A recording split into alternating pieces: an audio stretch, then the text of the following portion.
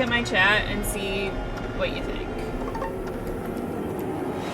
Sugar baby Lacy crazy. They thought we were done. No way, There's baby. nothing We're there back. yet. What the hell? No. Okay. I have a delay though. Now we got. How do I change my crystals? profile Is that what picture? Yeah, that's right. This is not Go pseudoscience. to Oh, this is the definition of pseudoscience. We're We're back in the saddle, and we'd love for you to turn the light on. Where's the one I want? This is rigged. Turn the fucking light on! I'm fine. Everything's fine. Everything's fine. Let's see what happens. No. I'm on the hunt for some little spookies. Have some tact. What was that? Who How was does this that? look, We're back Pookie? in another disgusting Yeah. place, having the time of our lives. Okay. Did you say Ryan or Shane? Oh yeah, this one's sick. Stupid Yeah, this is mother! I hate. good. Now I don't like this. Oh shit! Hey wait, I've watched Metallic work before. Welcome to Ghost Files. Oh, you can also. It looks good. Does it sound good? I don't know. Hold on. Yeah. Okay, I'm gonna switch to a different speaker so that I can let my headphones charge. So give me 1 second and then listen to it again and then let me know. That means you guys can also go on mine and see what I've been watching. Yeah, you guys are gonna see some devious stuff on mine.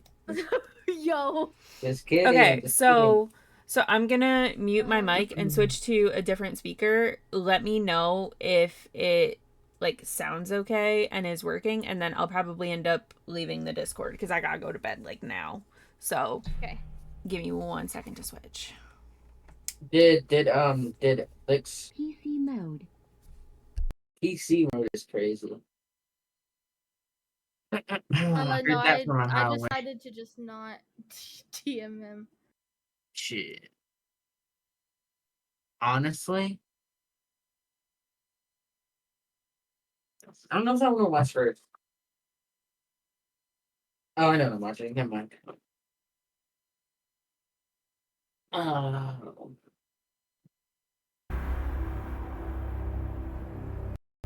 Yeah, I'm going to bed. Okay, good night, bro. Good night. I go EP time. It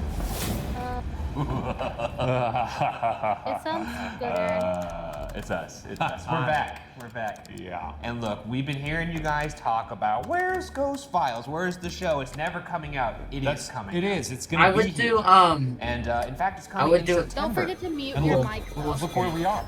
We're on set of Ghost Files. We're about to get all up in this place. We're about to do it actually right after we cut this little intro. I actually have do to it full right screen my kids on full screen. This is an intro for a first look clip at our brand new show, Ghost Files. It's from the first episode, and Yeah. we're showing it to you guys. Because I In can this hear first your keyboard. clip, it's actually from the end of an episode where we make our triumphant return to Waverly Doesn't Hills she have a face cam Sanatorium. though? It couldn't Yeah, be from the that. first time we went there back in So the it might day, be- do you we were have, green. to We didn't where know you what can we were hear doing. yourself typing We just walked on around with a little flashlights and went, Opera? "Whoa, look at that!" No, we were just kind of hoping for stuff to Oh, happen. she- and now we got she might the have that, tools, yeah. we got all the brand new Okay, tech that that's we what could it is. possibly Never need, mind. and more importantly, we've upgraded You're the fine. firmware up here.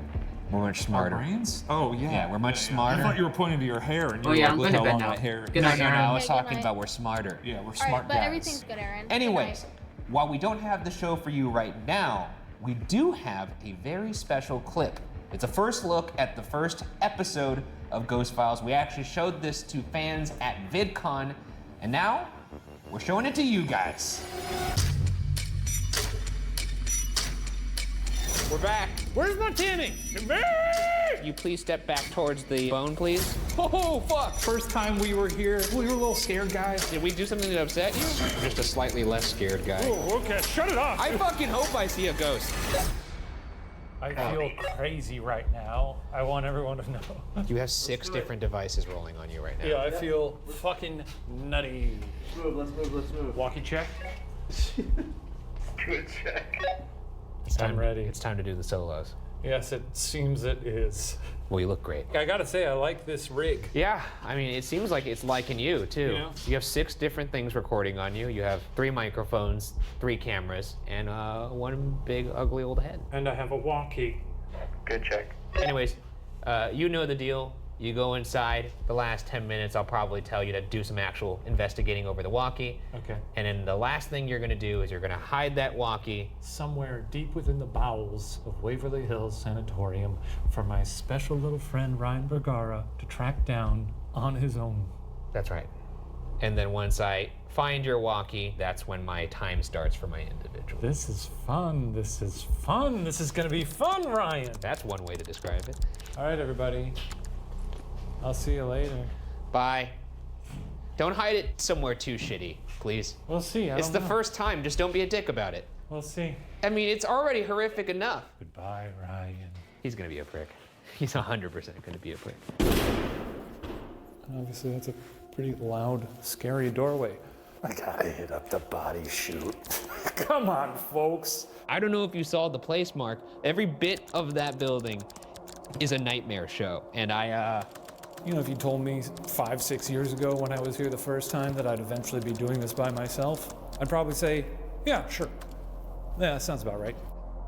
I might black out. Ghosts, this is the series premiere of Ghost Files, a show dedicated to files of you. So really the best thing you could do is pop out of the darkness. Oh, you'll be beloved on youtube.com. No one wants to piss themselves on camera, especially while you're wearing a stupid helmet. It's just not a good look. I'll be mocked on the internet forever. Leaving Waverly Hills pissing and crying. Anybody hear me up there? No, I don't think we're getting any reception down here, but we are mercifully making our way to the very end of the shoot here. I expected this would be uneventful, but it was a bit of a personal challenge to walk down to the bottom of the body chute.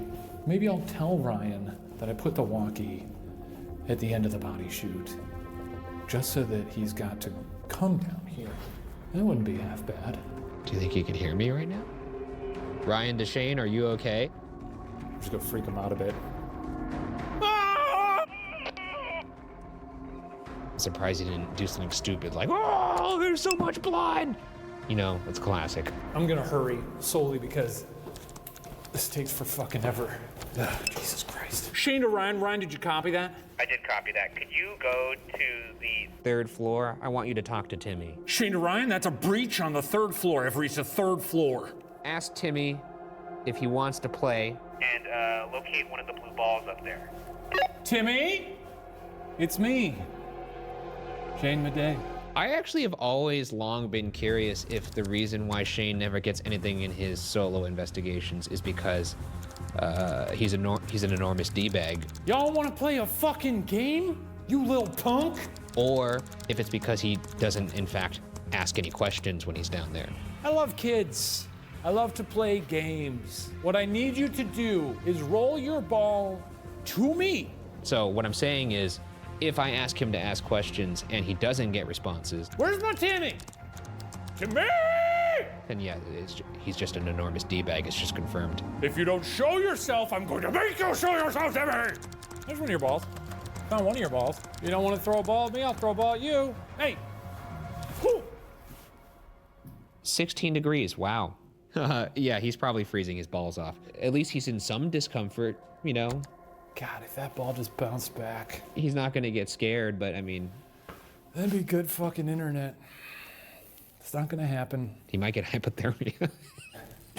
Can't always get what you want. I'm assuming you've hid the walkie already? No, I'm on my way to do that now. I didn't realize that was baked into my time. I'm hiding the walkie and I will be down shortly after. You know, it's starting to worry me that he hasn't come back yet. That to me means he's really hiding it somewhere far. Oh, see, now this is why I'm glad I brought my dang flashlight, because now it's pitch black. My flashlight on my chest just went out. I'm a little annoyed this didn't happen when Ryan was up here, because I would have... he would have shit his pants. Where is he hiding this thing, dude? Where the fuck? I think this is where we are. Oh. Oh yeah, was it really scary down there? I did actually hear some stuff. For a minute there, I thought you were up there, like trying to prank me. So I didn't actually react to it in the moment, but if you watch the footage, it sounded like a person walking around upstairs. But I guess not. Personal challenge to you, because It was the first thing I did. You gotta walk down that body chute. You gotta. And then find that walkie. All right, you're gonna have fun. Are you serious? Did that actually happen upstairs? Because if that didn't happen, that's your best lie you've ever come up with. No, it actually happened. It sounded like there was a person upstairs. Sick. Here he goes. Here he goes. Dude, I don't know if I'm gonna be able to do this. Yes, you are. I mean, you're ready. you have a good time. You gotta find that walkie. And if you shoot for the moon, I think you'll find what you're looking for. If I shoot... Oh, okay. I mean, it's probably at the bottom. Well. What do you mean, well? I mean, I guess the whole point is you have to find it. You better not have hit it in, like, the ceiling or some shit like that. No. It's pretty easy to find. I don't want to do it. I know you don't. I really don't want to do it. Can I just cop out? Can I just, like, not do it? It's a series premiere, Ryan. I don't give a shit. Everyone at home could go fuck themselves. No, you cannot. You go fuck yourself. That's what you do. So, get fucking. Fuck. All right. Well, we're back. That's it. We're gonna save some stuff for the episode. And let me tell you, I almost pooped my pants. Yeah, he did. I think you could have guessed that, though. Shane, and you actually did hear something upstairs? I genuinely did. I don't know if it comes across in the episode because I do that every single That's true. time I say I actually heard something up there. I actually did. Was it a ghost? I don't think so. Very, very good. Anyway, it'll be worth the wait. Also, this is a good time for us to let you guys know that for all the people who are fans of the postmortem after show for Unsolved, we're actually having a brand new after show for Ghost Files called Debrief, where we're going to answer your guys' questions and a bunch of other little fun surprises. So stay tuned for that. We could talk more about Shane's alleged haunted experience upstairs. Anyways, if you want to see that, you'll have to wait till September. Ghost Files.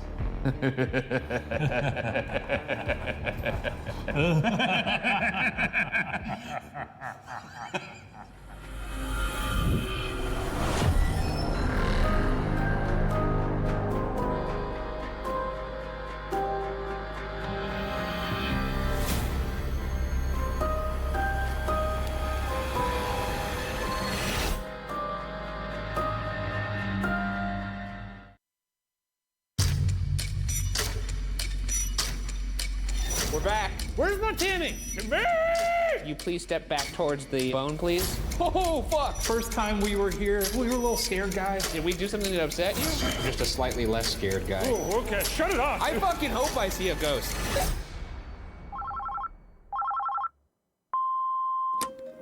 Hi, my name's Anna, and I have some evidence from Waverly Hills. My name is James, and I have evidence for Waverly Hills. I suddenly felt like somebody was watching me. Warmth across my the back. hell was standing up on my arm. A stick figure show up on the Somebody SLS pulling camera. on my pant I'm leg, shocked like to find this unexplained shape. Can you guys investigate?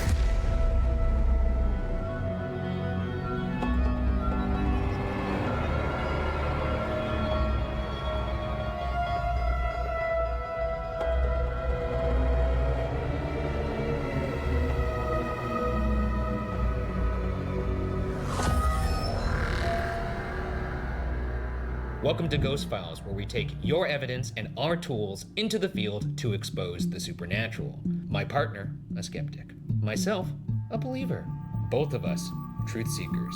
This week, our team travels to Louisville, Kentucky to investigate Waverly Hills Sanatorium.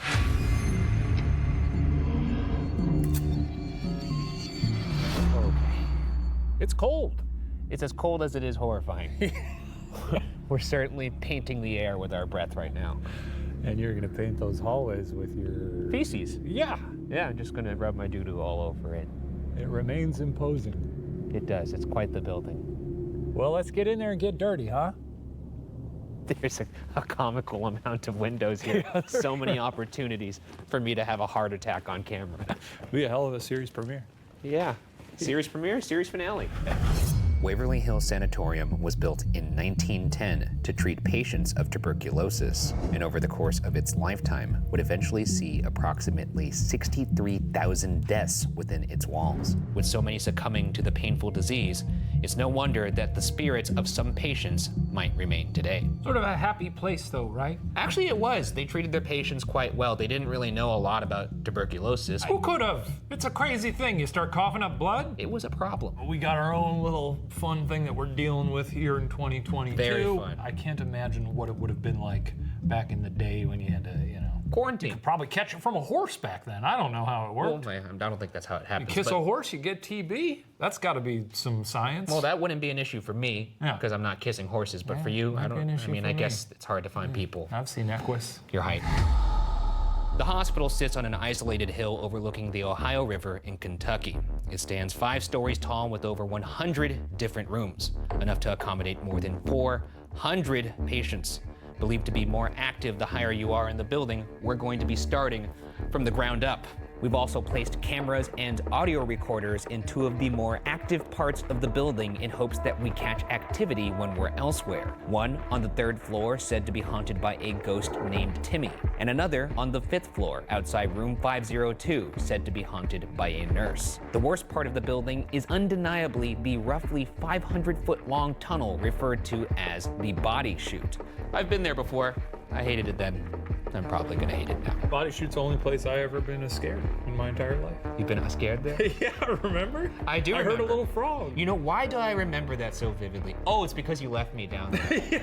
Yeah. And finally, to end the investigation, Shane and I will each be forced to explore the entire sanatorium one at a time. Are you excited to get back out there? I am. I've been ready. I've been stocking up with new gear. I'm gonna catch a goddamn ghost. You are, and I'm gonna be there to film it. And with that, our investigation begins. Like that little vote of confidence? I did like that. That's for you. But the investigation already began.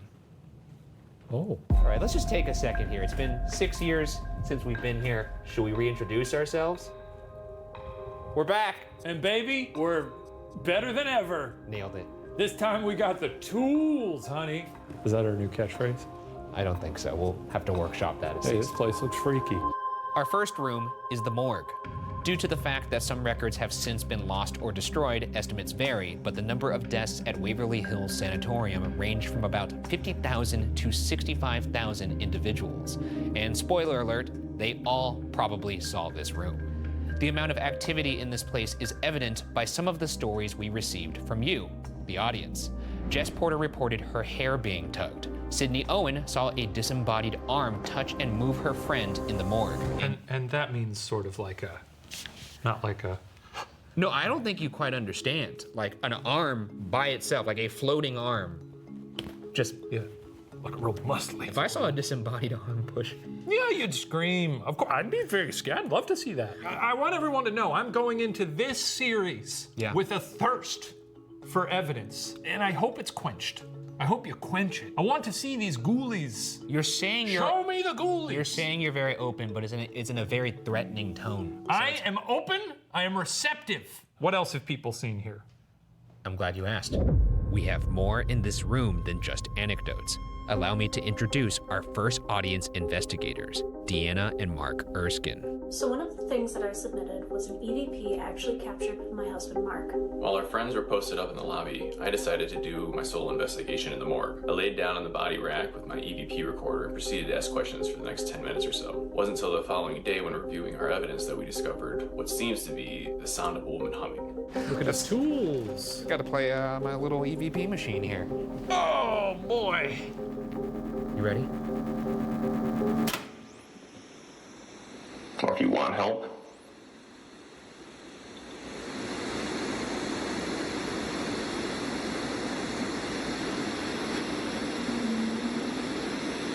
Did you hear it? First room, baby. We're back. The morgue is a fitting place to begin. Exactly.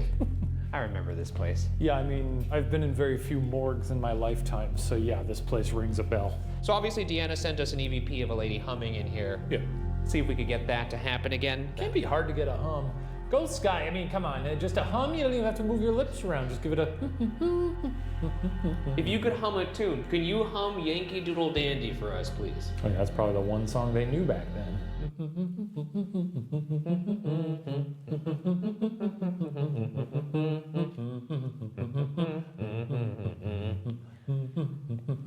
Take it away.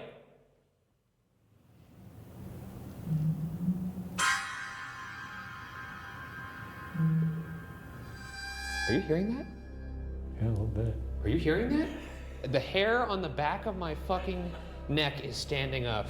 I mean, it could have well been a car outside somewhere, but it did sound like a sort of a low tone somewhere in the building.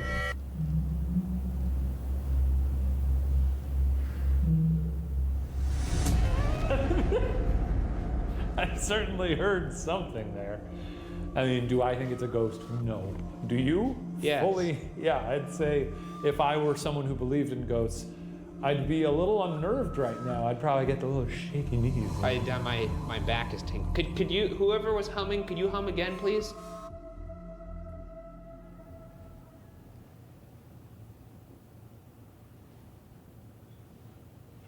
Okay, well, I'm really glad we didn't hear anything on that one. Tell you what. Why don't we move to the spirit? There was another. What, really? Yeah. Tell you what. I swear to God, in between you talking there. I didn't hear it. Thank God, I didn't hear it. Fucking first room.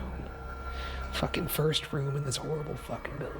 Let's move to the spirit box. Maybe we'll get some... Let's move to the box. This is the perfect place to test my new spirit box amplification system. Oh. Word on the street is it's called the Honeytone. The spirit box rapidly scans radio signals to create white noise through which spirits can communicate, and the Honeytone filters out the noise while amplifying only the voices. So, I'm gonna fire up my device here. This will help you speak to us. Now, Shane. Ryan. Here's what you normally would hear in the past. Yes. Here's. Yeah. Now watch. Oh. I like anything that makes the spirit box quieter. My name's Ryan, this is Shane. Can you say either of our names back to us if you want to communicate? That's Ryan or Shane. Ooh, there's a little flute. That was nice. A little Nintendo Wii flute right there. Can we hear from the lady who was caught humming in here? I didn't catch that. Can you say it clearer, please? Laura? Is that Laura? I'm sorry. We're gonna have to have one. Oh my God. We need one person at a time to speak. Laura, let's start with you. Why are you still here? Why did it get so quiet? The power bank turned off. Oh shit. The ghosts fried it. They fried my machine. My ghost machine. It's fucking busted. I'm sorry, Laura. We lost contact there. Why are you still here? Ugh. She don't sound happy. Laura, do you have any words of wisdom for the children of the future? Can you tell me the name of the room we're in? Say morgue. That actually kind of sounded like the morgue, I'm not gonna lie. Okay, well, we're gonna go in it. So if there's anything... What? Jesus, we're gonna go in a second here. Sound angry. Yeah, I don't know why you're so upset. Did we do something to upset you? I mean, I guess... Jesus. Oh, okay, shut it off. What did he say? I don't know. Well, that was incredibly unsettling. I'm happy. I like it more than the spirit box, but I gotta say, they got a scary energy to them with this machine. I don't like this room. I'm gonna say it. The morgue? Yeah, Shane, I don't like the morgue. What's your issue with it? You know what the weird thing about it was? Is I felt like bad in the morgue. Bad vibes. Yeah. Okay. What the fuck are you doing? Just trying to get out. Our next room is the second floor sun porch. For many years, treatment for tuberculosis was the very scientific prescription of rest, fresh air, and sunlight. Yeah, air is good for the body. Have you tried sitting down and breathing? That might help you. Well, you know, you don't want to be in a Manhattan breathing in a bunch of horse dung and exhaust. But it is eerie to be in a building where you know probably 50% of you aren't gonna make it. Yeah, I guess that's kind of like elderly homes though, right? I'm talking about like imminent, like this I was... mean, I gotta tell you, my grandma's Jesus. seniors living center, it was, they were flying out of there. Yeah. It's like you'd think it was a race. Nice place to hang out, chill. Nice little sunroom. If I was a ghost, I'd probably hang out in here. This would be my spot. If I was a sick person, I'd hang out in here too. Consequently, patients spent a lot of time outdoors or were placed to rest in front of open windows, even in the winter. And it's in this room that audience investigator Braxton Rapp captured a startling piece of evidence. We were walking around on the second floor when I got serious chills. Like, the hair was standing up on my arms. My mom and I had been taking pictures the entire evening, and it wasn't until later I was showing them to my friends, and one of them was like, hey, what's that? So when we brightened up the picture, I was totally freaked out with what we saw. Is this the face of a former patient on the sun porch? Let's see if I got anything. Does not appear so. Let's see. Ooh, was that a fart? No, that was a fucking noise. That was a fart. No, that came from down there. Are you fucking kidding me? That was not a fart? That came from down there. Because I'm surprised you didn't react to that more. Because I thought you farted. No. Maybe that's what the jack-o'-lantern face was. Was that you farting? It was. Okay. Oh, thank God. Oh, thank God. Sorry, guys.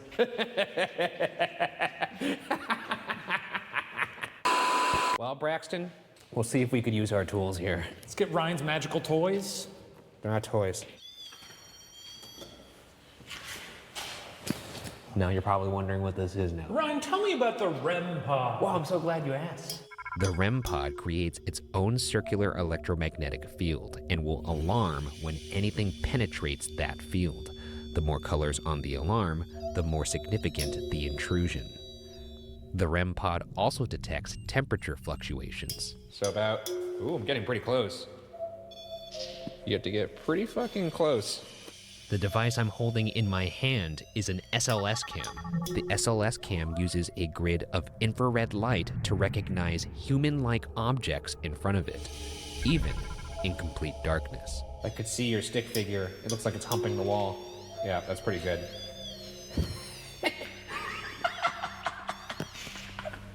Well, that's plenty.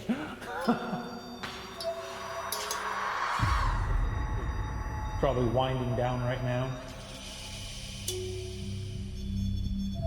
Ooh, what's going on right here? I don't see anything. I see your stick figure, but I don't see anything on the... For whatever is down here, if there's anything with us, or if there's anyone with us, rather, can you get close to that doorway? Can you make that little glowing circular thing sing? How about one of you just come towards my voice, and by doing so, we might get some activity on the REM pod. Maybe be a shadow person. If it's too hard to be a corporeal body, just be a shade. Can you demonstrate some dancing near the REM pod, Shane? I'd like to, so I can see the I'm starting to think you just like to see me dance. Well, remember, Shane, this is the first time we've seen this device. Oh, yeah. Well, his dancing is actually making the camera confused. I could see him in the IR camera. The REM pod's actually like really digging. It's like giving you a round of applause almost. Oh shit! Oh, your ass light made it go into overdrive. Holy smokes! It's gonna start smoking over here. It's gonna start smoking like a fembot. Moving down the west wing of the second floor, the next area we'll explore is the elevator shaft. In the 1980s, when the building was shut down, the building fell victim to disrepair and often was inhabited by transients or youth looking for a spot to turn God's grass into sweet clouds. In one tragic instance, it said that a transient man and his dog were found dead in the elevator shaft. That is also one of my fears. That you'll fall down an elevator shaft? Yeah, that thing where in movies and TV people, step into the elevator and they're like, well, I'll see you. Wow! Like the elevator malfunctions, not that there's nothing in the shaft and they fall down like Wile E. Coyote. No, you fall down like Wile E. Coyote. You walk into it, you hold there for like 2 seconds, then you hold up a sign that says, yipes. Oops. That's how I'm gonna go. Like, I've had visions of this. Some believe his spirit haunts that area to this day, and it's near this elevator shaft that James Ashenden captured some truly shocking evidence. This photo was taken around the area where the elevator shaft is. I was just snapping photos with my phone. I didn't notice it at the time, but went back afterwards and was having a look through, and this was the one that had the cleanest detail. Is this possibly the apparition of the ill-fated man who fell down the elevator shaft? You seen anything? I'm not capturing anything on the photos. So, obviously, other than the man that was found in the shaft, they also found a dog. Yeah. We got a little trigger object here. Come get it. It's Come on, right Doc. here. We got a bone for you. It's right there. Dog love a bone. Dog love a bone. You better get it, dog, otherwise I'm gonna get after it. Does a dog understand what you're saying? I don't fucking know what I'm... My name's Ryan. Can you say my name back to me? Can you tell me your name? Can you tell us your dog's name? Can you tell us what happened to you? How about this? Oh, Jesus. Whoa, what's going on? Is that you by the pod? Step away from it if it's you. Oh, shit. Okay, if that was you again, could you please step back towards the bone, please? Oh, fuck! Oh, shit! Step away now? You step away now, please? Step away from the bone! Okay, you understand yes and no then. Can you make that turn on for yes? Did you get pushed down the shaft? Hey, you just walk up to that thing and touch the bone. Guy. We have another way to maybe communicate with them. What is this other way? We're gonna do something called the Estes method, or Estes method. Instead of using a speaker system for this spirit box, I'm gonna be the speaker. So I'm gonna put headphones on that are noise canceling, and I'm going to say whatever I think the spirit box is saying. Meanwhile, you're gonna be asking questions that I can't hear. Oh. And if you hear a response that's compelling, pretty good. And you don't have to get annoyed by the ch-ch-ch that you love so much. I actually like this. I like this a lot. All right, it's me. I'm talking to the spirits now, and you can use my little buddy over there as a antenna. What's your name? Incredible. Bit cocky. What are you doing? Scare me. Scare you? You're a ghost. You should be scaring me. Typically how it works. Do it. Okay, booga booga booga. You know, I don't know what to fucking... I'm just here to get a picture of you on my iPhone. What was the name of your dog? What was the name of your dog? Steve. Your dog's name was Steve? Okay. What did you think as you were falling down the elevator shaft? Ja Rule? Odd thing to think about in your final moments, especially when you preceded him by a handful of decades. Question. Okay. What is that? This is an Osmo. It's a sort of like a gimbal. Box. Yeah, sorry, my Osmo is What the fuck are you doing, Osmo?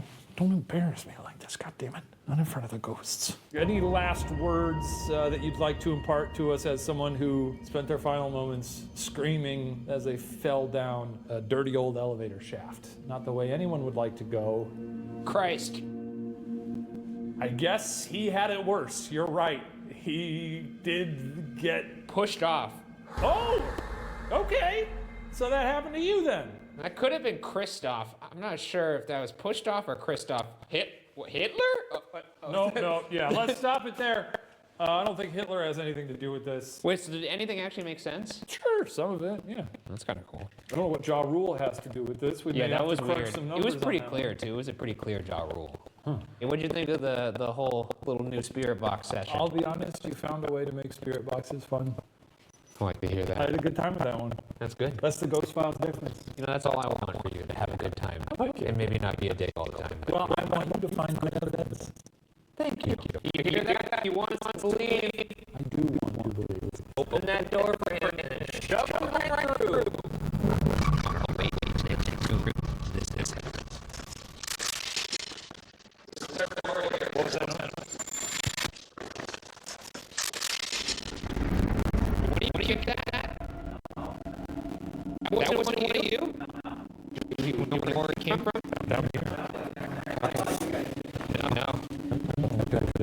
I mean, it sounded like something potentially fell on this metal grate, or it could have been the wire or something. I'm also seeing up here, you know, I'm not just trying to debunk this. I'm just. I mean, no, you should try and debunk it. I'm just Serve a saying there's a purpose. lot of, you know, we were walking on these stairs and there is a lot of loose wall here. I'll tell you what. You stand right here. Okay. Tell me if anything moves under. Yeah, I mean, there's some little bits coming off, but nothing that would have made that sort of noise. Oh my god, even being up here alone? You don't like it, huh? I don't like it. Love that. God, I'm just like, my heart is like legit pounding thinking about later. I'm like, gonna have a heart attack. The next part of the building we'll explore is the 3rd floor, where it's said that a little boy named Timmy will roll a ball back to you if you ask him. In fact, on my previous show, I actually had my own encounter with Timmy. After tossing a ball down the hallway, I heard it bounce away into the distance until slowly but surely, it went silent. The ball did not come back. When I finally found it, I discovered to my horror that the ball had landed directly under my name spray painted on the wall. It's sort of Joe Pesci-like when you do that. Yeah, while we're in the beanie. I mean, and just so we're covering all the bases, mixed messages, because it also did land beneath a, what did it say, 420 blaze. And I love pot. I love pot. Yeah, but, I mean, I do love pot. So. Well, here we are, back at the scene of the crime. Yeah. Arguably some of the best evidence we've ever captured happened right here. This is not the blue ball that we use, but it's a white ball. Does it have to be blue? Was that one of Timmy's specifications? I don't know if he particularly liked blue balls, but not many people do.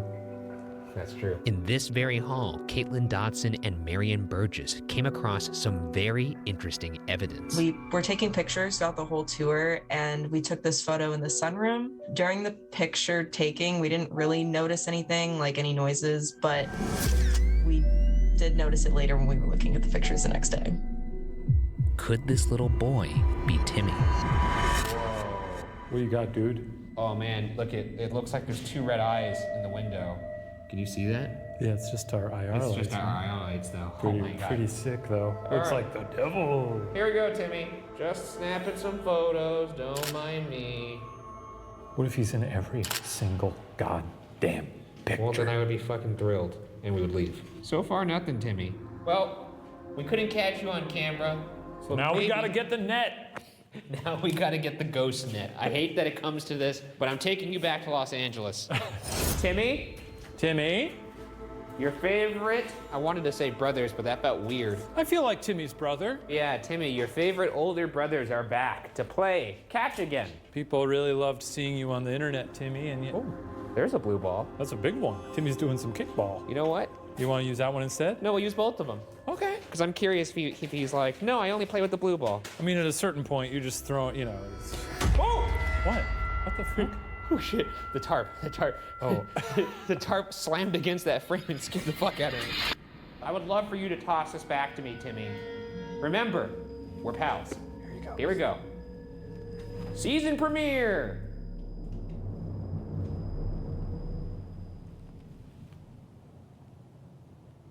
The deja vu of this is crazy. If this ball comes back, I'm gonna jump off that You're done for. that little balcony right And I'll watch you. Timmy? Timmy. Okay, Timmy, I'm gonna toss this nice blue kickball that I know you love. It's your favorite color. I'm going full FIFA on this fucking ball here. Yeah, dude. Send it back. That was a Not a great, really poor kick. not a great kick. All right, now that's what I'm talking about. All right, Timmy. I'd love for you to send that back.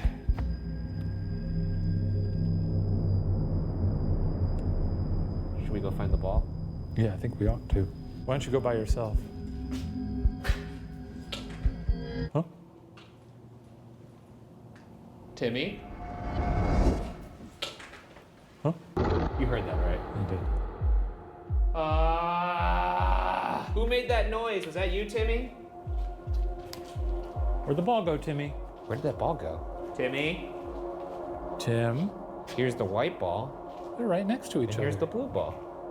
Blue ball? If anything, now I'm really impressed that we got the ball to land. Yeah, really nice. It looks like they're little prizes for us.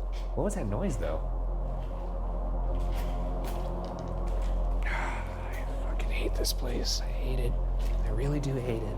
Not you, Timmy. I don't hate you. I just hate your home. Sounds like you hate Timmy. If I see a little boy standing here, whoo, thank God. Oh, I'm so happy to see you, Ryan. The thing on the wall, not myself. That's not something I say in the morning. Oh, look, there's another blue ball. Another blue ball. Whoa, this place, blue balls for days. This is a blue ball paradise. Do you think we should throw the ball one more time, or do you think we're good here, Shane? I mean, nothing different is going to happen. You never know. Here we go, Timmy.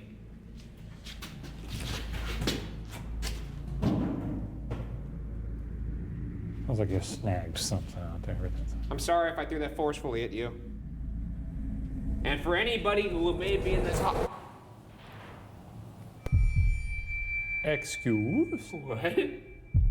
Just so we're clear, I'm gonna go find this ball, and I'm not talking to anybody that's on this floor. I did not throw that at you in anger. Where'd that ball go? There it is. What was that noise? Oh my God, I fucking hate this. Dude, I don't know if I'm gonna be able to do this. Well, unfortunately, you're going to have to, because this is your fucking job. Well, I don't know. I think. I don't think I'm gonna be able to do it. Yeah. Well, you gotta. Later in the night, our stuffed bear device programmed to ask pre-recorded questions got this response in the Timmy Hall. Can you finish this?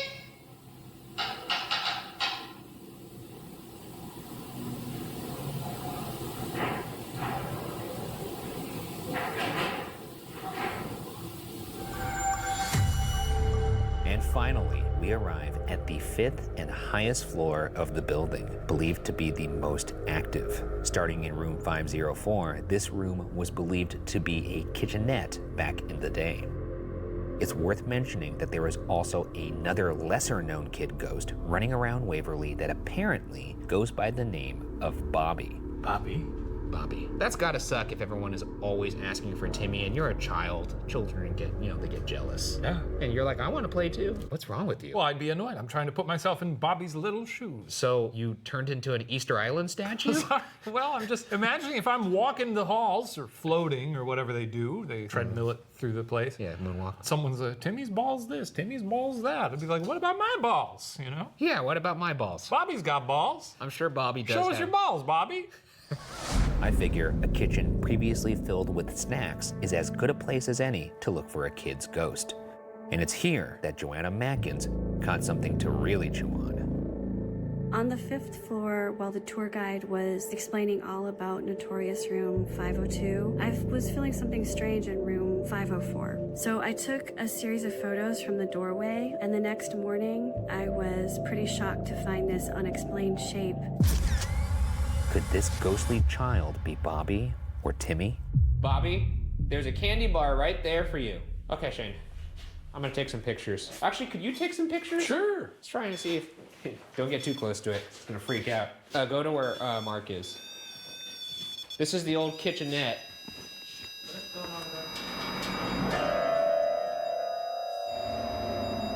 Bobby, are you here?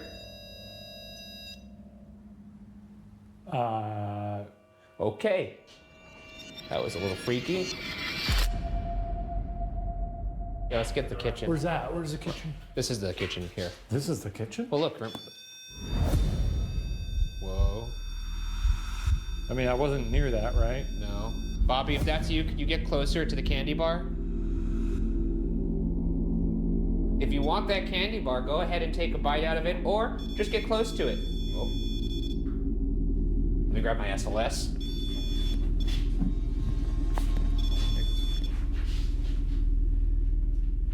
Bobby, I'm gonna ask you again. Could you get closer to that candy bar again? Or anybody up here. Timmy, if you want to come up here, you could also take a bite of that candy bar. Just get near it. Candy for everybody. Candy for Bobby, candy for Timmy. Oh, shit. You guys could Lady and the Tramp this shit. Can you make it go all the way up to the You get even closer? Can you get even closer? No? Timmy! It doesn't react to sound at all. Hello? No. Bobby, once again, can you get close to that candy bar? This looks like we're trying to catch Yogi Bear. Yeah, that's true. The next room is one of the more notorious in the building, as it is believed to be haunted by a woman who once served as the head nurse, who tragically ended her own life. Allegedly, the young nurse had gotten pregnant out of wedlock, and presumably, the father was not in the picture. Local legend tells that she died by hanging herself from a light fixture in this room. Adding further pain to this room is another nurse who died by suicide after spending time working in room 502. But in this case, she allegedly jumped to her death from the roof for reasons still unknown. All right. This is the place where we spent the night last time we were here. This is exactly where we spent the night. I can't believe we slept right there. Pretty wild. Maybe that's why it's so eerie in here, because that was such a horrible memory. Somebody caught a figure right here. Oh yeah, she chilling. I was on the 5th floor at Waverly, and we had gone into room 502. My chest felt very weird and tight in there, and a lot of my friends shared that same sensation. And we went into the room next to room 502, and I took a picture like going through the doorway out into the hall. And I didn't see until we got home, but I had captured a figure standing where the nurse had allegedly hung herself. Could this be one of the nurses that tragically passed? We're good. Oh man, the day though when I swipe to one of these and there's something there, that'll be a good day. I'll just crush my phone. You wouldn't do that? You want to? Yeah, I'd want the evidence. I'll airdrop it to you. Then I'll crush my phone because it's haunted. We're gonna pull out a little thing called the spirit box. I'll meet you over by the doorway of 502. Are we just doing a regular spirit box? We're not doing a regular spirit box. Oh, good. You gotta What if say, they say something I don't care what they say. If it's funny, if it's not funny. I'll say whatever I hear. You say, I'll say what I hear. Nod to me if you're going to take the exercise seriously. We're professional. You can't fucking nod? Listen, we're professional ghost hunters now. Yeah. This series is a new leaf. I'm a changed man, and I take my job very seriously. We're here to catch some ghouls. Pop those babies on. Let me see what I hear. All right, here we go. Like automatic. Amber. Snooker collector. My name is Ryan. Can you say my name back to me if you want to communicate? Guys, crack.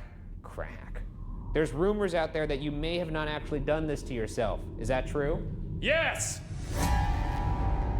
Oh my god. Okay, so it's not true. Ooh, I just got chills up my spine. What happened then? Dudley! What happened? They say you took your own life right here, but there was rumors that you might have been involved in an unwanted pregnancy and that perhaps this isn't exactly what you wanted to happen. Beefcake! What? Maxine! What actually happened What to you are right your here? thoughts? What are my thoughts? I'm trying to figure out what happened to you right here. Tongue! Tongue? You! Tongue me? Why? What? Annie! Is that your name? Is Annie your name? Is there anybody else up here that isn't one of the two nurses that people often ask about? Little boy! Little boy. Which little boy is up here? Puddle! There was a little boy caught in room 504. Somebody sent us a photo of him. Human! Human. Can you tell me why you're still here? You!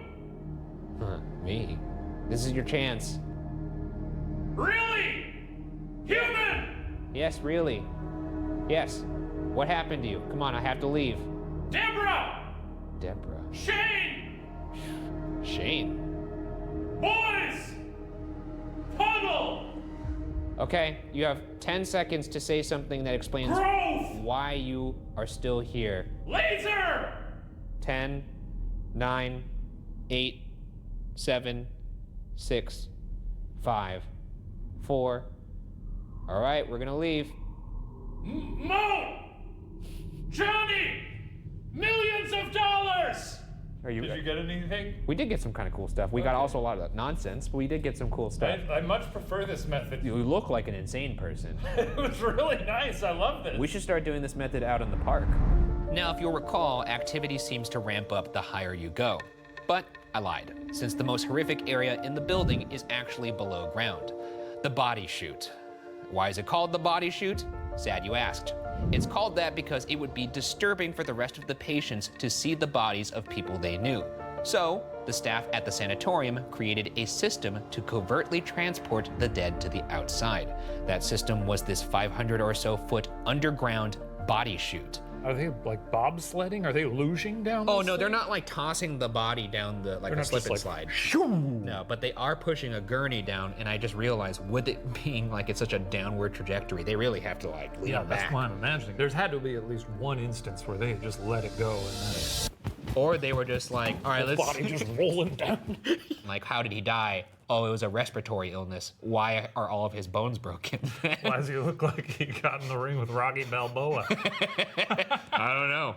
I have no idea. Tuberculosis really beat the shit out of him. How does it feel to be returning to this place? I'm not excited to go back down here. I actually never thought I'd be back here. If I had to pick any place in my life that I wouldn't expect to be twice, it's here. It's the body chute. And I hear the echo. We're about to get shooted. Yes, we are. Dude, I forgot how ridiculous this reveal is. Yeah, it's oh real. My God. I fucking hate this place. And I'm once again reminded that this was a silly decision to restart this career again. And since every ill-fated patient eventually saw this chute, there's no telling who we may see down here. There is an infamously sad ghost with chained and bleeding hands and feet that howls in pain, who screams and runs from those who rush to her aid. Others have spotted a ghost known as the Creeper, described as a shadowy dark figure crawling along floors and walls, a ghost that some suspect might be a demon. I mean, it's beautiful. No, right? it's not. I mean, it's kind of nice to be back here. First time we were here, we were a little scared guys, a little wimps. I'm just a slightly less scared guy. No, you found your courage. Did I? You're gonna find more of it down there. Audience investigator Anna Rogers definitely made contact with something in the body chute. My parents were down there and they had an EMF meter that was lighting up like crazy, so my dad started recording while my mom started asking questions. They didn't hear anything at the time except for some loud clanging in the background, but when they played it back later, we could hear some super clear voices. You ready for this? I'm very ready. Are you happy that we're here?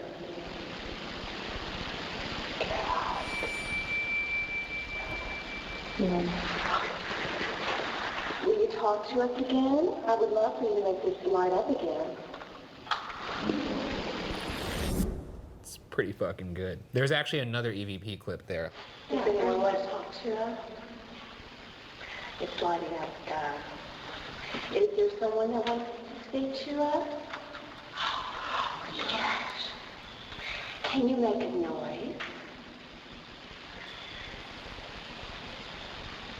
Can you try really hard to make a noise?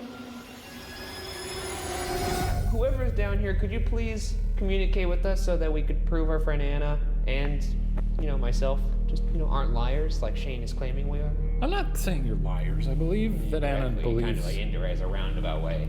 You're giving us a reach around in the sense you're calling us a liar that way. I wouldn't say I'm giving you a reach around, solely because I don't want to encourage. My name is Ryan. I'm Shane. Can you say either of our names back to us to let us know that you would like to communicate? I have a device here that allows me to hear very well.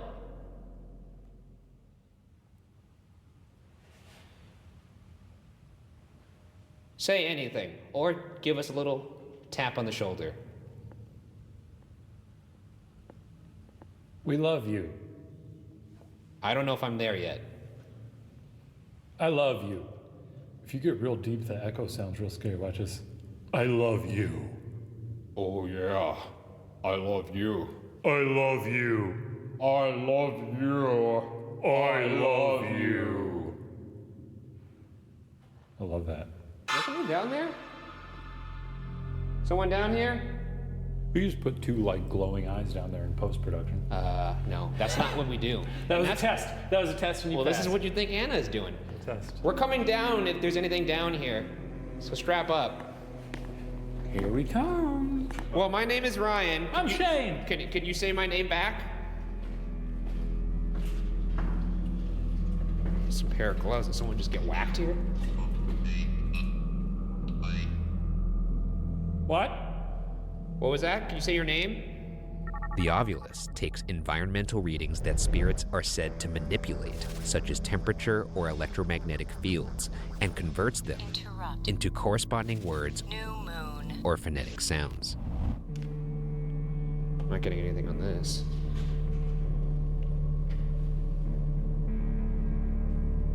Okay, let's just keep going down. Do you want us to keep going down the tunnel?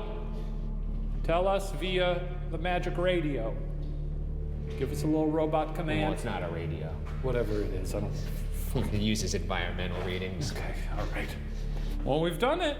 That was a long walk. We started at the top, and now we're here. Hello? Can one of you use this device to communicate with me? If there's somebody here with us right now, friendly or not, show us a sign you're here. Kill us. Kill both of us. I would prefer that one not. Kill us. Maybe not that Please. Kill us. Kill us. Snap our necks. God. Yeah, Both of us in tandem just dropping like a sack of rocks. I do not want a neck snap on camera.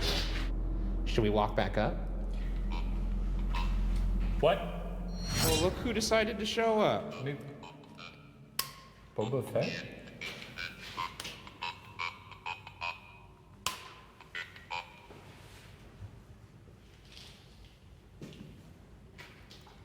I'm sorry, we didn't catch any of that. You're gonna have to speak a lot clearer.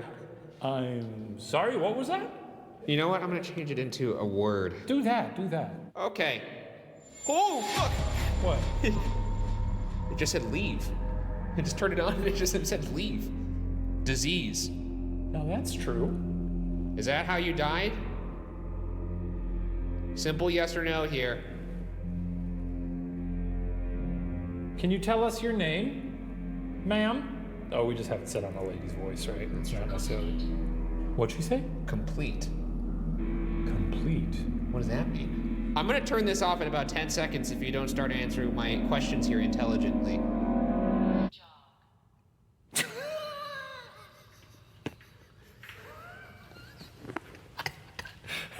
John. King? No, now don't try and stroke the ego here. We do know we're the kings of ghost hunting. Jog, King, jog. And now we move to the final phase of the hunt, our individual investigation of the entire 5-story building. Grab your diapers. Grab your diapers. Grab your diapers. You're gonna be fine. I'll be all right. Yeah, I'm gonna probably need the diapers. Are you gonna go in every single room? I don't think I could poop that much. That's not what I meant. Are you going to? Oh, yes. This is honestly one of the few places that I find the idea of investigating individually a little unnerving. If I were you, I would not be doing well.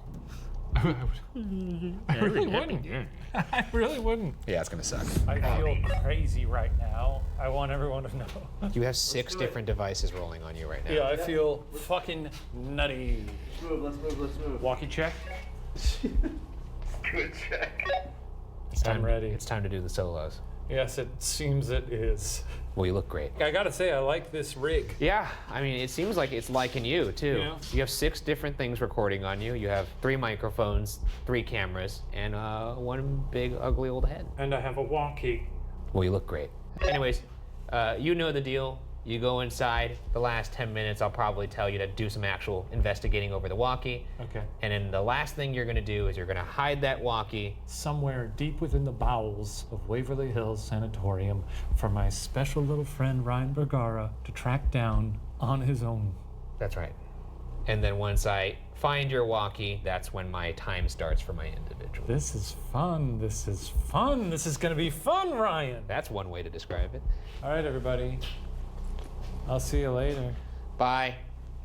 Don't hide it somewhere too shitty, please. We'll see. It's the first time. Just don't be a dick about it. We'll see. I mean, it's already horrific enough. Goodbye, Ryan. He's gonna be a prick. He's 100% gonna be a prick.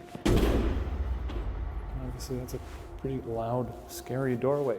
I gotta hit up the body chute. Come on, folks. Every bit of that building is a nightmare show, and You know, if you told me 5-6 years ago when I was here the first time that I'd eventually be doing this by myself, I'd probably say, yeah, sure. Yeah, that sounds about right. I might black out. Ghosts, this is the series premiere of Ghost Files, a show dedicated to files of you. So really the best thing you could do is pop out of the darkness. Oh, you'll be beloved on youtube.com. No one wants to piss themselves on camera, especially while you're wearing a stupid helmet. It's just not a good look. I'll be mocked on the internet forever. Leaving Waverly Hills pissing and crying. Anybody hear me up there? No, I don't think we're getting any reception down here, but we are mercifully making our way to the very end of the shoot here. I expected this would be uneventful, but it was a bit of a personal challenge to walk down to the bottom of the body chute. Maybe I'll tell Ryan that I put the walkie at the end of the body chute, just so that he's got to come down here. That wouldn't be half bad. Do you think you can hear me right now? Ryan DeShane, are you okay? I'm just gonna freak him out a bit. I'm surprised he didn't do something stupid like, oh, there's so much blood. You know, that's classic. I'm gonna hurry solely because this takes for fucking ever. Ugh, Jesus Christ. Shane to Ryan. Ryan, did you copy that? I did copy that. Could you go to the 3rd floor. I want you to talk to Timmy. Shane to Ryan, that's a breach on the 3rd floor. I've reached the 3rd floor. Ask Timmy if he wants to play. and locate one of the blue balls up there. Timmy? It's me. Shane Madej. I actually have always long been curious if the reason why Shane never gets anything in his solo investigations is because he's an enormous D-bag. Y'all want to play a fucking game? You little punk? Or if it's because he doesn't, in fact, ask any questions when he's down there. I love kids. I love to play games. What I need you to do is roll your ball to me. So what I'm saying is, if I ask him to ask questions and he doesn't get responses, where's my Timmy? Timmy! Then yeah, he's just an enormous D-bag. It's just confirmed. If you don't show yourself, I'm going to make you show yourself, Timmy! There's one of your balls. Found one of your balls. You don't want to throw a ball at me, I'll throw a ball at you. Hey! Whew. 16 degrees, wow. Yeah, he's probably freezing his balls off. At least he's in some discomfort, you know? God, if that ball just bounced back. He's not gonna get scared, but I mean... That'd be good fucking internet. It's not gonna happen. He might get hypothermia. Can't always get what you want. I'm assuming you've hid the walkie already? No, I'm on my way to do that now. I didn't realize that was baked into my time. I'm hiding the walkie and I will be down shortly after. You know, it's starting to worry me that he hasn't come back yet. That to me means he's really hiding it somewhere far. Well, see, now this is why I'm glad I brought my dang flashlight, because now it's pitch black. My flashlight on my chest just went out. I'm a little annoyed this didn't happen when Ryan was up here, because I would have... he would have shit his pants. Where is he hiding this thing, dude? Where the fuck? I think this is where we are. Oh.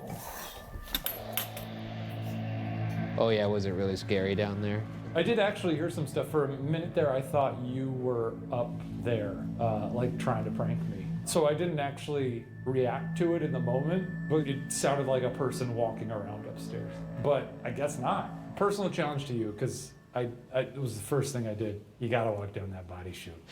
You gotta. And then find that walkie. All right, you're gonna have fun. Are you serious? Did that actually happen upstairs? Because if that didn't happen, that's your best lie you've ever come up with. No, it actually happened. It sounded like there was a person upstairs. It turns out, Shane wasn't lying. Do you want to play? Y'all want to play a fucking game? Did you see it? Watch again slower. You want to play?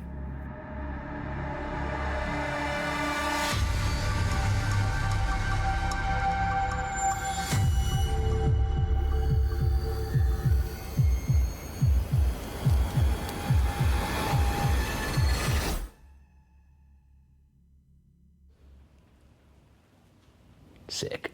Here he goes. Here he goes. Dude, I don't know if I'm gonna be able to do this. Yes, you are. I mean, you're ready. You have a good time. You got to find that wonky.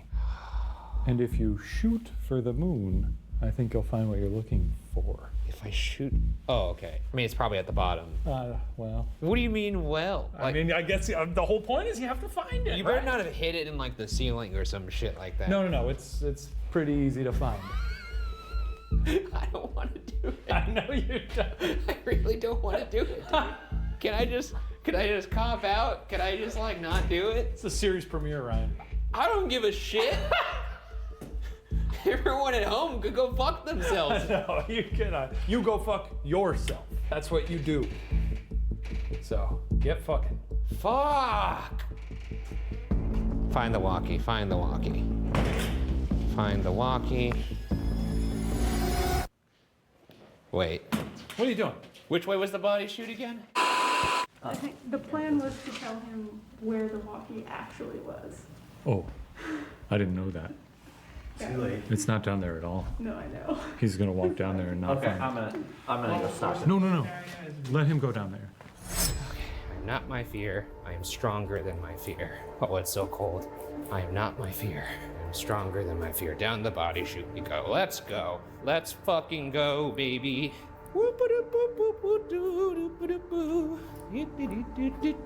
Just keep swimming, swimming, swimming, swimming. I think I'm disassociating right now. What the fuck? Where is this walkie? I don't know why he was so intent on seeing the body shoot, but I think it's because he recognizes that it's something that he has to do for some personal growth. Okay. Is this Ryan calling my phone? It is. Hello? I'm at the bottom of the body chute. I'm not seeing this walkie. I think you may have misinterpreted my clue. Are you fucking kidding me? I apologize. What I said was if you shoot for the moon, you'll find what you're looking for, as in 4th floor. You said it was in the body chute. No, I said it's a personal challenge for you to go into the body chute. Well, shit, now my time. Oh, god damn it. So my time is really not gonna start until I get all the way up back to the 4th floor. I mean, we'll see. Oh, you know what? You're using me as a safety line right now. I'm not gonna let you have this sort of comfort. I'll see you later, buddy. Well, he lied to me. Why would he talk in riddles? He knew this was gonna waste time. Well, I'm gonna kill him. He's gonna be a ghost at Waverly. Oh. I just heard. Oh, I hear cranky little footsteps. Just keep my head straight. And some muttering. People do this all the time. The dude who works here, he does it all the time. He walks around by himself. He might be crazy. Aim for the moon. What does that mean? Go for Shane. Where is it on the 4th floor? You should be able to find it. Do you realize it's gonna take me forever? This place is huge. You know, I'll make some noises on the walkie that'll help you find it. I haven't heard. Okay, talk soon. I'm coming back down in 12 minutes. I don't care. This is bullshit. This is not the agreement. Honestly, Ghost, I'm in such a shitty mood now that even if you popped out, come and find me. I'd probably just want to fight you. Dude, seriously, what the fuck? Ryan, have you died? Maybe at the end on this chair? Ryan, we will happily call the paramedics if you need us to. Where is that? Just find this walkie and tell us you are in distress.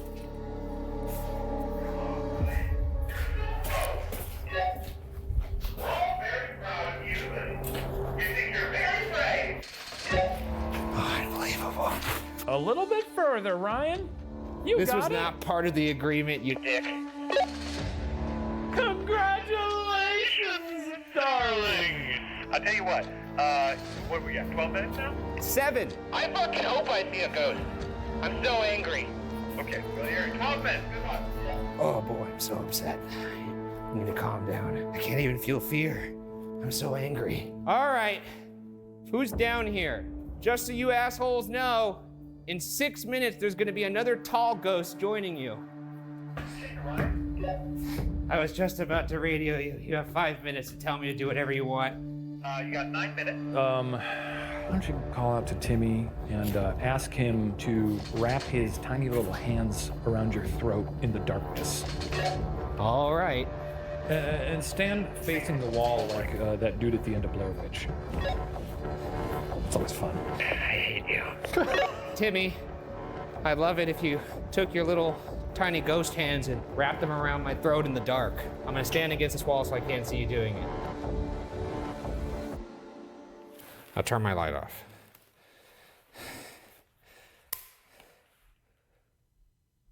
Feels good to be back in the game, you know.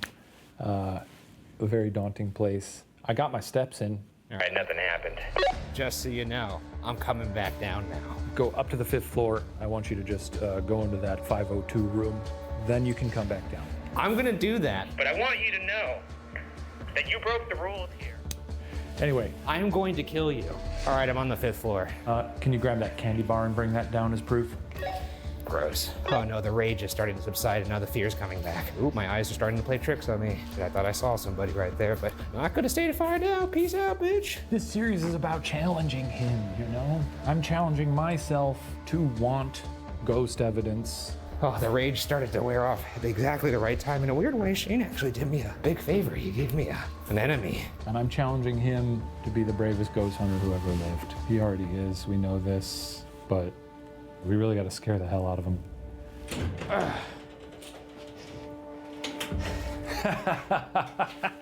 How'd you do? I'm gonna murder you. What are you talking about? You know exactly what I'm talking about. What do you mean? I gave you all the clues. Let's just go home. Okay. Let's go home. Let's go home. God damn, it's good to be a ghost hunter. For more than 100 years, pain has echoed through time within the walls of Waverly Hills Sanatorium. Did we actually capture humming in the morgue?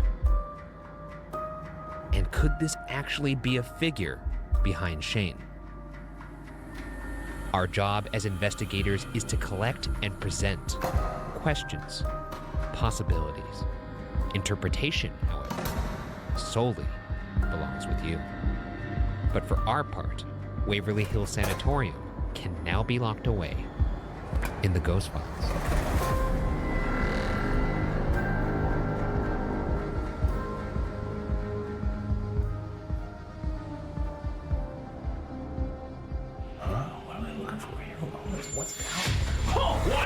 Hey everybody, hope you enjoyed that episode of Ghost Files. If you haven't heard, we'll be answering your questions and breaking down evidence a little bit more on our weekly after show every Wednesday, Ghost Files Debrief. That's right. So submit your questions in the comments below. And if you'd like to see episodes a whole day early, swing by patreon.com/watcher. Farewell.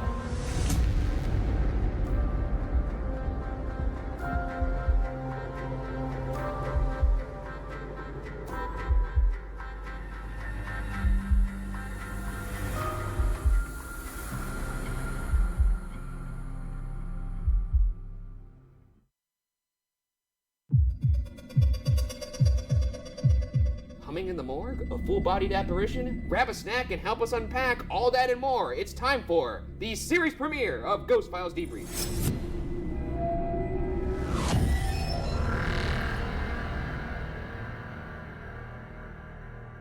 Thank you for joining us. I'm Ryan Bergara, and that thing over there is my colleague Shane Madej. Shane. Hello. Each week here on Debrief, we're going to be taking a look at our most compelling evidence, behind-the-scenes moments, and answering your burning questions. And this episode of Debrief is sponsored by Casetify. Hey, it's me, Shane, from Ghost Files. I'd like to take a moment to thank Casetify for sponsoring today's episode. Sometimes we're out in the field, Ryan's out there being like, oh, let me take a picture of you. And he goes, oh, it happens. And for this very reason, we use Casetify to protect our phones. You're saying, Shane, why should I use Casetify? Well, listen, Casetify uses EcoShock in order to protect phones from falls up to 11.5 feet. That's very high. EcoShock is 5 times the military standard. The cases are durable and slim enough to fit into my back pocket. But if you don't believe that, I'll test it for you right now. Get over here. Here we go. A real-world example of me climbing a ladder and then looking at my phone. Huh? Whoa! There's not a scratch on that. Let's get back inside. Casetify has a huge variety of different cases with amazing designs from over 300 diverse artists. There are also cases you can customize to your own tastes or with your name. This one says Watcher. Isn't that nice? Which makes your phone fun to look at and harder to steal. And on top of all that, Casetify is committed to sustainability. Use the link in the description for 15% off your order today. And thank you again to Casetify for sponsoring today's video. And now, back to the debrief. Oh, thank you, Casetify. Well, series premiere. Series premiere. How do you feel? I'm very glad it's out there. Me too. You tried to leak it several times. I didn't try to leak it. You had to duct tape you to your office chair. That was one time. Yeah. That's one time. But now it's out there. People are loving it. Yeah, and look, I'm just excited you guys finally got to see it. Everyone here at Watcher is really proud of it.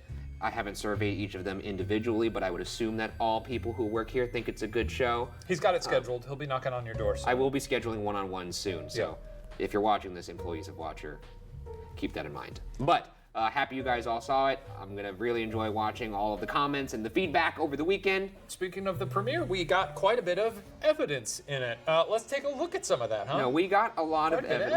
We got a lot of evidence. And you know what? Without further ado, let's get into our first section of debrief, evidence. Let's start with that humming that we heard in the morgue. Can we play that clip?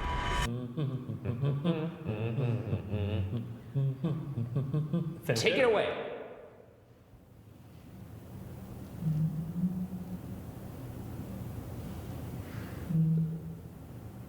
Are you hearing that? Yeah, a little bit. Are you hearing that?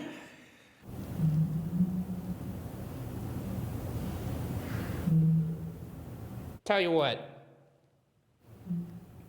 Why don't we move to the spirit? There was another. What, really? Yeah. Tell you what. That's a hum, folks.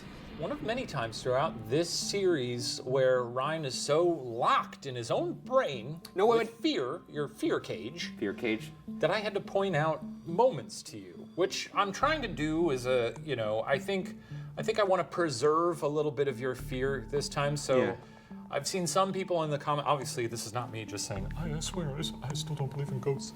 I've seen a lot of people who say, well, even Shane was scared by those things. I wasn't, because I don't believe in ghosts. But I mean, you say it in the app, you do say, like, if I were to believe in ghosts, I would certainly be scared by that right now. Exactly right. And I would be if I believed in ghosts, but I don't. Alas, you don't. Unfortunately, I don't. But when I'm stuck in my fear funnel, it is helpful. It's nice to point it out to you and let you marinate in it without doing like a little, ooh, I bet it's a little horse walking by outside. I will say that I did hear the first hum. I didn't hear the second. The second hum, right? The second hum. No, I did you were not attuned. hear. You were attuned. The second hum was a little more smaller. It was like, oh. Yeah, the first one was like, and the second one was like, yeah. Oh. It was like the noise that lady makes when she drops the heart off the Titanic. Yeah, Maybe it was that lady. Could have been her. She probably got tuberculosis. I would love to hear what you do think it is. It's the thing about Waverly last time we were there and this time too. All the windows are open. It's a big creaky old building. There's a chance it was a door moving around or a wind. Sorry. Classic for everyone loves that old unsolved classic. I mean, there's 1,000 things it could be before it would ever be a ghost. But we didn't hear that hum anywhere else in the investigation, and it was in the moment when we asked for something to hum. Yeah. And it's in a place where people have also heard humming that sounded like that hum. I know. It was great. It was baller to get that in the first room, in the first episode. That is crazy. You'll see, I'm sure there's other episodes this season where we don't get as much evidence. It was very fortuitous that this was our series premiere, and it was an absolute banger when it came to, clunks and clonks. That's true. We're always going to show you what we do get, and sometimes that's not a lot, and you might see that pop up throughout the season. But this first episode, certified banger. Anyways, let's move to our next piece of evidence. We have the dog bone REM pod session. Can you tell us what happened to you? How about this? Oh, Jesus. Whoa, what's going on? Is that you by the pod? Step away from it if it's you. Oh, shit. Okay, if that was you again, could you please step back towards the bone, please? Oh, fuck! Oh, shit! Step away now? You step away now, please? Step away from the bone. And that was that. Pretty cool responses here. Need to get that response from a new piece of tech. Well, the thing is, with these kind of devices, you're always looking for things to be timely and respond in a way that seems intelligent. And in this particular case, it's doing it. I felt like that was very much something that was convincing that I was talking to something and they were communicating to me. I like the REM pod because I like the fact that you could demonstrate how it works with a human, showing them kind of break that field. So do you legitimately think the REM pod was a ghost of a dog? Or it was so intelligent, it could have been maybe a person crawling around on the ground on all fours doing some puppy play. No, I don't think they need to be crawling on the ground to make the REM pod go off. I think it was the guy who fell down the shaft with the dog. Oh, okay. I don't think the dog is like saying, like hearing me say, step towards that if you understand yes. And the dog's like, okay, step away. You got it. Yeah. He's not doing that. I was imagining like a bloodhound too, big. That's cool. Yeah, the REM pod. It's interesting. It's a fun toy for folks like you, with the cracks in your brain. I mean, you could see when somebody is getting near it, it picks it up. It's cool. And when they're it's not, fun. I know. It's and there are other locations where you use it throughout the season where absolutely nothing happens. So yeah, it's nice, fun little toy for you to lose your mind. I forgot this is the show where my blood boils. It's the Ghost Files hero episode, the one you just saw. That's the one where we're kind of cordial. It's in this show where the gloves really come off. Yeah, I mean, I'll still be doing this over here. I'm a little more respectful on Ghost Files just for the sake of having a good time, but I'll still be insufferable over here. That's good to know. What else we got? Let's move on to the Estes Spirit Box session. There's a moment, and this is kind of what was fun about, this episode, was there were so many things that happened that we didn't actually react to everything that happened. And this is one of those instances. I'm over there, I'm saying the things that I'm hearing. I can't hear any of the questions that Shane is asking. I believe I say, what is that? You know what? Let's just show the clip. Okay. What is that? This is an Osmo. It's a sort of like a gimbal. Box. Yeah, sorry, my Osmo is What the fuck are you doing, Osmo? So you can see in the clip, I say, what is that? And then Shane goes, oh, Osmo. And then it says box. Box. Which is like what the Osmo kind of looks like. And then the Osmo fails, which is just like a really cool moment that I couldn't see that because I couldn't even hear you. So like there's no way I would be able to point that out. That's true. And even in watching the edit, it didn't occur to me. And it was actually Mark, our director, who was like, that's a little weird that it says box. And then it shuts off after, getting a response. I thought that was pretty cool. In defense of other things, the Osmos, those things are garbage. They fail all the time. We don't use it after episode 1, right? It does call it box, though. Yeah, cool. There's a countless behind the scenes of us on Unsolved of me going, come on, you little piece of shit. That's true. That's true. No, that's fair enough. You know what? That's fair enough. Yeah. And I'm not. Still exciting. Also, I gotta say, love the Estes method. I know a lot of people were very excited for us to do that. I had the time of my life doing it. We do it several times throughout the season. Always a blast. No, it's a way I guess you said it in the episode, for it to be tolerable. I think we both kind of tried different flavors throughout the season. In this first one, I was going really aggressive because I really couldn't hear anything, so I was trying to project. I think later in the season, I take more of a sort of calming approach and just kind of close my eyes and just gently deliver the words. So you'll see a nice spectrum. No, yeah, I'm sure people will be looking out for that. Is this the kind of show we're going to be doing here with this kind of sass? I didn't think there was any sass there. I'm sure there's going to be some people that are out there going, love the arc. Well, let's move on to Timmy's balls. Roll the clip. Here we go. Season premiere. What are you doing? All right, now that's what I'm talking about. All right, Timmy. I'd love for you to send that back.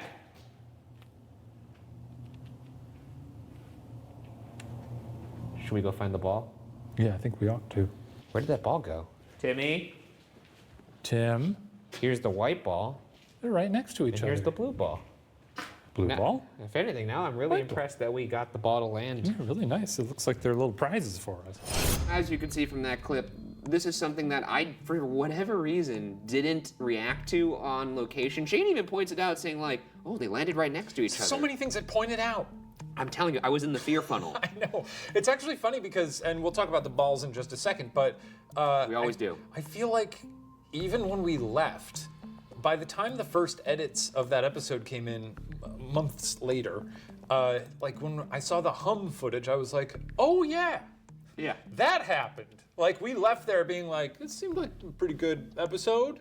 Like not even registering all the things that occurred. I think it was one of those things where so many pieces of evidence were occurring live that we weren't really used to that. So yeah. I don't think we've been in a building that was that active before, honestly. So it was just kind of hard to, I guess, react to all of it. But I will say, after looking at it, I was like, how the hell did I not react to the fact that I kick a ball down the hallway and then I throw a ball, which you see as hard as I can, and the two balls land directly next to each other, centered perfectly in adjacent doorways. That's almost as crazy as the ball landing under my name. And when you couple that with the fact that you hear noises coming from down the hallway before we go to find the balls, it's pretty fucking creepy. I'm sure people will talk about it in the comments. I don't know, because we're filming this an hour and a half after the episode has aired. Do you think it's more than coincidence that those balls were next to each other? No, I don't. You don't think that someone placed them there? No, I don't. Why would you even ask me that? I don't know. I mean, I thought maybe you'd be like, yeah, I do. The shuffling was like the ghost being like, oh shit, they're coming. What's scary? Put these balls here. I think, what if he was like this? Oh shit, okay, where's the Ryan? Where's the Ryan on the wall? Yeah. You know what? Oh, not near him. Do that. Yeah. Wait, why is the ghost hiding? Isn't it translucent? Oh yeah, he just does this. He just goes. Oh. He just goes in translucent mode. I you like know? that. No, I am always kind of weirded out when people, like even the your name or the ball under your name moment. Good stuff. Yeah, good stuff. It's just, more likely that a ball would roll somewhere than, ghosts. I just think it's just interesting that the two times we've done the ball toss there, strange things have happened both times. You don't think that's a little strange? That's great. It's great for content. It's good tube. It's good tube. Fair. You're a tubeman. I am a tubeman. That's true. Anyways, let's move on to this is probably what a lot of people are going to be talking about. The Shane Solo apparition. Is it an apparition? Is it not? Let's watch the clip. A little better, on account of the way of the world. But, now we're doing our own thing on Watcher, so that's pretty fun. So I guess it's kind of a mixed bag. Do you want to play? Y'all want to play a fucking game? You little punk?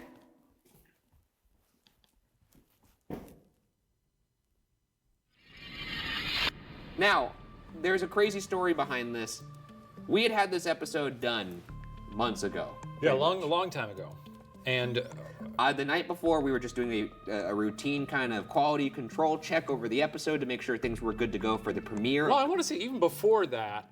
Oh, yeah. So I went on that investigation. I came down and I tried to tell you, and it was very difficult to do because I've done this on almost every solo investigation.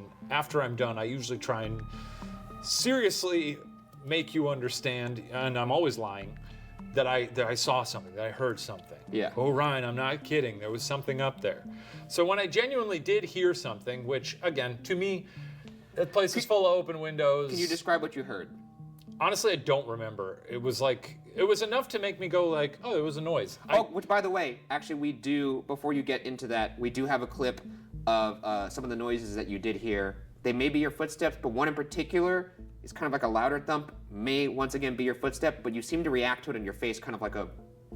maybe that's it. I honestly don't remember the moment. And the thing is... Wait, take a look.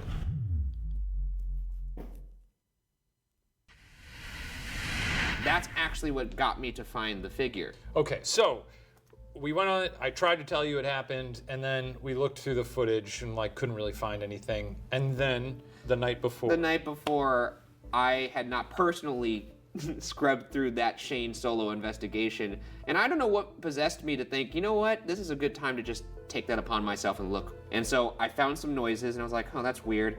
That's not enough to put in the episode, honestly, so I don't think that's that. But I was like, you know what, I'll just scrub through it frame by frame to see if I see something. in this particular section because there was noises. And sure enough, you see that little kind of white cloud-ish looking thing go right behind Shane. It moves behind him, and the where it moves is the doorway where you see the figure. You can watch it all in slow motion, goes behind him, then he turns around, you see that thing, if you want to call it that, I believe it's a thing, a figure, standing in the doorway. And then right after that figure is seen, Shane hears the little bump, and then he reacts. That's like the timeline. It all happens within about 5 seconds.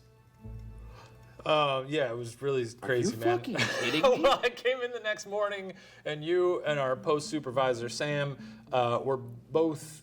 I mean, Sam was like, "Shane, I need your skepticism. You got to make me feel okay about this. I want to throw up right now." And you were very excited, and I was. Lizzie was excited too. Lizzie, our producer, was very excited. I was excited to see the clip, and I watched it, and I was like, "Well, I'm glad you guys are excited about that."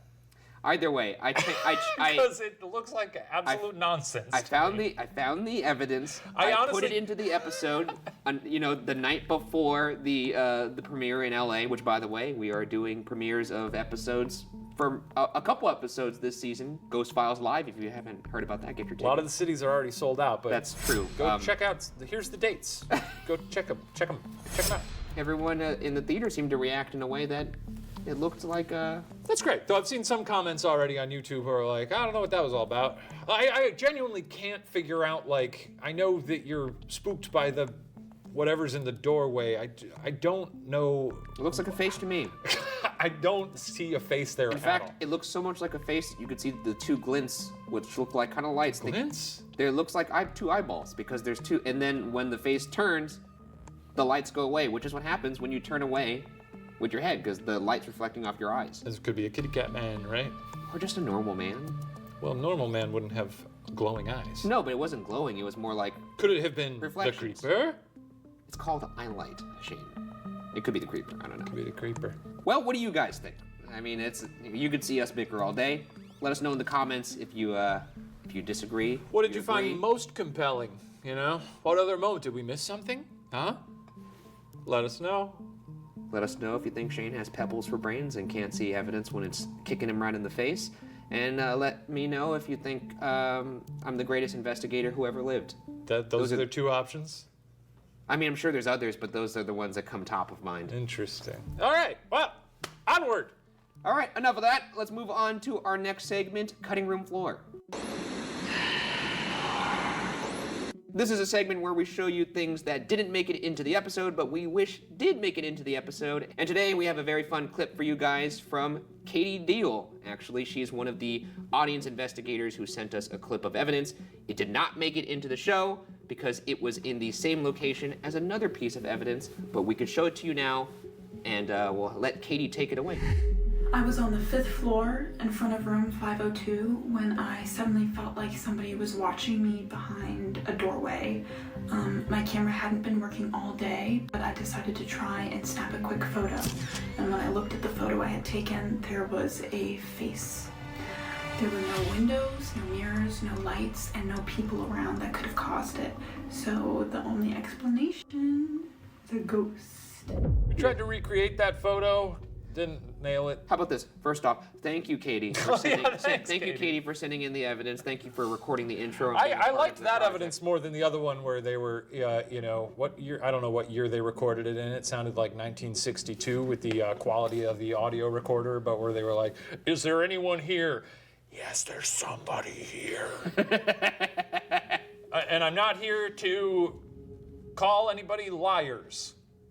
Just indirectly. I'm not gonna call people charlatans within the episodes. So we're trusting the people who submit these things. You're indirectly saying it right now. I am not. Here's what I think. I believe they believe that what they're submitting is a ghost. Here comes the Shane pull string doll again. I believe you believe. I believe you believe. And I believe in some of those more than others. And if you out there are considering sending in evidence for future episodes, use an iPhone or any piece of technology post 1992. I will say this. This is the last thing I'll say about this in regards to this little quandary. Say your piece. I believe that. I believe. Here's what I believe. Hey. Okay. Hey, here's what I believe in. When it comes to evidence, all these skeptics are always like, show me something that's very clear, undeniable, and then when they get it, their first response is always, well, that's fake. So what do you want? I don't understand what you want. Like, this is such a clear voice. Yeah, here's the thing. I just don't trust a lot of these people. I don't. Most skeptics don't. Unbelievable. Sorry. So basically what you're saying is if they send us the evidence, if we could replicate that in the same way. If we can replicate it, I'd be thrilled. Then you owe an apology. Then I will owe an apology, yeah. And you'll get on your knees and apologize and crawl around in a little apology circle. Yeah, no, I mean, I will do that. I'll crawl around in a little apology I'm circle. sorry. Sorry, it's so dirty down here. Please accept it. Hey. Okay, moving right along to our last and final section, Qua. Q&A. I think it's just Q&A.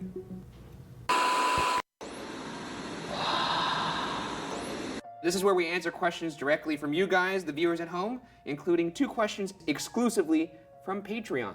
Yeah, I'll plug it. Hey, head on over to patreon.com/watcher. And better chance you'll get your question picked. You get early releases of episodes a whole day early. And we're going to be doing some commentaries throughout the season. And Well, these that are sounds hour-long episodes. This is a lot of commentary. Where can I sign up for that? Patreon.com/watcher, my Wait, dear isn't friend. that it right there? Oh, that's it right there. Holy wow. shit. Now, let's answer some questions. Look, here, I'll toss you a little softball here, Shane. This comes from Patreon. This is from Lentils36. For Shane, do you actually take any of these tools seriously as a form of getting evidence? As a Shaniac, they seem fun and totally add to the episode, but don't seem to add much in terms of scientific proof.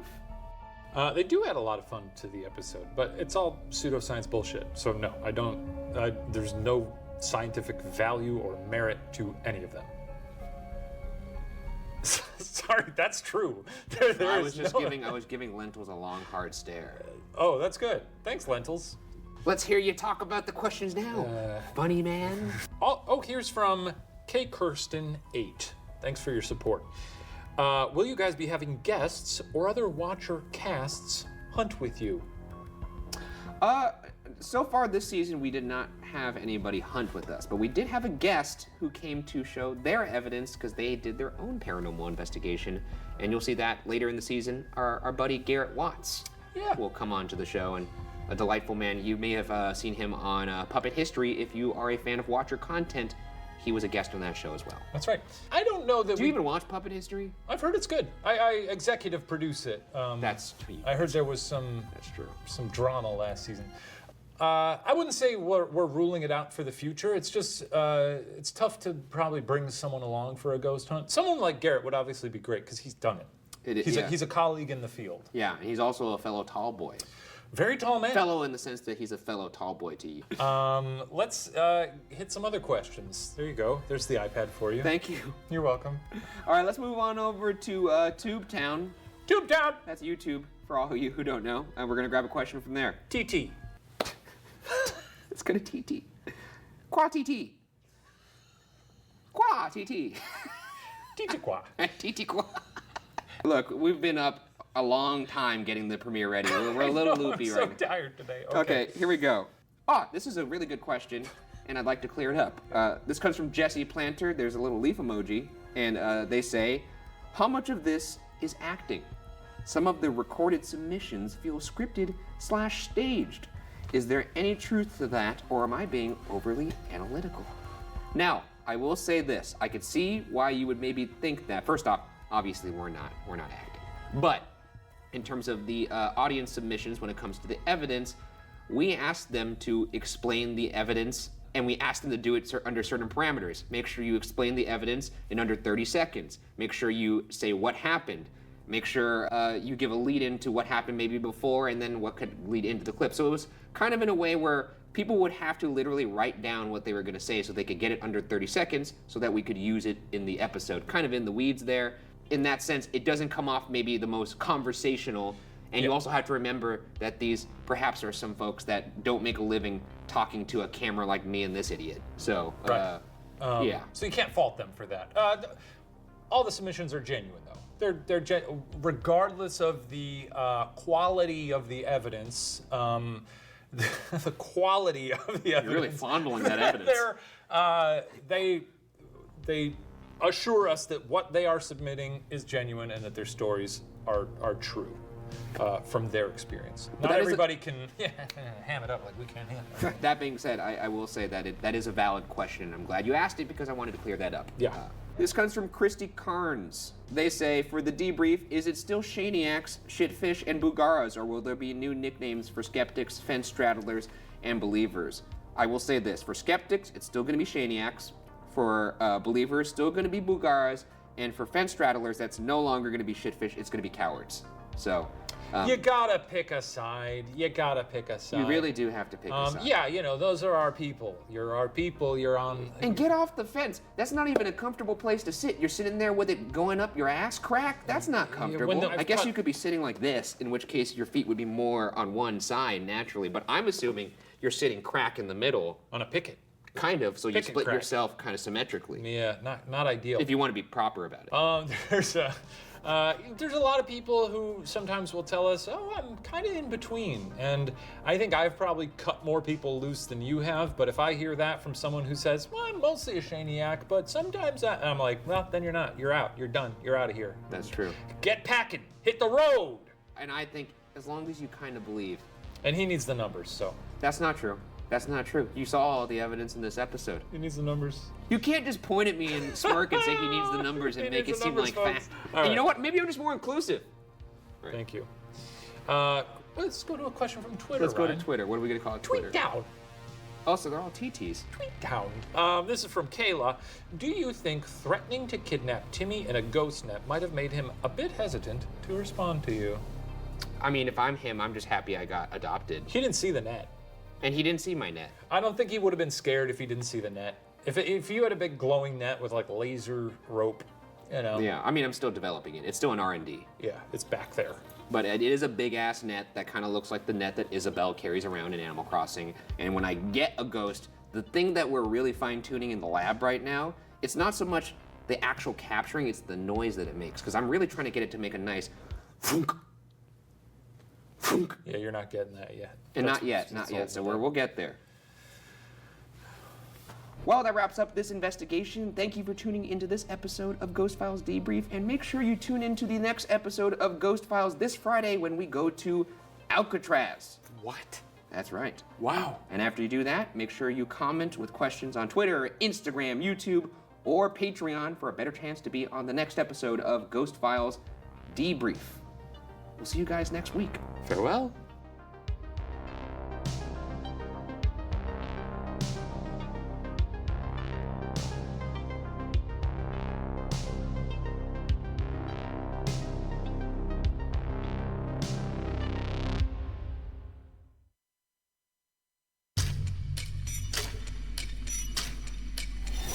This is the privilege of a lifetime. Temperature is now going way up. It's spiking. What's that noise? Someone walking around? I'm here to find ghosts. Do you know that you're dead? I heard a scream. Oh, shit.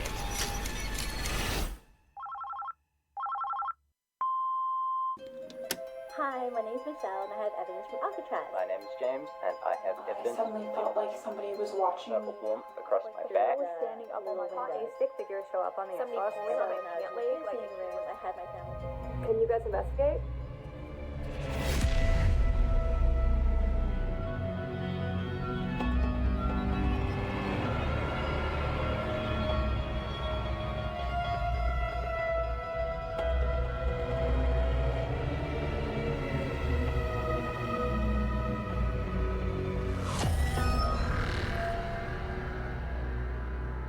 Welcome to Ghost Files, where we take your evidence and our tools into the field to expose the supernatural. My partner, a skeptic.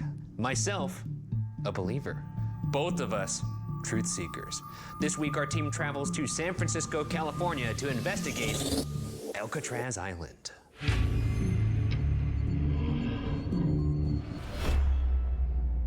You know, I gotta say, out of all the places we've ever gone, this might be the most majestic intro we've ever had. Or lead up. Gorgeous. It's misty. And this is one of the few places where I can't run away from the location because I'll just run straight into the ocean. The island. That's Alcatraz, baby. No turning back now. The This looks like a nightmarish level on Call of Duty. I think it is, actually. Let's hop in. A lot of seagulls, that's kind of fun. See, find positives. Find positives about the island. Poops on my head, that's a negative, so don't think about that. Alcatraz Island initially started as a military fortress with over 100 cannons installed on the island and a place to hold military prisoners. By the early 1900s, its main purpose shifted towards a military prison, and by 1933, it was used as a maximum security prison used to hold the most incorrigible inmates in federal prisons, aka the most violent and dangerous criminals of its time. From Al Capone to the Birdman, this place was a veritable who's who for historical a-holes. Don't want to be there. No, you're gonna do it because you're a brave guy. The prison sits 1.5 miles off the San Francisco shoreline on 22 acres of jagged rock, earning it the very matter-of-fact nickname, The Rock. Has The Rock ever visited The Rock? I think he was born there. Places of note include 4 cell blocks, a hospital, an administrative building, and a rec yard. And overall, the prison was big enough to hold 336 prisoners.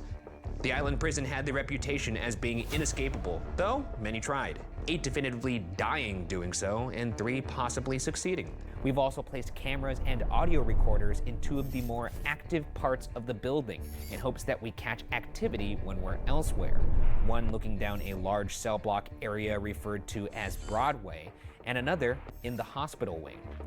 The worst part of the building is said to be in cell block D, which along with other solitary confinement cells also contains the most horrible punishment cell, unaffectionately known as the Hole, where some believe an inmate was killed by supernatural causes. And finally, to end the investigation, Shane and I will each be forced to explore the entire prison one at a time, because I hate myself. Any questions, big boy? No, this is a prison. Have you been to Alcatraz? You know, I've been to more prisons than I ever thought I would be, but I've never been to Alcatraz. I've spied it from the shore. Oh, there's a bunch of seals by that place too. Boy, do they love rolling around. They do love rolling around and slapping each other. I wonder if the prisoners could see that. I don't know, but if so, lock me up. I'd love to just jump out there and join them one of these days. Just get all slick, roll around. I don't know about that part, but have you ever been? I have been to Alcatraz. I went once as a young boy. What did they lock you up for? Very good, very good. Too much cotton candy at the boardwalk.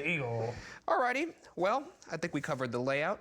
Without further ado, the investigation begins.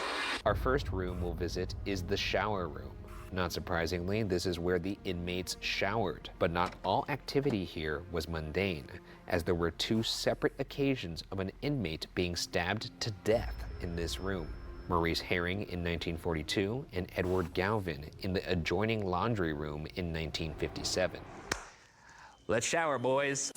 All right, starting off the investigation in the shower room, which was a very dangerous place to be. Yeah, I would imagine. Hello, folks.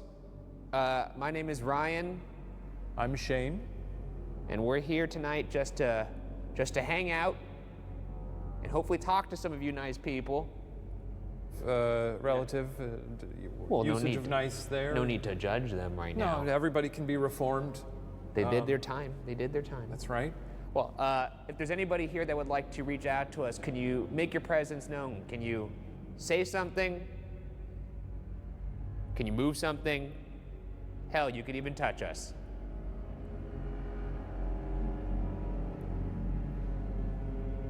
I got myself a little doohickey here. It's called a spirit box. The spirit box rapidly scans radio signals to create white noise through which spirits can communicate, and the honeytone filters out the noise while amplifying only the voices. Okay. All right. My name is Ryan. I'm Shane. Hi, Ryan? Kind of sounded like hi, Ryan. I'm Shane. I'm Shane. Can you say either of our names back to us, but you kind of already did that, so you let us know you would like to communicate. What? What's your name? Ooh. Pain. Hello. Can you tell me your name?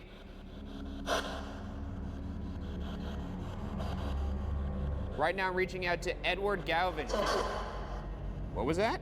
Can you say that again? Sensitive? Oh my God, it actually repeated. What? That's it? Sensitive? Sensitive? Sensitive? Sensitive. We have this. We got a chatty one. Am I talking to Edward Galvin right now? Can you say yes or no? Galvin? It sounded like Galvin. And Maurice Herring, what happened to you in this room? I died?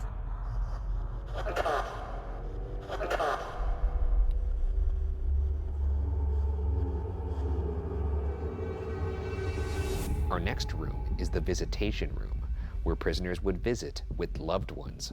And yet, despite such a tender history, this room is home to perhaps the most famous photo of an apparition in the entire prison. The photo was taken in 2014 by two tourists from England named Sheila Sillery Walsh and Paul Rice, and appears to show the face of a woman in a hairstyle from the 1930s or 1940s. Who this woman is and why she showed up to Alcatraz Ghost Picture Day is a mystery. Whoa! Now, as you can see, that's a lady. There's clearly a lady there with 1930s, 40s style. She looks like she's a black and white. They're really selling it. This is one of those instances where, like, yeah, it's either shopped or it's there. It seems that this person is aware of the presence. I find it a very unnerving photo. It's actually one of the more famous ghost photos that I've seen on the internet. Is that so? And it was taken just by two British tourists. But that's not the only piece of evidence that we have for this room. Audience investigator Michelle Reguindon also captured an image of her own. Hi, my name's Michelle and I have evidence from Alcatraz. So when I was in the visiting room, I had my family take a picture of me through the little window. It looks like there's a hand that's pretty distinct from the sun glare that looks like it's pulling down on my audio lanyard. Two very clear images of what is perhaps an apparition. Let's see if we can get one ourselves. Okay, so I'm already seeing my reflection because of the light. That makes sense. But I will say in the photo, you see a full face that's in 1930s garb, and the British tourists who caught the photo definitely were not dressed like that. So sort of like a Betty Boop type. Essentially, yeah.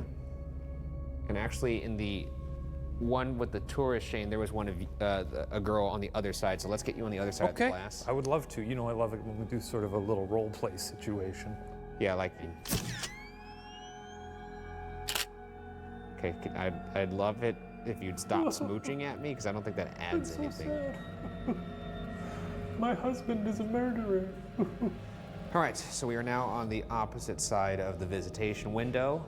This is where, obviously, the visitors from the outside would be standing when they visit their honeys. Their honeys, indeed. Their sicko. Or their sons. I guess that could also be a honey. I guess it could be a lot of people, yeah. And we have our REM pod out there. And it is freaking out because I was just close to it. The REM pod creates its own circular electromagnetic field and will alarm when anything penetrates that field. The more colors on the alarm, the more significant the intrusion. The REM pod also detects temperature fluctuations. Hi, it's good to see you. We're your acquaintance that you. Your adopted brothers. That's right. Anyway, we hopped the boat and crossed the bay to chat with you here, and we'd love to see you fondle the pod if you can. If you could just step closer to the window. Fondle the pod a bit. There's no way out. Do you hear me? But if you fondle the pod, maybe. Why does it always fondle the pod? Can't that's what they gotta do. Well, they just gotta get close to the pod. There's nothing about it in the instruction manual that requires fondling. Could you please fondle the pod so he stops doing that with his fingers? Come on now. Give it a little something. Jesus Christ. Oh, and you got them to light up the pod. I can't believe that worked. Thank you. Did that, dare I say, excite you? How about this? Okay. You have permission to touch my hand if you want to make contact.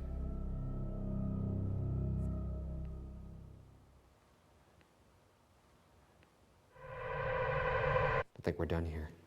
I think so. So far, I feel like they're pulling their punches a little bit. Maybe. But we haven't gone in the cell block proper yet. That's where it all goes down, baby. Our next area is cell 402C, which is supposedly haunted by a former guard named Officer William Miller, who was shot to death in this cell by inmate Joe Kretzer during an attempted prison break in 1946. It's here that a photo was captured of a disembodied leg by a visitor to Alcatraz and was posted to ghoststudy.com. But is this of an inmate or perhaps a guard, such as Officer William Miller? I thought when you said disembodied leg, we were dealing with sort of a... I mean, that is a leg. Look, there's a leg that goes up. Yeah, I guess I thought it would be sort of sexy, but, you know, that's cool too. Well, I'm sorry the evidence wasn't sexy enough for you. I guess you'll have to get that thrill elsewhere. Two of them. There's two legs, yeah. I personally think that they look like inmate legs, which is interesting because that is likely the vantage point of Officer Miller as he looked through the bars when Joe Kretzer shot him. Just capturing some photos.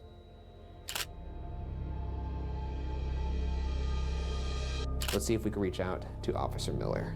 Okay, Officer Miller. Just want to say, sorry what happened to you. Is there anything that you would like to say that was unsaid that day? Maybe one last message? Simply, if there's anybody here with us, please let your presence be known. You could rap on those prison bars. You could touch one of us. You could slam the door shut. Lock us in here. I would not like that at all, actually.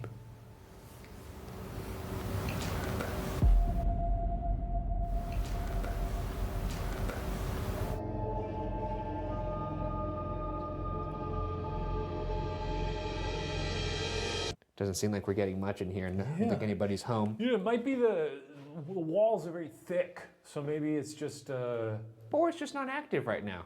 Not everything has to be a home run. How about a single?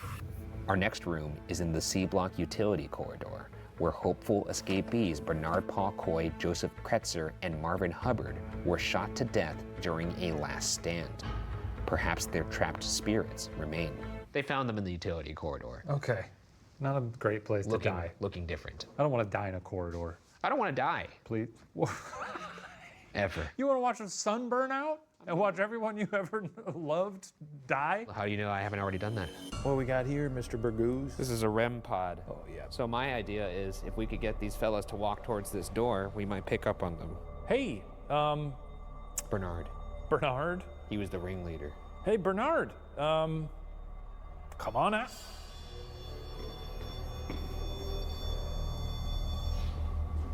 Well, that was freaky.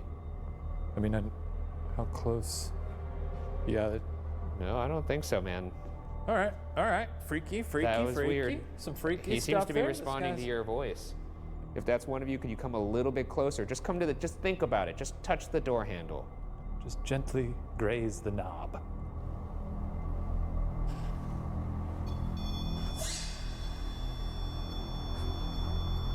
That was very good, but I'm gonna need you to get all the way through that door. That's it. Give it a good... Come on now. Just jab it.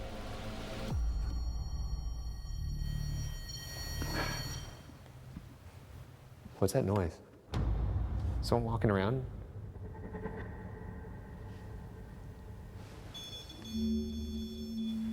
Well, that is a jumpy little pod over there, huh?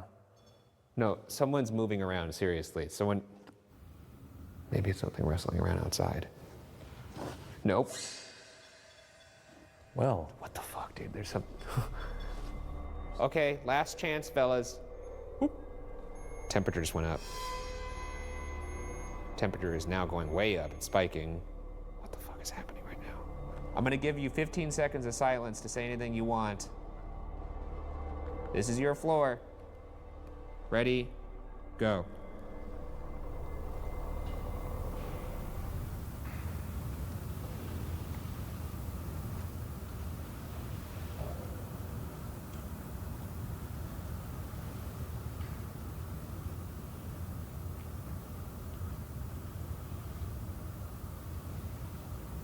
Okay, we're gonna leave now, but we're gonna be here longer. I hope I don't see you later. Tell you what, if you believe in ghosts, you gotta be thinking you're not alone in this place. The next part of the building we'll explore was referred to as Broadway by the guards and is the large corridor between C Block and B Block. This area is said to be home to footsteps, sobbing, strange smells, and apparitions. One guard even claims a group of Native American spirits was spotted here, which actually may make sense since the island was allegedly used by the Ohlone tribe as a way to banish those who broke tribal law. So basically, this island was a prison before they ever built a prison on it. Freaky! Which is the first time I've ever heard of anything like that. I guess you got a rocky old island out in the bay. You might as well use it for something miserable. Yeah, to, you know, Jack Sparrow somebody. Yeah. Well, this is Broadway.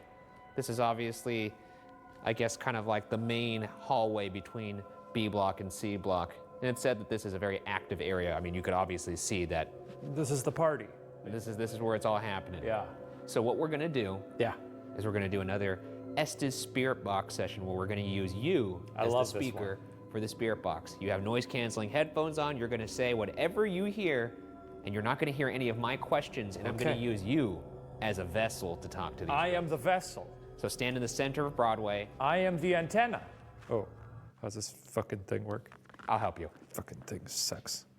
Oh, there it goes. I'm off to the races. My name is Ryan.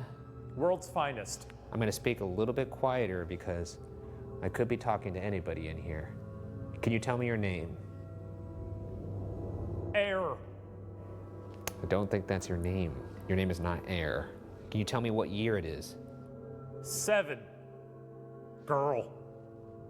7? Is that what cell number you're in? Eddie. 107. Okay, I'm at 7. What's your name? Sparkling. Are you just fucking with me now? What's your name? Funny. It's not funny, actually. It's an opportunity. Shirt hag. Shirt hag? Okay. That's right. Oh my God, what is happening right now? My name is Ryan. Can you say Ryan back? Right now? Caca. Burp car. All right, Shaney boy. We done? It's really nice to just go wherever that takes me. Like, I feel like I just slept for like 8 hours. No, you're just real present, right? It's almost like meditative. It's like I'm not present at all. As our crew was leaving Broadway, our audio recorder that we left behind picked up this voice.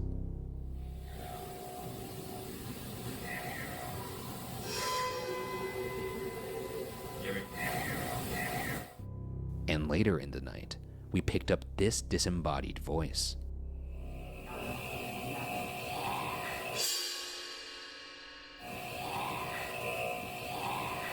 Are these perhaps the voices of prisoners that remain locked in their cells? There's no telling how many people lost their lives in the hospital wing, and that's ignoring the fact that it now looks like Arkham Asylum. One particularly famous inmate who spent most of his time in the hospital is convicted murderer Robert Stroud, though most people know Stroud by his nickname, the Birdman.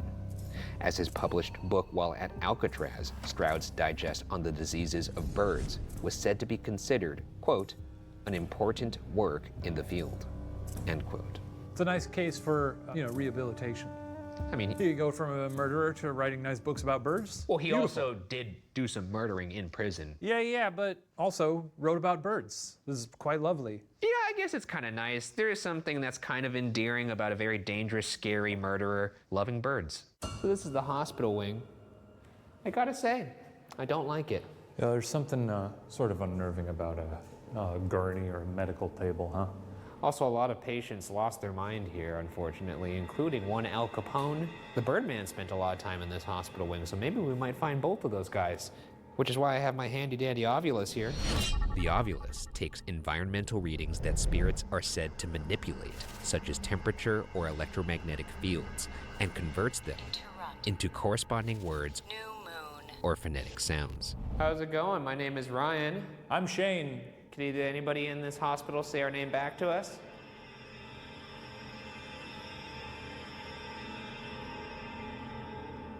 How about Al Capone? Or the Birdman? Did you enjoy some hydrotherapy? They look scared. Maybe he's talking about you. I don't know if he's talking about me. We're going down to this part of the hospital now if anyone wants to come along. Whoa, it's like a big shower in here. This is actually not great. I don't like it in here. I guess the patients that were the most out of reach in this prison were put in this room, and as you can see, there is absolutely no light in here. It's just tiles. This is unpleasant. I actually don't. Murder. Murder was recused.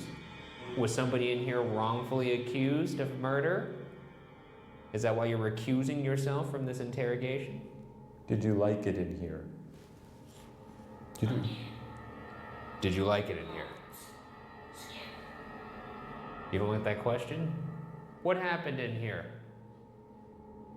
Why were you put in here?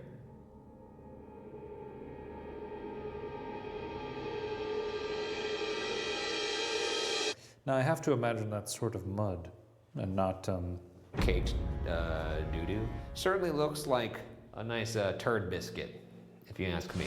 Our next stop is the barber shop, and the end of that fun little rhyme is where the fun stops, as this was the location of Joseph Barsock's execution via barber scissors to his neck. The executor was Freddie Curly Thomas, who also allegedly happened to be Barsock's lover. It's said that Thomas knelt by Barsock's side repeatedly saying, "I love you," as Barsock died, and even, in horrifying fashion, licked Barsock's blood. Not pleasant. I guess I was imagining in sort of a lover's way, sort of like licking off the, and less like a little cat at it, like. Well, I was thinking he's like, the guy's on the floor bleeding out, like, and then this person gets down to their level and just starts going, "Oh, that's. I love you. I don't like that. I don't care for that. Look at me." For anyone out there who's gonna stab someone in the neck, let them have some peace in their final moments. Yeah, yeah. Do the thing, step back.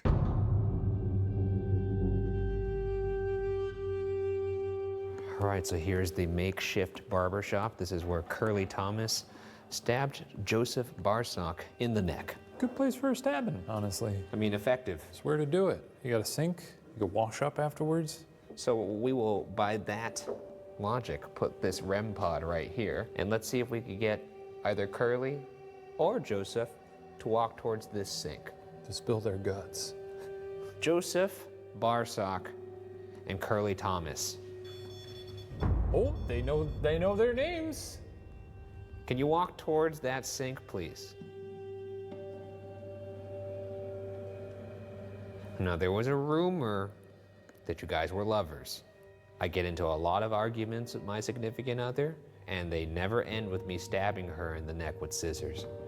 So I'm just curious what led to that. Well, you got.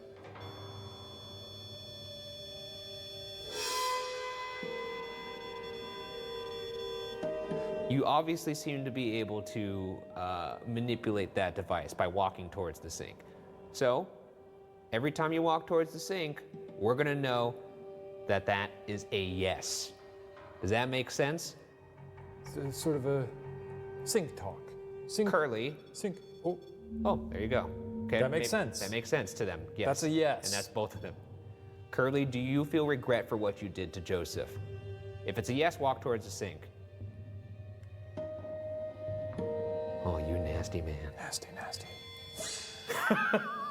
Now, what are the most common ailments when it comes to a couple? Why do they argue most of the time? Jealousy.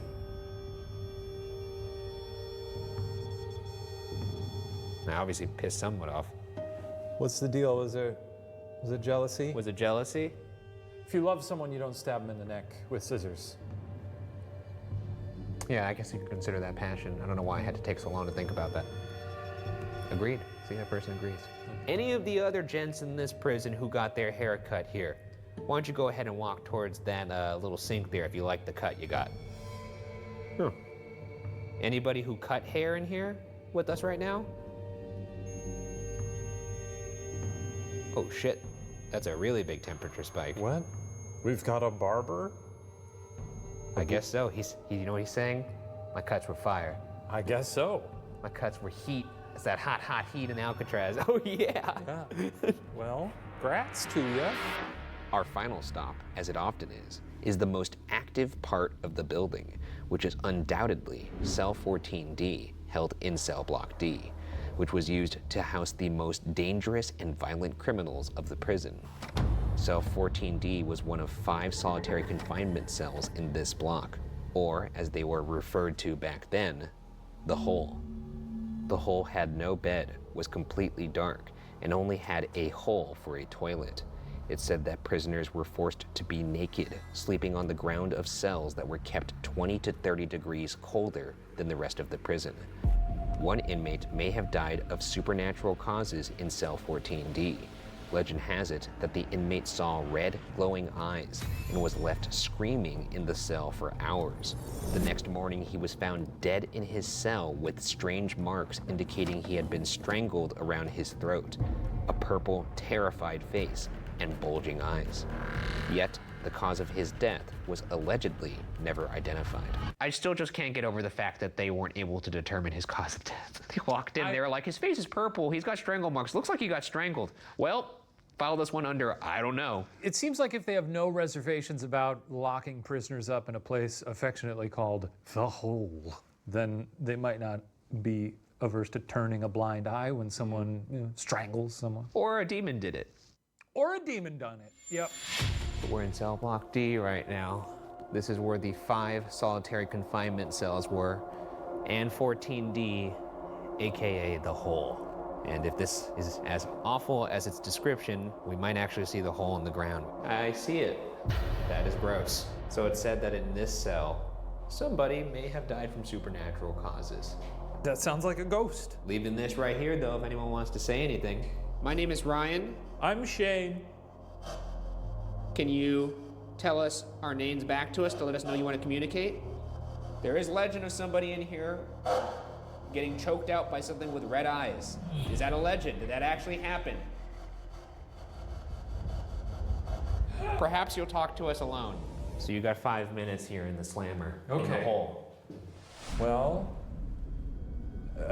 I'm here, back by yet another hole, and I hope I'm speaking to the purple-faced fella. How are you doing? Do you know that you're dead? Feel free to whisper very gently into the receiver there, and well, you can tell me whatever you want. You want to talk about the person with red eyes who was hanging out with you in here?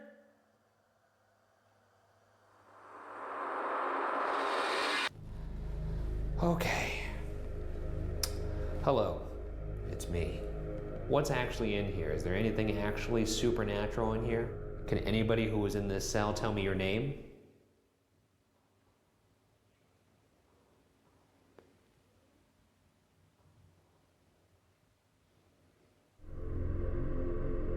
Anything that's in here, show your presence right now.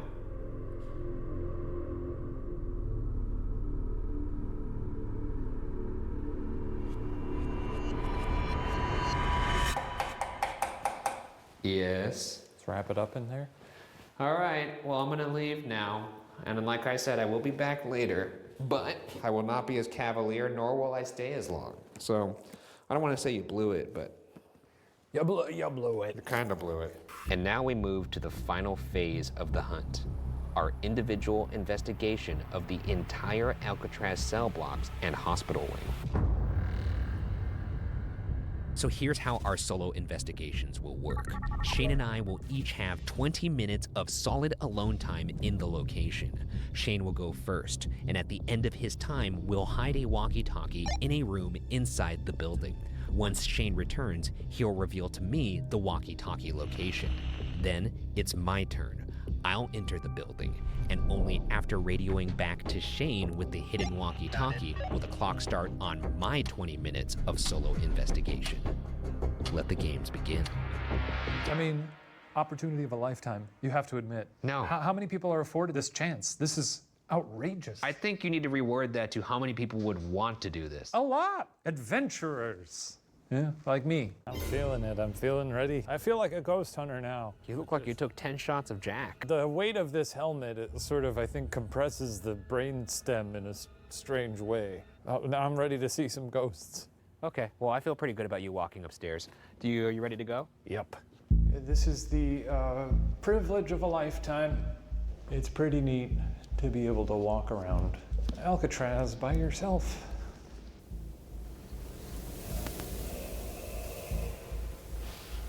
What is that? I don't know what that is. I guess it could just be the air or something. Sounds like radio static. I feel like I've been pretty tame so far on this one, which obviously always changes in this moment when I have to go in there by myself. Hello, if there's any spirits here. I am Shane Madej. I'm walking down the cell, whatever this is. You know, gonna check all the boxes and see what happens. Let the gods decide. You probably don't really have any vested interest in speaking to me.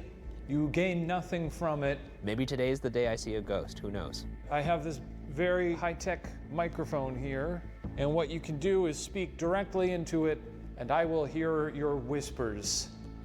So if you have any messages to share with the world, speak into the microphone, and I will relay that message on youtube.com. Yeah, I'm scared to see a ghost, but I want to see a ghost. Speak into my little microphone. I'm scared that if I see it, I'll have a heart attack and die. Tear my skin off. Wear it like a little jacket. I'm scared that if I see it, I'll piss my pants, or shit my pants, or both, or all three at the same time. I'm not sure which order that would occur. I think you probably piss your pants, then have a heart attack, and then shit your pants after death, from my reading. I thought at least if I locked myself up in the hole with you, maybe a little ghoulie would crawl out, but no. I'm scared of seeing like a little demon in 14D, seeing the red eyes, having Shane walk in there, finding my face looking like one of the victims in The Ring. It's very sad to be asking all these ghosts to visit me and none of them will. Years of this now, me just asking for people to hang out with me and nobody showing up. Scared of the future, but that doesn't really come into play here. I'm gonna stroll along the cell block for a bit more. Oh, fucking Jesus Christ, did I drop some? What the fuck just happened? Okay. All right. Hey, Baba Ganoush, what's up? How's it going? Where are you in the prison? I was in the hole. I think I heard something. Where are you now? I'm making my way up to the hospital wing, unless you tell me otherwise. No, I think that's good. Go up to the hospital wing and go into that murder room. The toilet with the little cake in it. Yeah, the toilet that had some fresh frosting inside of it. Okay, I'm heading up to see the fudge cake. Here it is. Okay, I want you to ask who defecated in that toilet. I love it when a sink looks like a face. Look at this fucking guy. Ooh. Oh. Hello, it's me. A funny little sink. Oh, you want some water from me? Did you get any response? No, I'm gonna ask. I was laughing at a funny face. Who was in here and who is responsible for whatever's going on there?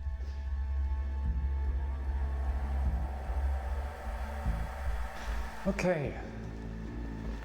Making my way to the operating room where I will place the walkie-talkie for Ryan to come fetch. Here we go, placing. If there's any ghosts in here, here's your last chance. I'm going back outside to see my friend.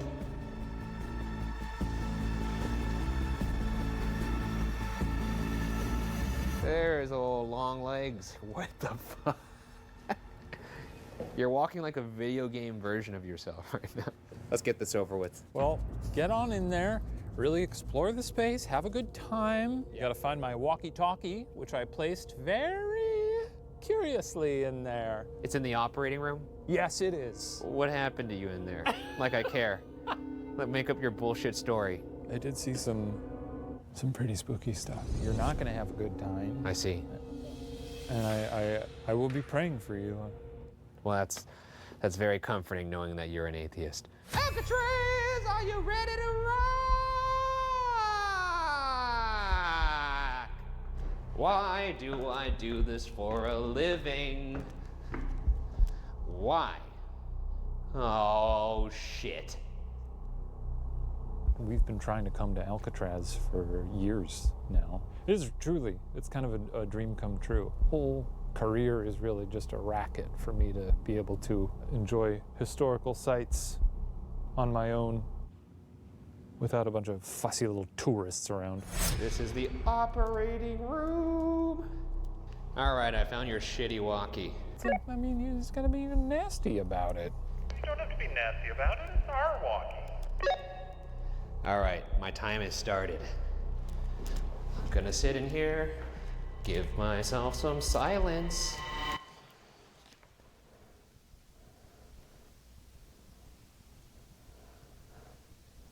I fucking hate this. What was that? I heard a little scream.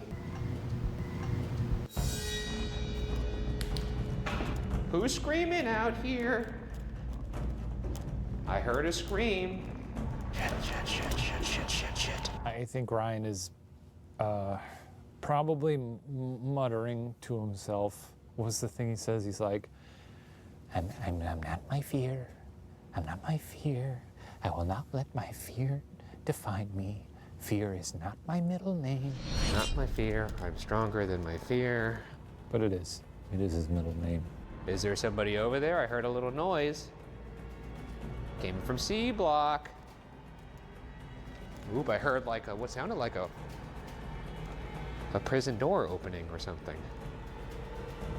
Ugh, I hate this place. I don't want to walk down there. Fuck.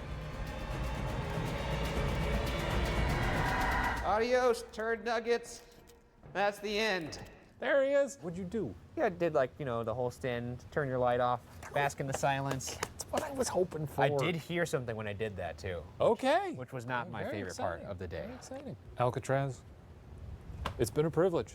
What an honor for us to actually investigate Alcatraz. Not many investigators have said that. No. That they've investigated Alcatraz. But now, Madej and Burgooz, adios. It's been a pleasure. It's been a pleasure.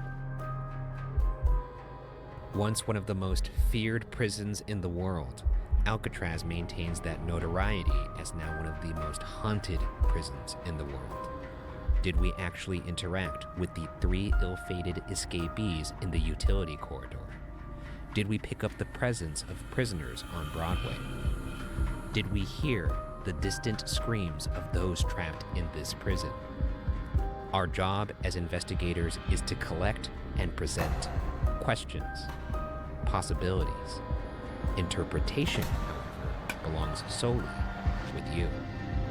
But for our part, Alcatraz can now be locked away in the Ghost Files.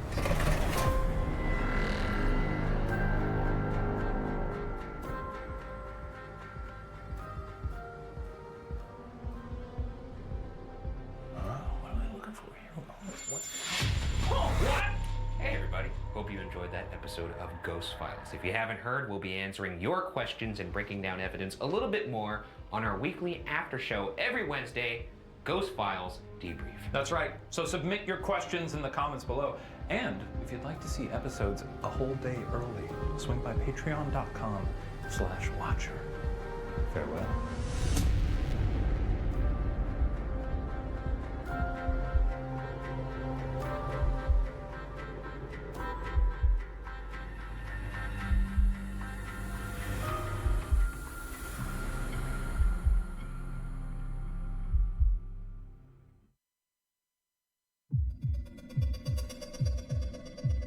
Whispers on Broadway? Screaming in the hospital ward? Grab a snack and help us unpack all that and more. It's time for Ghost Files Debrief.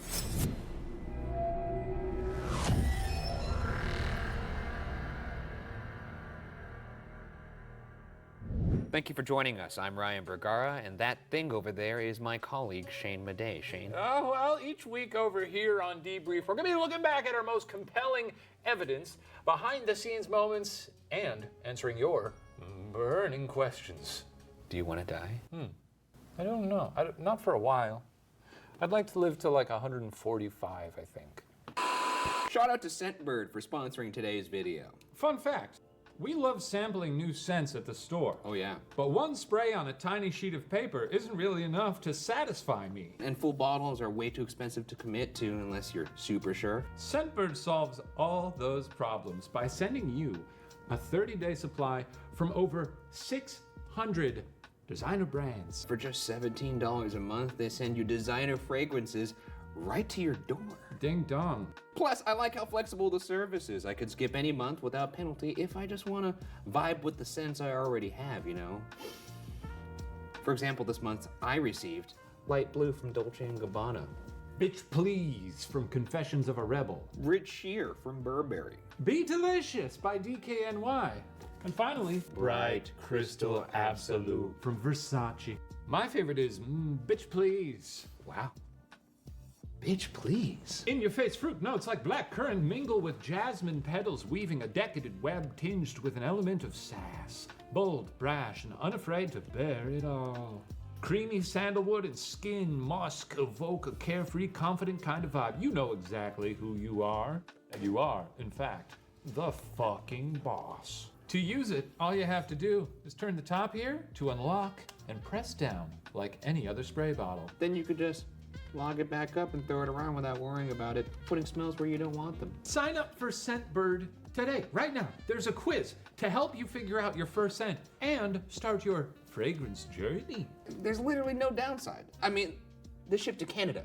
Now, with the link in our bio, you can get 55% off your first month. You heard me right, 55%, making it just a little over $7. Steal! That's a steal. That should be illegal. Sign up today, and thank you again to Scentbird for sponsoring this video. Now, back to the show. Alcatraz, holy Jesus Christ. That's right, that's right. This is, we had dreamed of going to Alcatraz for a very long time. No, I mean, honestly, it didn't hit me until I was editing late last night. Yeah. I was looking at the episode, and for whatever reason, I was just stuck in that one part where you were talking about, this is an amazing opportunity to be here. And obviously when you're there, you're filming the episode, I'm scared, I don't want to be there because I'm scared.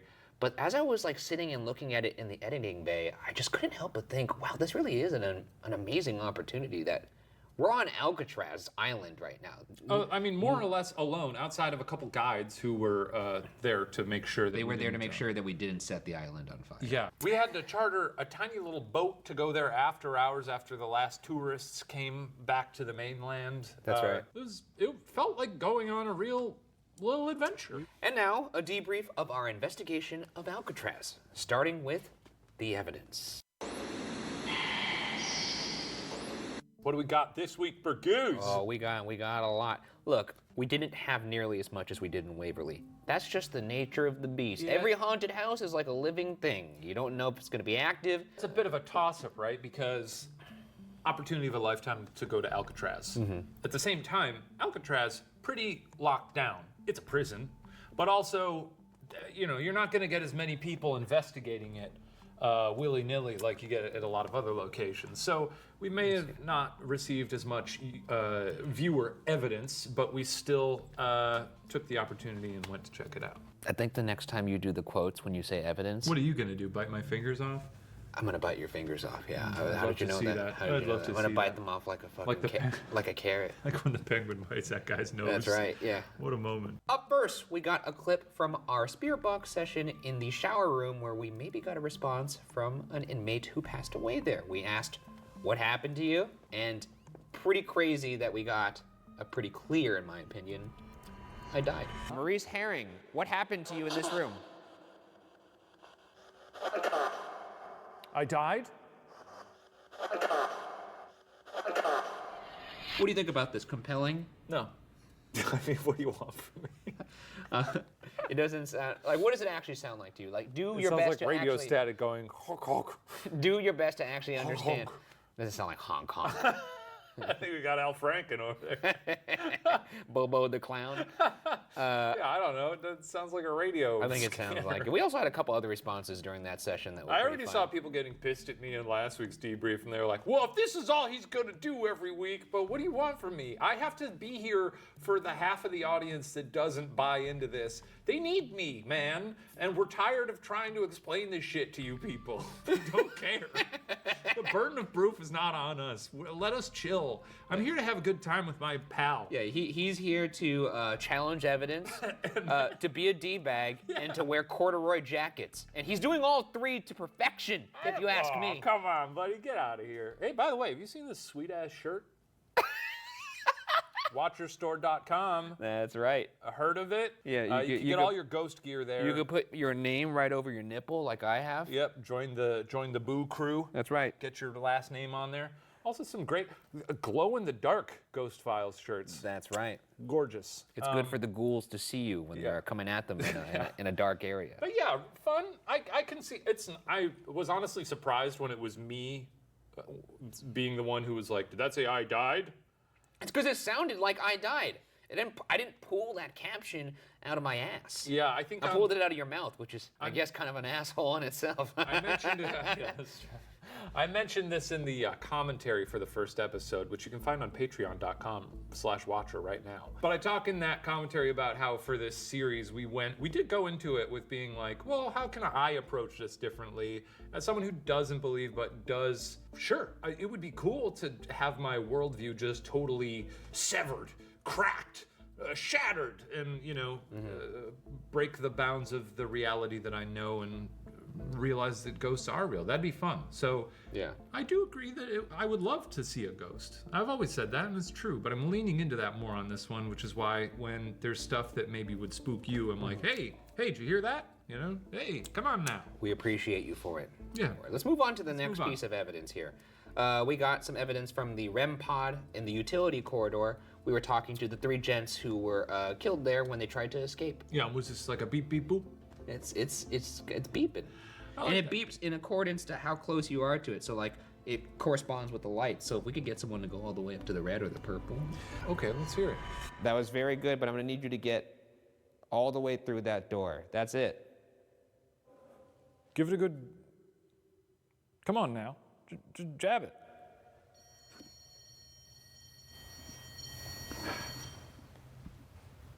What's that noise?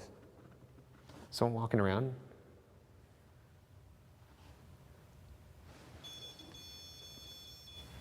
Well, that is a jumpy little pod over there, huh? No, someone's moving around, seriously. Maybe it's something wrestling around outside. Nope.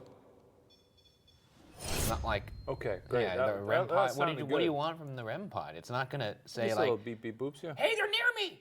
Hey, it's touching me! They're touching me! I've seen people online say that you can say it to tell it to do a red light or a green light, but I feel like that's too demanding of the ghosts. Yeah, I mean, because what does the red light mean? Temperature increase? You're also assuming that there's actual there's 4 lights on it, and it goes 1, 2, 3 in terms of how close the disturbance is. I see. So, but there is also a temperature thing. There is a temperature thing that's also red. Okay. But that's a smaller bulb. The thing is, to me, it's just like you're assuming that a ghost, and most of these ghosts are from an era without cell phones or anything like that. They don't to be like, understand hey, could you anything. make that REM pod turn to purple? They're idiots. If I was a ghost and some guy walked into my living room and was like, make that thing turn purple, I'd be like, who the fuck are you, dude? Get out of here. Yeah, I mean, we asked it to get close to that door to escape to freedom, and we got a pretty strong response on the REM pod. We also did hear some milling about in the prison, which we were kind of hearing bumps and stuff all night, but it was cool to actually hear some of the noises in this particular moment. Yeah, we did hear some shuffling. We heard some shuffling. There was a shuffler somewhere in there. Yeah. So I don't know. Next clip we got is this strange whisper on Broadway. Let's hear this very spooky little clip.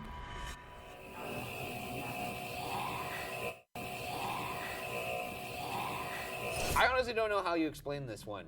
It's in Broadway. Broadway's very active, lots of cells. What's odd is, I think, according to the history, I don't believe there were any female prisoners in that. I don't think there were female prisoners at this prison, let alone There had to be in that ward. There had to be some ladies around at some point, right? Staff. A conjugal visit. Sure. But I don't think they do those in the cell, but that would explain the yeah, maybe. The yeah. Yeah, baby. Yeah. Yeah, that's possible. Yeah, you're right. Good theory. Holy shit, That's dude. what people tune in for, your theories. They do. If I was a ghost, I would exclusively quote Austin Powers to give the most amazing EVPs. This is why people tune in. Yeah, baby, yeah. It's not even good. It's so easy to do an Austin It Powers. isn't. Why did he sound Australian? Why don't we move on? A scream in the hospital ward. That's right. Well, the next piece of evidence is a scream in the hospital ward. This happened during my solo. Let's see the clip. Let's hear it. What was that? I heard a little scream. Heard a little scream. Yeah. I like to imagine it's just a really little person, like a Tom Thumb, like a little ghost. Like yeah, a little, and he was sitting on your shoulder going. What do you think it was? I think it was birds. Yeah, you look. There's so many birds. There was a lot of birds in that island. I might give this one to you. That might be birds. There's some freaky ass birds. And they were fucking huge. They were Shane-sized birds. They were so scary. They looked like Mothmen. I remember when you were doing your solo investigate. You probably saw them when I was. I doing did. mine, too. They were in a tree, and it was they were freaky. So freaky looking. I was barely paying attention to my interview. You could tell. Yeah, that's not a shock. Yeah. I was thinking about those birds the whole time. Yeah, look, when you're in the heat of the moment, the idea that like in the hospital ward, I'm gonna be able to hear birds outside doesn't really penetrate your mind, because I was in that kind of like ceramic dungeon of a shower room. Yeah. So like the idea that like, oh, clearly this is a noise from the outside. You don't think about the outside when you're in a prison like that. I think it was birds. It could have been a ghost screaming. And you know what? To my credit, I did run towards the noise immediately. Did you? I did not want to, That's good.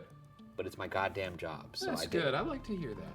Thank you. You're doing great so far this series. And you're doing the best you can. Thank you. Not much. Okay, that does it for evidence. Moving on to our next section. Behind the screams. That was very sing-songy. Thank you. You should stop that. This is a segment on this show called Behind the Screams. And this is a segment on this show where we will be taking a little behind-the-scenes look, a peek behind the curtain, if you will, at how we make Ghost Files. And this week, what are we doing to do that, Shane? Well, this week, this is a segment on the show where we're going to be talking to our dear friend and director of the show, Mr. Mark Benedict Antonio Celestino. That's good corduroy. Come on out here, Mark. Oh, yeah. Sorry for Pardon this. the Red Sea for you. Yeah, I don't have a seat because you guys took all the budget for these really nice Hey, look, ones. man, you're really nice. This is real leather. Oh. You sure there was just leather on that? Yeah, get a whiff of this, baby. give it a whiff. Go on. Okay. Yeah, it smells This is normally when I would tell them Jesus to Christ, like what's just going stop, on? but they won't. And That's good. So yeah. Shane hasn't been the same since he hung out with Quentin Tarantino. Show me your feet. Mark, good to see you. Great to see you. I always see you guys all the time. You do, but never in this way. You know? Never in this way. It's kind of it's strange. People might remember you from you were on the BuzzFeed Unsolved 69apalooza or whatever that episode was called. It was not called the 69. It was the 69th It was called the episode. almost 70th That's right. episode Oh, yeah. retrospective. I was playing a 69apalooza was a different event, and that was off camera. You were you popped in to tell. I mean, you've been here on pretty much all of our ghost hunting. That's events. right. Majority of it, yeah. Yeah. For a couple of years. Been a while. More than a couple of years, Mark. More than a couple of years, yeah. And now we're Been too back at long. it. Let's talk about this episode. Okay. Your favorite Alcatraz. episode of the season. Yes, this is my least favorite of the whole season. Why is that? I don't know. Well- Well, it's my least favorite, but it's also, but at the same time, it's my favorite one in terms of the graphics. Graphics are great. Just Mark does that's the it. graphics too. He does quite a few of them. He does. So, he does the it's pretty graphics good. in terms of like the little bleeps and bloops map breakout. Pretty sweet. The layout. It's pretty fun. And those look beautiful. They do look beautiful. I look at them all the time. Yeah. You do. I've seen you. I do. Yeah, what happened to this episode? Not much, Well, really. Can you just hold on for a second? You want to do me a favor and silence your fucking phone for Ghost Files debrief? Why is it on? Oh, I got a Twitter note. So Mark. Yeah. Mark. Yeah. Mark. Look at me now. Over there. Okay. Now look at. Don't look at me. Now look at me. There you go. Hey, Mark. How is your role different on this show than it was in Unsolved? Well, now, like Unsolved, I remember I would just come in and I don't know what I'm shooting. That's right. I literally just come up and I'm like, all right, I'm following these guys. We're just plucking our belly buttons. Things like now it's I'm more invested in the stories and the locations, and like I really want to see an evidence. And I know actually I feel like a lot of the questions for me would be asking if I'm a Shaniac or Bugara. That's right.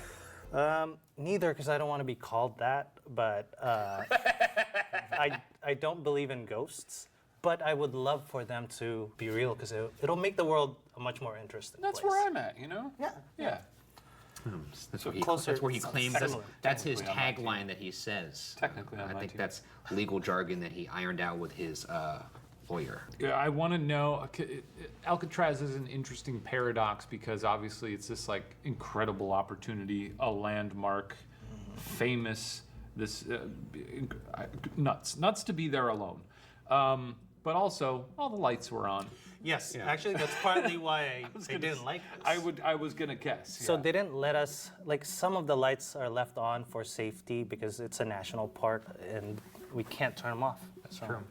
And Maybe that's why it's not as active as... Ghosts don't like light bulbs. Why is that? I don't know. Yeah. But the thing is, as a director, too, just to get a little bit more granular with that. Even more so. So like, here's where we were before. Yeah. We're trying to get to here. There we go. Okay. Okay. So what's the question? Sorry, I just. What is the question? Well, it's not more of a question. It's more like a demonstrative statement. I would say that like when it comes to this show, I have a mishmash of what I wanted the show to be. There's like a vision, if you will. Yeah. And you're the person who actually was executing that and making it better, I would say. Is that a fair description of? Yeah. I mean, that's what the whole team does, is help you create the show be better. Yeah, that's what I'm saying. But They take your ideas and they make them good. They make them good. Exactly. Exactly. It's like the most successful recycling program that you could possibly have. You take shit and you make it into like a slice of bread or something. That's what you pay us for. That's true. To turn my shit into bread. Mark, we have some questions that people asked specifically for you from the web. Here's one from Toria Liz on Twitter. Hey Mark, have you noticed anything during filming that Shane and Ryan didn't? Like, have you ever had to point out evidence to them? I could only recall one, but it's on Unsolved. It was in Vulture Mine, right? Vulture Mine. Yeah. As I'm filming the corner of my eye, I see the door slowly moving. And you guys were saying something that I didn't want to say anything over your lines, just in case we need it for the edit. But I'm pointing at the door, and it's like slowly moving. Yeah, that was. I do remember that. That room was gross. That whole place was gross. There was a dead bird in the middle of us. There's dead bird. There's more dead birds later this season. There's more. Actually, there's some pretty good Mark content in the next episode that I think you guys are going to really like. What do you I know one person at the next location really liked Mark. Oh yeah. Oh boy, that's gonna be fun. You just burped in my face. I bring you on the show and you repay me. Your coffee makes me burp. Here's one from Skitsy Lovebot. Mark, you're an icon, all caps. Oh, thank you. Is that the question? No. What's it like filming for Ghost Files? Are you scared of the ghosts? Are you just there for a good time? And then finally, and do you have a favorite location you've filmed on? That was the question that really jumped out to me. First, am I scared of ghosts? No, because I'm kind of on your boat. Sure. I don't believe in it, but don't get me wrong, it gets a little creepy sometimes. What was the next question? What's it like? What do you like? It's dark. Yeah. And favorite location? Favorite location, huh? Dang. That's a tough one. That's a toughie. Oh, mainly because of how good the episode is. St. Ignatius. Just the look of it in terms of the show. Like, I don't want to be That comes there. out next week, by the way. But that episode. yes, but it's my favorite. That one is really good. This is a really good granular question. This next question is something that's going to really kind of get into the weeds when it comes to your job, because people don't actually know, I feel like, that you are also the show's cinematographer, in addition to being the director and graphics guy. Cinestino, they call him, or Cinemark. Yeah, Cinemark. I prefer Cinemark. But here's a question to that degree. This comes from Jess at warpspeed_chic. Question for Mark. Really into how cinematic Ghost Files looks. What sorts of planning/processes go into figuring out what shots you need to get as part of the B-roll/main footage in order to fill out the video and create the immersive feel of the show? That's a nice question. I appreciate that. Someone working on behind the camera. We do a lot of B-roll before we shoot, if we can. Technically, Lizzie and I are the first ones to step in these Who's Lizzie? places. She's over there. Well, I know that, but I'm trying to get you to tell the audience who Lizzie is. Ryan Sundance. Lizzie's our producer. Who's Lizzie? Is that my daughter? Lizzie's our producer. And as far as like how we develop the look of the show, I feel like it's just over the years of experience ghost hunting. Yeah. And like even the set, for example, there's a green cast on this set that we just This is not a leaned set, in on. Mark. It's not a set. There's a green cast on this machine. That's right. And That's right. and we just leaned on it. We just kind of like lean on the natural things, but at the same time, the look of the show is just trying to present it as real and authentic as possible. Speaking of the machine, I have to give this PSA every now and then. If our Patreon numbers dip too low, we're shutting this thing down and letting them all loose. That's true. The hell on earth. The Boo containment unit could only contain so much before we need to juice it again. So you're paying for the juice. Yeah. But yeah, you guys do scouts on this series now. So you go out before the actual episode and get a lot of footage of the place. Without us walking around being like, oh, look at me over here. Oh, look at me, Mark. Waka, waka, waka, waka, waka. So when they go in, like they really haven't seen the place. So it's natural reaction, and we want to be as authentic as possible. I don't even have lights on me. And I know part of the question sometimes I've seen where it's like, how do I keep the camera steady? Sometimes I don't. I laugh behind the camera, and I just try to be quiet and be steady as possible. Yeah, can you blame them? And just exhaustion, you know. We shoot till like we shoot till 3, the wee 4. hours of the morning. Yeah. The thing too is, this guy really is an artist with that camera in terms of using natural light. You're out there. You're out there painting. I've never seen someone use the lack of light so artfully. That's very true. Actually, for this series, if you recall, on Unsolved, we've bent over backwards to make like these thumbnails on YouTube for for the episodes. When I do Puppet History, I spend a lot of time on those thumbnails. And then when we were stewing on what to do for the thumbnails for this series, we were like, oh, what are we gonna do with some Photoshop shit?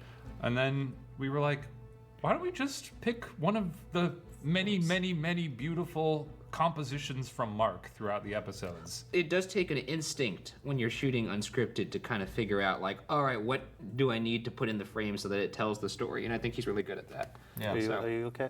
I was powering He's through. getting emotional. I was. You know what? I wasn't powering through a burp. I was just thinking of some of those shots. Yeah, they're stunning. Thank you. There's this one shot where we were investigating the REM pod, and then he panned over from me to the REM pod, and I was. He lost it. He sobbed. I think that's it. Mark, it's time for you to go. Goodbye. Okay, thank you. Bye. Get out of here. Scram. And finally, it's time for our last section. Qua. So it's still just Q&A. Qua. Qua is when we hear from you. That's the right. Qua Squad. That's right. And when we say qua, you all at home could start quaing back at us like, qua, qua, qua. Anyways, let's get into our first qua. I got one from Patreon. This is from Ikra Jangir. Ryan was right. Alcatraz Prison is a level on Call of Duty. One of my favorites. That's right. It's Rebirth Island. I don't know how I didn't realize that. Actually, it's funny because when I first got on the island, I was scared of the place, but there was like this just feeling. It's kind of like when you go have the feeling of deja vu. It's like, oh, I've been here before. Yeah. In fact, when I walked onto the island, I was instinctually walking a certain direction to a nook and cranny under a bridge that for some reason I knew existed. Yeah. And when I got there, I kind of had like my mind broke because I was like looking and I was like, why am I over here? And I realized it's because I was going to where usually there's an ammo crate in Call of Duty. I bet it was pretty similar to when I played Skyrim in VR for the first time. And I was like, I was in Whiterun and I was like, I know this place. But I mean, this is like a real place though. I was looking at some of the beautiful cinematography from this episode, and there's a shot of the island as we're approaching. It's gorgeous. But one of the things that blew me away is I've always thought the island was somewhat small. Mm-hmm. When you're on it, it feels huge. It feels enormous. Scale. It's fucking huge. Hey man, if the only scale you have something to compare it against is the ocean, yeah, it's gonna look small. Yeah. And then you get on and you're like, whoa, ocean big. Hey, heads up, the ocean is the biggest thing on Earth. All right. Let's do another one from Patreon.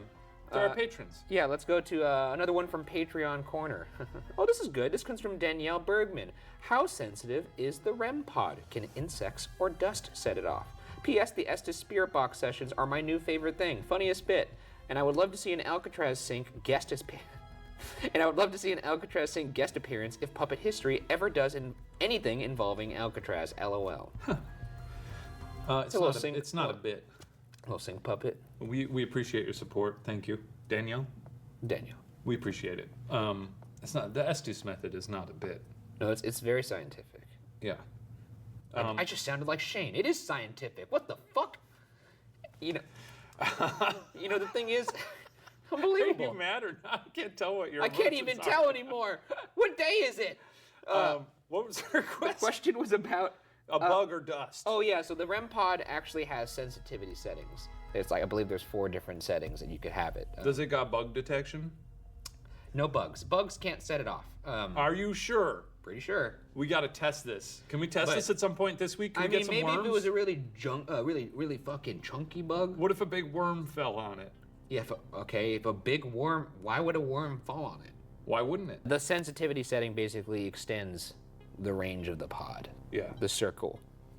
And so I haven't seen a bug set it off. I do know that, if you put a cell phone near it, anything that has, emits minor radio waves will set it off. So like that's why we try not to put any equipment near it. But yeah, whenever I put the REM pod down, I reset it, put it at REM's, there's like a thing where you could zero it out so it goes to base level, and then you just let it sit for a second so it could acclimate to the environment so you don't get false readings, and then you conduct your investigation.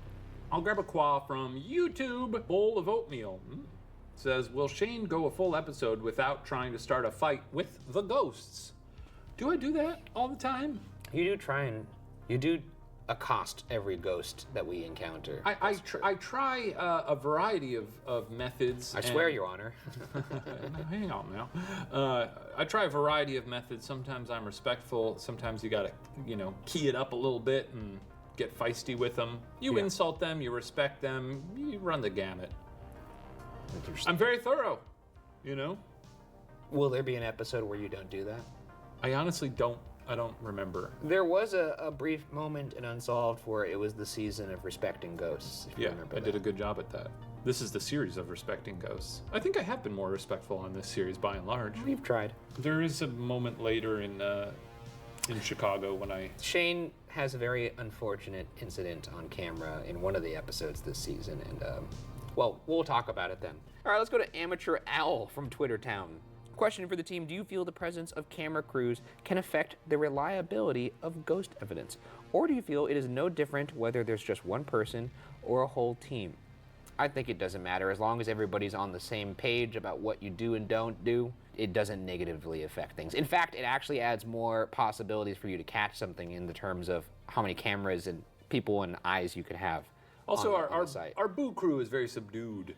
Yeah. They're not setting off alarm bells for the ghosts. They're not out here being like, yeah. It's also really helpful too, because if something happens, the first thing I usually will ask, and this usually gets cut out of the episode, is, was that anybody on the crew? And until we hear everyone say no, then we, move forward. But honestly, you know, we're lucky that we get to go to these places alone, because when it comes to like other paranormal investigations, a lot of the times it's on like a bigger tour, or you know, you don't have the location locked down like we are able to do. So, no, I don't think it affects the investigation. Okay, that's enough quaz for this episode, and that wraps up our investigation of Alcatraz. Thank you so much for tuning into that episode of Ghost Files, as well as tuning into this episode of Ghost Files Debrief. Make sure you watch the episode of Ghost Files this Friday and submit your questions on Patreon, YouTube, Twitter, or Instagram, and maybe you'll be on that next episode of Debrief. And this next episode, we're going to St. Ignatius. A very horrible place. And if you would like more behind-the-scenes content and to see Ghost Files episodes early, consider becoming a member of our wonderful Patreon community over at patreon.com/watcher. That does it. That's right. See you next week, everybody. Case closed. With the link in the description below, you can get 55% off your first month. Sign up today, and thank you again to Scentbird for sponsoring this video.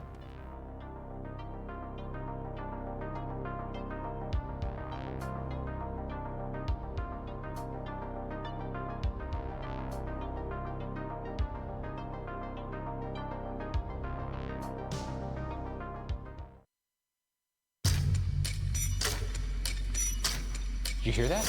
I did hear something. Thumps from upstairs, things crackling behind walls. Legitimately one of the more unnerving places we've been. The vibes in this room are off the charts bad. Whoa, there's two of them. I know. The shadows belong to me! Hi, my name is Elizabeth, and I have evidence from St. Ignatius. My name is Amanda Paulson, and I have evidence for St. Ignatius. I suddenly felt like somebody was watching me across my back. Standing up on my arm. A stick figure show up on the Somebody pulling on my pant leg. Like to find this unexplained shape. Can you guys investigate?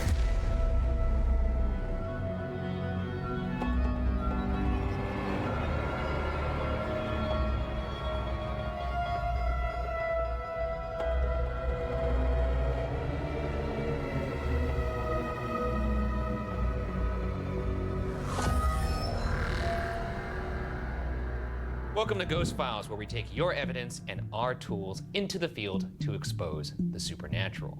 My partner, a skeptic. Myself, a believer. Both of us, truth seekers. This week, our team travels to Colfax, Washington to investigate St. Ignatius Hospital.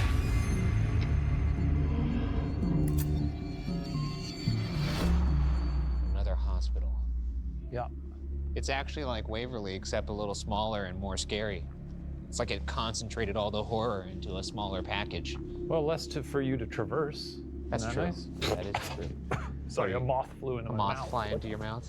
You got a big mouth. Yeah, I do. I actually have a really small mouth. That's true. Yeah. Or It's does a it fun just fact look about small me. because your head is so big?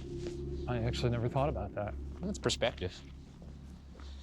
Oh, okay. Built in 1893 by the Sisters of Charity, St. Ignatius Hospital was conceived to provide health care for people in an area of Washington that had limited access. Over its 71 years in operation, the hospital would see countless deaths ranging from accidents to sickness, including some brought on by the 1918 Spanish flu pandemic. After closing its doors to patients in 1964, the building would serve as a nursing home until 2000, when it was shuttered, falling into disrepair before reopening its doors in modern times to those curious as to what is rumored to remain inside. A lot of people died at this hospital, sounds like. A whole lot. Now, there's a lot of conflicting reports out there. Some say hundreds, thousands perhaps, and some say, I don't know. I mean, that feels like par for the course, though, right? What is a hospital if not a place where people often die? Well, especially a hospital where it's reported that people with the Spanish flu went to. And at that time, it was hard to keep track, unfortunately. It was a killer. It was very effective at what it did. Yeah, killed. Yeah.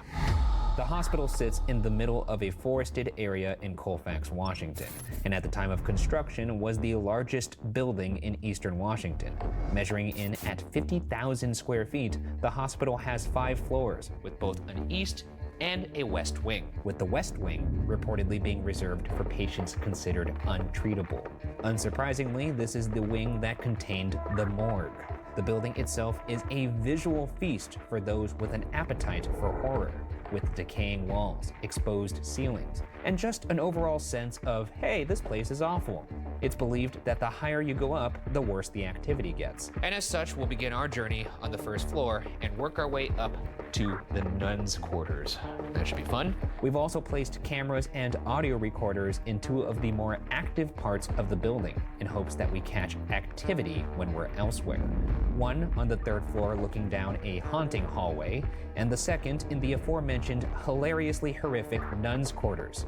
And finally, to end the investigation, Shane and I will each be forced to explore the entire hospital one at a time, because a fortune teller once told me I'd die on camera, and she seemed like she needed a win. Any questions? No, I'm excited to get in here. I'm excited to get in here and have a good time, you know? We're gonna have such a good time. It's gonna be so much fun. I'm gonna love it so much. You, me, and all the sisters, huh? Sister, sister, and Mr. Hey, I like the sound of that. Okay. I don't. Why do we do this? Because it was what we were born to do. Okay.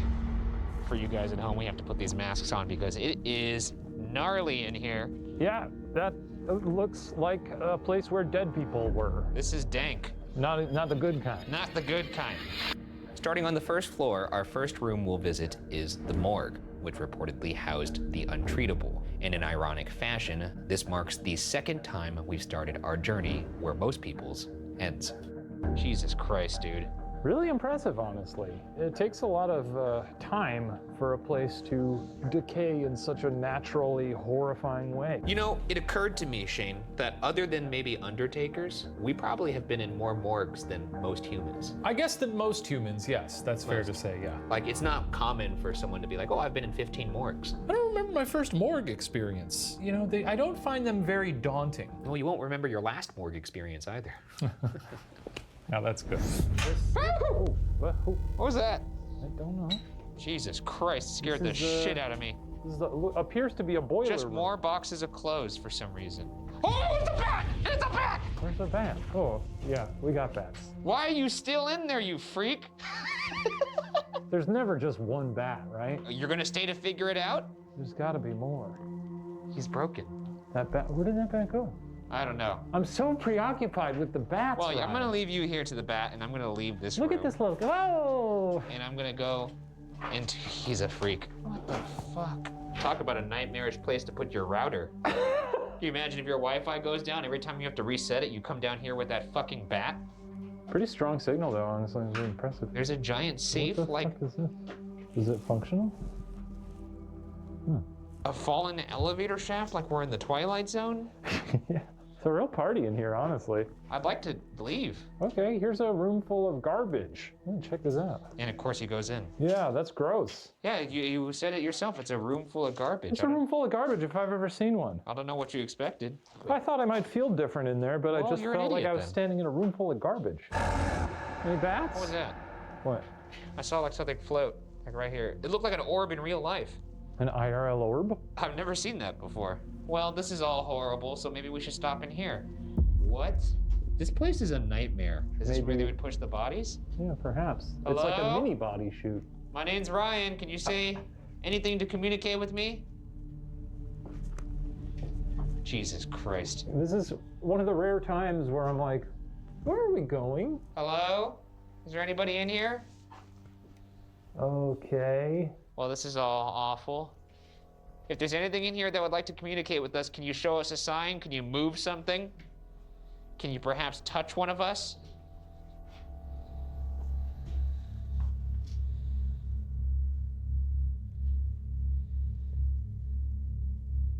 Why are you in here still? Why haven't you moved on?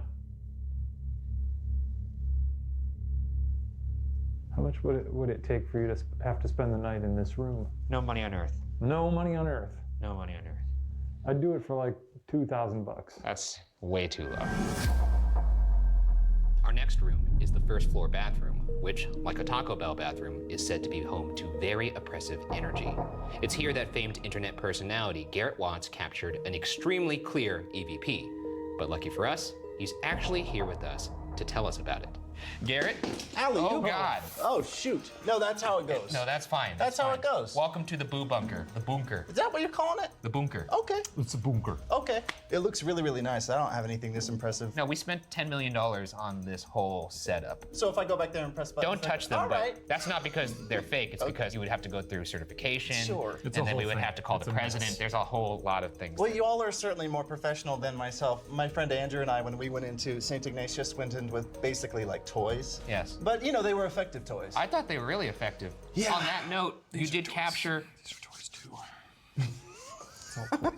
You said you weren't gonna fucking I'm do this sorry on about camera. that. So this first piece of evidence, this is an EVP that you caught in the bathroom. Oh, so we were told that that was like one of the spookiest places, was that downstairs bathroom for some reason? Yes. And we didn't hear it until afterwards, like until I was editing and stuff. But yeah, so I heard that name and it was disgusting. We have our special equipment here to play your EVP. Oh, cool. Where's your ghost stick? Wait, what the heck? What'd you hear, dude? You're scaring me. My name, but it sounded like it came from behind me. Where's your ghost stick? Where's your ghost stick? It's so scary. It almost sounded Wait, can we hear that one more time, actually? Let's rewind that. demonic. Where's your ghost stick? Where's your ghost stick? Where's your ghost stick? Where's your ghost stick? I mean, you definitely hear the Andrew. Yeah, that was terrifying. And you've never had sort of two voices come out of you at once? No. I think he's telling the truth. I'm telling the truth. I'm Ryan. I'm Shane. And we're two of the internet's other preeminent ghost hunters. You talked to Garrett Watts last time he was here. He's our pal. The sweetheart. And he actually said that, you know, he thought this hospital couldn't handle us and that we might be a little too advanced for this hospital. Yeah, we're pretty rock and roll, you know? I mean, we do have a reputation. Yeah, we're sort of bad boys, the paranormal world. So I get it if you're, I don't know, Intimidated? intimidated, starstruck, Yeah. one of those words, maybe somewhere in between. We're people, just like, well, you're ghosts, you're not people. We're people, just like people. Why don't you prove our guy wrong? Why don't you go ahead and just say our name loud and clear so we know that you're down to party? I'm listening.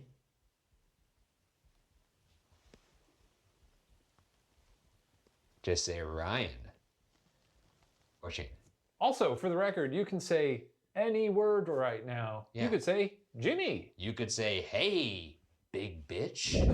You could say, hey, big bitch. Hey, little bitch. Big bitch and little bitch. That's what we're known around Tinseltown.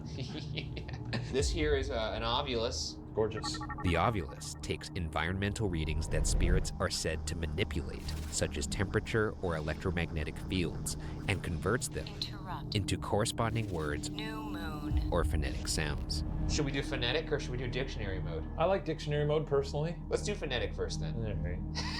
It doesn't do anything, he just goes, ah. Well, maybe if it goes Shane, Ryan.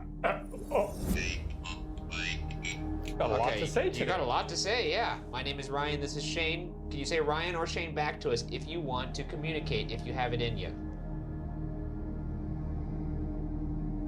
Quiet now, huh?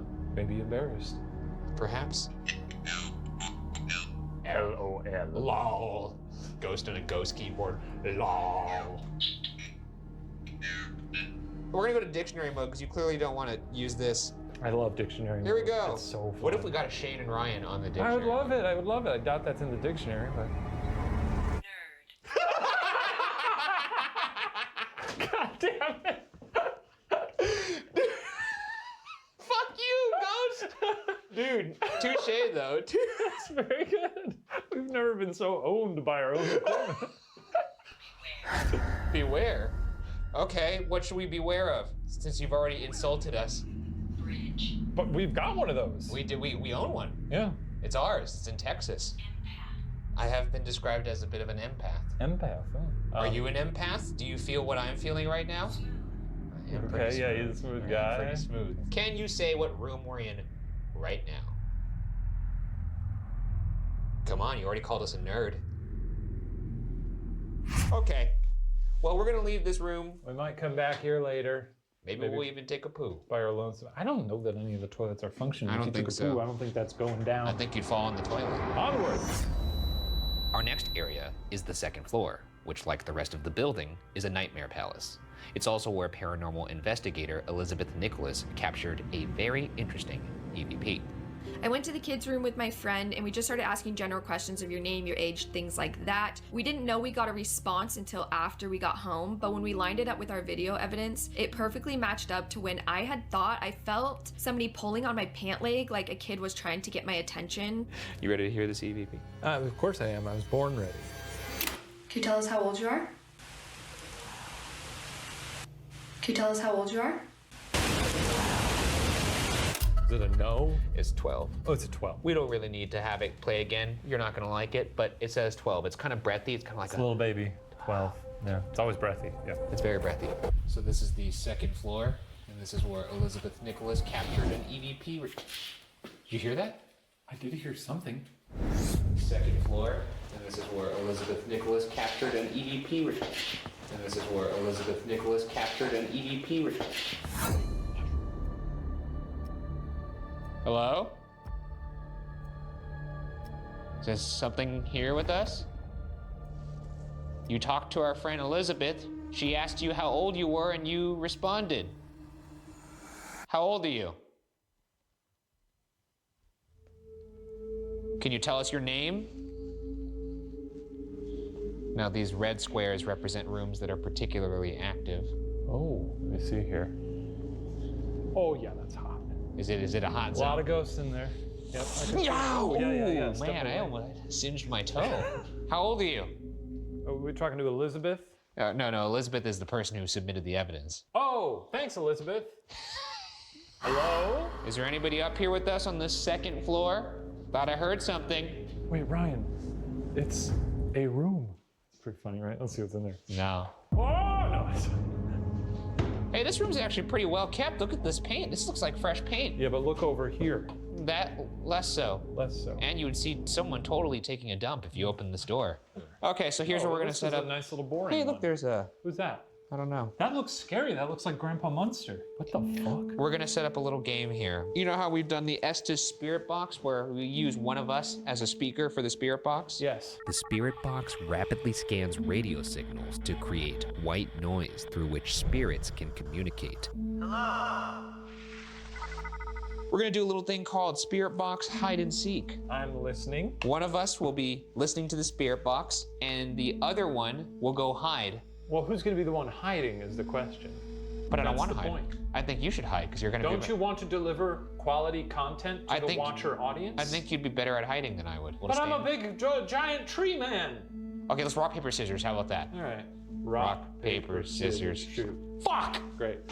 What if I just leave? Like a coward? Yeah, kind of like that, actually. It's almost exactly. Kind of like that. I'm going to give you 20 seconds to hide. You better hurry. And I don't want you just standing in a corner.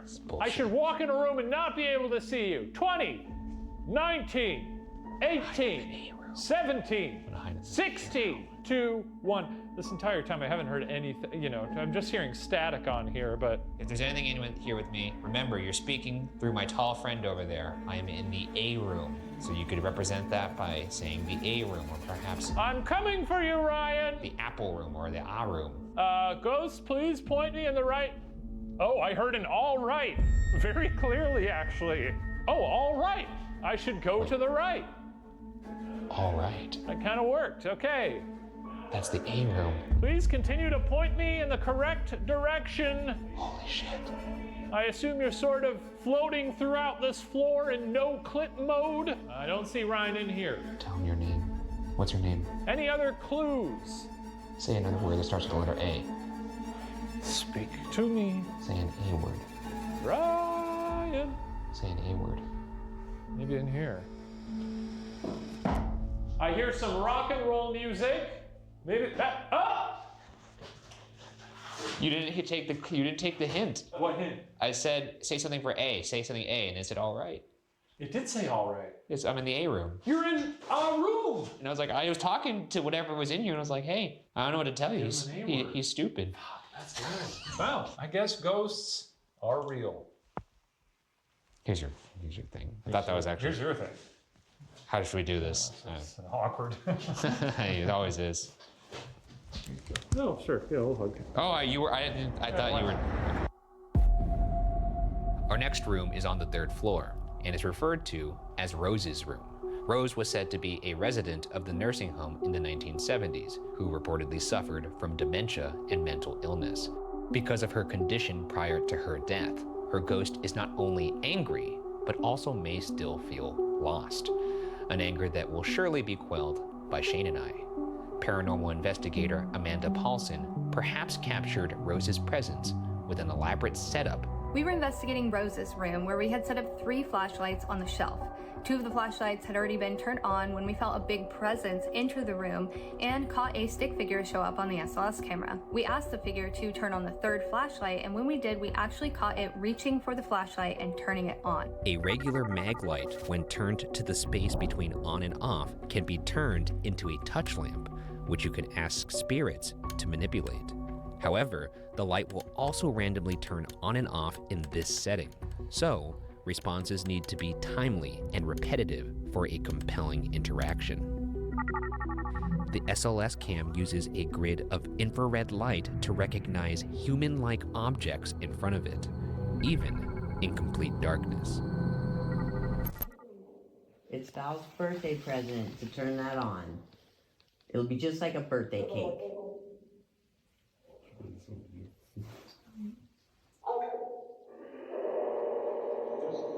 Ready, set, go.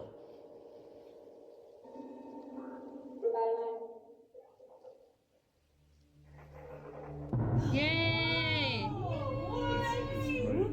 It's right there. It's right there, yeah. Thank you. Oh, you have a friend now. Ah. We're gonna party. Let's turn on the spirit box to see if Rose would like to communicate. Okay. Oh, you look like a DJ. I know. Now I've perfectly calibrated. Whoa! Once more. I like the sound of that. Excuse me. Why is it? Why is it doing? Oh! Is that you, Rose? Oh, Jesus Christ! I'm getting nothing essentially. Let me switch bands.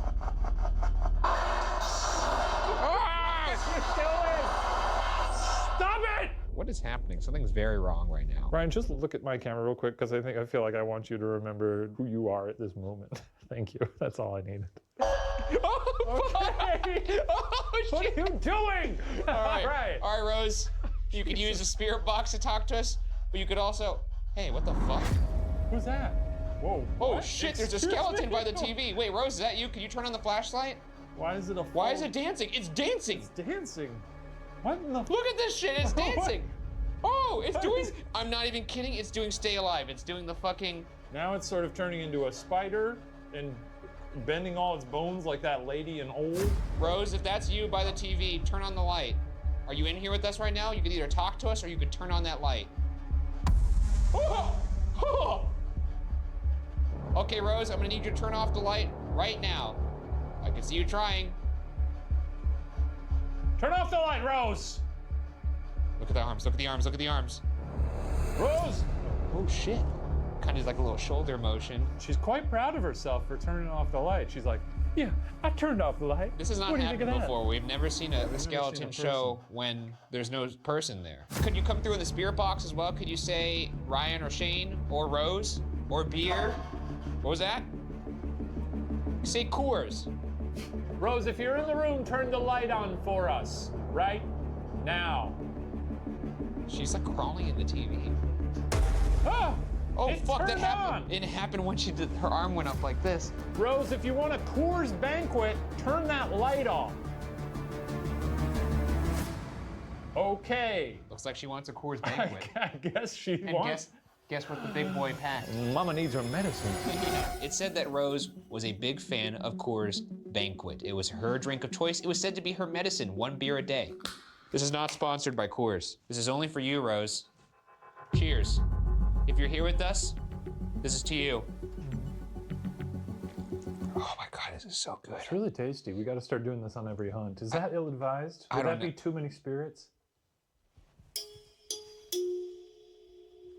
Well, how about this? Let's finish ours. Yeah. We'll leave it on there in honor of her, and then maybe we'll come back and it'll be knocked over because she's pissed off we drank it all. That'd be great. Yeah, I thought you were gonna say we should leave one there with some in it, and for some reason that doesn't work for me. It doesn't feel right. You can't leave a wounded soldier. That's disrespect to the Coors family.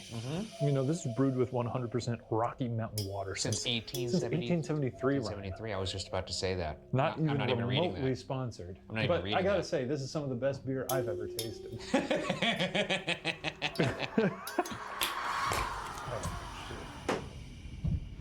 There you go, Rose. Right there. Knock that bad boy off when we come back. 2 new tall boys for you. That's right. Add them to the collection. All right, what are we doing now? Rose? Shortly after this, we picked up another presence in Rose's room standing next to our producer, Lizzie. She's right next to Lizzie. Is she there? Whoa, there's 2 of them. I know. Lizzie, move your arms. I just want to see if it's messing. Nope, it's definitely not you. Oh shit, dude, that's fucking creepy as fuck. It's like a spider woman. Yeah, move over and see if it follows you. Where is it? It's next. She jumped into your body. She's gone. She's gone. She's gone. The next room we'll explore is right next door in 312 and is reportedly haunted by a man named Michael, who was in a wheelchair during his stay at the hospital due to a traumatic brain injury, though it's said that the dude was apparently a total fox. However, he also had a bit of a temper, the nuance of humanity. Also, this room is apparently infested with flies. Well, heck, it's just occurring to me. We haven't had a lot of flies on our journeys. And that's always in those demonic films. Flies. Yeah, people, flies. women burping up flies and all that. Or just they're around. Have we ever been looking for the spirit of a ghost man who was just super hot? That was in the research. This man is supposed to be super a looker. I'm sure we've caught some hotties in the past. That's true. Some zaddy ghosts out there. But a temper too, so very kind of like a Bradley Cooper type. Bradley Cooper, so Michael Shannon. Michael Shannon's not traditionally hot in my opinion. I think he's a sexy man. Tight skin. And you see the veins in his neck. Okay. So now we're going into Michael's room. We set up a REM pod in there, which will detect if he comes near it. And we have, of course, our SLS. Hey, Mike. We're... Ooh.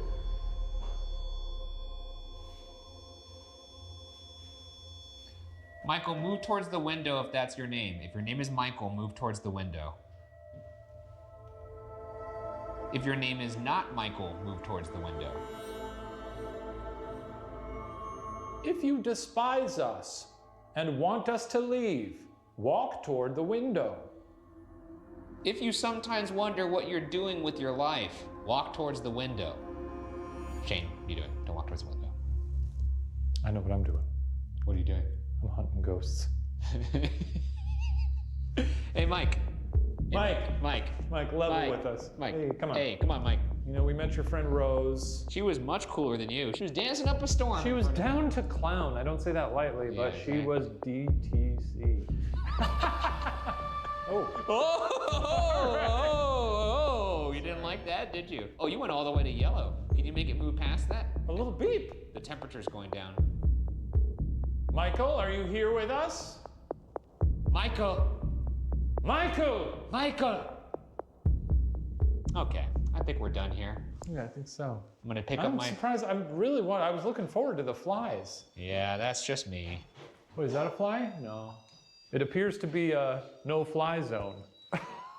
Folks, this is free. No-fly zone. Hey, there's a dead fly. Where? Yeah, I gotta find another dead fly. There's gotta be another one here. Let me check the bathroom for flies. I'd love to see a That's dead good. Be thorough. Hey, there's another one. Found 2 dead flies. Wow, cool. Found a third, but 3 dead flies. No way. Now this is actually kind of fun. That's amazing. 4. Holy smokes. 5, 6, 7. Oh wait. Hang on. There's dead flies all over the ground. Oh my God, dude, you're doing great, bud. Ryan, there's so many dead flies on the ground. Wow, I see that. That's really cool. We should leave though. Another dead fly. Hey, but we should leave though. Hey. Coming out of Michael's room, we'll now just explore the 3rd floor generally. But before we do that, let's talk about the hospital's oldest and most famous ghost, a man named F.E. Martin. Oldest for the fact that he was the hospital's first death in 1893. famous for being crushed between two railroad cars. Damn! That's a way to go. Getting squished? I'd hate to get squished. Actually, new fear, getting squished. Between two railroad cars? I mean, between anything. I don't want to be squished. Yeah, he was taken to this hospital. They tried to treat him. He was actually one of their first patients ever and then died. So not a good opening for this. You gotta imagine that's like a tube of toothpaste. You got guts shooting out your eyes and your butthole. Oh! You know, every orifice just... leaking viscera. Yeah, it's like spring-loaded.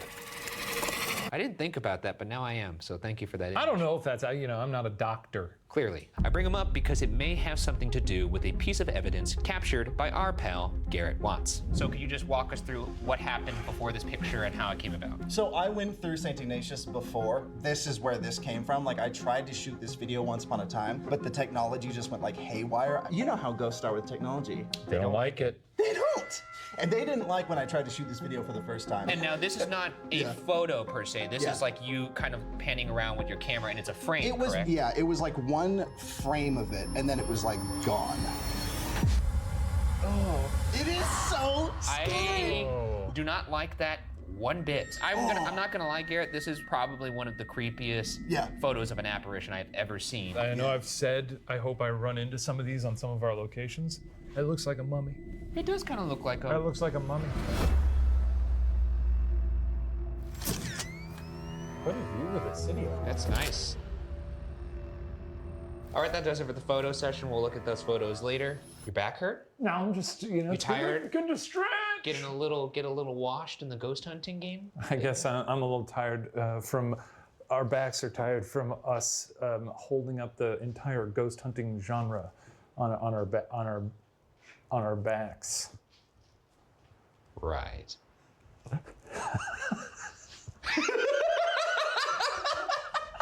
My name's Ryan, and that's Shane. Hi. Could you make some noise for us to show us that you're here? I think that might be some just general creaks over there. Did you just fart? No, I didn't. I would let you know if I did. I'm proud of my farts. I know you are. Could you move some of those twigs? These little sticks? Twigs? Yeah, dude. You know what, like a twig? That's what they look like. Effie, I'm gonna give you 30 seconds of silence to do whatever you want to show us that you're here, or anybody else in this hospital that wants to come party with us in this little Garrett Watts room. Please join us. 30 seconds for you. Let's turn our lights off. How about that? Sure.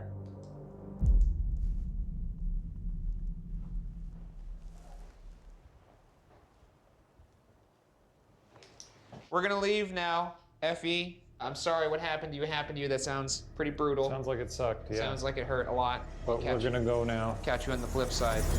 While we didn't recapture a photo similar to Garrett, we did capture this chilling voice just outside the same room with an audio recorder left recording when nobody was there.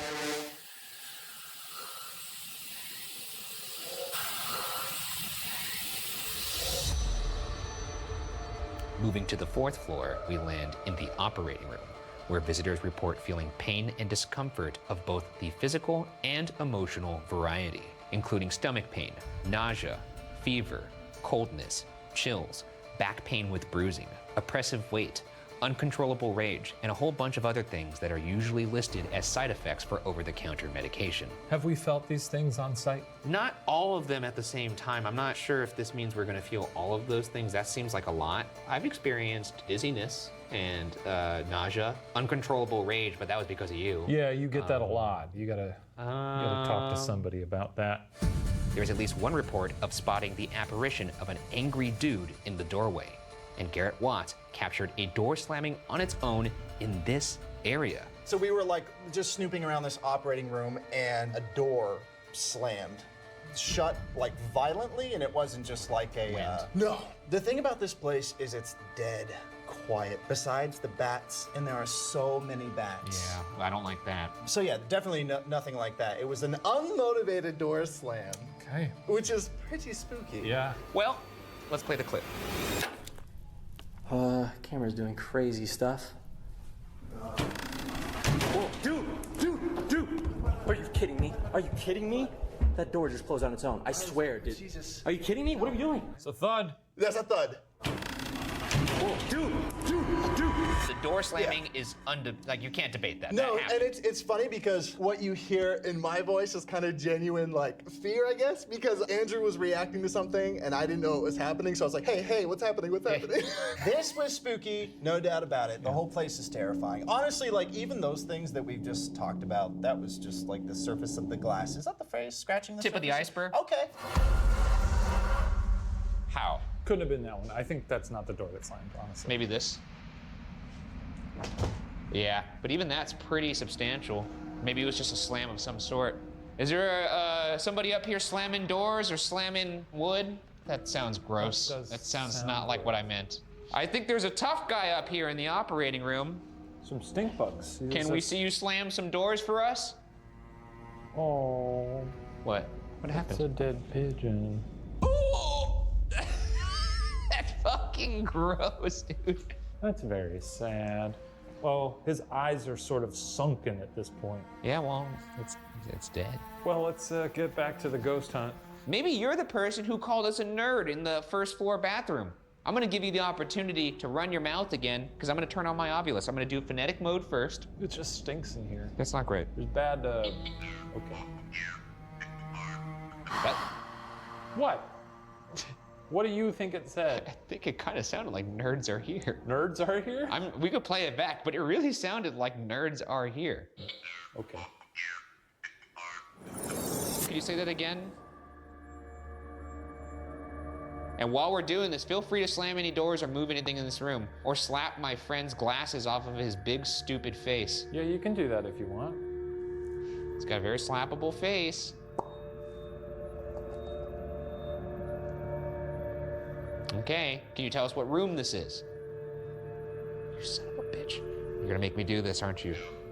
No. No. Go into dictionary mode. Dictionary mode. Okay, folks, dictionary mode. Here we go. I want you to tell me what room we are in right now, or I want you to call us nerds again.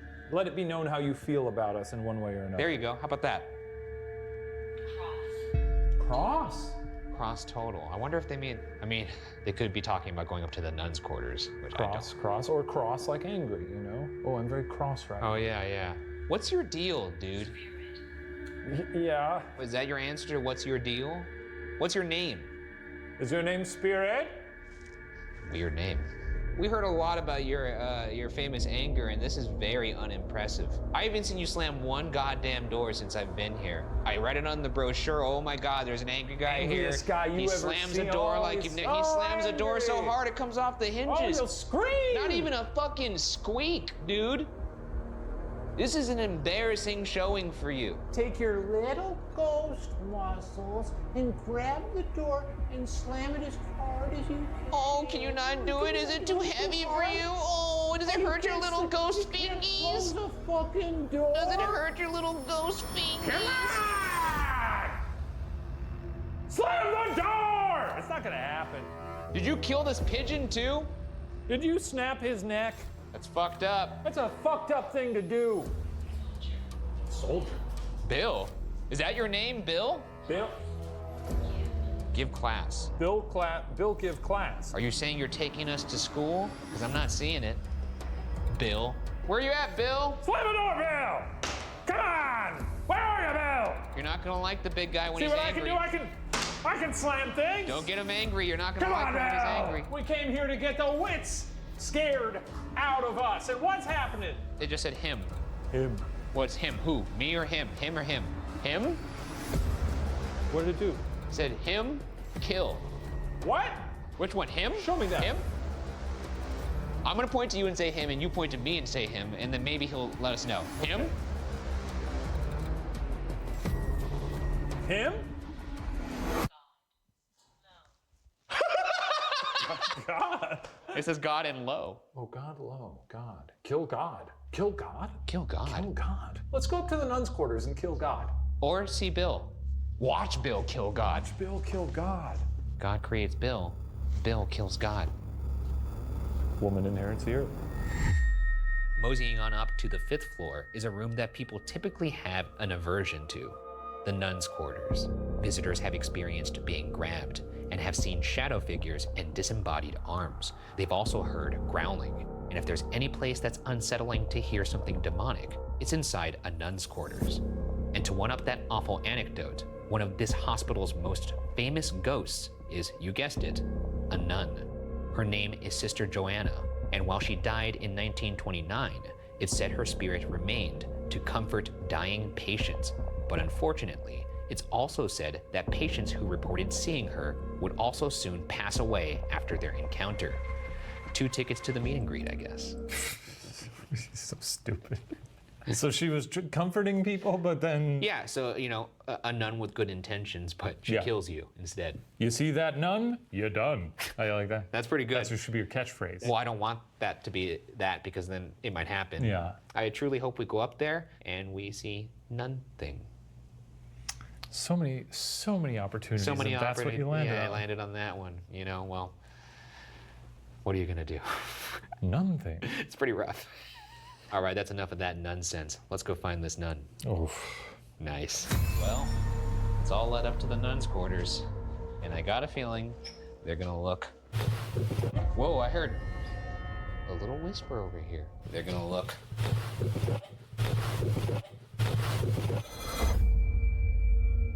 I mean, I'll say I think a lot of this area is prone to winds. It seems like we've got a lot of open windows and such, which isn't to say that that wasn't, you know, the devil, but it's possible. This is a horrifying staircase. Yes, it is. I mean, I can admit that I too find this rather horrifying. And apparently they did not like men up in the nun's quarters. Oh, well, 2 of the manliest men who ever lived are about to join the party. Oh man, that made me jump. This is the bell they used to ring, I guess, to signal they're here. Oh. We're here. The boys are here. Ring, ring. Nice little throwback. I know you don't like us up here. Love being in a place that's haunted and has demonic activity with a bunch of religious posters on the wall. Yeah, what do we got here? It feels like we're in the end of a cult film. I'm gonna set up the REM pod in one of the other rooms in here, so in case it goes off, we know something's in there. Okay. What's the cool zone? Joanna? Joanna! This is fucked. This is a fucked this is tableau. This is arguably one of the worst rooms we've ever been in. Yeah, this is up. Oh my! I was about to say, it feels so familiar. This honestly has to be one of the most unpleasant places that we've ever. I have to agree with that. The fact we're going to be here all night later makes me want to go. It's not good. The vibes in this room are off the charts bad. Sister Joanna, can you say something? I'd like to hear a word. Can you say anything related to the room that we're in right now? Tina. Tina got cancered. Cancer and then she won? What happened to Tina in here? I only know about Sister Joanna. Can you say none?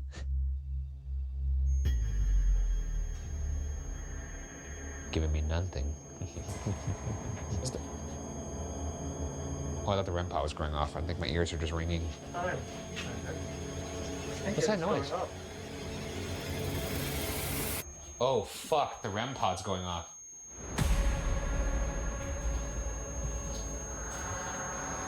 Is somebody in there? Tina? Stop. Who's in this other room with the couch?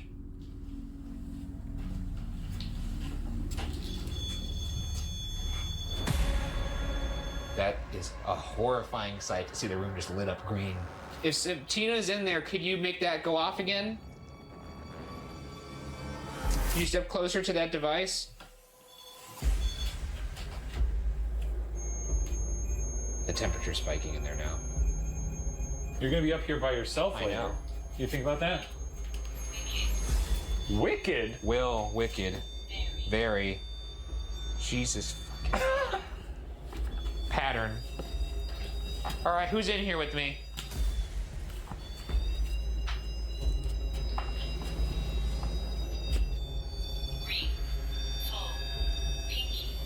Pinky.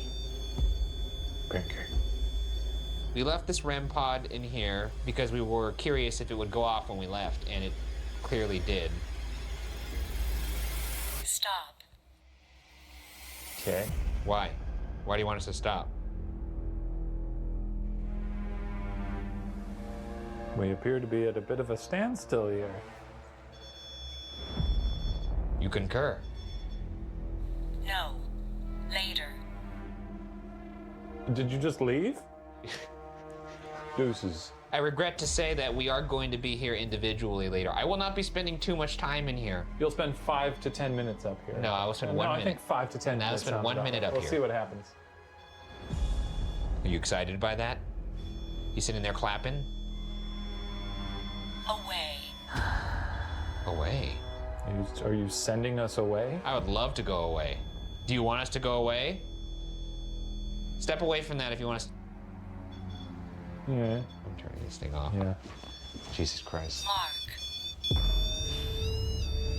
Did it say Mark? It just said Mark. Mark is our cameraman. What do you want with Mark? If it said Ryan and then Shane after too. Carry. Wants to carry Mark like a baby? I'm carrying something. Oh, Mark does carry. Stop being so cryptic. What do you want to do with Mark? What? Position. Inside. Oh, well, it sounds like the nun might have a crush on you, I Mark. think it said Mark and then it said carry, but then it said position and then inside. I think this ghost wants to be inside you. Like maybe not in like a non-sexual way. Oh, maybe a possession. Like a possession, yeah. Do you want to be inside Mark? I mean, it's a pretty simple question. It doesn't get more. Sandy. Okay. Character. All right. Okay. Yeah. Okay. We're gonna leave. Time to exit the coon zone. Bye-bye. For now. And now we move to the final phase of the hunt, our individual investigation of the entire hospital.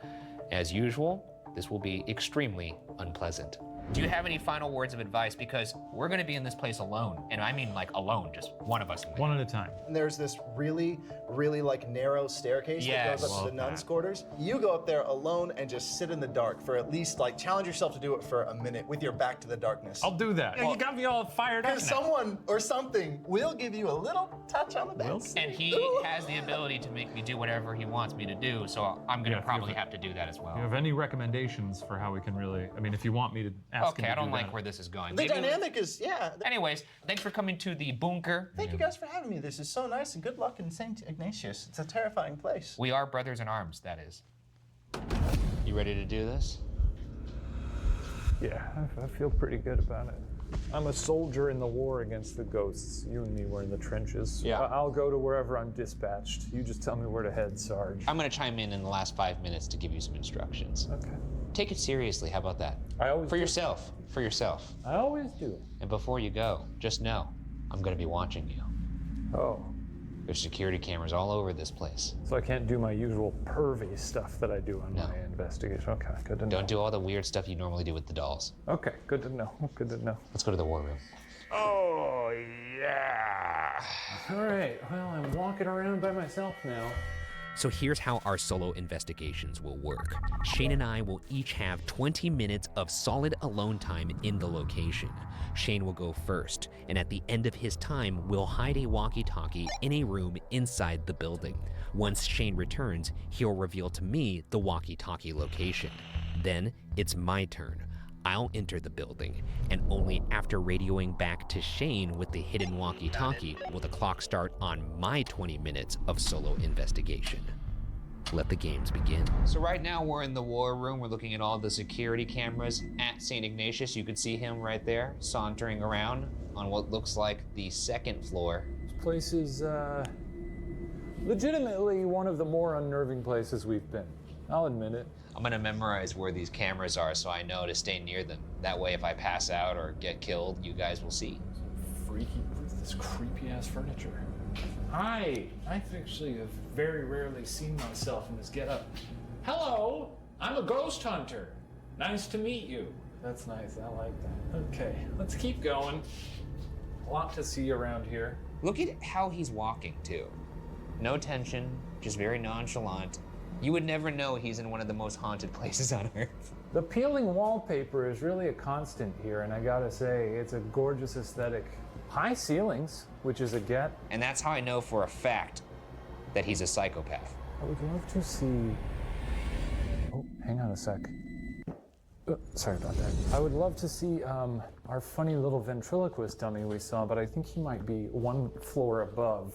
Hey, ghosts, if there's anybody here, my name's Shane. I'm a great guy. Anybody hiding in the dumbwaiter? He's just checking shit out. I'm sure you get bored around this dusty old shithole and you want to hang out with a cool dude like me.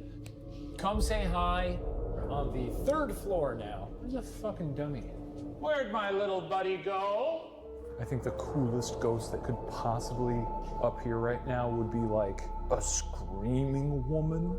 Like if I heard the scream before I saw her and she just ran down the hallway at me, just going like, what is he doing? You know? What the fuck are you doing? I'm looking for ghosts. Oh, here he is. And he's got friends.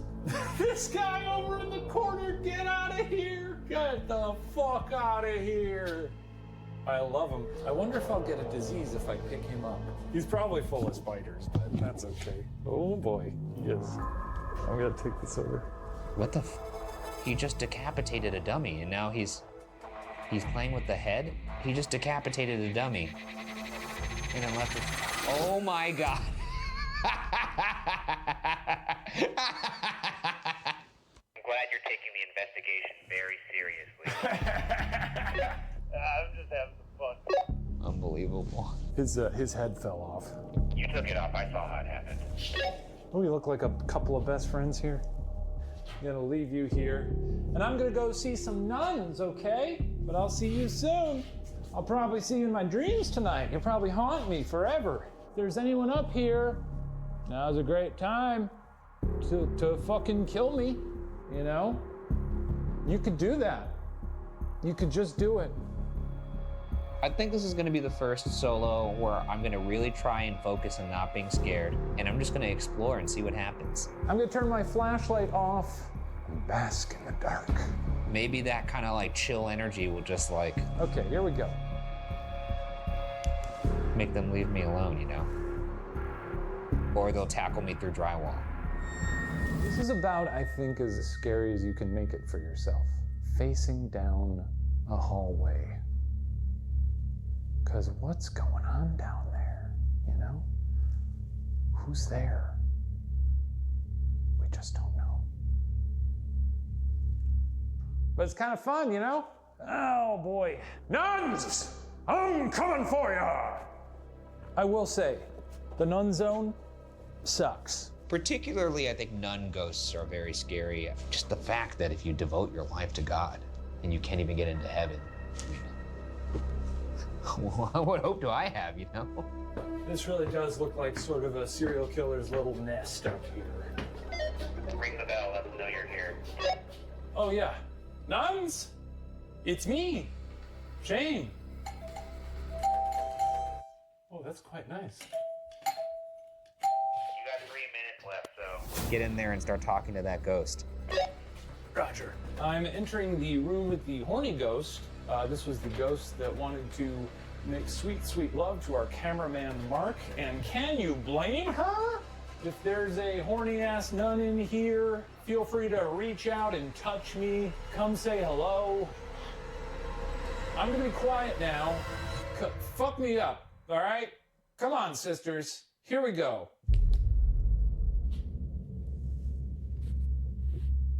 I'm so excited to eat fast food after this. It's like literally the only thing getting me through this. Even when I'm scared, I'm gonna think about those sweet, sweet nuggets. Okay, nuns. A 1-minute warning. Roger that. Use the last 30 seconds to bask in the darkness. I was just basking, but I I'll do it again. Oh, if you already did it, then no worries. No need to extra bask. I'm good basking. Double dip. This one I'm just really gonna bask in it though, you know? Oh, nuns, I'm basking. Look at me bask, nuns. Oh, I'm basking. Fetch me. Possess me. Murder me. And that at time. Okay. Where to? Where to? A lovely spot. Really bummed we only saw one bat tonight. They're little sweeties, you know, and they eat a lot of bugs, which is important. Fuck. Did he just fall? Ryan's gonna be mad. I think I broke some of his ghost machine. He's gonna yell at me. Hello? Okay. Hi, buddy. Yeah, I heard you drop something. Huh? Sounded like you dropped something. No, I don't know anything about that. Anyway, I think this motion detector was broken when I picked it up. Oh, really? Yeah, this thing is busted. I don't know how that happened. Really nice, honestly, but I'll tell you what, oh boy, it's so scary up there in the nun zone. Yeah, I know. Oh my fucking God, man. You're gonna cry like a baby up there. Cool. What? I know we like to joke. Oh my God. Yeah, put a hand on the shoulder makes it feel more sincere. I saw a nun. I was watching you the whole time. Then you saw the nun. You probably saw the nun. There was none. Very scary lady. Nothing. Okay, well, why don't you get all geared up and then I'll go have a hot cocoa in there. Sounds great. I think I'm so overstimulated right now that I'm just like shutting down because I'm like weirdly zen. Yeah, I mean, I know I always do the thing where I'm like, it's scary. Oh my fucking God. Go, just go. Please go. We gotta get out of here. Go. Just go. Oh my God. Jesus Christ. Okay, go. Go! I want to walk around here like I'm Batman. Do whatever you want, just vacate the area. Jesus Christ. My vengeance. Oh my God. I could taste it. I am not my fear. I'm stronger than my fear. This is the motto I say. Before I go into the nuns' quarters, it seems like a good time to share 2 strange things that we caught on the audio recorder left in this room when it was empty.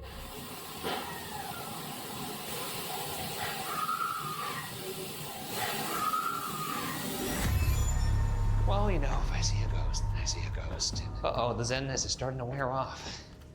And I suspect it will completely wear off by the time I go into these awful nun quarters. That's nice to see. Oh, where's he going? Where's he going? Okay, where's this walkie?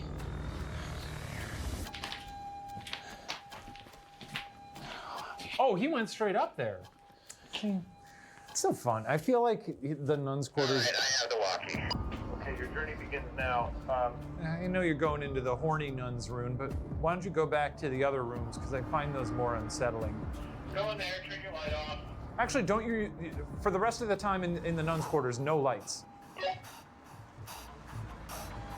My vengeance. Okay, he's humping toward the camera. My vengeance. Okay, all right. All right, we see you. No lights upstairs. No lights now. Fuck you! It's okay. Well, that was rude, but that is the command I have given. Stand in that corner in the dark for 2 minutes. For 2 minutes. Starting now. Hello, nun. My name is Ryan. I would tell you my last name, but that's none your business. You know what I mean? It is nice to see him on here. Also just nice to see the whole building. We got some orbs going on over here, a lot of orb activity. You'd think it's just dust, but those are people who died. I don't want to see you, Joanna. So I do want you to know that if you do show yourself, I'm gonna fight you. If you try hard enough, you can catch them and absorb their power. That's what I like to do. I'm gonna do a minute of silence. This place is objectively very creepy. It may be the creepiest place we've ever been. I think it's possibly fair to say. Almost weirdly relaxing. I mean, I hated it, but it's not my favorite thing to do. Oh, there he is. Congratulations on your 2 minutes, son. Nasty, a nasty man. Hey, let's go to the Garrett room. Hey, Ryan. Yes? This is gonna sound kind of crazy, but no more flashlights for the rest of your walkthrough. Absolutely not. I guess it's just kind of a challenge I'm throwing down, but if you don't want to meet the challenge, then Okay. I'd prefer not to meet the challenge. It's a baby. I'll tell you what, I'll do that for the last 10 minutes. How about that? I'll take it. Woohoo! What's he doing now? lot of dancing. I find the dancing a little tacky. Okay, now he's stomping. He's just sort of... Is there anything in here? Anything in here with me?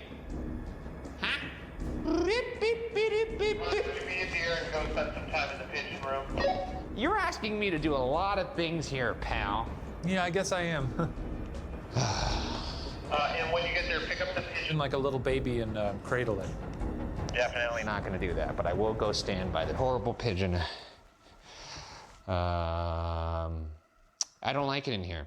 I like how consistent it is. Every single room looks like shit. Every toilet full of shit. Vibes were not Great in there, leaving that room. Did you pick up the pigeon and cradle it like a little baby? No, that doesn't seem very healthy or sanitary.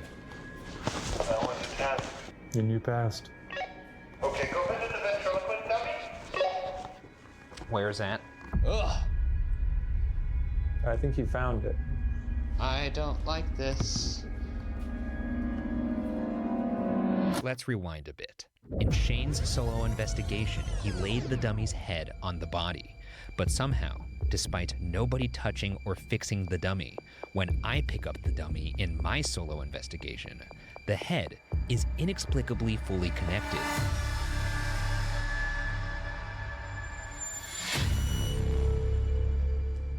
Is this your king? What the fuck is he doing? Is this your king? This looks like a scene from Hamlet. Hello? What are you doing to that dummy, buddy? Is there anybody here with me right now? I think he's just amusing himself to forget about ghosts. This is what he does now. Is there anybody here with me right now? What was that? Okay, 10 minutes left. Turn off all lights. That's bullshit. Ryan, well, how about you bring it all home by going to the Taco Bell toilet? Oh, well, ghosts, it's time for me to take a shit. Where the fuck is this bathroom? Find that toilet, Daddy. Aha!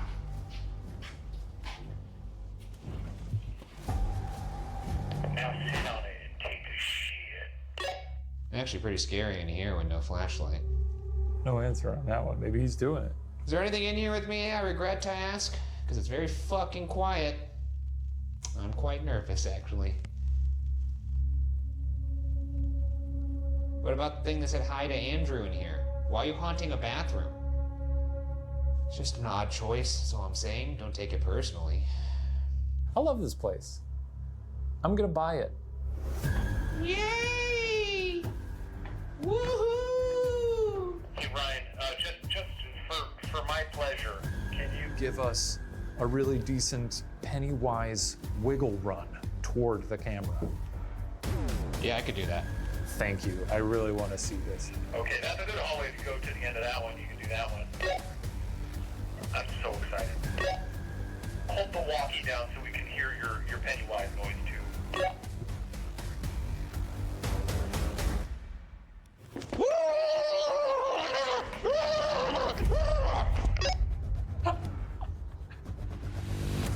That was really good. The people think that I'm in the shadows, I don't know what's going on now. but I am the shadows. He's the king of the castle right now. The shadows belong to me! Look at that. Have you ever seen more confidence? Look at this man.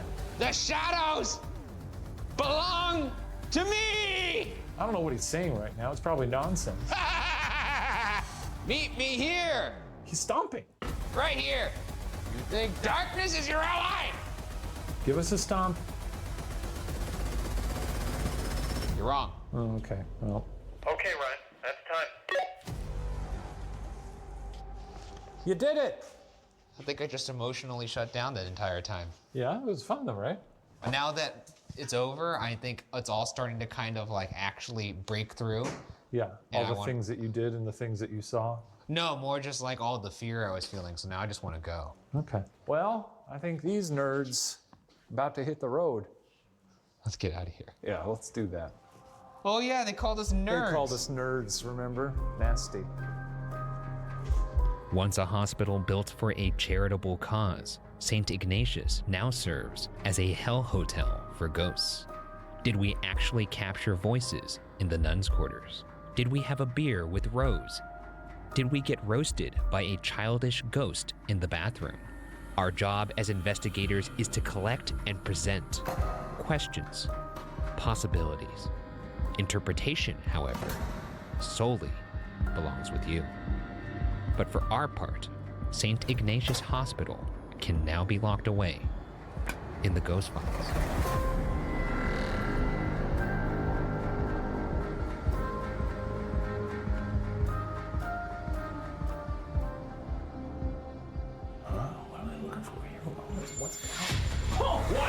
Hey everybody, hope you enjoyed that episode of Ghost Files. If you haven't heard, we'll be answering your questions and breaking down evidence a little bit more on our weekly after show every Wednesday, Ghost Files Debrief. That's right. So submit your questions in the comments below. And if you'd like to see episodes a whole day early, swing by patreon.com/watcher. Farewell.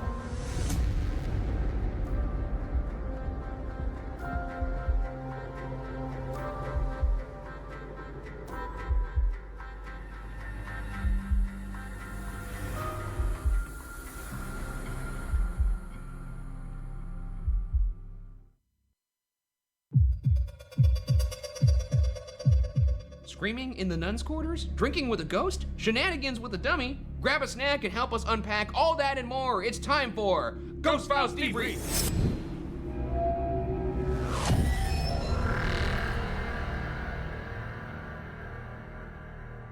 Thank you for joining us. I'm Ryan Bergara, and that thing over there is my colleague Shane Madej. Each week, we look at our most compelling evidence, behind-the-scenes moments, and answer your burning questions. Keep doing the quotes over evidence, see what happens. And now, a word from our sponsor.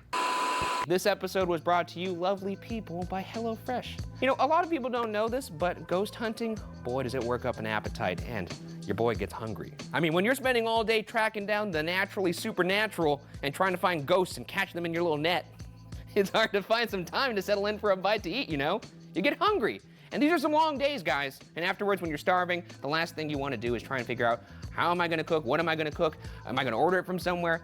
None of that. I just want my meal right there, ready to go. Which is why I've stayed relying on HelloFresh. It's the world's leading meal kit company, and they send a box of pre-prepared meals right to your door. HelloFresh offers a full slate of weekly meals to choose from.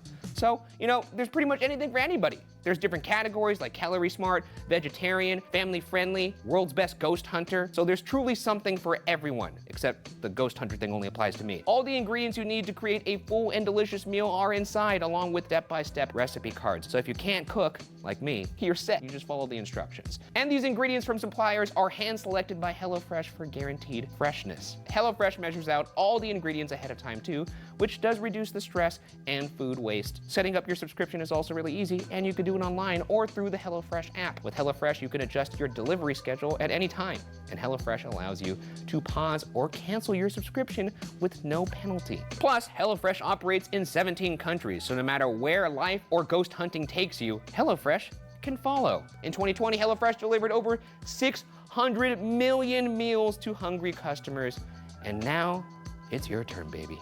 Use the code in the description today and get 16 free meals in the United States. If you're not in the US, don't worry, the code is valid in all countries and you'll get a great discount of your own. Thank you to HelloFresh for sponsoring today's episode. And now, back to the debrief. I mean, this episode is get comfy. A bona fide banger. We had a lot of fun. No, this is probably, it's definitely the grossest place we've been this season. And it might be the scariest too. Yeah. I don't know. We've got some bangers in the back half here, but... Well, it's up there in beautiful Washington State. That's true. Near, Colfax, Washington. Near lovely Spokane. We got to see some beautiful parts of the country. Mm-hmm. And it was a nice look. Honestly, one of my favorite locations we visited. Yeah, it's definitely one of my favorite episodes. It wasn't my favorite time when I was there. You know, just garbage bags everywhere, horrifying nun quarters. I like that more than the places we go to, like Waverly, where they're like, "Oh, we sweep now." It was like, "What are you doing? Commit to the bit." Don't Yeah. sweep. But don't Did you see how many actively- flies we saw in this place? There was a lot, as you counted them. Yeah. I don't think I'll ever go back again. I would. Well, you will be going solo. We can have GhoulCon there. I thought it was FileCon. Without further ado, let's move into evidence. We got a lot of great stuff this episode. I saw a lot of you guys in the comments saying that this was one of the most evidence-rich episodes we've ever done. So it feels good to be rich, with evidence. That and a quarter will buy you a gumball. What? We're gonna do this a little bit out of order because I'm crazy like that. Yeah, We're gonna you- jump in with the dummy head. Let's take a look at the dummy head. I don't like this.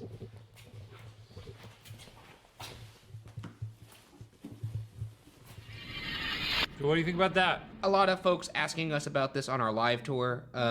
Yeah, I really don't know how this happened. Shane made the excuse that maybe perhaps even though he didn't hook the dummy head up, even though he kind of just laid it down, maybe gravity got the dummy head to... It wasn't gravity. I said that hooks hook. That's the whole thing. Well, the whole thing about a hook is I set the hook on the plush head, the stump. You just laid the head down, though. I set it on. The whole purpose of a hook is that you have to kind of adjust it in a way so that it hooks. And that way it doesn't get unhooked. I will fly us back there tonight. Yeah. You will? And we'll go test it out. I doubt you have the energy or the means to do that right now. You're right. What else did we get?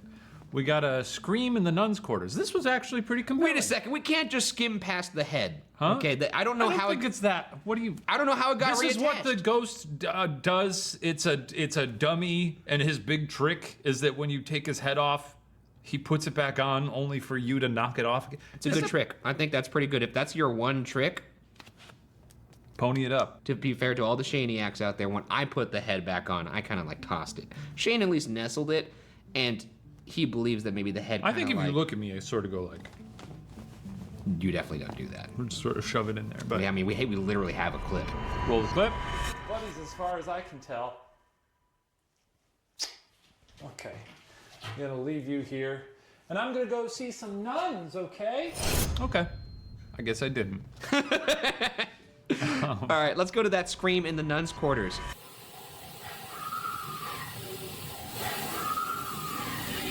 Okay, so that happens when we have our audio recorder left up there with our static cam. We actually had people of our own staff, including our director, Mark Celestino, who thought that perhaps this scream was Shane's scream. Oh, from when I was on my solo? Yeah, and it doesn't even match up time-wise or pitch-wise. It's not, Shane screams a long time, because I talked to the editor about this, and Anthony, who edited this episode, well, job well done, Anthony.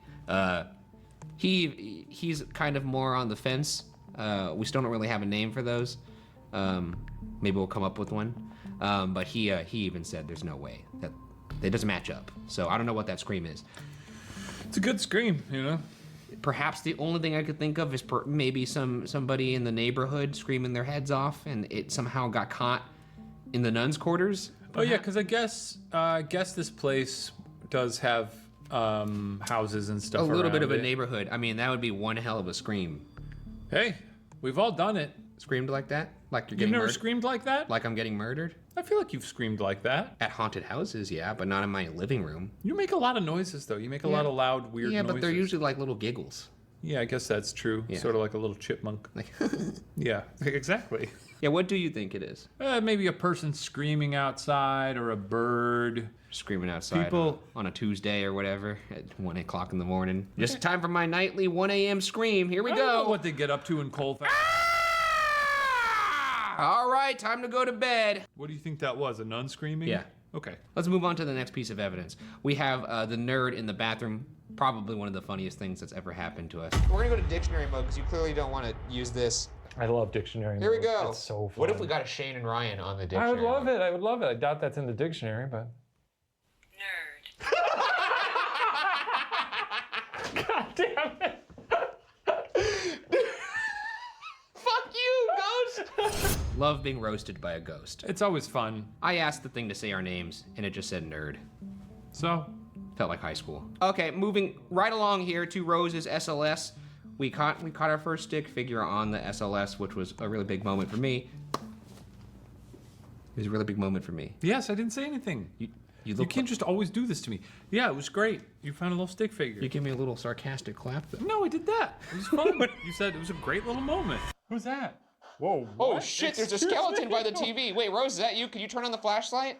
Why is it a Why is it dancing? It's dancing. It's dancing. What in the... Look at this shit, it's dancing. Oh, it's doing... I'm not even kidding, it's doing Stay Alive. It's doing the fucking... Now it's sort of turning into a spider and bending all its bones like that lady in Old. Rose, if that's you by the TV, turn on the light. Are you in here with us right now? You could either talk to us or you could turn on that light. Okay, Rose, I'm gonna need you to turn off the light right now. I can see you trying. Turn off the light, Rose! Look at the arms, look at the arms, look at the arms. Rose! Oh shit. Kind of like a little shoulder motion. She's quite proud of herself for turning off the light. She's like, yeah, I turned off the light. This has not What do you think happened of that? before. We've never seen a skeleton show when there's no person. It's pretty compelling. Look, the SLS is basically, as Shane likes to say, an Xbox camera. And it is. It's a Kinect that you point at the dark, but Kinects are used to recognize human figures in the dark. So the thought being, if you point it at the dark and something pops up, pretty cool. It's a real world application for something that you could use for ghost hunting. I like doing that, using real world tools like an SLS, which is basically a Kinect camera, or like an EMF meter, which people use at like construction sites and stuff like that. We had not caught anything on the camera yet, and it was pretty cool. And also it matched up with the movements of her poking the little light too, which I thought was fun. Yeah. I like combining two tools. It is fun to combine two tools. This is a moment that got a lot of attention at the live show, so I just thought we'd talk about it now. The moment in the Ovilus when you point at me. It calls you God. But it says low after. Low, God low. Which I took as a short joke.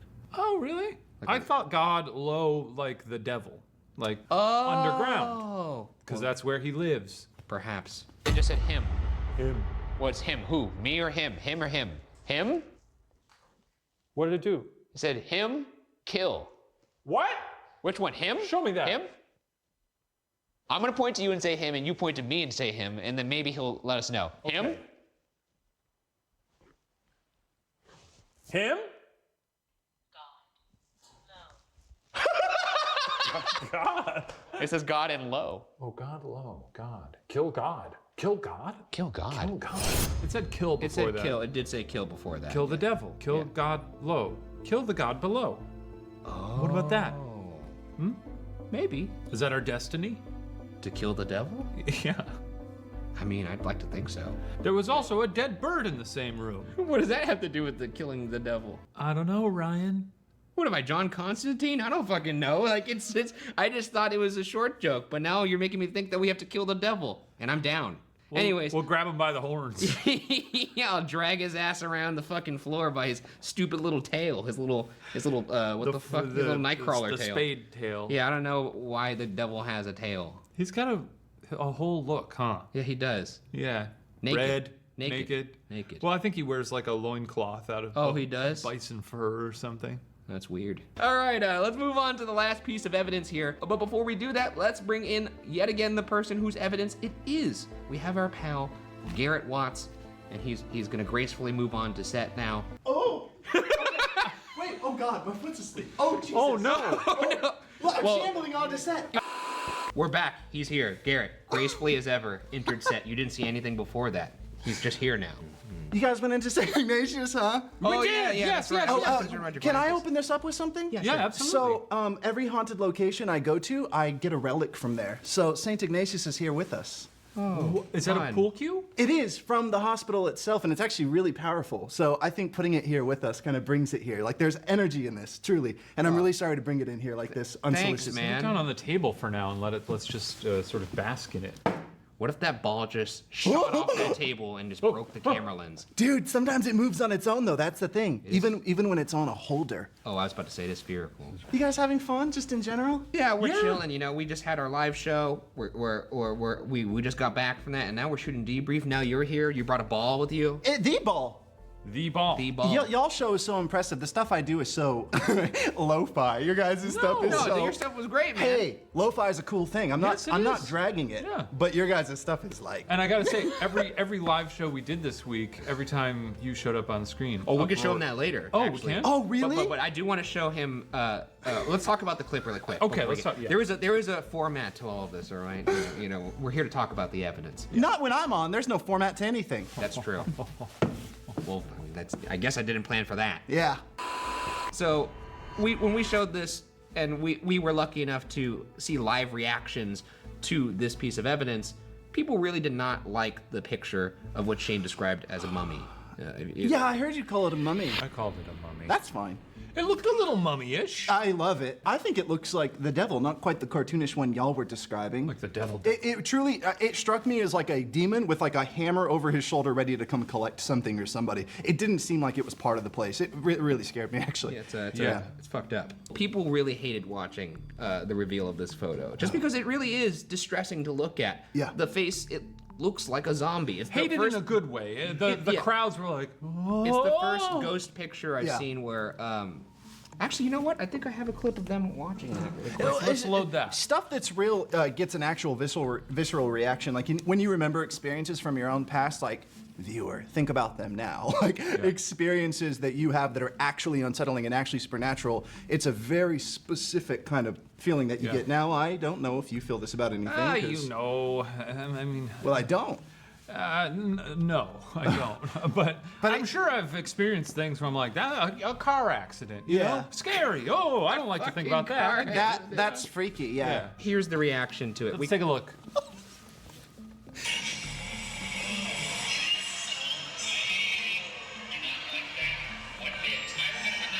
They sound like they're gonna throw eggs at the screen. Wait, that's fun. I want to do that. I want to copy your guys' style. Okay, come to my live show. No, I'm just kidding. Really, honestly, and I said this in the show, it might be one of the best pieces of evidence I've ever seen. And now you go up there all the time now, right? Yeah. Yeah. Yeah. Oh my God. Yeah, you guys were in Spokane, which is like my stomping ground. I have a haunted apartment up there and everything. A beautiful city. There's not much more to say about that other than it's an amazing piece of evidence. But I do want you to react because I did not realize this, but when Katie, she was the person who was our moderator on the live tour, and she went out and introduced us, she had mentioned to the audience that you were in the episode, and it got quite the reaction. I just wanted you to see it. Oh, really? Is it like when Cap catched the hammer, but less? Yeah, it's when Cap caught Mjolnir. It's basically the same thing.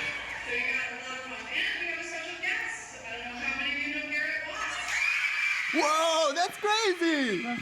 That makes me feel like valid. That's crazy. It is strange. You probably have the same thing as us, where we put a lot of content on the internet and very rarely experience people Real responding life. to it. Oh Real gosh, life. even it's been years of this now, and every time someone even approaches me in person, I don't know, I just block it out. That's like my approach to being on the internet. Yeah. It's just like It's fair. not, you know what I mean? I just wanted you to see that because I wanted you to know that you're loved. Wow, that's really cool. That really sent my ego to the moon. Good. And you know what it did to Shane? It did the opposite because he saw how loud of an applause you got, and then he went out and said, You said, I'm in this as well. Anyways, we do have one more segment here before we get into the Q&A.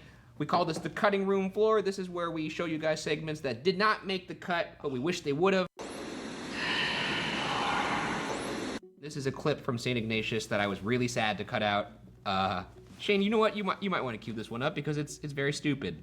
We were in the bathroom, which I think you're familiar with. Not just the concept of bathrooms, Yeah. but the one in St. Ignatius. Yeah. And there was a pile of pink goo on the ground. Oh. And Ryan and I stared at it for about upwards of 5 minutes. We were really disturbed by it. I was like, it looks sentient. We were It looks like it could think. We were both sort of crouched down on our haunches. And Shane was like, I should smell it. And This I was is- like, don't smell it. This is how people describe meeting me, by the way. We should smell it. A lot of parallels here. Guys, What that is was this? just me. No, I'm sorry. And we were like, this is some of the freakiest stuff we've ever seen. Is this ectoplasm? What is this? Yeah. And eventually, we discovered that there was just a soap dispenser directly overhead the entire time. Just didn't see it. Ooh, but who was pumping it? I guess I just love that. I love that the internet's two greatest detectives couldn't figure out what soap was. Okay, are we gonna acknowledge this? Yeah, I mean, we already kind of acknowledged it, but we could do it again. It's, we've been doing ghost hunting for about, what, 6 years now? Yeah, something like that. By far the grossest thing I've ever seen is right there. I don't know what that is. I don't know what that is. It's wet. It's mushy. It's moist. There's never anything good to come of something that's been clearly here for a long time and yet still very moist. Is there a stick we can poke it with? I'm actually really curious to know what it is. I'm scared it's gonna crawl up the wall if you do that. Like it's some sort of kind of sentient blob. Give it a sniff. No, fuck you. Go You give it a sniff. I'm not giving that a sniff. You give it a sniff. Give it a sniff. No, don't do it. No, seriously. It's bad for your health, dude. Look at that. It looks. I'm just gonna give it a sniff. That's a nature's mistake. It doesn't smell good. What does it smell like? I don't know. Oh, you smell. You made me almost want to throw up. Sort of acidic. Maybe it's vomit. I don't know. It looks like somebody threw up like a super burrito. Oh God, dude, don't throw up. If you throw up, I'm gonna throw up. No, I'm not gonna throw up. There's nothing we can poke it with. That's just Were you not satisfied by sniffing it? I just want to know what consistency it is. Oh, you is know it what calcified? it is? I think I might have figured it out. What if it's this soap? Oh, maybe it's the soap. It's the soap drip. It's the soap drip. That's way less gross than somebody, shitting out a burrito or something in here. Okay, good to know. And it actually kind of spoils the fun for me. I thought it was going to be a Ghostbusters 2 ooze situation. No, I don't think it's a Slimer. And that's soap.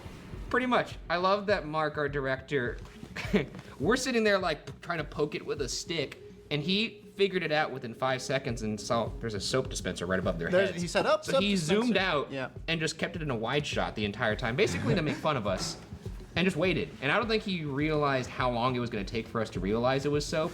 No, that's cool. Bully them. So you and Andrew also have covered this location pretty extensively. Oh yeah. It's an old hat for me. What were your methods? I know. I mean, hey, trailblazer. Yeah. What were your methods like there? Can you tell us about your experiences? Every single one of them. No. In great detail. Well, that morning I woke up at 9:42 a.m. Well, hang on. I was held in suspense there. Then I got out of bed. No, it was incredible. I mean, y'all are so prepared with all your equipment. I go in with what are essentially toys. I don't think they're We toys. do that as well. Yeah. Yeah, I saw They're not toys. They're not toys. Okay, take it easy, boys. I had a really... It's nice to have you between us, because Yeah. sometimes I'll slap both your wrists. I don't give a damn. No, you think? Don't point at St. Ignatius was incredible. One of my favorite places I've ever been in. I kind of want to live in it.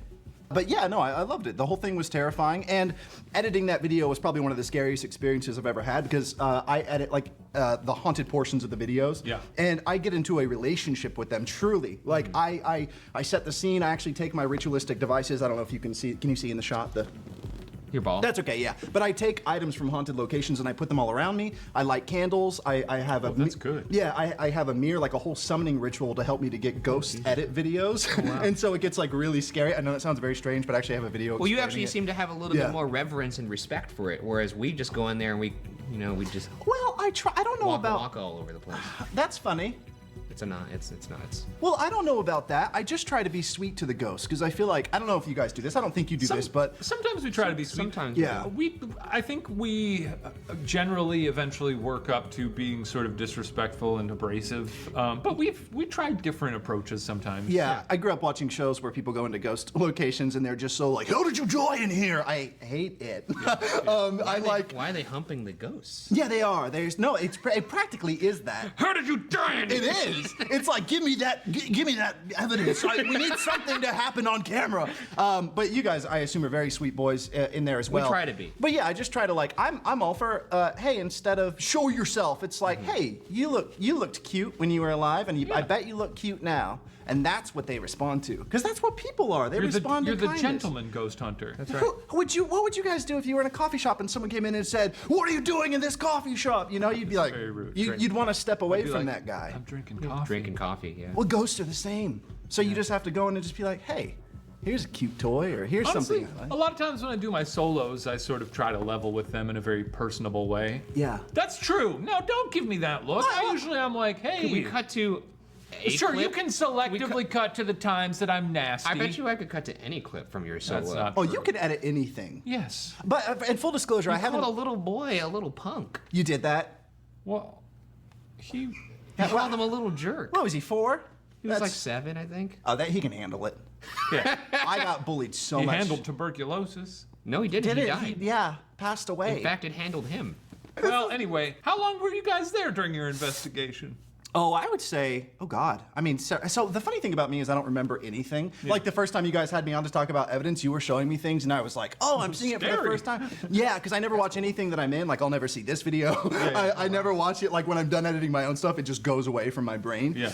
So That's kinda cool. But it's a good tactic because if I see myself, I'll start to overthink things and things will get Well, I know weird. how that is. Yeah. That's all. Ryan, much like Batman in The Dark Knight, at his home, he's just got a big wall of every video he's ever been. That's right. And he goes home and just stands there and looks at it. And I look, and Shane comes from behind the screens and sometimes goes, "This is wrong." Yeah. And Ryan says, "Beautiful, isn't it?"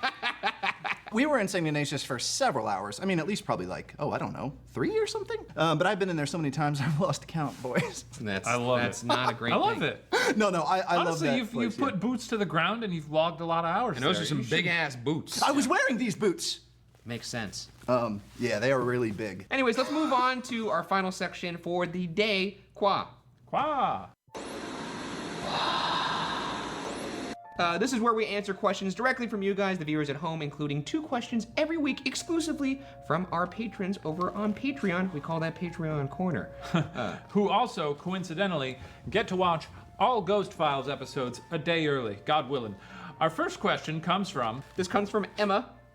Question for the debrief. Do you think the scream you heard in the nun's quarters could have been Shane when he screamed during his solo investigation? P.S. This was one of my favorite episodes so far. I've been interested in St. Ignatius ever since Garrett did his video on it like a year ago. Stop. Anyways, no, we already established it was not Shane's solo scream.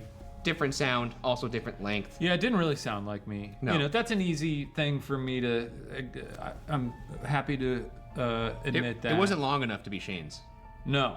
This comes from Claus the Dino, or the Dino.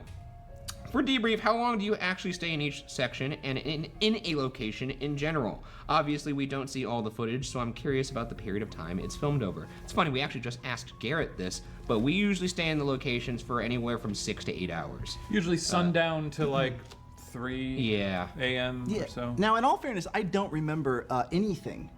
Namely, that video that was shot a year ago. Because, like, if my friend Andrew was watching this, he'd be like, Garrett, what are you talking about? We were in there for 9 hours. But to me, it's all just a blur. It seemed like you guys were in there for a while. Yeah, I don't know. When I'm having fun, It's it's also all a pretty just... big building, and you know. Actually, you just made me realize 6 p.m. to like 3 a.m. That's usually about 8 to 9 hours. Yeah. No wonder Long why time. we're so damn tired Yes. after these. We're exhausted. Oh, this is actually just a fun one for all of us to answer. This comes from Casual.Adventures. What food or beverage do you think ghosts miss the most? What would you want future ghost hunters to bring to you? That's a good way to think about it. This person, who is this? This is Casual.Adventures on Instagram. Well, Casual.Adventures, you really get it. That's like a really, really... You're thinking about them like people. You know? Yeah, if I was in the afterlife and someone left me a birthday cake flavored snow cone, I would do anything. A birthday cake flavored snow. Oh, I see. Yeah, I just... Yeah.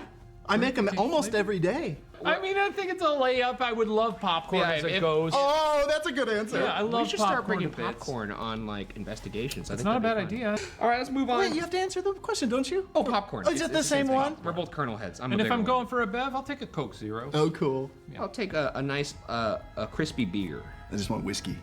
That sounds good too. Well, I didn't know you guys were going after the boozy stuff. There's no rules, I'll man. take a martini, just a little bit dirty with 3 olives, breakfast, lunch, and dinner. That's pretty dirty. We're gonna be annoying ghosts. This is from Twitter. This one is more for me. @sombre_confetti. I need an in-depth look at the spirit box and how it's supposed to work. Do you use a spirit box? No, I don't know what that is. Can it be interfered with by two-way radios or any other radio signals? Please be as scientific as possible when we have no idea how the equipment works. All the evidence You're saving this for the end? means nothing. One last quick question. This is just from Twitter. Give us a thorough Hashtag explanation Shaniac. of the It's science very of the spirit. easy. It's not. The spirit box rapidly scans radio channels, sometimes 5 channels per second. Oh, that's cool. And basically what happens is if you get a sentence, like if it says, "Hi, how you doing?" or "Who is that?" and it's the same voice, The odds of that would have to be several radio channels working together to produce the same voice in a complete sentence. So the idea is that the white noise produced by scanning radio channels rapidly is something they could use to communicate. That's the idea behind it. I'm only gonna allow myself to say this word once on any given debrief, but this is what we call pseudoscience. Oh, I did it. Jesus Christ, that gave your body a reaction that. I'm nasty sometimes. At Sophia Cupo on Twitter Town. Hi team, do any of you have a dream/nightmare, like you couldn't get paid to go, ghost hunting location? Anywhere in the world. Great episode today. Ryan's Pennywise will haunt me. You're welcome. Oh, so a place that nobody in a million years, Or $1 million bucks, you wouldn't go there. That you would want to go. Dream or nightmare location. Oh, interesting. And I'll just let you say whichever one you feel compelled to say. Oof. Mine's dark. I shouldn't. Jesus Christ. Sorry! Look, I'm a sucker for horror cinema, so probably the Stanley. I've always wanted to do a proper, full investigation of it where we could shut the whole hotel down, but We went there once and we met the mayor and he said, That's you right. boys come back, here's my card. But I don't think he's the mayor anymore. maybe not. And I don't know where his card is. I lost it. We gave it So to- if you're watching this, If you're the mayor of Estes Park, Colorado, the mayor before you said we were really nice guys. that's right. Or or if you're the past mayor, can you give us your card again, and then we'll work our way up. Where would you go? Where you sounded like there was a place you didn't want to go. Well, it's just that. Was there a place? I mean, my genuine answer, like I said, is just dark. You ready for it? It's just the house that Dahmer killed Stephen Hicks in, his childhood home. That's pretty grim. That is pretty dark. Yeah, I would not want to go there. I would not want to go there I either. wouldn't want to do it. I think a lot of forces would center in on a place like that. You know where I would really love to go, and I honestly don't know if anyone has died there. I would assume someone has, but I would love to ghost hunt at McMurdo in Antarctica. Who the fuck is McMurdo? Yeah, what is that? It's a research base down in Antarctica where people live. But what do you think could be there? The thing from The Thing? That'd be cool. Well, I just wonder if there's ghosts there. I'm sure it's a creepy sort of area at times when the lights go out and they're stuck there for the winter. Oh yeah, I am looking. Andrew and I are looking to ghost hunt in the snow. We just think that'd be a remarkable thing to That do. sounds like a lot of work. Yes. Yeah. That sounds like a nightmare.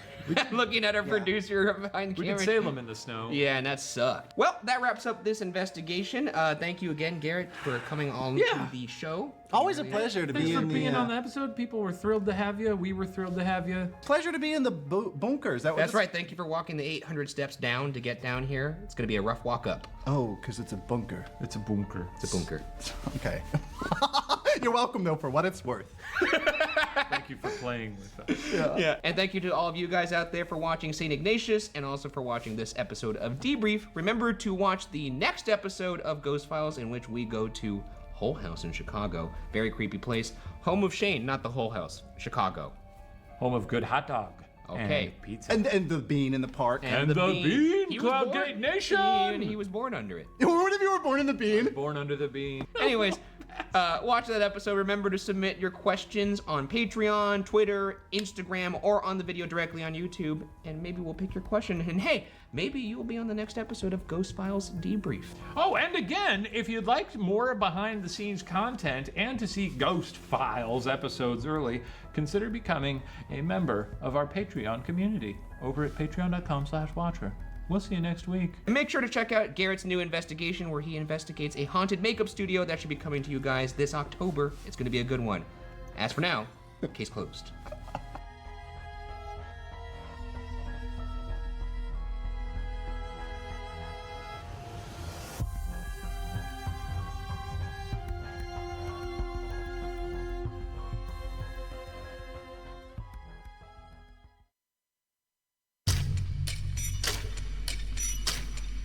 Anybody here that wants to come talk to us? I think I'm gonna kick a ghost's ass tonight. I hate this.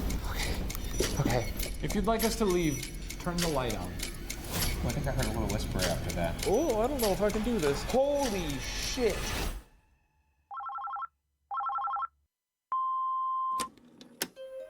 Hi, my name is Michael Ramirez, and I have evidence for Jane Addams Hull House Museum. My name is Jean, and I have evidence Suddenly for the felt like somebody was watching me. across my back. I was standing up on my saw a stick figure show up on the Somebody SLS pulling on my pant leg, like to find this unexplained shape. Can you guys investigate?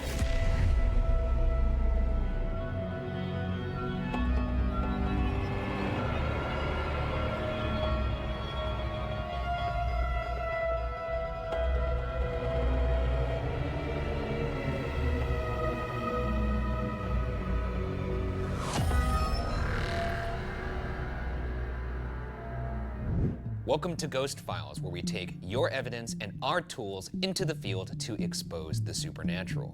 My partner, a skeptic. Myself, a believer. Both of us, truth seekers. This week, our team travels to Chicago, Illinois to investigate the Hull House Museum.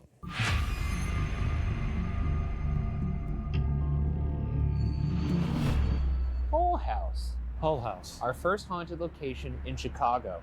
A very haunted city, many would say. This looks actually kind of pleasant, dare I say. Yeah, we do really good buildings in this town. Except for all the ones that burned down. Well, you're not personally building them yourself. Well, in a way. All right, Hull House, let's do this. Oh, nope. All right, Hull House, now let's do it. Now that we figured out doors. Shut up. The Hull House Mansion was originally built in 1856 as a private home by Charles J. Hull, only to leave it behind after 4 years due to several tragedies within the premises, including the traumatic loss of both his sons as well as his wife. Many believe that Mrs. Hull's spirit remains at this home. Then, in 1889, it was taken over by renowned activists Jane Addams and Ellen Gates Starr, converting it into the nation's first and most influential settlement house. Besides being a safe haven for the community, it is also infamously known as the home of Chicago's own legend, the Devil Baby, inspired by the movie Rosemary's Baby. You're gonna burp that Devil Baby. A Devil Baby, I'm not a big fan of it because I don't like small things moving really fast. Imagine just a baby in diapers just sprinting at you with red eyes. Its little fleshy feet on the floor just... And that diaper just foaming to the brim with demon shit. At its peak, the Hull House settlement expanded up to 13 buildings, filling up a whole city block. What's left today is the preservation of the original Hull House mansion that has sat on Halsted Street for nearly 2 centuries and is now part of the University of Illinois at Chicago's campus. It stands 2.5 stories high, sitting ominously in the middle of campus. We will start our investigation on the first floor and work our way upward. We've also placed cameras and audio recorders in 2 of the more active parts of the building in hopes that we catch activity when we're elsewhere. One in the original Jane Addams room, aka the haunted bedroom, and a second in the attic where the infamous Devil Baby is believed to reside. And finally, to end the investigation, Shane and I will each be forced to explore the entire house one at a time, because I enjoy pain. It's a modest building for a haunt, but it's rich with history and hopefully with ghosts. Going to Chicago, your home place, you have any, you excited for that? Well, you've been to Chicago before. You're a traveled cultured man. Of course, I've never been to Chicago. Chicago. You've never been? You've known this about me. Yeah, I know. I think you just wanted to hear me admit it. Yeah, I think it's a town you'll really enjoy. I'm looking forward to seeing that stupid bean that everyone talks about, the one that you were born under. Yes. That's known on Wikipedia. Cloudgate Nation. Rise up. We'll get you some Portillos. We'll get you some Malnati's. We'll get you some of that bad popcorn everybody likes. And then we'll go to a haunted mansion. That's right. Well, without further ado, the investigation begins. Well, I immediately regret this. Visitors have reported many supernatural experiences in this building, from hearing children laughing and running to random voices around the hall. One former employee has experienced multiple strange occurrences in this part of the house. As a former employee, I've always been in the museum either with another employee or with people on tours. One time did chairs move from under desk and fall over with a tour group, constantly hearing doors slam shut, always hearing voices in numerous areas. They've always been positive voices or things that don't sound evil, which is good. I would bank on them being pretty positive. It seemed like a pretty happy place where people were able to go for comfort and rehabilitation. There were those tragedies, though. Yeah, whatever. The guy's kids and wife died, though. Oh, right, them. Yeah, very sad.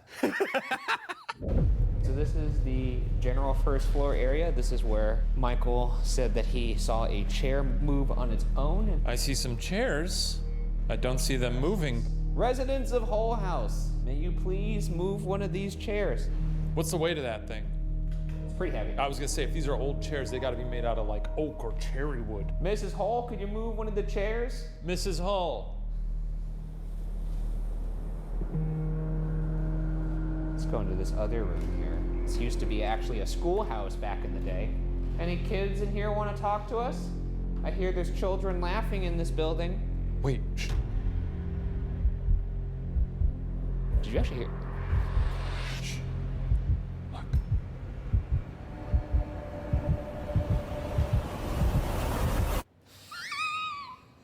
Fuck you, dude. It's very You did good. it. Yeah. You very did it, good. Ryan. No, it's good. I got him. We're gonna do something I call the Estes Spirit Box. Oh, you know what? I actually enjoy this. Do I get to be the human radio on I this do. one? I'm the human radio. Fuck, I don't like It that. forces you to be an actual investigator for once. Okay, all right. The Spirit Box rapidly scans radio signals to create white noise through which spirits can communicate. Now, I'm gonna listen to the Spirit Box with headphones, and I'm just gonna say whatever I hear. I'm not gonna hear any questions that Shane is asking. And if my response somehow makes sense, perhaps we're making contact with somebody. This is fun. I do enjoy this. It's more fun than the box because I don't have to hear it. I am now reaching out to the spirits of the Hull House. That includes ghosts, ghouls, goblins. Why you? Song? Son? Sons, daughters. If the devil baby's here, please say my name. Have to work? No, you don't have to work. You're here to play. You're here with the boys tonight. We're gonna have a good. Whoa! What? Yeah, What is? boys. Who are you guys? It sounded like who are you guys? That was crazy. Okay, devil baby. We're Ryan and Shane. We're the greatest ghost hunters currently alive. We want nothing more than to make contact with you. We come here with good intentions. We might be a little nasty here and there, a little rude. It's pretty funny to see him sitting there in a little corner. Call someone. Okay. What would you like to say to him? Maybe you're Maybe I'm what, you son of a bitch? Sorry, that was dead. a little. Oh, okay. All right. This is a very confusing conversation, Mr. Nutcrack. Now I feel like you're threatening me. Good. Okay. You're gonna crack my nut. Don't go anywhere. Now I feel very threatened because you seem like you want to beat the shit out of me. Hide? Hi. Hi. Bring it. Okay. Are you asking me to kick your ass? I'm good. I don't know if that means you're good. You don't want me to kick. Can't. You can't kick. Bring it. You're sending mixed messages, man. Fight. I think I'm gonna kick a ghost's ass tonight, is what I'm. Bad. No, it's gonna be bad when I'm done with you, sir. Misery. Exactly, that's what you're gonna be feeling when you meet my Cute. sweet fist. Oh, it's cute, huh? How do you like this? I might have just hit you for all I know. Did that hurt? Huh? Huh? Is there anyone here? Am I hitting a ghost? Wrist. Missed? Back. What? What do you think about that? How'd that feel? Who's this? My name's Shane. I just beat the shit. Scared. Yes, you are scared. Okay, Ryan. Go. Yeah, you go. Hit me. Oh! I think I just beat the shit out of Mr. Hull. I was punching, I got in a fight with him. As far as I know, I'm pretty sure that's what just happened. Why are you sure? I don't feel like anything. I guess I did say hit me at He one was point. asking me to hit him, and I think I fought him. Well, if there is a ghost here who is looking for a fight, you found one. One of the most active areas is the staircase, with people seeing the nearby chandelier often moving on its own. However, the staircase is most famous for the numerous photos of apparitions captured on it, one of the more recent ones by Gene Anderson. We were on the front porch looking through the windows and taking photographs. As I was flipping through all the pictures I took, I noticed on one there was something on the stairs. It looked like a baby. That looks like a baby if you ask me. That looks like a big-ass baby. That's a chunky baby. Just to do my part here, it did look like it was taken through a window. A lot of reflections on that shot. You have to admit that is... It's possible, but I mean, looks like a baby. I guess Devil Baby would sort of do a head trick and just And be like, well, they'll be really freaked out if they just see a little baby head flying around. And especially if it's fucking huge. If I see a baby head flying down the stairs at me, I'm doing a little psycho like. Let's see if we could capture a baby ourselves. I could see how smudges would create a baby-like face. All right, so if we can't capture it via photo, we are going to use some tools here to maybe pick up the little ghost otherwise. We have a mag light. A regular mag light, when turned to the space between on and off, can be turned into a touch lamp, which you can ask spirits to manipulate. However, the light will also randomly turn on and off in this setting, so responses need to be timely and repetitive for a compelling interaction. I'm gonna reintroduce ourselves. My name is Ryan. I'm Shane. If you understand that, can you please turn that light on? Is there a lady in white on this staircase right now? If you can, or if there is, can you please touch that light on that staircase? Any ladies on the staircase, please tap that little light. Or I think that knows what we were about to say. A little demon little baby. devil baby. A little devil baby, perhaps? If that was our friend, the little devil baby, why don't you go ahead and turn that light off? Oh, yeah. That's right in his spot, too. I'm simply thrilled right now until I actually see you in the flesh, in which case I'm gonna jump headfirst through that window. We're gonna give you 1 more minute to possibly show yourselves. If there's anything in this house that wants to communicate or wants to say anything, please show yourself on this staircase. If you'd like us to leave, turn the light on. Yeah. Any more conclusive statements from the flashlight over there? You're really wilding out. If you'd like us to leave, turn it on. Okay. If you're upset that I clocked Mr. Hull in the jaw, turn that light off. Maybe that's Devil Baby talking. Maybe he's saying, no, I don't like Mr. Hull.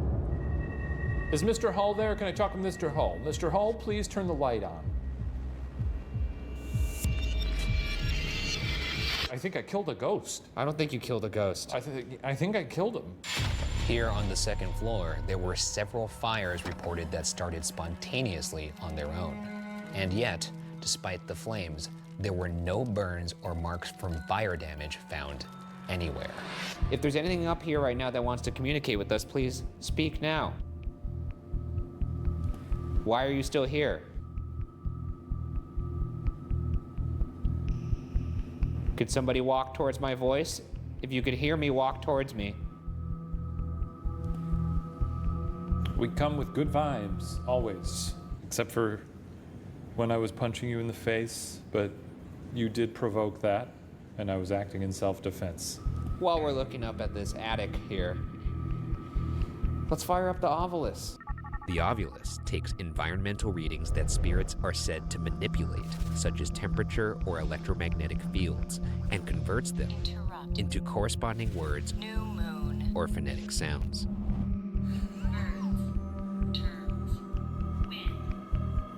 Did it say birds? Birds, terms, and wind. This feels like a riddle of some sorts. I don't like riddles, Spirit. Breaker? Give us something direct, something to work with. What do you want to talk about?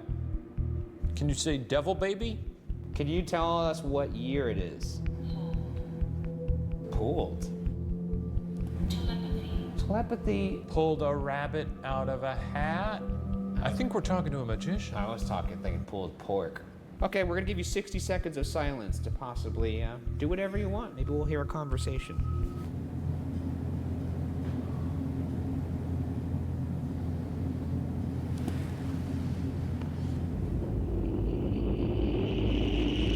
Okay, well, I guess that wraps it up for this room. Just one more room down, one step closer to me being in this awful house alone. The second floor bedroom is where Mrs. Hull reportedly died and is dubbed by Jane Addams herself as the haunted bedroom, despite herself being a skeptic of the paranormal. According to Addams, previous tenants used to put buckets of water in front of the bedroom door because they believed that spirits cannot cross water. Jane and her guests reported hearing conversations in this room in very unchill times, like when they were home alone. And multiple witnesses have seen a woman hovering over the bed. So Jane Addams, the skeptic, heard voices in her own home that she couldn't explain. What do you think about that, skeptic boy? It's tough in these situations. You wish you could be there and sort of judge it for yourself. People are incredibly susceptible to their emotions, the environs. It's possible she did hear a conversation, you know, and it's possible that she also heard something else that she thought was a conversation. Who knows? We're gonna use a couple tools in here, one of which I'm very excited about. We're gonna use our little Honeytone amplification device for the spirit box. The Honeytone, called that because, oh, it sounds so sweet. The spirit box rapidly scans radio signals to create white noise through which spirits can communicate, and the Honeytone filters out the noise while amplifying only the voices. Jane, can you say our names back to us? Can you tell us what floor we're on in the building? 2. That was creepy. Who are we talking to right now? Can you tell us your name, please? Michael? I don't know. Can you be clearer, please? What's your name? Bergara? I'm gonna turn this off in about 10 seconds. I'm gonna need to hear something. Tell me your name or something compelling for me to keep this going. Whoa, what was that? Oh, we're gonna have to listen to that again. It almost sounded something like friend. We might have another way to talk to you. I'm gonna turn this off now. Alright, I've got my camera trained on this flashlight. Oh, I think I heard a little whisper after that. Is somebody here with us right now? Jane? Not Jane? Anyone? Mrs. Hole? If you don't want us to leave, turn on the light. Turn on the light. Oh. You gotta be freaking kidding me. Okay. Okay. Is this Mrs. Addams? Is this you right now? If it is, turn off the light. If it's not Mrs. Addams and it's Mrs. Hole, can you please turn off the light? Who's left? Lady in white. Turn off that light. Oh, Lady in white. Lady in white, if you are Mrs. Hole, can you turn on the light? This is good. Lady in white, if you are Jane Addams, can you turn on the light?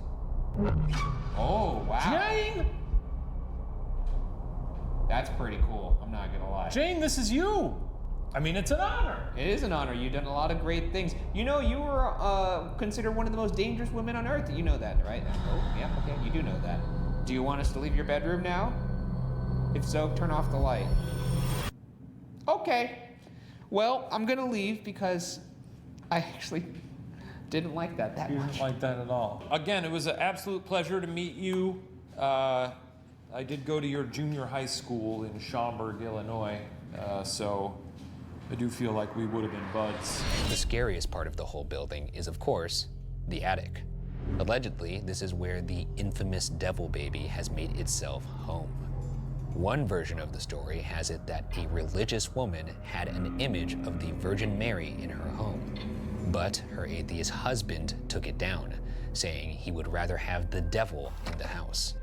When they had their first child, his wish came true. The baby allegedly had pointed ears, horns, and a tail just like the devil. According to legend, the terrified parents decided to leave the baby right on the whole house doorsteps, where the residents attempted to baptize the baby, but it ended up being locked in the attic.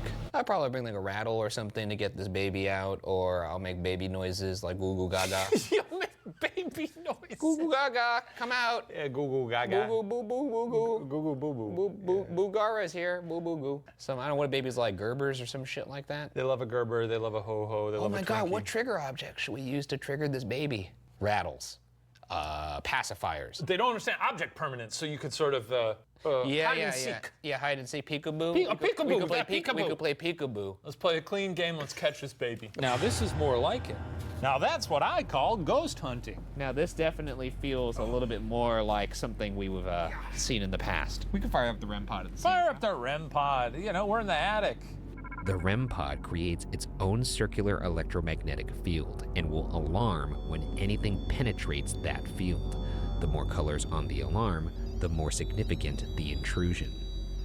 The REM pod also detects temperature fluctuations. Devil Baby, why did you choose to live up here? I mean, I think it's obvious. This is a great location for a Devil Baby. Devil Baby, do you see the device in the middle of the attic there? It's got a little red light on it. Red light, you know that. Like hell. And your biological father's skin, I assume this is a direct descendant of Satan. First name Devil, last name Baby. Yeah. Approach the REM pod. Actually, there's some blinking going. Yeah, I think that actually means the temperature's going up a little bit. Well, oh, are we going into hell? Get real close to it. If you could get even closer to that, we'll know you're here. Devil Baby. You're really disappointing us right now. You're disappointing the audience. This is your chance to clear your name. Can you move something up here to let us know you're here? If you don't... Should we turn our lights off? Let's try that. Oh, that's extremely... I don't like that at all. That's spooky, huh? Devil Baby, approach the REM pod, Devil Baby. Touch. That's a spike in temperature. It's going up. Holy shit. Oh, we did a little Ovilus?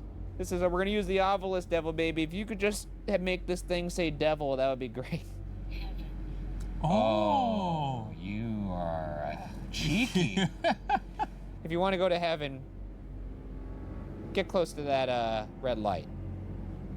We'll lie to God and tell him that you're just a normal baby and he'll let you in. Or better yet, we won't lie to God. I'll lie to God. No, Shane will distract God, and while God's distracted, I'll sneak you in the back door of heaven. Yeah, that's right. I'll pull open. Oh. You like that, huh? Yeah. Devil Baby just won't go to heaven. That's right. Shane will distract him. We'll do the old, I don't know what the name of that play is. Shove. Dress? Where? Where? Dan. Dan. Nighttime Dan? Oh, and a real nighttime Dan we got here. Are we not talking to Devil Baby? Are we just talking? Are we talking to Nighttime Dan? Nighttime Dan, could you get... Disc? You're a DJ? Money. Nighttime Dan spins discs for money. Nighttime Dan, local DJ from Chicago. If you like money and leather, touch that little red light. Damn it. I mean, he's probably got his headphones on.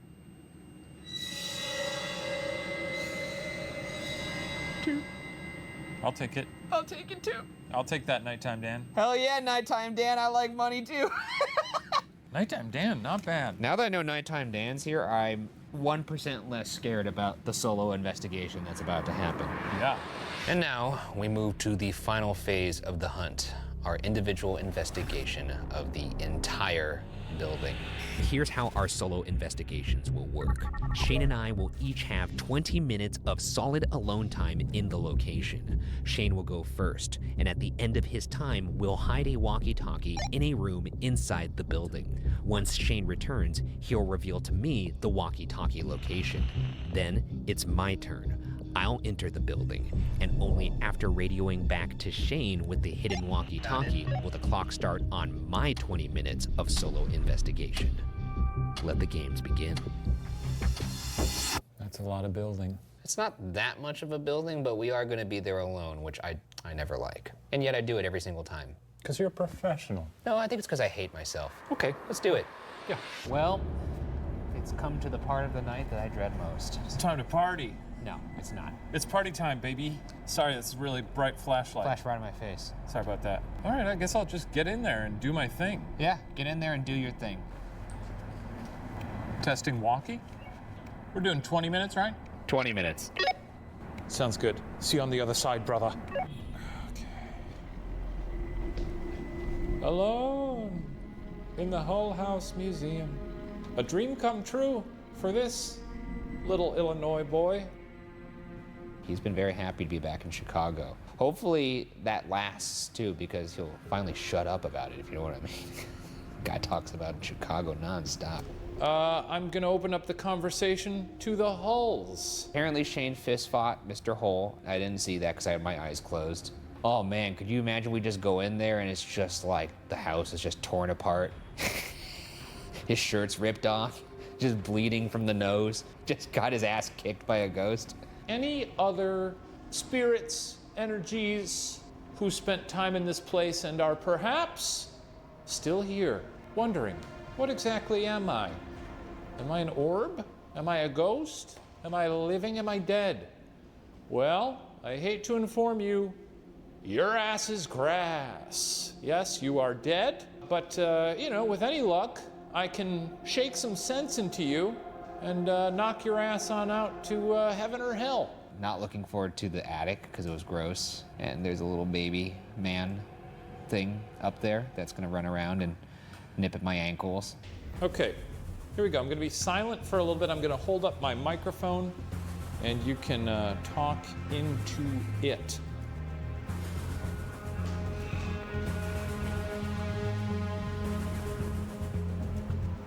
Now, he's probably doing something really stupid right now. Devil baby? My little devil baby here? Not taking the investigation seriously. Come on out, devil baby! Devil baby! Disrespecting the craft. Devil baby! My sweet boy, come on down. Come on down to Pop Pop, devil baby. You know, typical Shane things. Would you like to swing from the chandelier, devil baby? I won't tell. Devil baby, if you come out right now and swing from the chandelier and do a little flip into my arms, I'll give you a kiss. And I'll never tell them it happened. I'll delete this footage. Now I'm gonna be in there for 20 minutes. And I already tried to bribe Mark off camera to make the time shorter. I don't understand why we need to be in there for 20 minutes. It's a very small building. It should be shorter. It should be shorter the smaller it is. This should be a 5-minute investigation. Yeah, you can see why when people stand in this room with the big-ass Stranger Things clock and the sound is very dampened, you've got these big walls covered in floral Haunted Mansion wallpaper. Of course people feel uncomfortable in this room. Jane, I'm gonna hang out with your death mask here, if you don't mind. I'm gonna fire up the Ovilus and give you the chance to speak to me. And this goes for Jane, goes for Devil Baby, Lady in White, any of the rich tapestry of characters that have moved through the halls of this Hull house. Let's bridle, plan it. Okay, you've got a lot to say tonight. Anybody here? Now, I'm a ghost hunter, and that's a thing that we do here in this era because we've run out of things to do. This is a job for some people, apparently for me. Go ahead and say something. Speak to me directly through the Ovilus. Here we go. What a chatty lady. Okay, well, I'm gonna go. I do appreciate the hospitality, as I'm sure many people did here. I'm gonna go hang out in the attic with your friend, the Devil Baby. Peace. Maybe. Oh, to me saying peace? Or maybe I'll run into the Devil Baby? Jane. Magic. Magic keeps coming up. Is the Devil Baby a magician? Shane, you there? Yeah, I'm here. Have you reached out to Jane Adams yet? Yeah, that's all I've been doing, you dipshit. Well, I figured you would be just kind of screwing around in there. Have you reached out to Mr. Hole? Yeah, I'm reaching out to all of them, buddy. What are you asking them? You know. Do anything. Just ask Jane if you think the house is haunted. It's a serious question. Look, not all of these have to be zingers. I just want you to actually do investigating it. Listen, asshole, I've been doing a lot of, legitimate investigation. I've been talking to these people this entire time. I ain't heard shit, okay? So yeah, I'll ask her that as well, though. Thank you for the tip. Hey, Jane! Yeah, let's get another take of that, except this time do it less like a douchebag and just, you're Talking to a person. Try that. Hey, Jane! Is this place haunted? You're wasting time. Just ask the question normally. And then, Lay down on the floor in her bedroom. Okay, laying on the floor in the bedroom. I will have to deposit the walkie-talkie before I leave, so just give me a heads up when it's time to come out and I'll do that. give you like a 30-second warning or something. Oh, that's pretty nice. It's actually hard to lay down with this helmet. Oh boy. Oh, I don't know if I can do this. Oh, brother. Oh. Shane, actually change of plans. I want you to stare into the eyes of the Jane Addams death mask and say I love you. Yeah. Thanks. Okay. I love you. Okay, break it up. Now just discard this walkie and Bring that tall ass back in here. Okay, gonna drop the walkie up in the attic.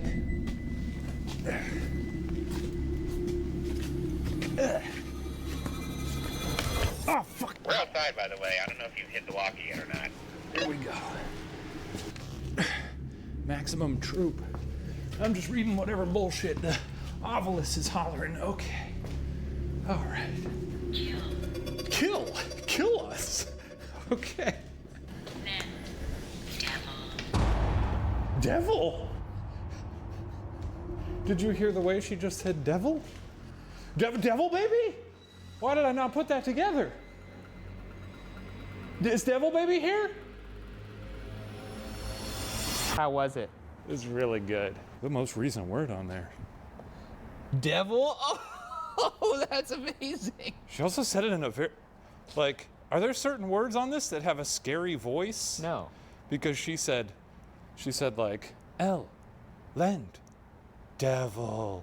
No, she did not say it. She kind of did. No, she didn't. That's bullshit. I can't believe that. I hope it says baby when you get in there. Dude, if it says baby, I'm just gonna walk right out. I'm gonna make a U-turn. I'm just gonna go up. All right, coming back out.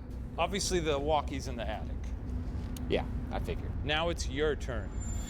It's ready. It's gonna be good. I want to see some enthusiasm for this one. Now I'm gonna keep myself centered. Well, hey, why don't you get in there, have fun? You got to find the walkie-talkie. Don't forget, that's our magical little system. That I remember the rules. This is the fourth I'll episode. give you a little toot-toot, so you can find it in there. Gotcha. Toot-toot. Oh boy. Oh shit, I'm so scared. God damn it. Why do I do this to myself every single damn time? Ah, here we are. You seen Devil Baby? Huh? You seen him? What the fuck? Holy shit. No way.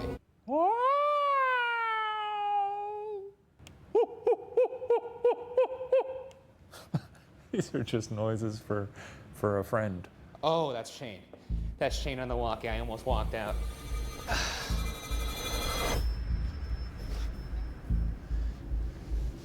I can't find it.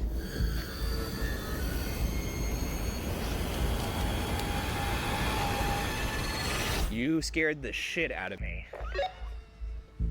I knew that you knew the walkie was in there, so that you probably would have pieced it together that I was making noises. But I thought the initial impact of hearing that strange noise would probably still get you. I considered walking back out. Oh, I love it. Great.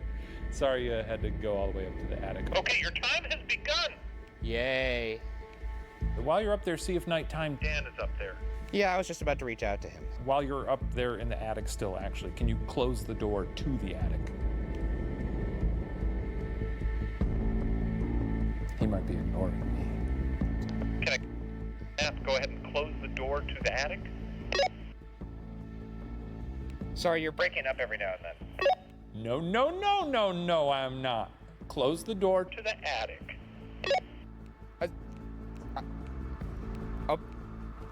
I can... This is not how a professional ghost hunter behaves, right? Fine. Sucks. Okay, nighttime, Dan. You up here?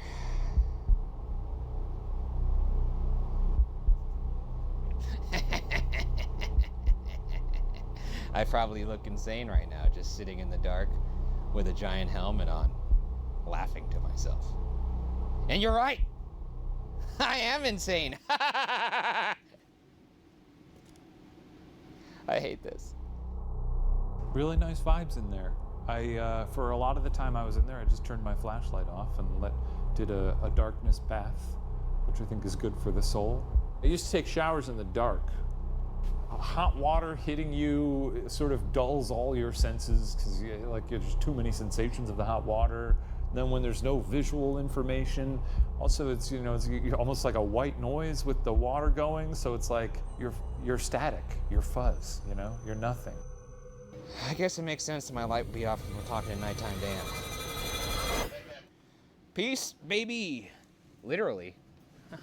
I usually just say baby as like a turn of phrase, but that time I actually meant baby. On that second floor yet? Jesus, so loud. Yeah, I'm on the second floor. All right, hop into that bedroom, shut the door behind you so it's not bright in there. Lay on the ground. And look up at that ceiling, see if you see any floating figures. You're only supposed to tell me one thing, you son of a bitch. I don't believe that's true. You told me to do several things. Fucking sucks.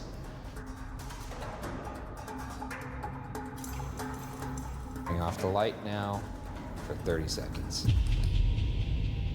This is horrible.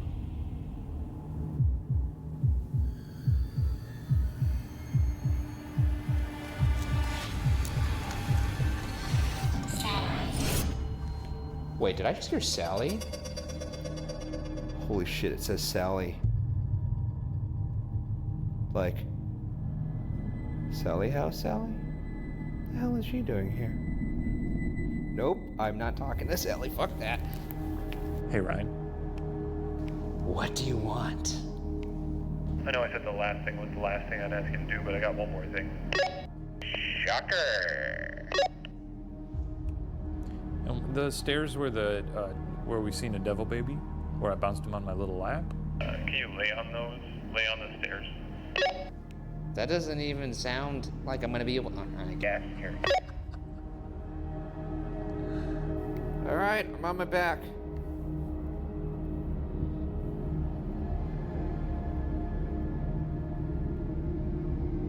This sucks. Hey, check this out. This is what I'm doing on these stairs. You ready?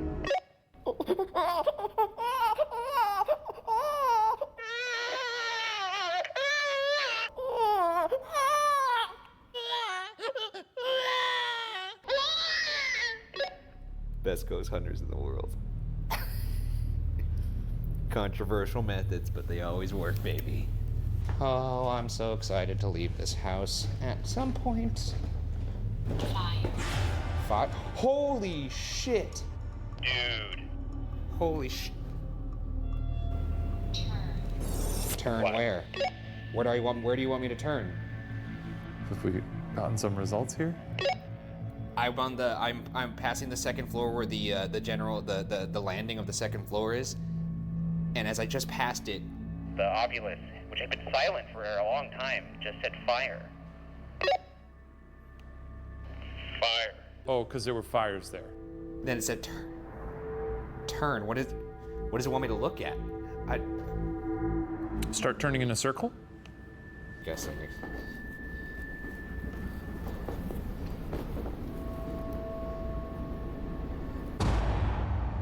Oh my God. What do we got, Burgoose? I just turned around. There's a fire alarm right there.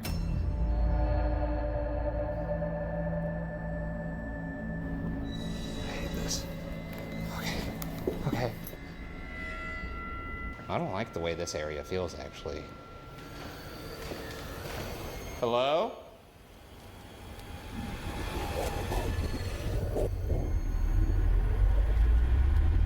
Oh, thank God. That's a fun one. It was. A really fun place. You did a great job, it seems like. You know who came in on the spirit box? Not the spirit box, but the Ovilus is Sally. The Sally? The name Sally came through. Oh. I was just thinking maybe it's because there's like that portal. I have no idea. Well, Shall we get out of here? I think so. Hull House, it's been a treat. Salute to a beautiful house. One for the books. One for the books. Let's go eat a hot dog. Will do.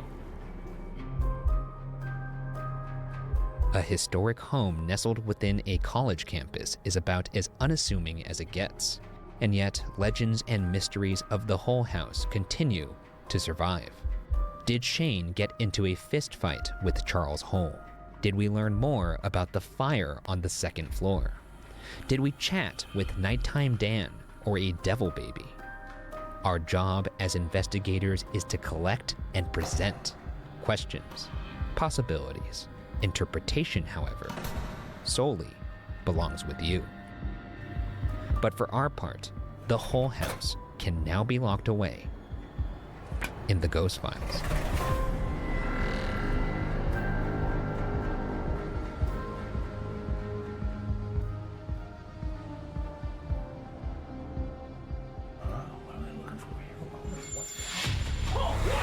Hey everybody, hope you enjoyed that episode of Ghost Files. If you haven't heard, we'll be answering your questions and breaking down evidence a little bit more on our weekly after show every Wednesday, Ghost Files Debrief. That's right. So submit your questions in the comments below.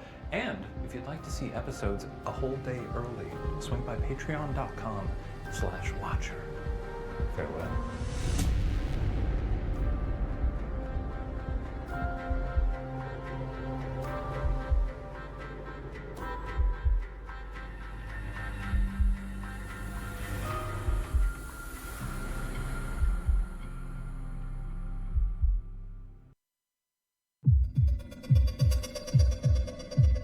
Shane fighting a ghost? A devil baby? Nighttime Dan? Grab a snack and help us unpack all that and more. It's time for Ghost Files Debrief!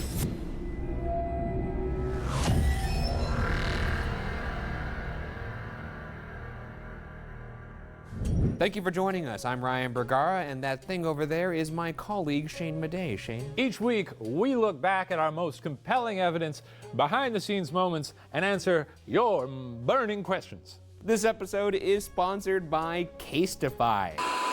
A huge shout out to Casetify for sponsoring this episode. I'm gonna be honest, I leave my phone everywhere. In the bathroom, by the kitchen sink, on the top shelf. It doesn't matter, I'm only human. So I really wanted to find a case that could protect my phone in as many situations as possible. And Casetify's phone cases definitely fit the bill. Casetify is the world's most popular tech accessory for a reason. They use EcoShock in order to protect phones from drops of up to 21 feet. That's a 20% increase in protection for my phone. And I know I can trust it because it's been drop tested over 156 times. That's 6 times the military standard. Last time Shane dropped one of these bad boys off a ladder. But you know what? I don't think it was good enough. Let me show you what these cases can really do. All right. Gonna get on this ladder, but safety first. Cause I'm going to the tippy top, baby. So here we go. Taking this to the top of the ladder. We're gonna go higher than Shane did, because that's how us Bugaros do it. Pretty high. I'm just a little scared of heights. Is this high enough? I don't know. Oh, we're pretty high now. Okay, I'm gonna drop it. Ah! That felt so wrong. How's it? It's fine. How's that possible? It's fine. What the I guess Casetify is the real deal. And that is the Casetify guarantee. Another thing I love about Casetify is that they have a ton of different designs from a huge community of artists. Literally over 2,000 designs. They've worked with over 300 artists from all over the world to keep their designs culturally diverse. Plus, there's always the option to customize cases to fit your own style. Casetify has cool accessories like phone straps and phone charms to really make your phone case stand out. Also great when you're trying to figure out where you left it. If you thought Casetify wouldn't get any better, you're wrong. Casetify is also committed to sustainability. With their Re-Casetify program, Casetify has been able to recycle 51,000 phone cases. Through the program, they make cases with 65% recycled and plant-based materials, which means they reduce their carbon emission by a full 20%, which seriously makes me feel better about clicking purchase. Protect your phone in style. Go to casetify.com/watcher today to get 15% off on your order. Thank you again to Casetify for sponsoring today's video. And now, back to the debrief.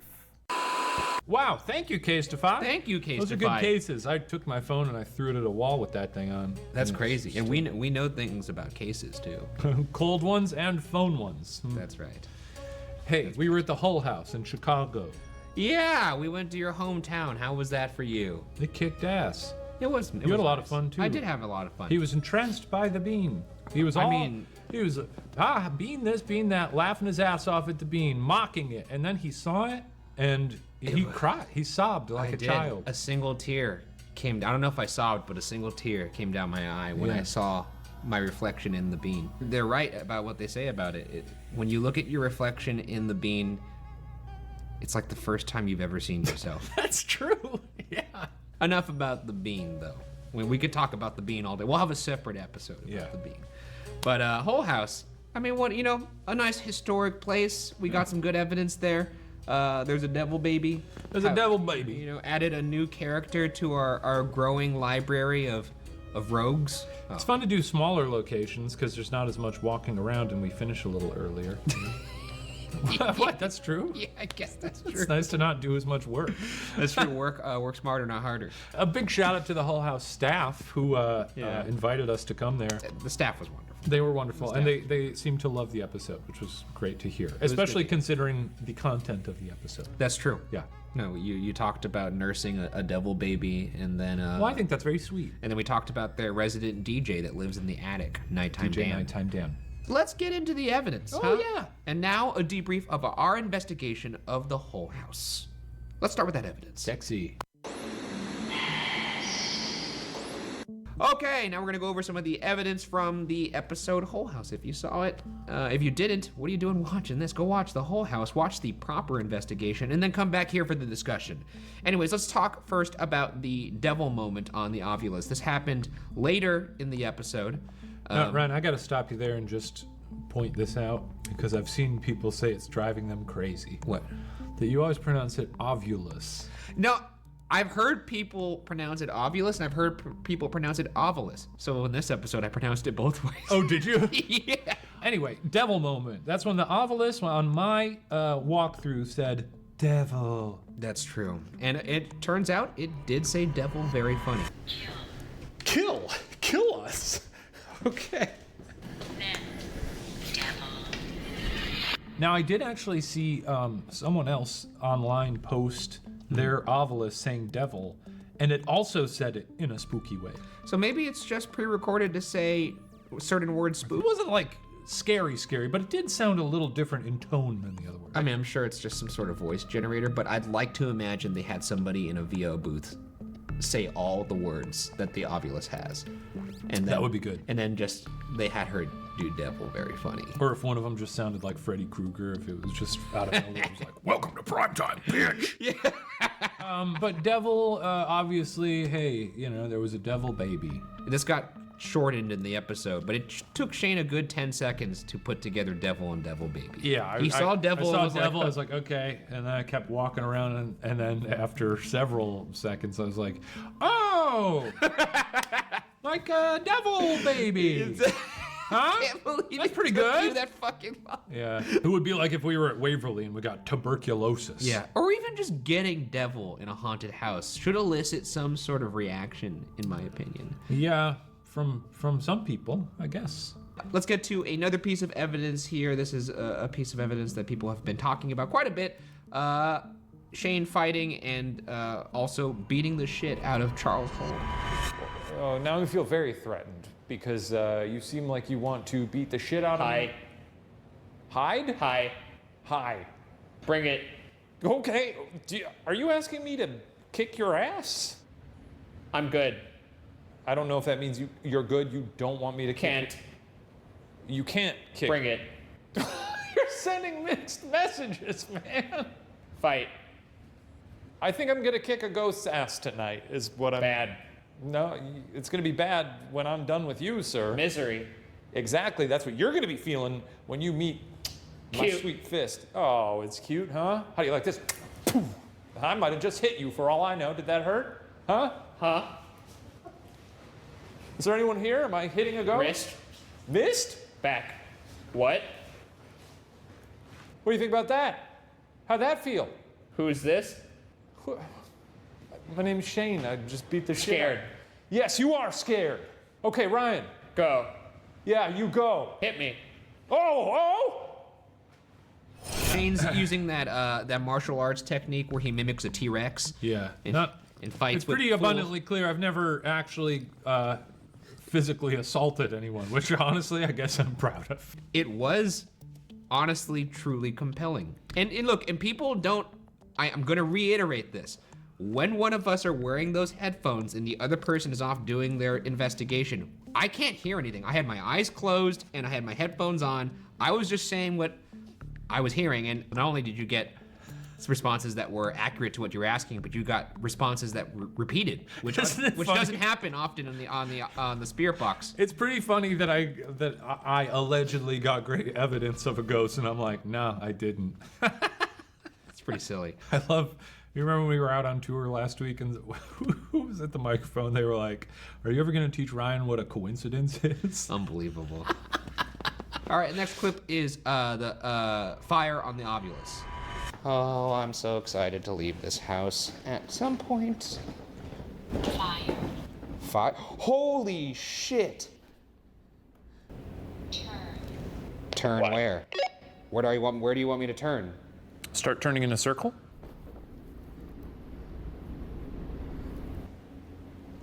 Oh my God. What do we got, Burgoose? I just turned around. There's a fire alarm right there. It's good evidence. I think you know what it is? Most people didn't realize there was a fire right there. And there was also apparently no evidence of fire starting too, which is weird. Freaky. Which means they could be like phantom fires. Who's the devil? Devil baby very hot. He probably on fire all the time. Oh my God, that means if like a devil baby like strangled you, you'd have like tiny scorch marks on your neck. Yeah, you would. But he'd have a hard time strangling you because his hands are so small. He'd be strangling my Adam's apple. Anyways, let's move on to Nighttime Dan. Are we calling this evidence? That's right. Where? Where?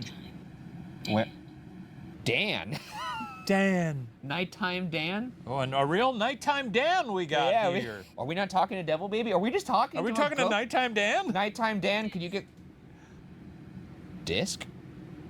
You're a DJ? Money. Nighttime Dan spins discs for money. That's pretty good. I mean, what else are you gonna call it? It's his name. I guess that's his name. Well, there you go. That's evidence. It is evidence. The words Nighttime and Dan. All right, moving on to the flashlight. We gotta talk about all these? That's right. Okay. Not Jane? Anyone? Mrs. Hole, if you don't want us to leave, turn on the light. Turn on the light. Oh. You gotta be freaking kidding me. Okay. Okay. Is this Mrs. Adams? Is this you right now? If it is, turn off the light. If it's not Mrs. Adams and it's Mrs. Hole, can you please turn off the light? Who's left? Lady in White. Turn off that light. Oh, Lady in White. Lady in White, if you are Mrs. Hole, can you turn on the light? This is good. Lady in White, if you are Jane Adams, can you turn on the light? Oh, wow. Jane! That's pretty cool, I'm not gonna lie. Jane, this is you. I mean, it's an honor. It is an honor. You've done a lot of great things. You know, you were considered one of the most dangerous women on earth. You know that, right? Oh, yeah, okay, you do know that. Do you want us to leave your bedroom now? If so, turn off the light. Okay.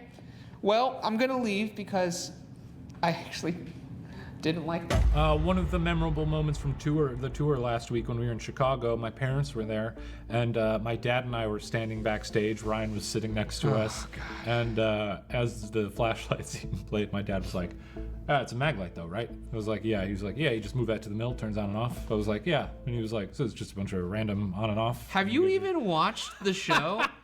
Have you watched that we actually explained that in the show? No, I just think it's funny that he was like, oh, it's all bullshit, right? I was like, yeah.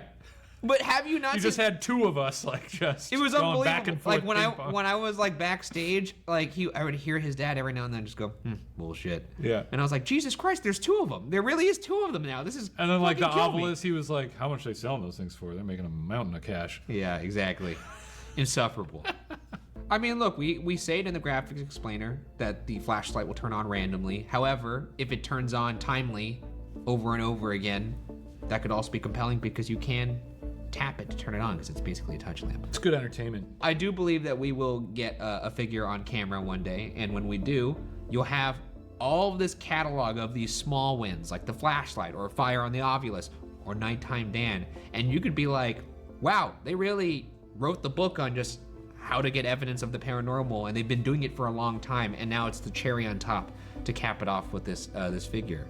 And then once that happens, Shane will crawl around on the floor in little guarantee. apology circles and say, I'm sorry. I'll crawl around like a little piggy, and I'll say, I'm sorry. Okay, moving right along to our next segment, Behind the Screams. Today on Behind the Screams, we'll be introducing a member of the crew, Lizzie Lockhart. However, we did pre-record this segment with Lizzie before she left to Korea. She's coming back, but we recorded this in the past. So what I'm gonna do now is I'm gonna toss it to past Ryan, and then past Ryan is going to catch it from future Ryan and go, thanks, future Ryan. And then we're gonna see that, that conversation. And then past Ryan is gonna toss You don't it have back. to explain this all, just do it. No, it's gonna be fun. We spent no, it's 45 gonna be fun. minutes talking about evidence. It's gonna be Hurry fun. up. If it's fun, it'll be fun. You don't have to explain it. I'm just saying it's go. kind of fun that we're talking to our Go! Thank you, future Ryan. As he mentioned, we're here with our pal Lizzie. So, Lizzie, Come on in, take a seat, bring your little pillow. she's trying to set the record for the slowest walk-in ever. Look at that beautifully knit pillow. Did you make that yourself? No, I bought it at Target. Lizzie, I only have one question for you. Let's hear it. Who are you? I'm Lizzie. But what do you do? I make sure everything can happen in the broadest sense possible. Book locations, book crew, make sure all the legal documents are taken care of. I talk to the people who are submitting evidence if we want to move forward with the stuff they sent us. Make sure Ryan and Shane are in the right place at the right time. I help oversee post. You do a lot. She helps shape the creative too. I would say that Lizzie's, the best way to describe what Lizzie does is she makes sure everybody has what they need and are in positions that they need to be in to succeed. It's like herding cats. And you're also on location with us. I am. So you've been into the bowels of many haunted buildings. That's right. Well, let's just actually go to a question about that. PK Transy? Is this from YouTube? This looks like it's from YouTube. Has Lizzie been feeling any side effects from Rose? Any strange happenings at home? I'd be hyper vigilant if a ghostie disappeared into my body, and then they put 2 eyeball emojis. Ooh. No. Is the 2 eyeball emojis because there's a ghost? And then Hypervigilant, just sort of like, I think the eyeball emoji is. But there's 2 sets. One of Multi-use, these. but one of them is sort of like, keep your eye. The you side know? eye. You had a ghost grinding up on you last week at St. Ignatius. That's right. Have you felt different since then? No, I think somebody asked that in one of the comments. No, I feel pretty similar, but maybe she's playing the long con, you know? You think you're safe. Can you talk about your sort of anti-ghost tactics, where when you heard there was one on you, you just went? You did like 2 hops to the left? I was actually like 3 or 4. Okay, I read all a right. pamphlet where hopping scares the paranormal. Did the pamphlet also require that you fully lock your knees while you bunny hop away? Because it was an odd. You looked like a person who was just trying to learn how to do the cha-cha slide when they tell you to do the 1 hop left time. You know? Here's the deal, Ryan. I think you're just offended that you have not had to learn how to ward off ghosts with the stiff knee lock. That's true. I haven't been taught the stiff knee method. I'll teach you. Next location. This is part of a longer question. This comes from S. Scully. I love this episode so much. I actually got to see it live in Boston. It was so much fun, very chaotic. Thank you for coming out. Now, also, Lizzie, the age-old question. Are you a Bugara or Shaniac? Yeah, I'm gonna have to go with C, none of the above. And this is not in a, like, maybe, you know, like, it could be cool. I don't want to know. I don't want to know. Which means You're to like me agnostic? it's implied Yes. that you probably are a believer, though, because a person who would not want to know has a I think fear. that's it. I think, and honestly, he needs the numbers. Don't need the numbers. So I think it makes Remaining sense for you blissfully unaware. We last time we called people who were fence straddling, we called them cowards. Oh, I'm not straddling a fence. I'm nowhere near the fence. My back is to the fence. No, you're on the I fence. It refuse seems like to you're on the acknowledge the fence. Maybe we'll come up with a better name because I feel like Howard's is mean. So maybe like The cool kids. At our live That's my team. At our live shows a week or two ago, we had people who would come up to the microphone, and we'd usually ask them if they were, sometimes they'd state what they believed in, and they'd just say, "I'm a coward," and I felt really bad. And we were like, "No, you're not. Don't say that." Maybe for Ghost Files, we do have to workshop that and come up with a really they're good fence straddlers, really, cheek splitters. How about that? Cheek splitters. Because that fence is riding up the crack, just splitting you even. So cheek splitters. You heard it here first, Lizzie Lockard, cheek splitter. I hate this. This is my nightmare. A cheeker? We'll be workshopping this throughout the season, so please just stick with us on this, and we'll figure it out. We'll get away from that then. How about that? Because it's clearly a very sensitive subject. AO, this is a pretty open-ended question from AO. Lizzie, what's the most interesting part of your work? Honestly, it's going to the locations and learning some history about the places, but it's just fun. They're fun. It's fun going. I love traveling, love getting paid to travel, love going in places you wouldn't typically go. Alcatraz was really cool because, there was 8 people on the crew and, I think there was a security guard and then our site rep. It's incredible. So it was really neat. And a lot of birds. A lot of birds. Anyways, cool. What else you got? Here's a question that's kind of in the polar opposite. This comes from Ashikaze. For Lizzie, what's been your biggest challenge with producing this show? You guys make it look so slick and effortless by the time we see it. So I'm sure there's a ton of BTS things that you have to deal with that we wouldn't even think about. Don't get us started on BTS. Y'all. She'll hop right off that fence. I love BTS. Sorry, what was the question? Are they What's your biggest challenge while producing the show? You. That's Ryan. That's fair. Next question. Yeah, actually, this is kind of a piggyback off of that. This comes from a pirouette. Hellos. If Miss Lizzie is on board, I would like to ask a very important question. Miss Lizzie. That's me. Lizzie. How challenging was it to get the permit to film in the spooky locations, especially booking them all to yourselves? I imagine some owners are reluctant to brand their place as haunted for reasons. Thank you, and keep up the excellent work.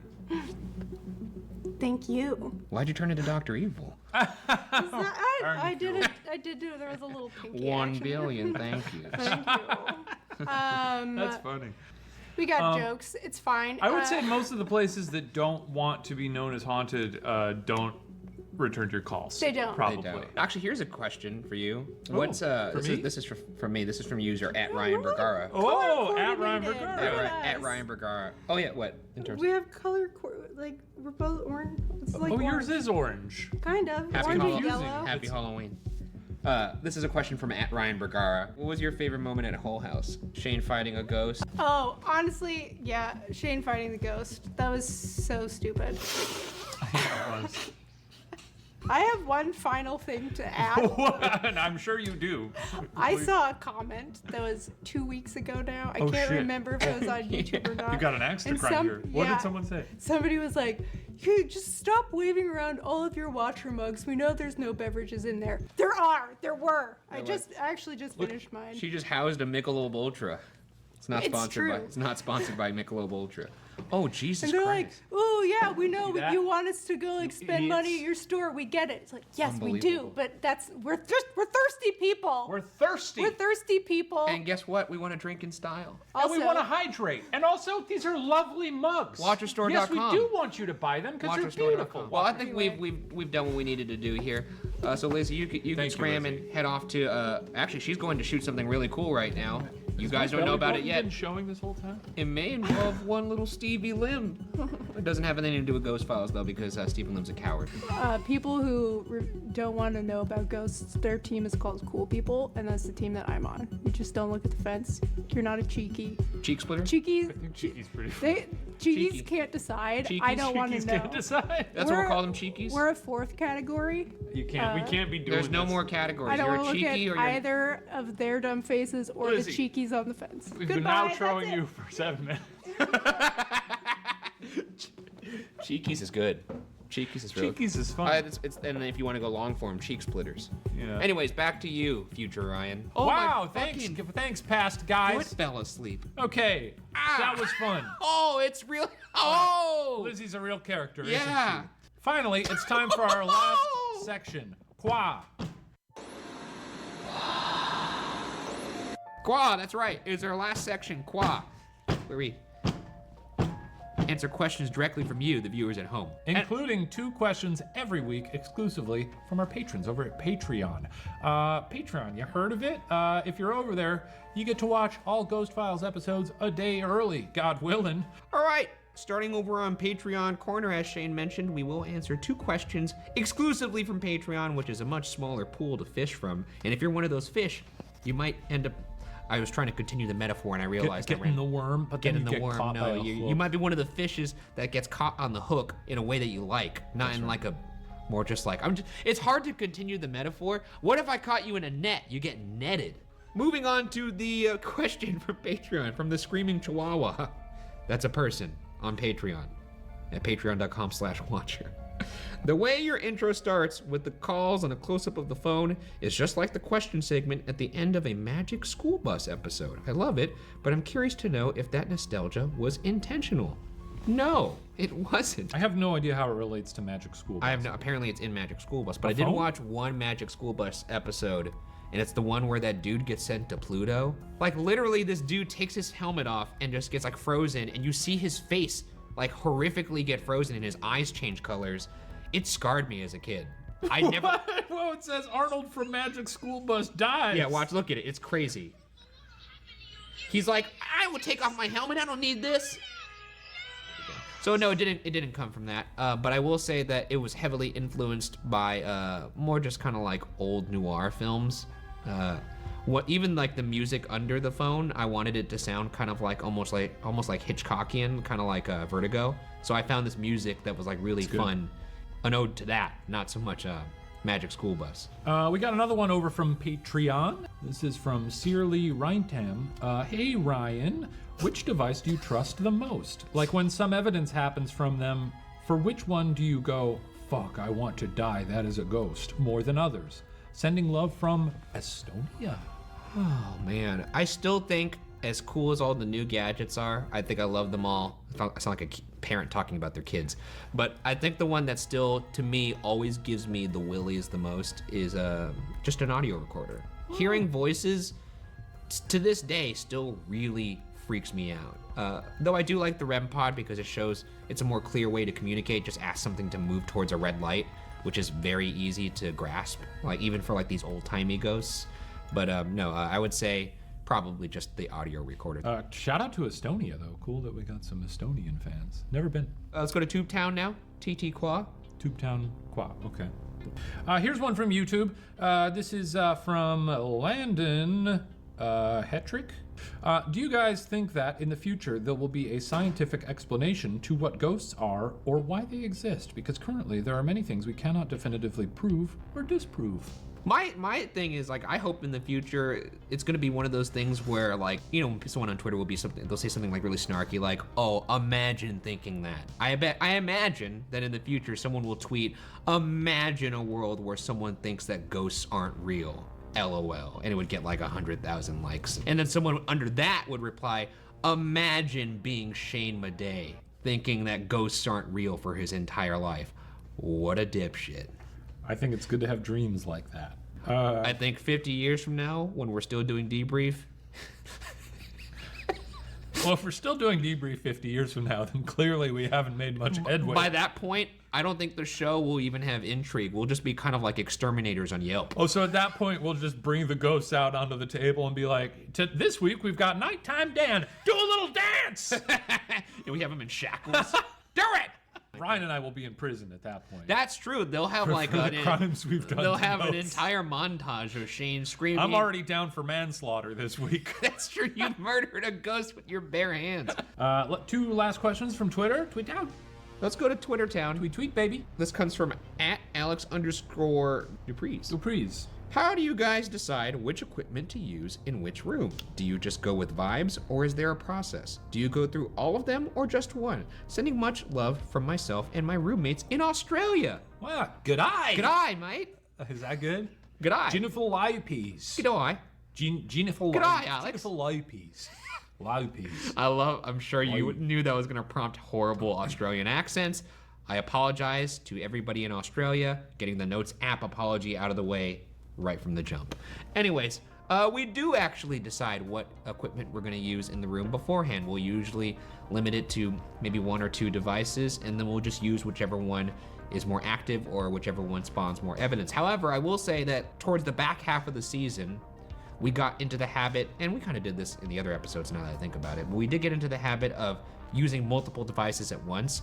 And I like that because it helps confirm things. Like, for instance, it's like a remix. Well, like, for instance, if we use a flashlight with the REM pod, both are operating under the idea of proximity. We could be like, all right, go to the REM pod. Okay, now walk over to the flashlight. So that way you can kind of like double confirm things. It's true. Next question from Sophia Cupo on Twitter. If either of you haunted a building, what would be your signature? What would you make a legendary ghost? What would make you a legendary ghost? Oh, sorry. What would make you a legendary ghost? What would you make my signature? I'd make people's hair grow really fast. How would you even do that? But admit it, would you go into their body and then push the things push it through their skull, which, as we know, that's where the hair grows from. Yeah, that's what I'd do. If that's possible. I don't know what ghost powers are. That'd be cool though. I'd freak out if my hair started growing really fast. I'd be excited. Oh man, I would lick my hand and get it really wet.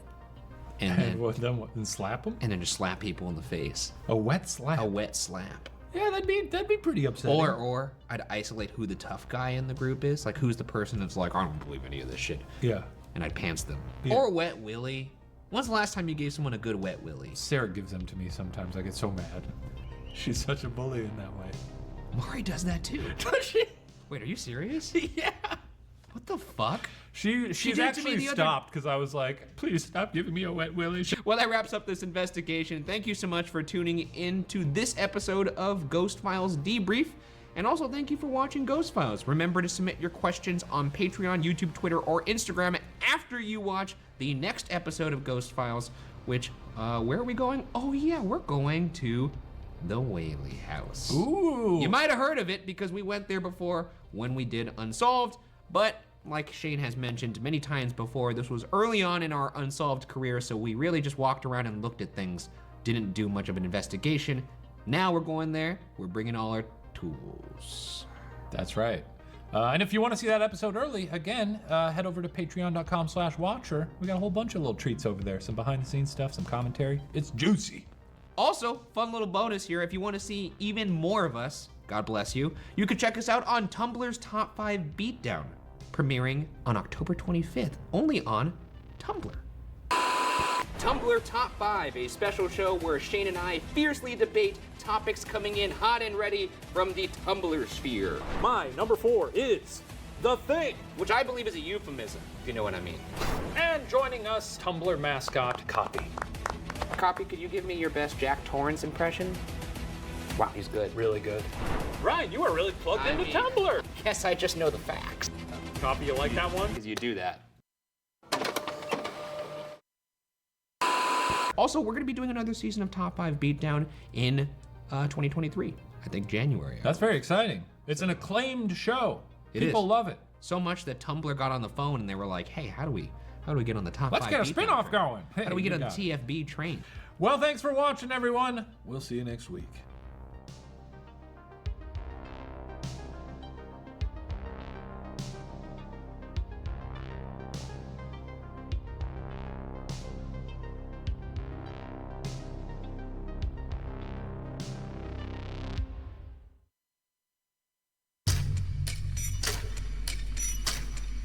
Oh, Whaley House. Guess who's back? I mean, it does look incredibly erotic. Come on, Jen, squeeze me! Are you moving around? Is somebody moving around in this house? Whee! Oh, Hi, my name is is Meg Henry, and I have some evidence for the Whaley house. Hi, my name is Megan, and I have evidence from the Whaley house. I suddenly felt like somebody was watching me. A full body apparition. The hair was standing up on my arm. A stick figure show up on the other shape on the right hand shot side. to find this unexplained shape. Can you guys investigate?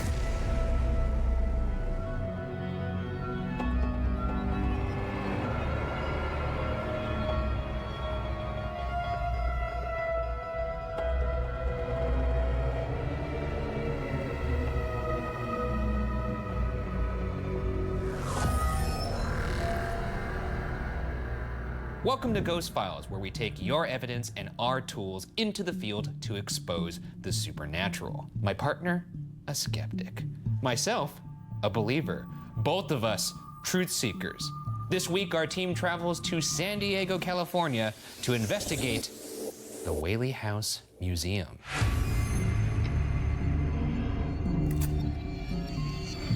Well, well, well. If it isn't the old Whaley House. Our old nemesis back when we were just young amateurs. Still looks gorgeous, I'll tell you that. It does look beautiful. Nice, lovely red brick building. I love red brick buildings. Did you know that? I guess I never knew that about you. I'm not gonna like this one, I feel like. I didn't like it last time and I won't like it this time. Shall we? Let's get in there. Oh, Whaley House. Guess who's back? It's the fucking guys, baby. No, Come that's on. not right. It's Daddy. The Whaley House Museum was originally built in 1857 as home of the Whaley family.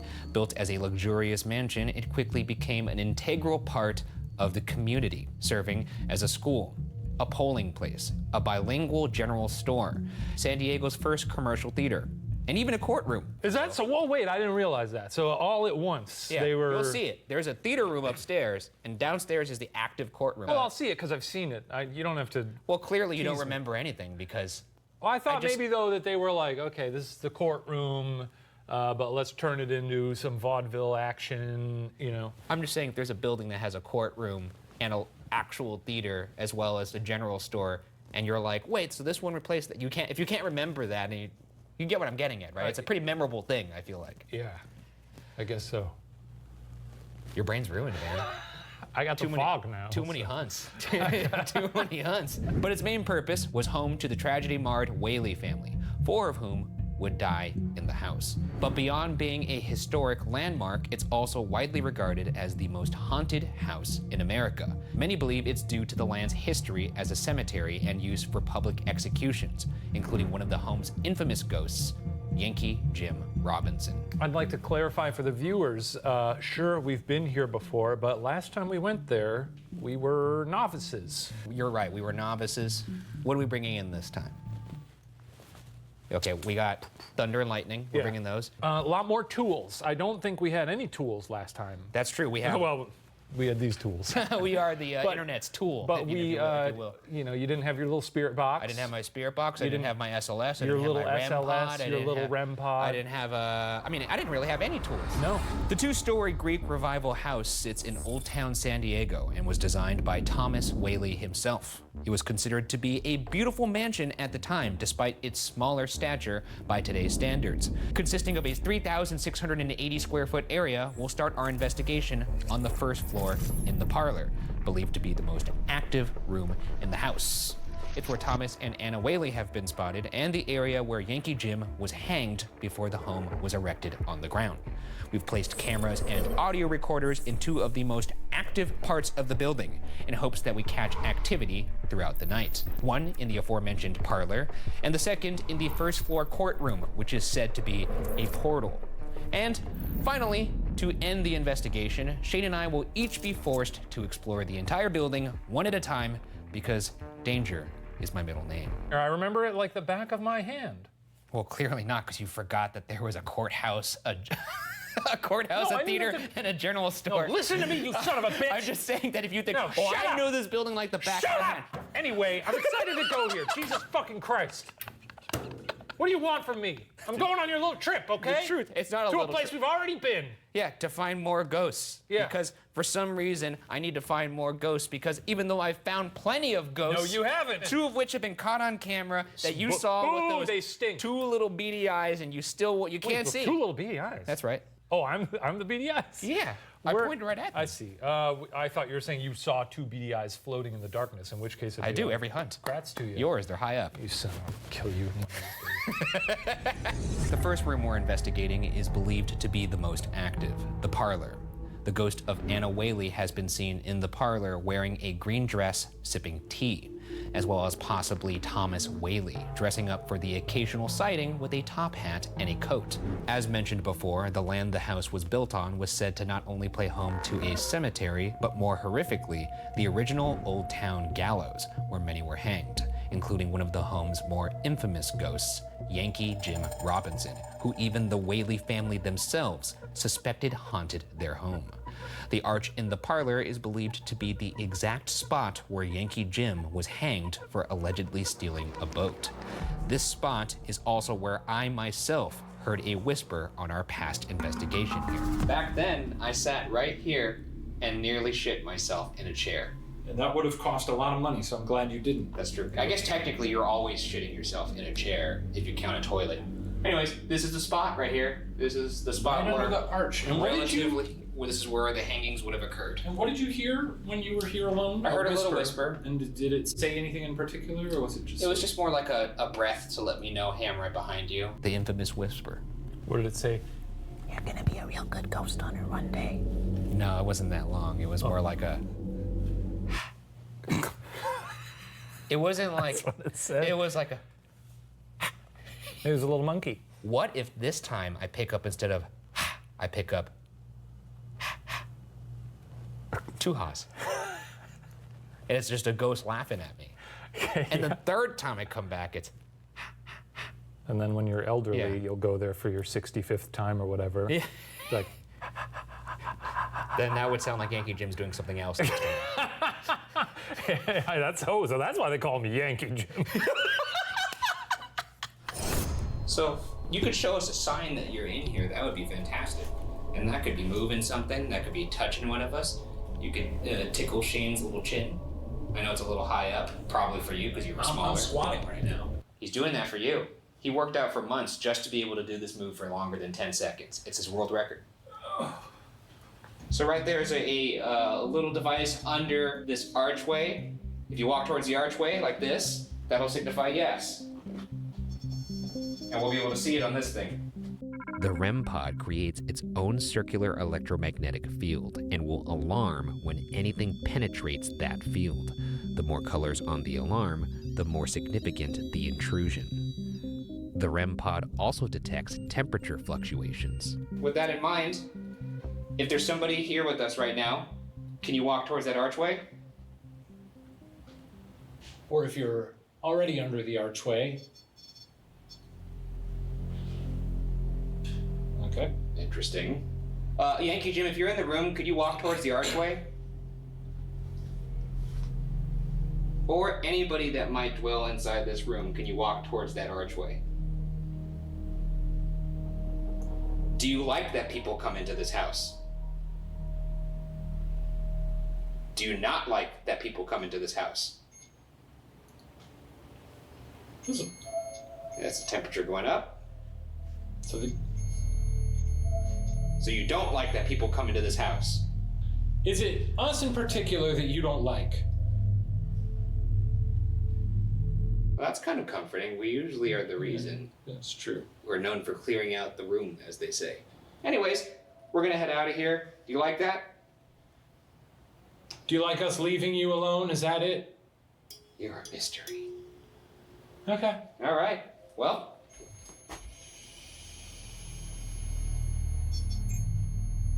Is that just because of you walking toward it?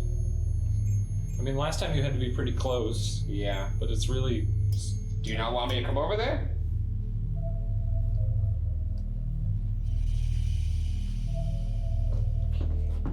Well, now it's not going outside. I don't know. I don't understand this machine. Okay. Curious. Huh. Well, it's gonna be fun to be in here a little later. Oh, you're gonna hate it. Our next room is the courtroom, which actually saw legal proceedings. Proof that jury duty will even find you in death, a woman is sometimes seen sitting in the back corner. This corner is also claimed to be a spiritual vortex by paranormal investigators. You claim that this is a spiritual vortex. That's right. Tell me more about that. Is that sort of like a poltergeist house situation where eventually one day will implode? I can't take you. You look like me. Like if you were to show a picture. I look like the one who should believe in ghosts. Exactly. If you were to show a picture of the two of us to any normal person, be like, which one of these two nut jobs believes in ghosts? 1,000%, it's Steve Jobs meets Lucius Malfoy. This fucking guy. It's unbelievable. I myself felt a shiver up my little spine while sitting on the back corner on our past investigation. Let's see if this court is still in session. Back in the courtroom. Oh, the reported site of the portal. Do you remember this room? I remember that. You sat over there, you cried like a little baby. I don't think that part happened. That seems to be a little bit of an embellishment. Hello. You may remember us from the parlor or from several years ago. That's right. We're back. And better than ever. Now, this actually was an active courtroom back in the day. Yeah, you can tell because it looks like a courtroom. Well, I mean, there's sometimes things are dressed up as a courtroom and perhaps they're like a set or something like that. Yes, I'm aware that this is not a movie set. I'm just saying, you know. The last time, you felt a little... I did feel a little something. A little tug-a-roo over there. I didn't feel a tug-a-roo. I thought you got a little tug over there. I think that was post-shoot. Anyways. Look at you over there in the corner. A bad little guy. I'm just gonna close my eyes. Do you want me to not shine the light on you? Yeah, is that maybe. a little distracting? Maybe. It's a little distracting. I'm trying to tap in right now. Hold on. You know, no feelings of queasiness this time around. For now, let's set up a mag light right here on this chair and we'll see what we get. We've now placed a mag light over in the corner that's said to be a vortex. So if there's anything in here with us, do us a favor. We got a chatty one tonight. Jumping the gun. I'm gonna need whoever is in here to really listen to my instructions for me to see if there's actually somebody in here. If there's any members of the Whaley family with us in this courtroom, please turn on that mag light.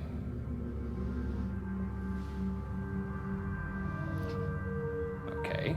If you're a member of the jury and you choked on a walnut or something while you were serving your walnut eater. There's said to be a woman who sits in this corner, in particular in this room. I'm now speaking to you. Can you turn on that light to acknowledge that you're here? Ma'am? Miss? Darling? That's condescending. Lady? Lady. Hey, lady. Corner lady. Can you turn on the light, corner lady? At this moment, our audio recorder picks up this voice. Can you turn on the light, corner lady?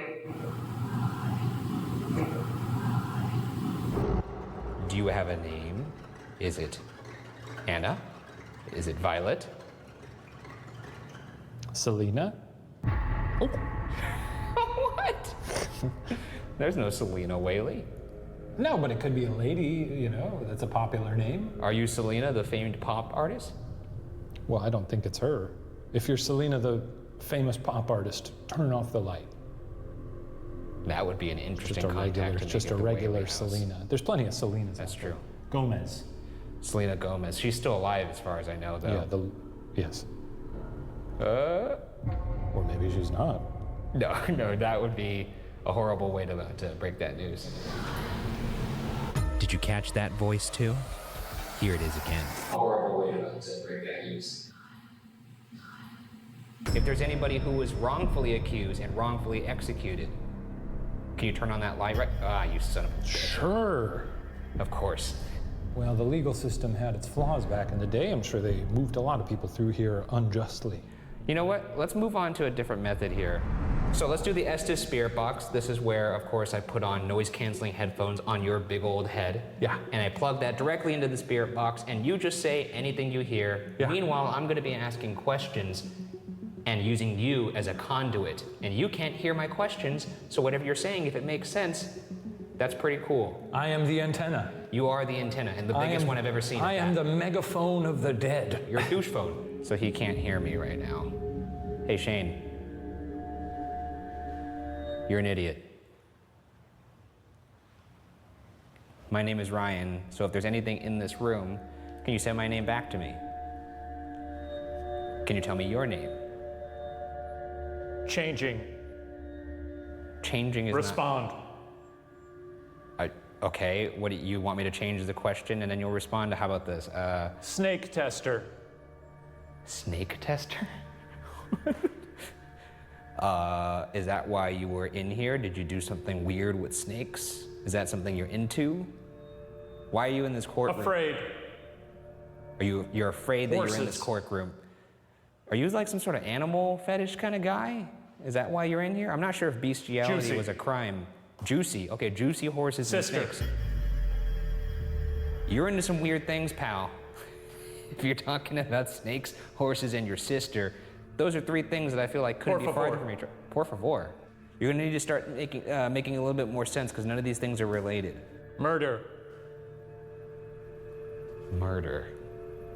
There was no murder in this place as far as I know, unless you, of course, count Yankee Jim. Yankee Jim, is this you? Jelly. What are you jealous of? Now.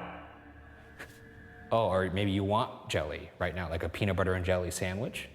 Do you D's. Are you trying to get me to say D's nuts? D's what? D's who? Tomato. Big lung. Big lum? Nude. No, I'm not. Okay, I'm not getting. I'm gonna leave now. You need some help. Purple. You're a sick person. Take the. September. Take that headphones off. Thief. You could see me. You can't. I didn't want to leave. It's fun being in that world. Yeah, it is. It is. None of the things you said made any sense. Not a one of them? I mean, there was a part where you might have insinuated that a person is into having intercourse with snakes, horses, and his sister, but, you know. Oh. No, not oh. Oh. Freaky. Later in the night, an audio recorder left in this room picked up this voice when nobody was there.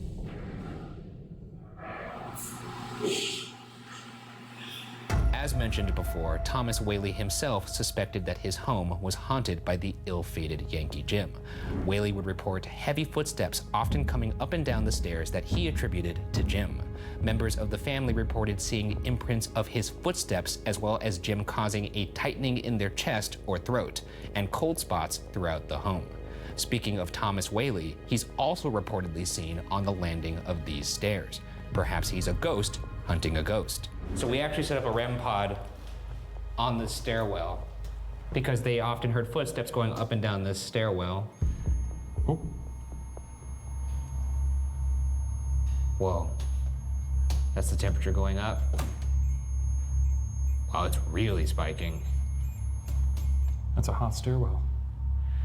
Is there somebody upstairs on that landing that could walk towards us?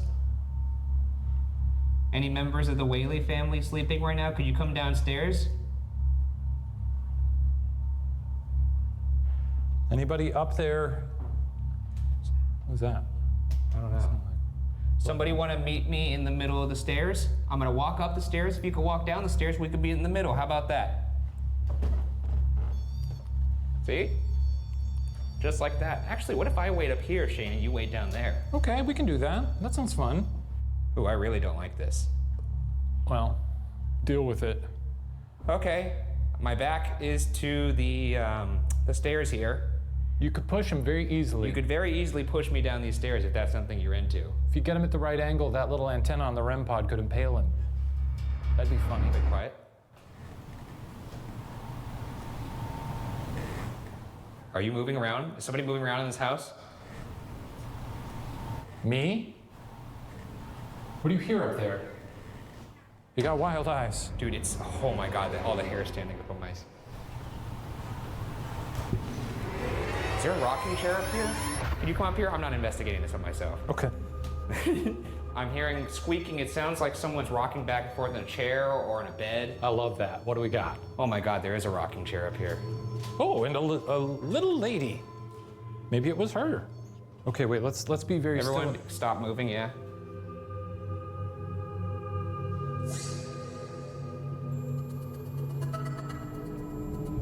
That's the REM pod going off on the stairs. Something messing with us right now?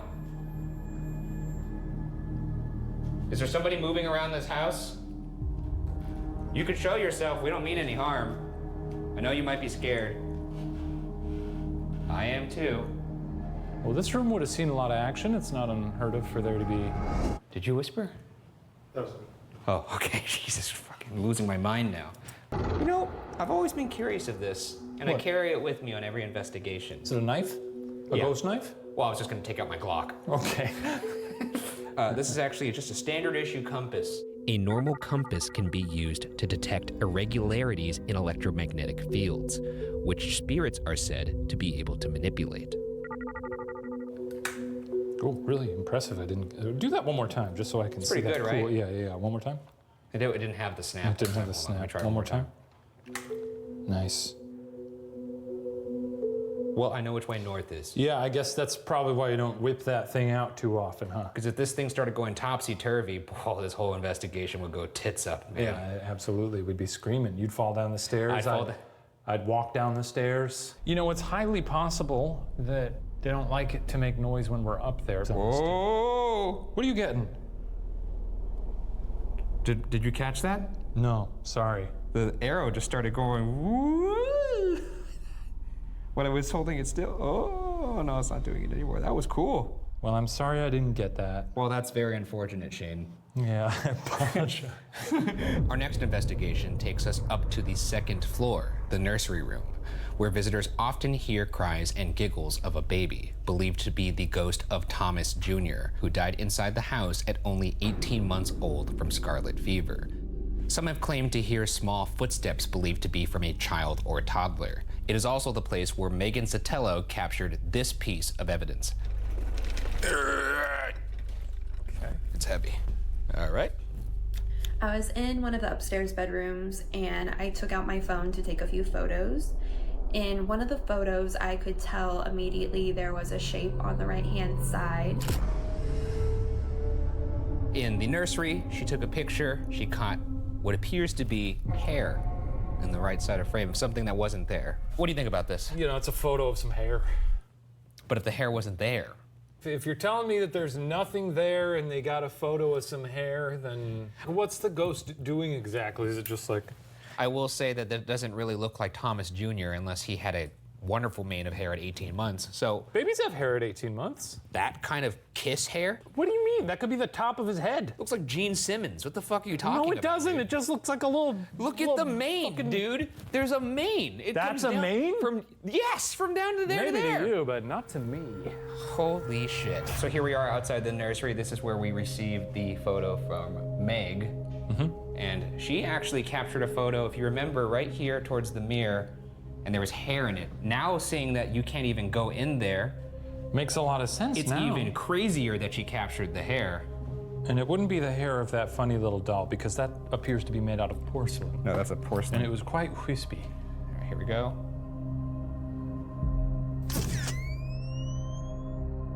But unlike Megan, we are fortunate to be able to go inside. I just want to make sure if you take one here in my, my Jesus head's Christ. here. I just want to move your body so that the hair is more, because I could see your body. Yeah, someone could have been standing there like this. How's that look? Let's see.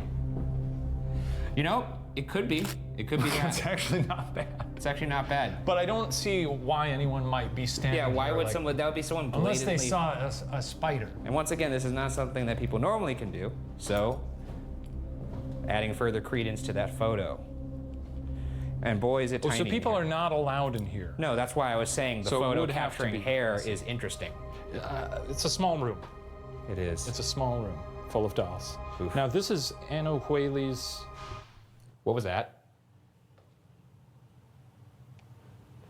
Is that somebody moving? What was that? Oh no. Where was it? That sounded like from downstairs, right? It sounded like it was from downstairs.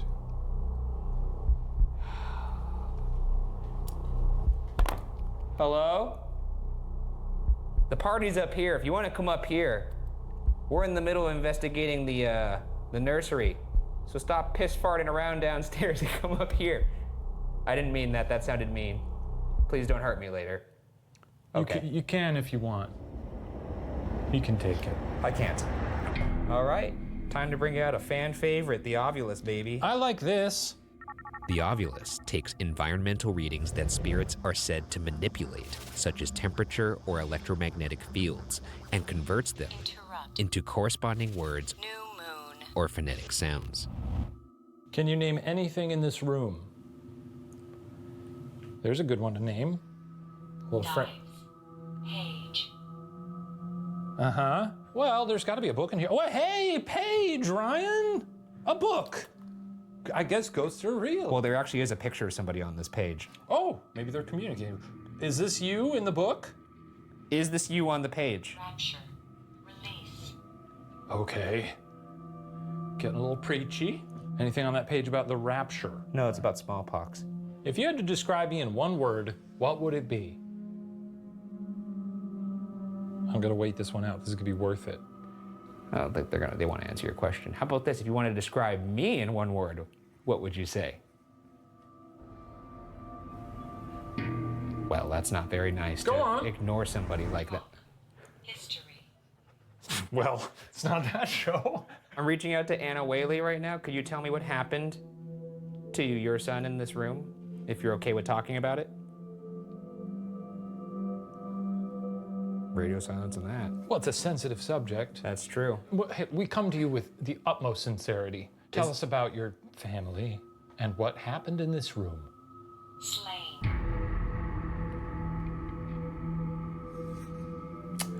Well, I don't like that. No. I'm Is there a sorry. guy in this room? Yes, the baby right there.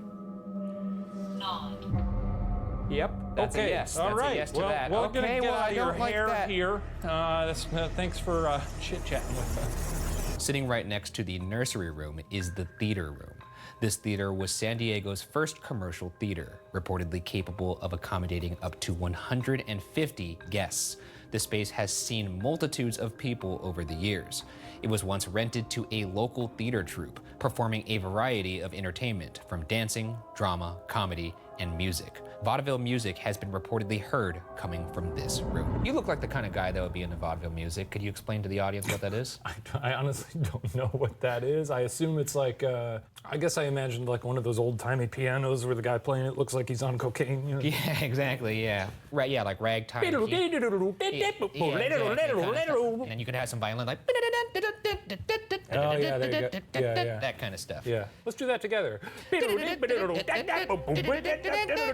right, now we're walking into the theater. This is actually said to be one of the most active rooms in the house, probably because there was so much human, alive activity in here. And people are often touched and poked on the back of this stage. So what we're gonna do is we're gonna sit back there in the dark, and we're gonna leave the REM pod out here where the audience would be. What's happening right now? It's giving us a little applause. A lot of activity on that. Okay, well, you've seen us all night. Shane and Ryan coming to have a good old time in here, just trying to make some contact, make some friends. Now, if anybody inside this theater, and this could be anybody who's had a fun time in this house, or the Whaleys themselves, if you'd like to make contact with us, please do so now. If the motion picture Casper has taught me anything, you can actually put your fingers sort of inside of us and give it a little wiggle, and it'll make us feel funny. I don't think that's true, but let's go with it. It happened in the film. Well, that's a movie. Yeah, it's about as scientific as a lot of the stuff we do here. Okay, well, just because you start to fade yourself out doesn't mean I can't hear you. I can hear what you're saying still. Okay, so what we're gonna do now, we're gonna close our eyes and we're just gonna sit here, and the floor is yours, and I'm talking to anybody in this house. All right? Here we go. I am open, I am a vessel, I am a receptacle.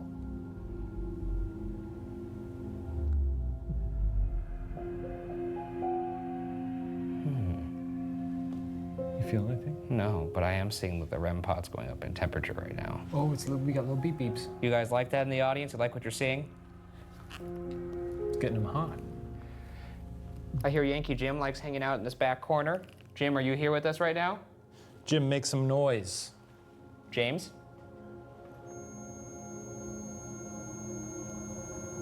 Is that a yes for you? Is that you, Yankee? Jim? Can you step away from the pod, please? Okay. Okay. Now it said that vaudeville music is actually heard here. Can we hear some of that? Yeah, just really belt it out. We'd love to see a show. Vaudeville music, you know how that goes? The piano did a wonderful duet, sort of like.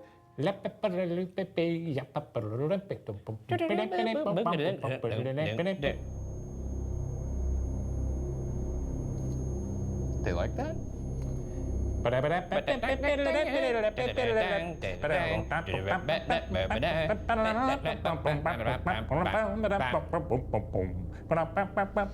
Stop. So back there? Wrestling? Wrestling. Now, we'd love to see a show. That's right. We're paying custom. Well, we're not paying. I paid $2 to come into this show. Oh dear.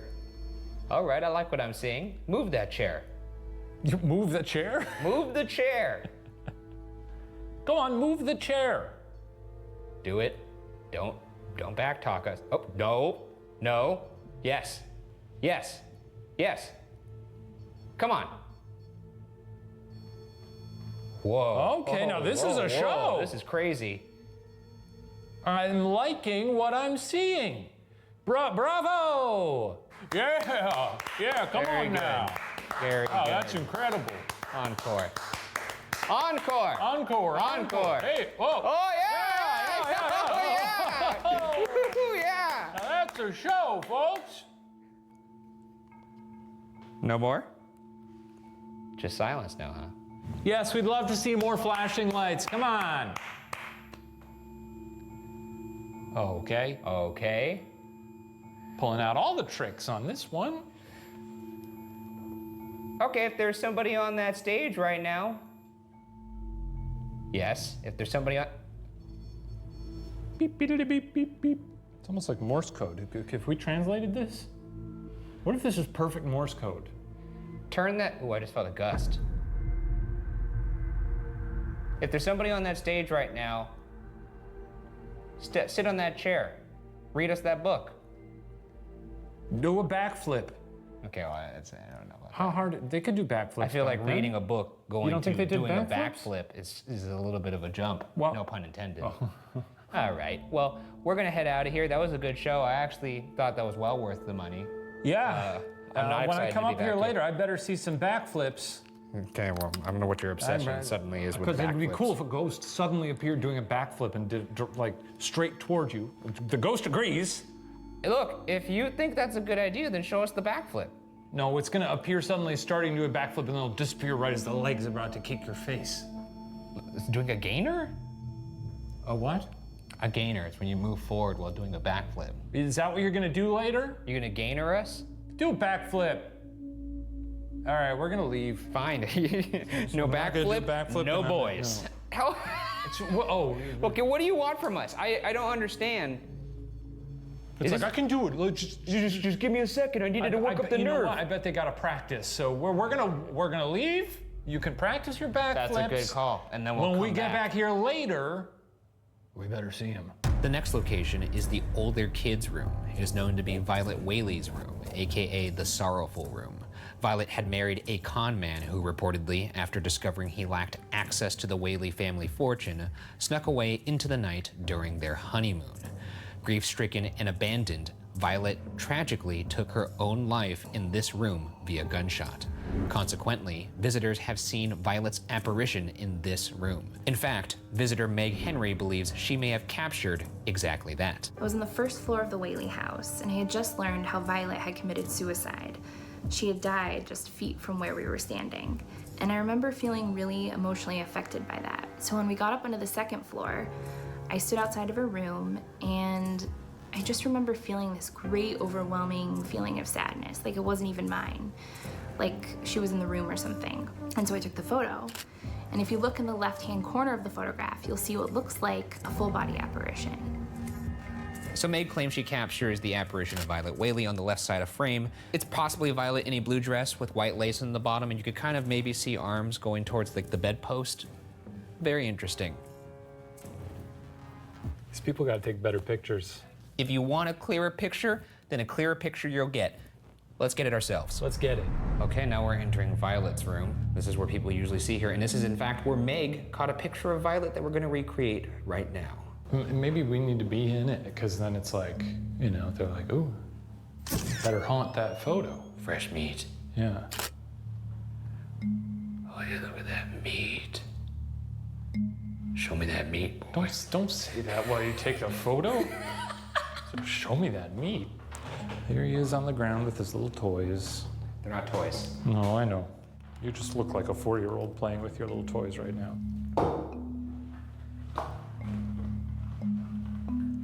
What else you got in there? Some peanut M&Ms. Okay. Okja. My name is Ryan. That's it. You didn't. I'm not joking you here. After you said my name's Ryan, did you not hear Violet? I did not actually hear that. Rewind the tapes. My name is Ryan. Who are we talking to? Who's here? I heard hi. Did you say hello? Who is this? Who are we speaking to right now? Are we speaking to Violet Whaley?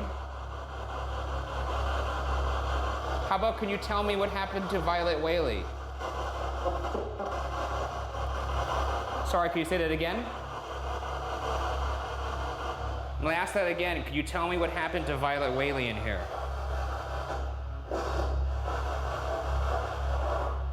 Not a lot of activity here. Is there a reason why you're so quiet right now? Do you want to be left alone? If you want us to leave, say so. It's getting quieter. Are you ignoring us?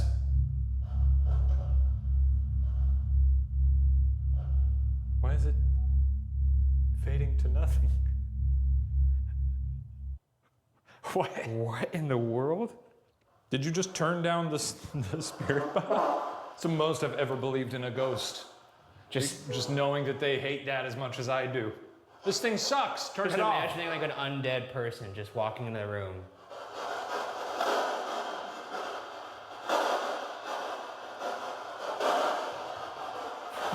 Just walking out. You could use this to communicate with us. Maybe you've been trying to all the people who walk through here. Now's your chance. If you have something to say, I would say it now. Is there something you want to tell us? Sorry, hang on. Hang on to what? I'll wait. Just take your time. Is there something you want me to tell me about this room? I heard shut up. Shut up. They don't like this radio, and I don't blame them. And there's no need to be snippy about it. Is that you? Is that you, Thomas? Sound like a man's voice. Jesus! Sound like a baby. Maybe it's... If you want us to leave, tell us to go, we'll go.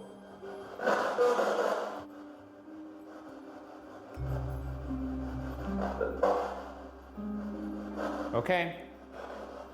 As you wish. I'll say that's never happened with the honey tone. We've been using it for several episodes now. It's never just quietly turned itself off. That was very strange. Very strange. The master bedroom sits on the second floor across the nursery room, where Yankee Jim is often seen.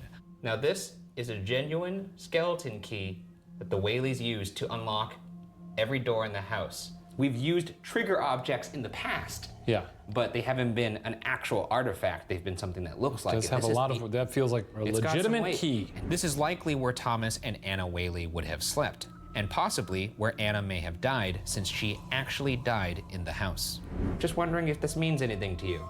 A passing of the torch, if you will. We're gonna come and go as we please. Let's see if we can communicate with them now. And I have an SOS. The SLS cam uses a grid of infrared light to recognize human-like objects in front of it, even in complete darkness. Whoa-oh. We got a dancer? Oh, wow, we already got some... This looks like somebody's sitting by the wash. Well, that no, it's sitting right by the bedside.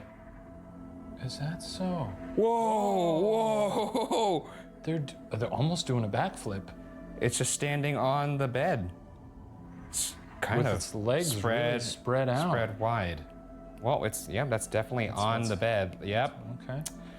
Well, if you sleep- two would like us to leave, if you're trying to do something here. I mean, it does look incredibly erotic.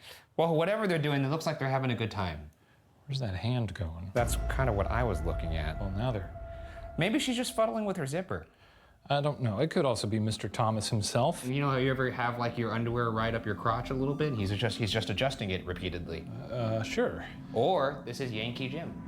Is this one of you, Anna or Thomas? Because we are in your bedroom. Could you show us a sign? Could you wave to us?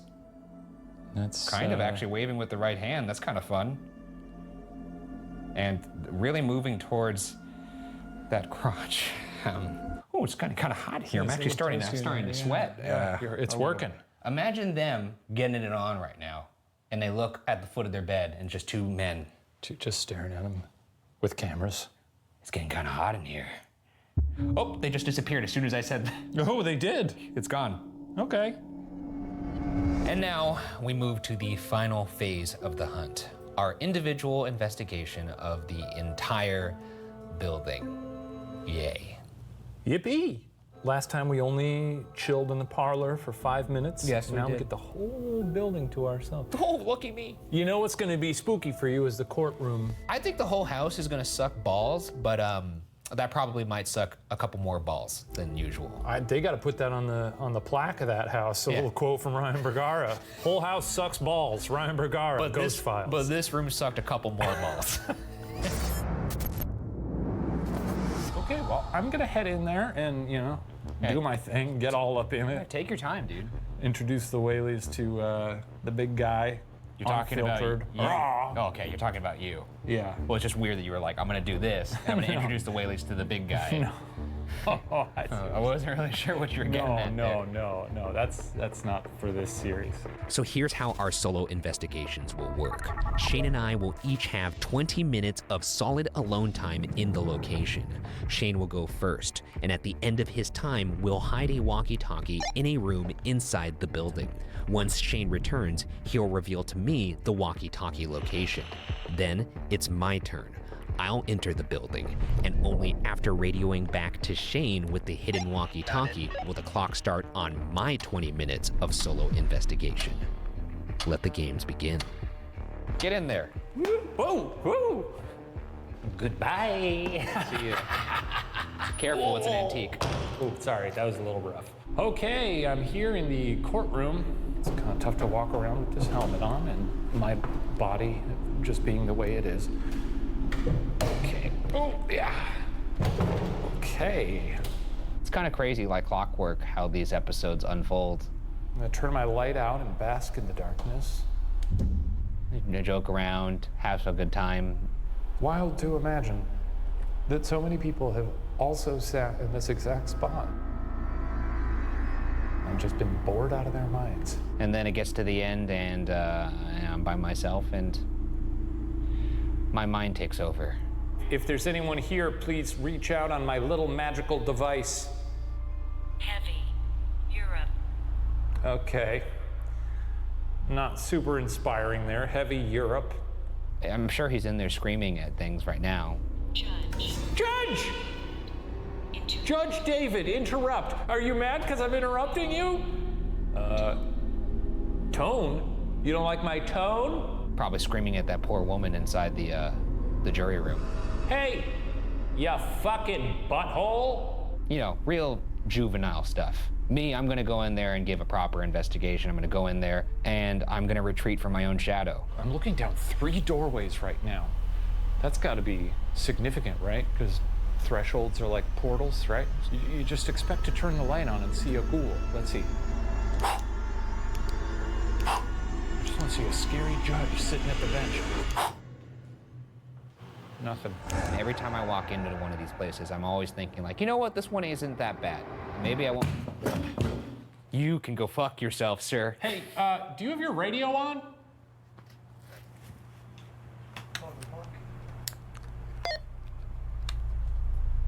Yeah, I had it on the whole time. Oh, I was doing a check and you weren't responding, so I was just making sure it was on. I don't know what to tell you. Well, I'll hang out on the stairs for a bit. Fun to do. We were hanging out on some stairs earlier this season that had a little devil baby. You guys don't have one of those, right? They like stairs. They like being... Theater, and I don't know if you know any of the famous Hamlet speech But I'd love for you to do just a couple lines of that speech. to the imaginary ghost audience. Can you do that? Yeah, gotcha. To be or not to be? That is the question. Whether it is nobler in the mind to suffer the Slings and arrows of outrageous fortune, or to take arms arms against a sea of troubles and by opposing... That's enough. That's enough. Thus, conscience doth make cowards of us. Oh, and the native hue of resolution is sickly to the pale cast of Thought and enterprises of great pith and moment with this regard that currents turn awry and lose the name of... He's gone. I said a couple lines. All right, well, that was an adventure. You started to sound like Fozzie Bear there for a second, and then at the end, you were full John F. Kennedy. That was a good performance. Thanks. Yeah, the ghosts are all clapping for me. Can you go to the top of the stairs and sit crisscross applesauce with your back to the, I'm trying to think of which one would suck more. Back to the stairs or back to the rooms? I guess looking down the stairs is kind of creepy, though if a ghost pushed me from the front, then I'd fall backwards down the stairs, and as a child, I was never good at doing backward somersaults because I had a real big tummy. With a lot of unnecessary information, but how about you just do crisscross applesauce looking down the stairs? And then call out the Yankee Jim. Oh, no, you know, it's pretty ominous here at the top of the stairs. It's a spooky look. Squeeze me, Jim. Jim. Squeeze me, Jim. Come on, Jim. Look at this chest. Squeeze it.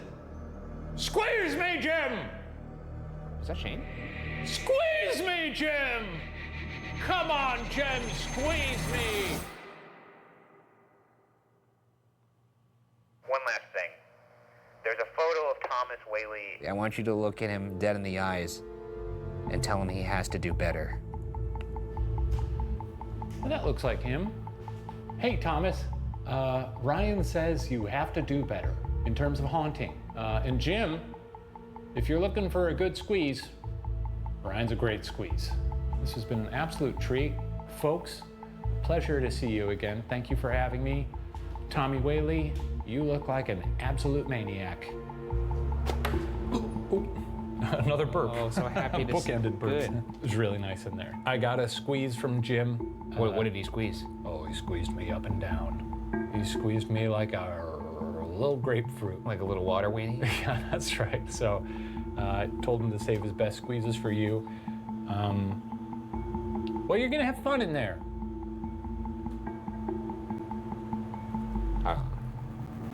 Let's just get it over with. Echo in there is so cavernous. You know what I realized is, for your solo, I didn't give you the key. You were supposed to walk in there with the key. Oh, God, well, I think it would have diluted it if both of us walked around in there with that key. Now, you got it, and they can all climb onto you. It'll be like that scene in Incredibles where he gets hit by all those goo balls, except it'll be ghosts. Remember that? Close the fucking door. Close the door! Good lad. Shit. Find the walkie. Find the walkie. This sucks ass. This sucks so much ass. This sucks ass. This sucks so much ass. It's been a fun night. Really good building. Great drink back. Black Widow over there. That's cool. We'll see those very often.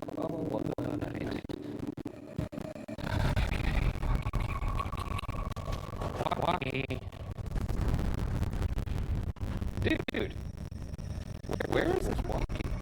I hid the walkie behind the little doll. I thought it'd be fun to put it behind the doll because then I can speak through the... Let's do it right now. I find it right away.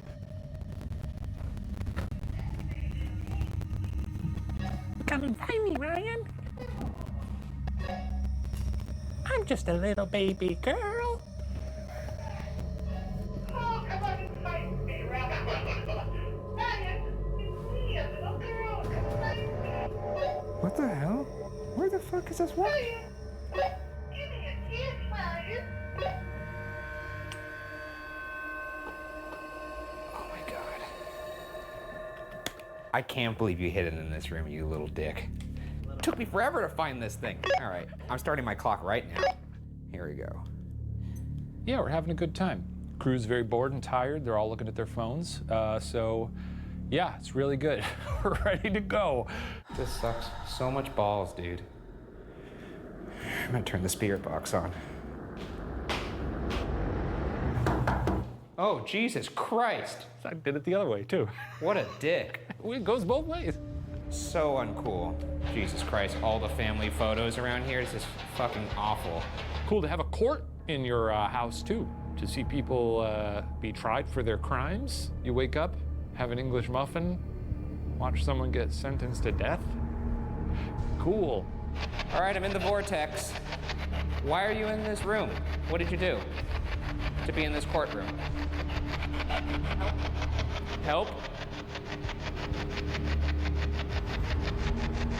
I'm gonna turn this off. I'm just gonna give you some silence. I'm gonna turn off my light. Just looking at that dimly candlelit doorway. I'm just waiting for something to walk past it. Oh, this sucks so much ass. Okay. You're okay. You're okay. I am a little more lenient on the things that we hear and see. When it's alone time, I can level with you guys. None of the evidence was convincing or compelling. It's all baloney. It's been a fun season of walking around buildings. None of these places are haunted. Ghosts aren't real. Okay? All right. Let's try it in here. Yankee Jim, you might remember me. My name is Ryan. Can you say Ryan back to me, or any of the Whaley family if you want to talk? Have a little chat. You know? Yo, you wanna be... I wanna be what? Dead? Did you say dead? No?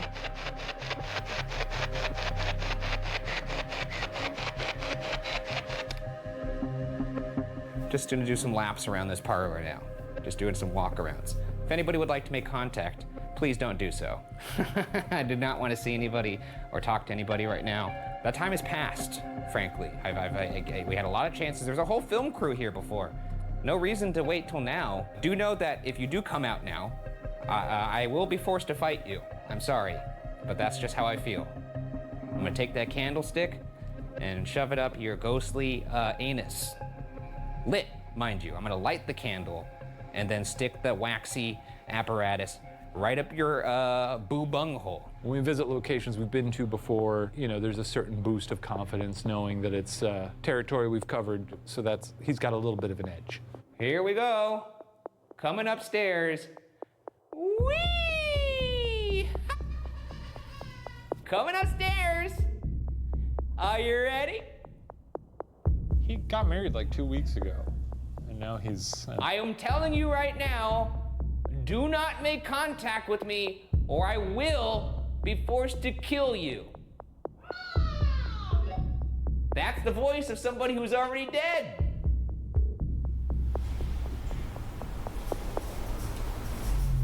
Oh, shit. I hear some rustling. I don't like that. Remember, oh! Whoa! Whoa! I just heard hi. Who does that? Oh my God. Hello? Please don't show yourself. Do not show yourself. Hi. Oh God, was that just you, Shane? Thank God. Oh, fucking Christ, that scared the shit out of me. Woo! Bullshit! No, fuck you, bullshit. He's fucking lying. There's no way that wasn't him. It was too clear. It was not me earlier. You don't think I know your tricks? I'm honestly telling you right now, the whole crew is out here. They can attest to this. When you thought you heard someone say hi, I did not say hi to you. I just did it the second time.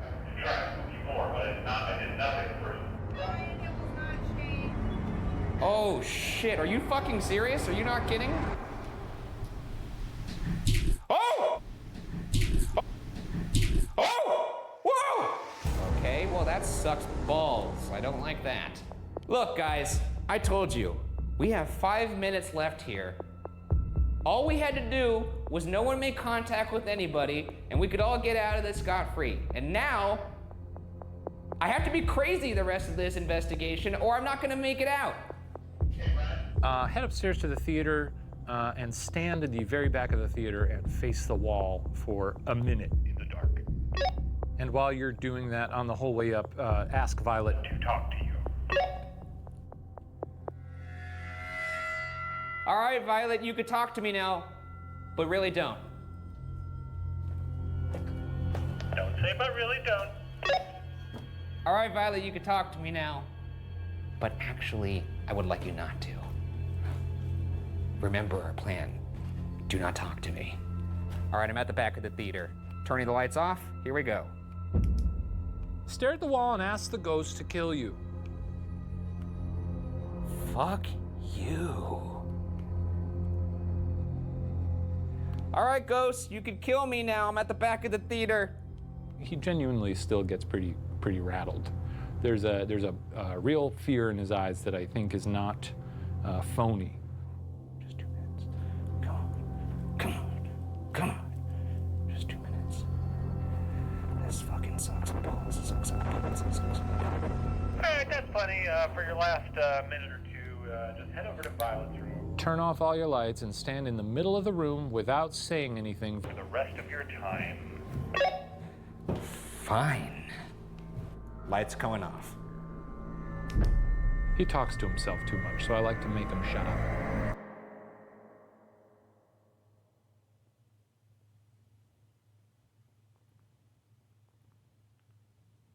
Okie dokie, that's time. Come on down, big boy. Thank God.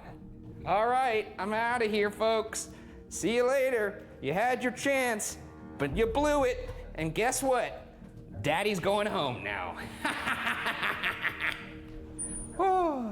Well, you made it. Another day you live to tell your tale here. Oh, incredible. What did you hear out there? You promised it wasn't you. I pinky swear. You heard? What did you hear? A little. Hi. Yeah. Yeah. Cool. Exactly that. I was in the middle of saying that I was gonna, if anyone talks to me, I'd be forced to shove a candlestick up their ass. No, it was around the time that I tried to, because I heard you in that room and I tried to push on the door to rattle it, but it didn't even make a noise. So. Yeah, but I had to get crazy there so nothing would interact with me. Yeah, I know. That's your defense mechanism. Let's get out of here. Yeah, absolutely. Let's go get a San Diego burrito. I'm down with that. See you later, Whaley House. Bye. A house serving as a shrine to the past while also playing a part in ours has now shifted to the present. Was there something moving in the dark upstairs? Did we hear voices in the courtroom? Did I hear somebody whisper hi by the stairs? Our job as investigators is to collect and present questions, possibilities. Interpretation, however, solely belongs with you. But for our part, the Whaley House can now be locked away in the Ghost Files.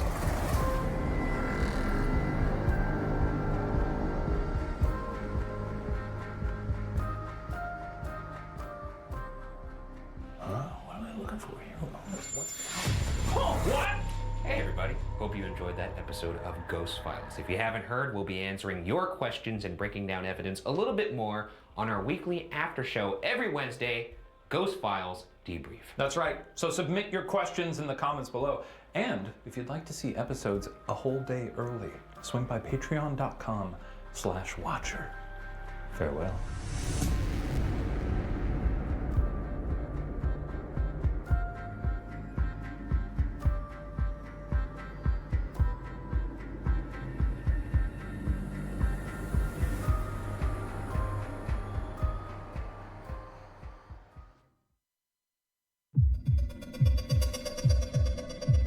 Did I hear a whisper in the dark? Did we hear voices in the courtroom? Was there something rocking around upstairs? Grab a snack and help us unpack all that and more. It's time for Ghost Files Debrief.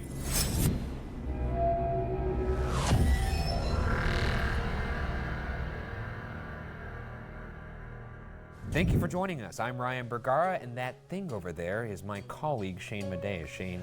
Each week, we look back at our most compelling evidence, behind-the-scenes moments, and answer your burning questions. This week, our episode is sponsored by Get Your Guide. This episode is brought to you by Get Your Guide. Today, our ghost hunting took us all the way down to the Whaley House in San Diego, where we immersed ourselves in one of the world's most notorious paranormal locations. You know, filming on location here was amazing, and if you're interested in having a haunted adventure at the Whaley House of your own, you can book your trip easily with Get Your Guide. Get Your Guide offers great prices on tickets from top sites to one-of-a-kind local tours like the Whaley House. They offer over 60,000 curated experiences in more than 3,600 destinations worldwide. So, if you're not so into the haunted scene, you'll still be able to find the perfect trip tailored to you, like, let's say a dinner cruise in Paris. Get Your Guide's experiences are provided by knowledgeable local experts, and they also offer self-guided tours for our solo trip enthusiasts. Setting up your trip is easy from either your computer or your phone. You can book, download, and access your tickets all in one place. No printing required. Use our link on your computer or phone and choose from the thousands of suggestions available. Find what excites you. Perhaps a taco and tequila tour along with a visit to the Whaley House. Boom! You're already set for an unforgettable experience. The best thing about Get Your Guide? Well, they know that not everything goes according to plan, which I know also. I know a thing or two about that. I'm a ghost hunter, apparently. That's why they always offer 24/7 support and free cancellation up to 24 hours before your trip. Isn't that sweet of them? Unlock your next adventure with Get Your Guide today. Head to the link in the description to get started on the unforgettable experience you deserve. Now, back to the debrief. Wow, thanks, Get Your Guide. So we went back to the Whaley House. This time they remembered who we were. Yeah, kind of. I'd say they did. Cool, I'm just saying because the last time we went there, not doing the shoot, we did expect a hero's welcome. And we walked up to the ticket booth all triumphant. We were kind of peeking in, expecting for Puffing them our to chest sort of, out, you know, just sort of, yes, come on in, sirs. Yeah. You know, it was like, hey, just keeping an eye on the place, you know? Exactly. And they gave us basically this stare back. And what'd they say? Ticket booth is over there, gents. And they had no idea who we were. And I was in shock, honestly. It was like one of those moments where you say hello to somebody, you're like, hey, Brad. And Brad doesn't remember your name, so they do that kind of, what's up, man? Yeah. And you know that they know that you know. Yeah. They don't know who the fuck you are. They welcomed us with open arms this time. You know, the time we went there to revisit, it might have just been, someone working a summer shift, they don't know who these knuckleheads are. They should have had our pictures posted. I mean, they should have. They should take down some of the historical photographs they have in there and put ours up instead. Right. Good times. We got a lot of good stuff this episode. Always nice to be back. Yeah, it's a beautiful part of town. It's great. I love San Diego. I love Old Town San Diego in particular. And it's a lovely house, other than the fact that it's infested with ghouls. You know? Well, that's why they called us. That's right. Because we kill them, we capture them, we bag and tag them. And we put them in the Boogoo Containment Unit, which, as you know, powers Watcher Entertainment. So keep watching the show, otherwise we will let the ghouls out and it will get ugly. The whole world covered with slime. This is a threat. It's a promise, actually. And now a debrief of our investigation of the Whaley House, starting with the evidence. Oh, the evidence. Isn't that fun to get all that great evidence? That's right. I mean, and some of this evidence, you just take it, you put it in your mouth, you're just going, that's some tasty evidence. God damn. You know? Yeah. Anyways, let's start with the high whisper that I got in my solo investigation. That's the voice of somebody who's already dead.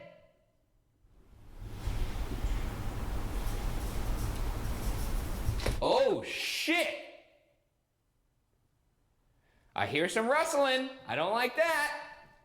Remember,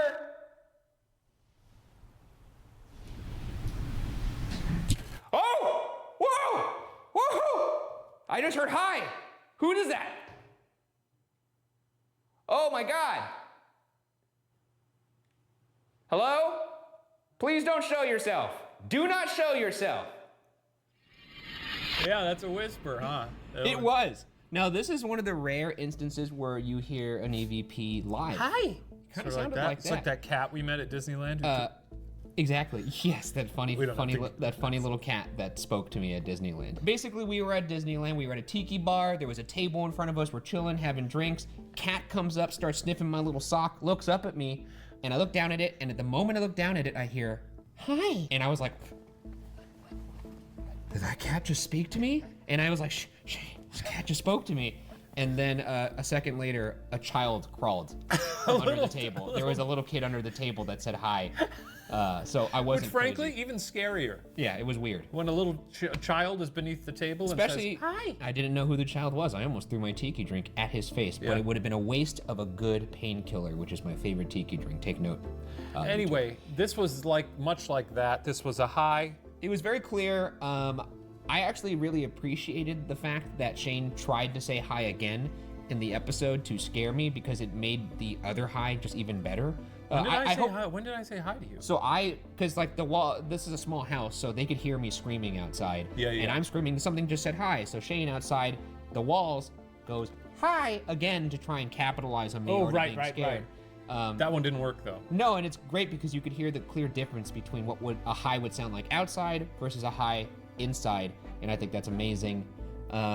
That's ghosts. That's ghosts. I mean, it's a pretty clear hi, dude. I don't know what else you No, want I me mean to it's say. not clear because you had to listen. You had to listen very intently, and it could be Actually, any not. number I of mean, not listening intently. I heard it on the site. You heard it on the site. It scared. I heard it so clearly on the site. I was convinced that it was you. So when you did the second hi, I was like, oh, clearly the first one was his. I also want to make that clear because watching the episode, it could get confusing. There was in fact an actual hi that happened, and A then real hi. Shane did a fake one after to try and scare me. There was two highs. That's right. I gotta have my fun, you know.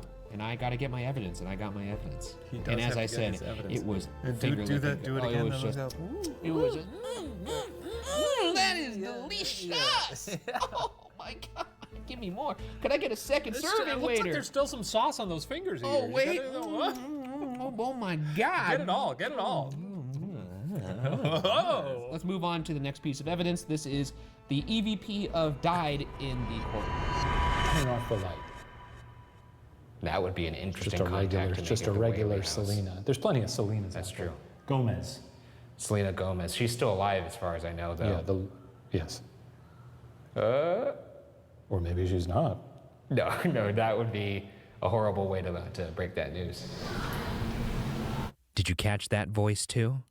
Here it is again. A horrible way to break that news. This is not a hi. This is a died. This is a died. This is later. We did not hear this on site. So this isn't a. It's a. Well, the hi was like hi. It's pretty creepy. I suspect it was Violet. But the died, pretty good. We got a lot of good EVPs actually in the courtroom. This house was just active the entire time we were there. Let's move on to the rocking chair creep. You could very easily push me down these stairs if that's something you're into. If you get him at the right angle, that little antenna on the REM pod could impale him. That'd be funny. Pretty quiet. Are you moving around? Is somebody moving around in this house? Me? What do you hear up there? You got wild eyes. Dude, it's, oh my God, all the hair standing up on my... Is there a rocking chair up here? One of like my favorite moments in investigating this season where I say actually in the episode, is there a rocking chair up here? And because it sounded like a rocking chair, and you could actually pick it up on our audio recorder, and of course there was a rocking chair, and what's in the rocking chair but A baby. a doll. A little baby doll. Fucking creepy. I love all the doll content we've got this season. They're so freaky, you know? Just like I said, the whole house was active. Yeah, I mean, do you have any thoughts on the creaks? It's a house. It's yeah, you're right. It's a house. Yeah, it's an old house. It's an old house in a busy neighborhood. Well, what do you want? You know, we it's not haunted and ghosts aren't real. We had a great time. Ryan found a lot of stuff on his little toys. They're not toys. We're rounding the end of the season here. You know, normally that's when I'm sort of like, hey, yeah, really fun. This is all bullshit. Aren't we having a good time here? An audio recorder is not a toy. We're just picking up what's there. And if there's a voice there, I don't know. Yeah, I'm tired of people. I'm tired of people. Jesus Christ, man. I don't think Shane's hair is even blonde. It's just going gray. No, the thing is, like, all the Shaniacs out there, they're pretty quiet for the most part. I just get people, I get the Bugaras online being The like, Shaniacs well, are explain this. And I'm like, I don't have to explain anything. I don't have to explain anything. You have to explain to me how any of this is based in science. I mean, start there. It's not so much that it's based in science. It's more just we heard a voice. There was nobody there, so what's the voice? What's our next piece of evidence? REM pod! Not a good answer. REM pod. Also, the REM pod, we got some activity on those stairs as well, and we also got the compass moving, which also I'm not buying that one, though. Yeah, because he freaking didn't record it. Oh, he freaking By the didn't way, even record it, dude. This whole season, we've just been roasting Shane in our in our edit sessions because we're always like, oh, we need a different angle here. Let's go to Shane's cam, and it's usually just recording his shoes. Or like recording No, a I'm wall. recording you for most of it, but then when we're doing stuff very intently, sometimes I'll not pay attention to it, or I'll zoom in very, very close to your face because I think it's funny in a sort of American Beauty sort Here's of a direct quote from Sam Young, who's our post supervisor. She actually does a lot of work editing most of these debriefs. She'll enjoy this. This is a direct quote from her. Shane Madej is the worst cameraman I've ever seen. That's why all my shows are locked down. It's just because like. Of course, we're on the stairs. I have the compass, and apparently, if the compass spins around, you know, because that's the dumbest bullshit in the world. If a compass isn't even like remotely, if it's just barely not level, guess what? It's gonna be spinning. It's not gonna spin like the way it was. Sure, it would. I don't think it would. It depends how you're moving it, but unless I wasn't moving it. I had it on a table, or like you're just holding I had it right here. here. I had it holding right here. Did you pick it up? No, Where'd you grab it from? This is the bottom of the stairs. We were just sitting It was there. the bottom of the stairs. And we would have had it on camera. And it was spinning like the devil done it. It span like twice. I don't even know if span's a word. Spun. It spun twice. And Shane, he's off looking at the lanterns and shit like that. Like it's crazy. And then you didn't even say anything. You were just I did, and I was like, oh, the compass. And then I snapped compass it. spinning. Also, not a great camera. Okay. The compass is spinning, and Shane was like, I'm sorry, I didn't get it, and he laughed. Because it's look. All due respect, you've got a pretty good, you're pretty discerning when it comes to the tools that you use. That's right. And I'm pretty disappointed that you think a compass spinning around is even remotely compelling. It's to me, it's akin with dowsing rods. It's fully dependent on you moving stuff. Yeah, but if I'm holding it like this, and it's, and it spun around twice. Yes, it did. It spun around twice. I don't know what to tell you, man. It did. That sounds really scary. It is scary. Yeah. We had a REM pod session also in the theater, which was very fun. I'm liking what I'm seeing. Bravo! Yeah, come Very on good. now. Very Oh, good. that's incredible. Encore. Encore. Hey, whoa. Oh, yeah! Oh, yeah! Now that's a show, folks. No more? Just silence now, huh? Yes, we'd love to see more flashing lights. Come on. Okay. Pulling out all the tricks on this one. We got a ghost to perform for us, essentially. And then it also liked our performance as well. And Shane, mid-session, started to have some sort of obsession with backflips, which he also mentioned later. He can't. Maybe it's because he can't do backflips. No, I can't do a back somersault. That's the same thing, isn't it? No, somersault, you're on the ground. Back flip, you're fully in. Oh, I see. Stand. You I mentioned- can do those infinitely. Yeah, you can for sure. Yeah. But the back somersault you couldn't do because you had a big tummy as a kid. I had a big tummy as a kid. Which I was elicited. I was a portly little boy in my youth, and then God grabbed the top of my head and just stretched you. Yeah, like no, taffy. just stretched you out into this Gumby-like creature. All right, that's enough of the evidence. Let's move on to the next segment called Cutting Room Floor. Okay, so this is a segment where we show you things that didn't make it in the episode, but we wish they did. And this week we have a great piece of evidence from Sam Gilbert. I I had just finished my tour of the Whaley House and decided to walk to the graveyard where Yankee Jim is buried. I was taking pictures because it's pretty cool there and pretty historic, and after a few minutes I was alone in the graveyard and started to have this really creepy feeling like something was watching me. I got the heck out of there pretty fast, and then when I got home and was looking at the pictures, I noticed in one of them it looks like there's a ghost or spirit reaching out from behind a tree. It was pretty creepy, and I hope you guys find something there. So Sam sent us in a photo where they saw a little person peeking out behind this tree. Let's see if we can recapture it.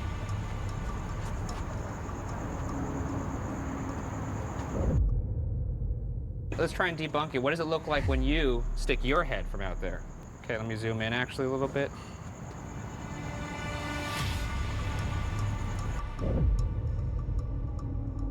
Why don't we walk around with that SLS, see if we can find any little skeletons? Well, I'd love that. Crawling out of their graves. Why would we find skeletons in a cemetery? Playing the ribs like Can we take xylophones. this seriously? Get a Can we little- take it seriously? Come on, no, kidding. we I'm can't, just okay. kidding. I'm just kidding. Ghost Files picture. Yeah, Ghost Files. This is actually the tree right here where the little face Keep was. your eyes on the screen, Ryan. Now, just to prove it, here's Shane's little skeleton right there. Look at him doing his little dance. Good demonstration. Oh, yeah. All right, your turn. Take it away. Nothing, huh? Nothing. Nothing. Oh. I'm imagining a ghost being like, oh, and then just disappearing. Right back into their grave. Oh, there was again.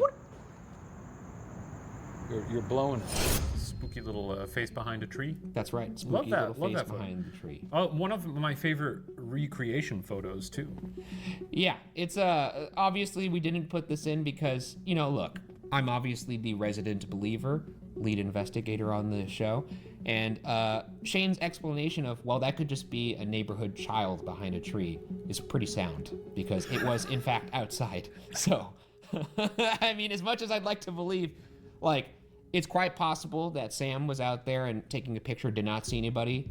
And, Yeah. you know, and maybe, but in this particular case, it's different when the location itself is not locked down. This cemetery is open to the public. Anybody could be there at any time. We're not inside the Whaley house with just him and I, you know, Shane and I, like we do in our investigations. So if you can't lock down the investigation, it's a little harder for me to... I will say in Sam's defense that if you were out there in that graveyard taking that photo and someone was behind the tree, you'd probably see them, unless they were just taking it very casually and didn't notice till later and didn't really have the time to look. But based on where we took the photo and where the tree was, if someone was there, they probably would have noticed them. But I think it might be one of those situations where maybe, and maybe I'm wrong, but maybe Sam took the picture and then they were looking at it later. And Yeah, they saw yeah. it, and they're like, oh wait, I don't remember anybody there, but there could have been some kind of like neighborhood rapscallion behind that tree, just like.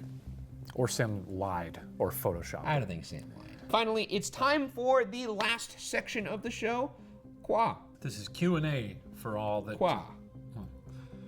It's Qua. Qua, qua. Everyone's quawing at home. Are you all quawing along? When I say qua, you say qua. Qua. Well, Oh, you no, said it yeah, too. I did. now you have I to got do too it excited. one Sorry. more time. When I say qua, you say qua. Qua. This is where we answer questions directly from you guys, the viewers at home, including 2 questions every week exclusively from our patrons over on patreon.com/watcher, which you can head on over to, and maybe you might get a better chance to be on Ghost Files Debrief because we're picking questions from a smaller pool of people. That's right, and you can watch the episodes a day early over there, which is kind of neat. That's true. That's true. Unless we're really behind. And you know what? So far this season, every no. one of them, we've gotten them out early. Let's go to the first question. You got one fired up there, big boy? Matt Harkin from Patreon says, looks like there's an empty bracket on the helmet. Did Shane break it? And how many times off camera did Shane hit the helmet on a door frame? Which empty bracket is there on the helmet? Is it the weights in the back? Oh yeah, so we were experimenting with having weights to offset the weight of the front load. The front heaviness of it. Frankly, I liked the weights. The weights helped because it balanced out. It made your head heavier in general, but I mean, when you have a head that's your size, I guess it was an extra couple pounds. But for me, it was a little tough. Yeah, because you got a little tiny head. No, I it's got a proportional. It's proportional Well, to your tiny body. I got a normal human size proportional head. Shane, can't wear beanies. So if you look at the watcherstore.com, we've got a wonderful series of merch, a great line, some great Ghost Files stuff. You'll never see me modeling any of our hats. That's because right. they simply don't fit my head. No, and it's also infringes upon his contract with Jack in the Box, where he sells Jumbo Jacks, because he's, of course, their mascot. You son of a bitch. Evan O. How do y'all go through all of the audio and listen for things? I feel like with how loud you have to play it to hear some things after 6 hours, it'll blow your eardrums. LOL. You know what, Evan? You're right. And in fact, sometimes I worry that I've developed tinnitus, to be honest, because I have had several instances where the audio was so loud, all of a sudden that like my ears literally rang for a little bit after, and That's bad. I've been concerned. And we also have an in-house paranormal investigator in addition to myself who does the primary look through of all of the footage and the audio. A goddamn hero, Rebecca Castaneda. She does a great job stringing out all the evidence. It was something that for a long time I did just by myself, and I lost my mind eventually. So thank God for her, and the two of us together drive everyone else in the office crazy. But shout out to Rebecca. Moving on to Go over to Tubetown? We should go over to Tubetown, yeah. A little Titikwa? Titikwa, let's do it. This is from The Last Guardian. What advice would you like to give to aspiring ghost hunters? Perhaps something you wish you'd known earlier in your ghost hunting careers. Keep up the spooky work. Sending good vibes from India. Honestly, it's a very boring profession, to be honest. You're probably distracted from that because of all the goofy yuck-em-ups we do in these places, but it's a lot of sitting in silence, waiting for something to happen, asking questions and getting no responses. You guys just see the distilled version of that, which is hard to believe because the episodes are an hour long, but I guess the advice I would give is just go in knowing you're gonna have to be very patient. And also, I don't know, I don't know if it's the best career choice, to That's be sort honest. of the route that I was gonna take, you know.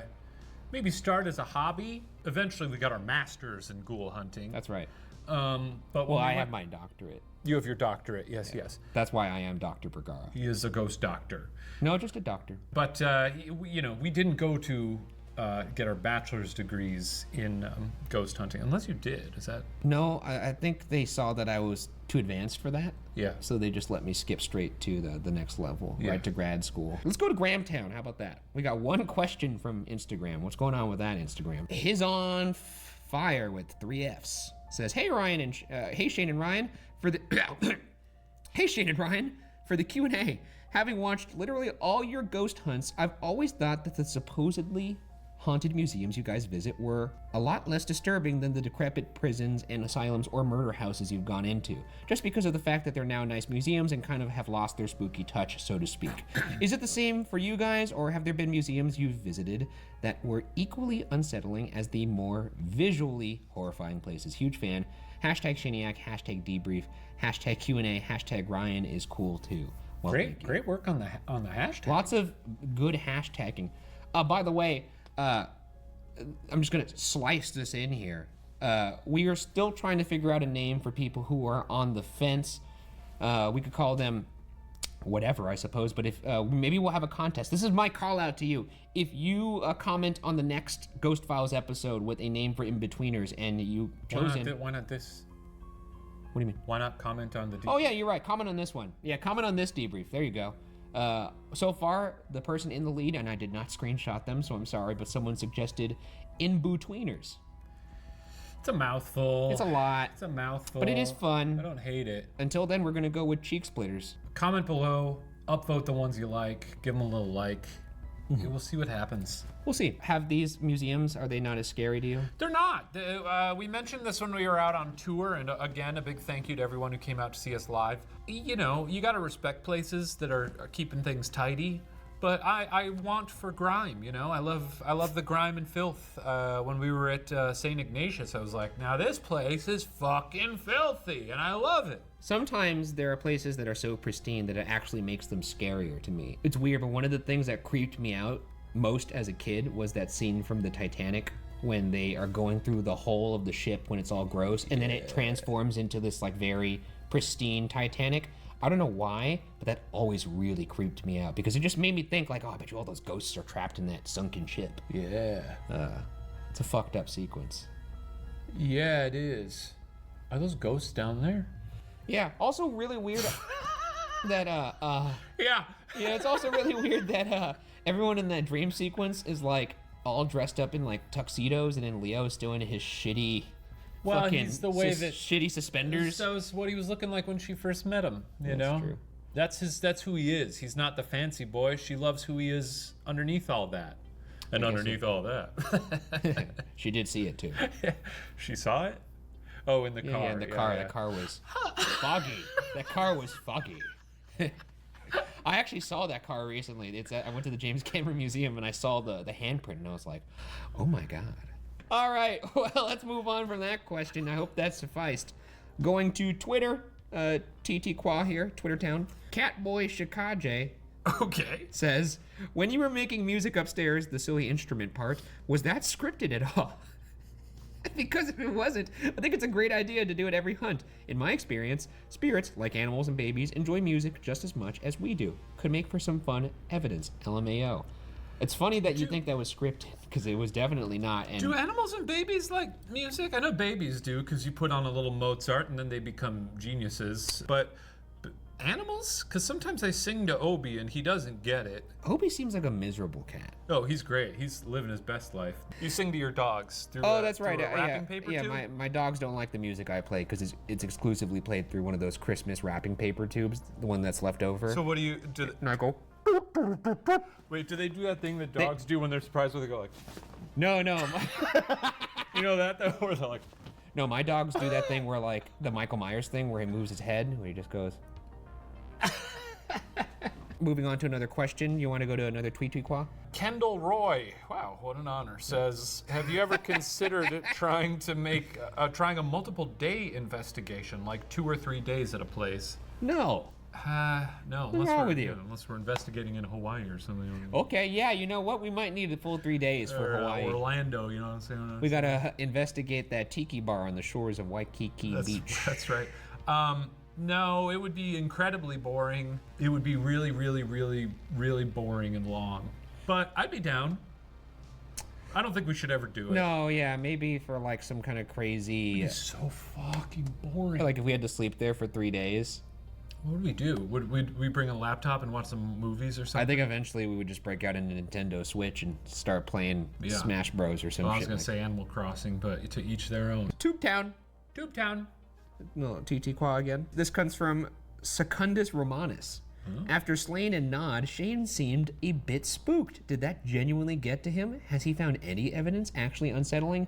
The moment where we asked what happened in this room, and it said Slain, and then we said, did it happen in this room? And they said Nod. Or did it happen right there? And then Nod. That was pretty cool. Yeah, I gotta say, if it ever seems like I'm genuinely spooked by something in these episodes, I'm probably just bored or not paying attention. Yeah. I have legitimately not been spooked by anything. I don't remember this moment. I can go back and rewatch it, but it's pretty good. It's a pretty scary moment because after that I'm just like, okay, well, I'm gonna get out of this room. And then we also saw Paige. And I also like to feed into Ryan's fear a little bit because there's. And he eats it right up. He eats it right up. Sometimes I do. It's a fine line. We've talked about it throughout the season, and we'll continue to tiptoe. But we got to keep him. We got to keep the old Berguzler spooked over here. All right. Well, that wraps up this investigation. Thank you guys for tuning in to the most recent episode of Ghost Files and also this debrief. And remember to watch the next episode of Ghost Files, which is this Friday, where we go to Missouri to the Hobo Hill House. It's a good one. You guys are really gonna like it. It's a fun house. It's a fun house. And also, but before you go, you got to remember to submit those questions on Patreon, YouTube, Twitter, or Instagram, and perhaps you'll be on the next episode of Debrief. That's right. And again, if you'd like more We're getting to the end of the season. I'm getting emotional. Oh, God. If you'd like more... No, it's okay, man. We're going to get through it together.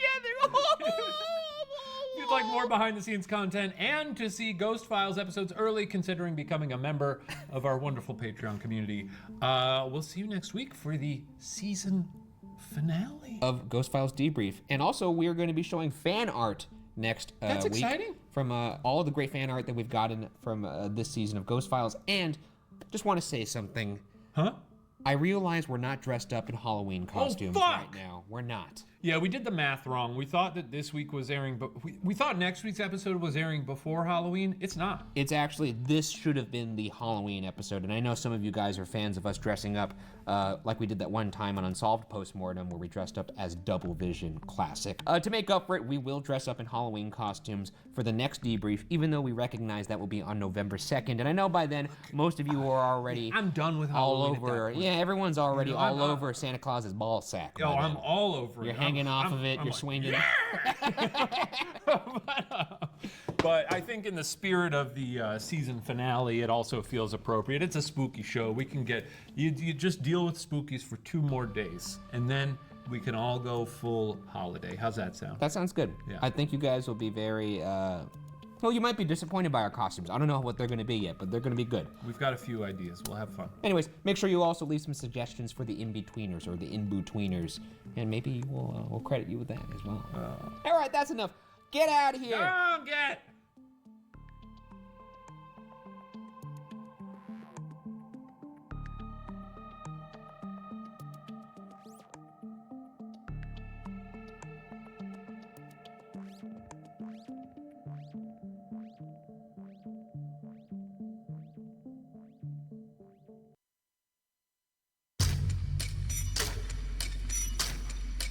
Hobo Hill. Here we are! Wow, this is the most amazing thing I've ever done in a ghost hunt. We've done houses before, but we've never done a place as Show us your body! Whoa! fucking baller as this. Some places can be haunted and delightful.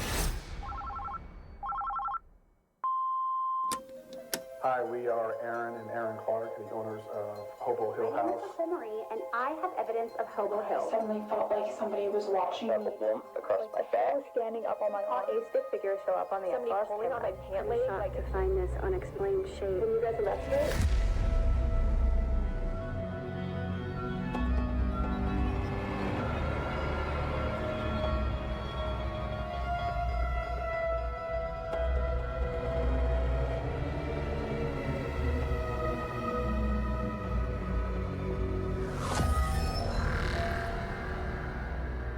Welcome to Ghost Files, where we take your evidence and our tools into the field to expose the supernatural. My partner, a skeptic. Myself, a believer.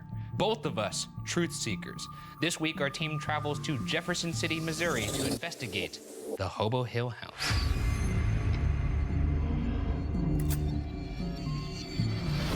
Oh boy, season finale. I got the spirit in me tonight. Do ya? Yes. You ready to ghost bust? You ready to bust all over these ghosts? I am ready for it. We'll bust them up, file them away. Yeah, here we go. This family home won't know what hit it. I had a big coffee, so I'm really zooming right now. Oh man, I'm ready to Look strangle at the these. size of this porch. It feels like Halloween. This is pretty nice. I wouldn't mind the porch like this, honestly. I'd let Michael Myers tear me up on this porch. Oh, absolutely. Do whatever you want to me. After you, sir. Let's get in here. Wait, it's a family home, so we should knock. Hobo Hill House. Here we are. The boys are here. The Hobo Hill House, rumored to be named as such due to transients climbing the hill to watch baseball down below, was constructed in 1910. It passed from family to family until August 2017, when it landed in the laps of the Clarks, along with their 7-year-old daughter Raina and baby Titus. The family beautifully renovated the rundown property and moved in October of that same year. The Clarks didn't believe in ghosts until, of course, their whole family started actually living in the house. That's not to say things weren't odd to begin with.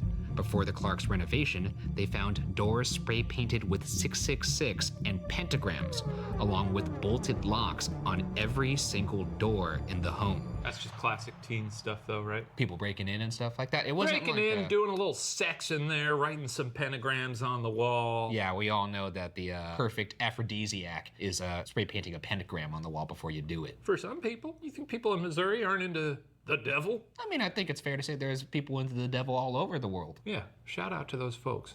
Thanks for watching. You're adding more pages into that Shane's a Demon book. No.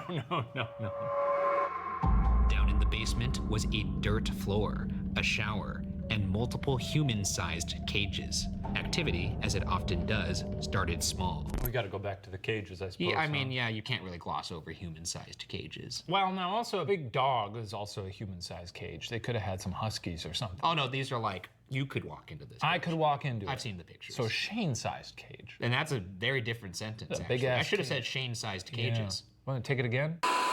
Down in the basement was a dirt floor, a shower, and multiple Shane-sized cages. Activity, as it often does, started small. Banging noises from the attic every night, smells in the stairwell, and electrical issues, but eventually ramped up to one nightmarish night which prompted the Clarks to move out only 7 months after moving in. Vowing to never pass the house to another unsuspecting family, the Clarks decided to rent it out on a nightly basis for those curious, or in our case, stupid enough to visit.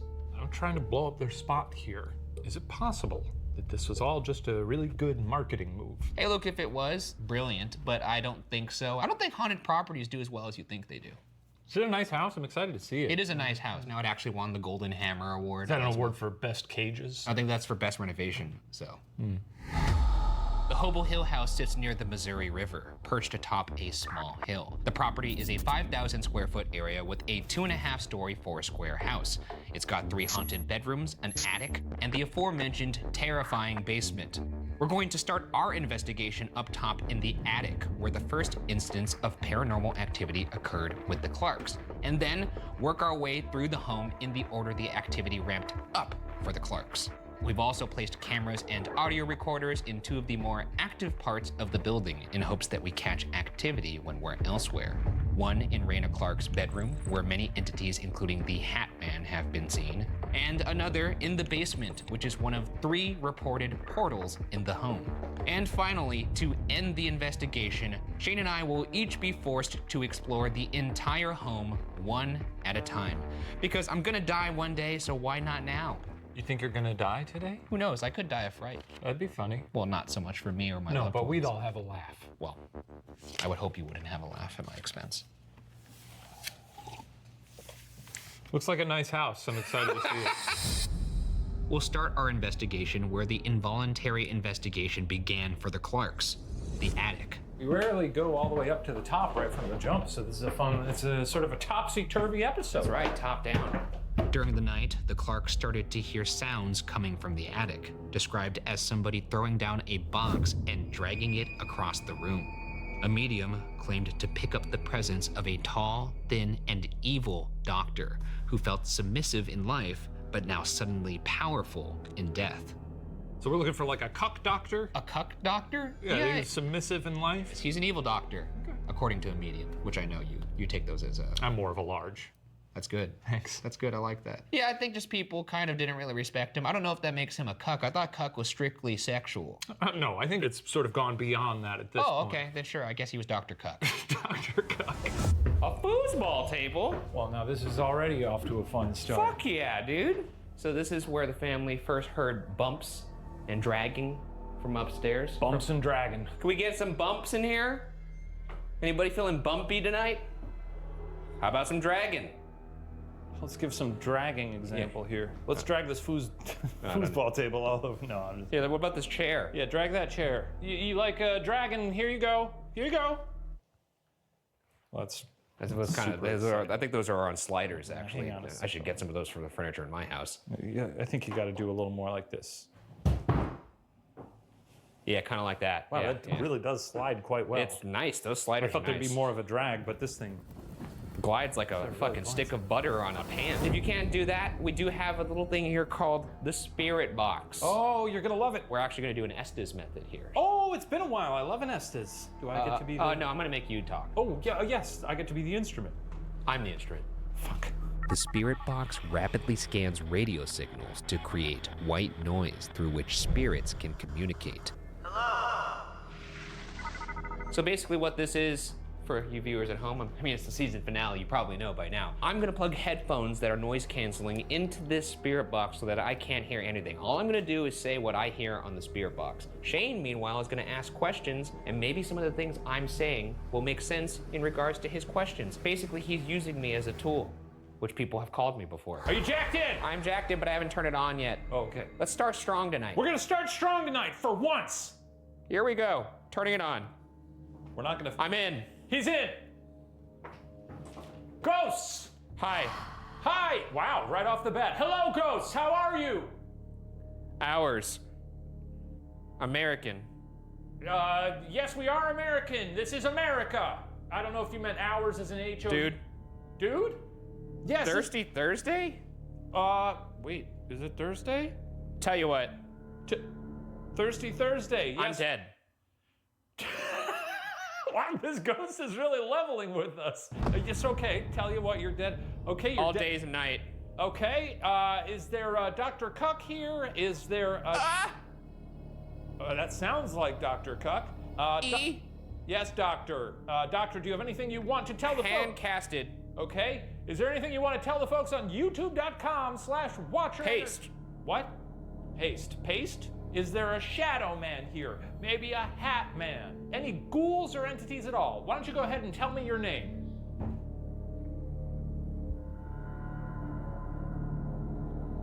It's so funny. Okay. Well, I'm excited to hear it then. Your name is... Hey. Hi, my name's Shane. What's yours? I'll go around. Okay, so anyway, maybe there's I wonder. Okay, what are you doing here? Why do you linger? Why you linger? 3 reasons. Okay, we're getting somewhere. 3 reasons. Tell me the 3 reasons why you haunt this home here in beautiful Jeff City, Missouri. Huh? Why are you grunting like Tim Allen? I want to. Okay, yeah, that's cool. So back to those 3 reasons. Oh, 3 reasons. Don't go there. No, I'm gonna go back there. Reason 1, I'm gonna assume you want. What does that do? This is a flashlight. You shine it on things. Number 1, you want to haunt here. Reason number 2. Go to ABAC? It's not. It doesn't make any sense. One more. Use your words. You stupid piece of shit. Reason number 2. Let's hear it. Massive. I'm Hatman? Hatman? Shadowman? Damn. Damn, Hatman is massive. Which world? Earth is where we are. Last time. Help us with our... With what? Help us with your what? Fauci dressed. We don't need to get political here. Run. Run? Any other reasons why you haunt or any message you want to communicate to the world? This is your time to do it. They're out? I don't know. No, speak. Shut up. Shut up and listen to me. Speak. What do you want to tell the world? This is your platform. Get back, relax. Jafiel, relax. I like that. I'm gonna go. Don't lie to me. I'm not gonna lie to you. Creepy. Here's what I'm gonna do. I'm gonna get back and relax in this beautiful chair. Okay? Heard you. Yeah, I heard you. Can you tell me what the clunking and dragging sounds are up here? What are you up to, huh? Just rearranging? Put them in. Do you put something in a box and drag it around? Is that it? Yes. Oh, cool. All right. Pretty conclusive. Great.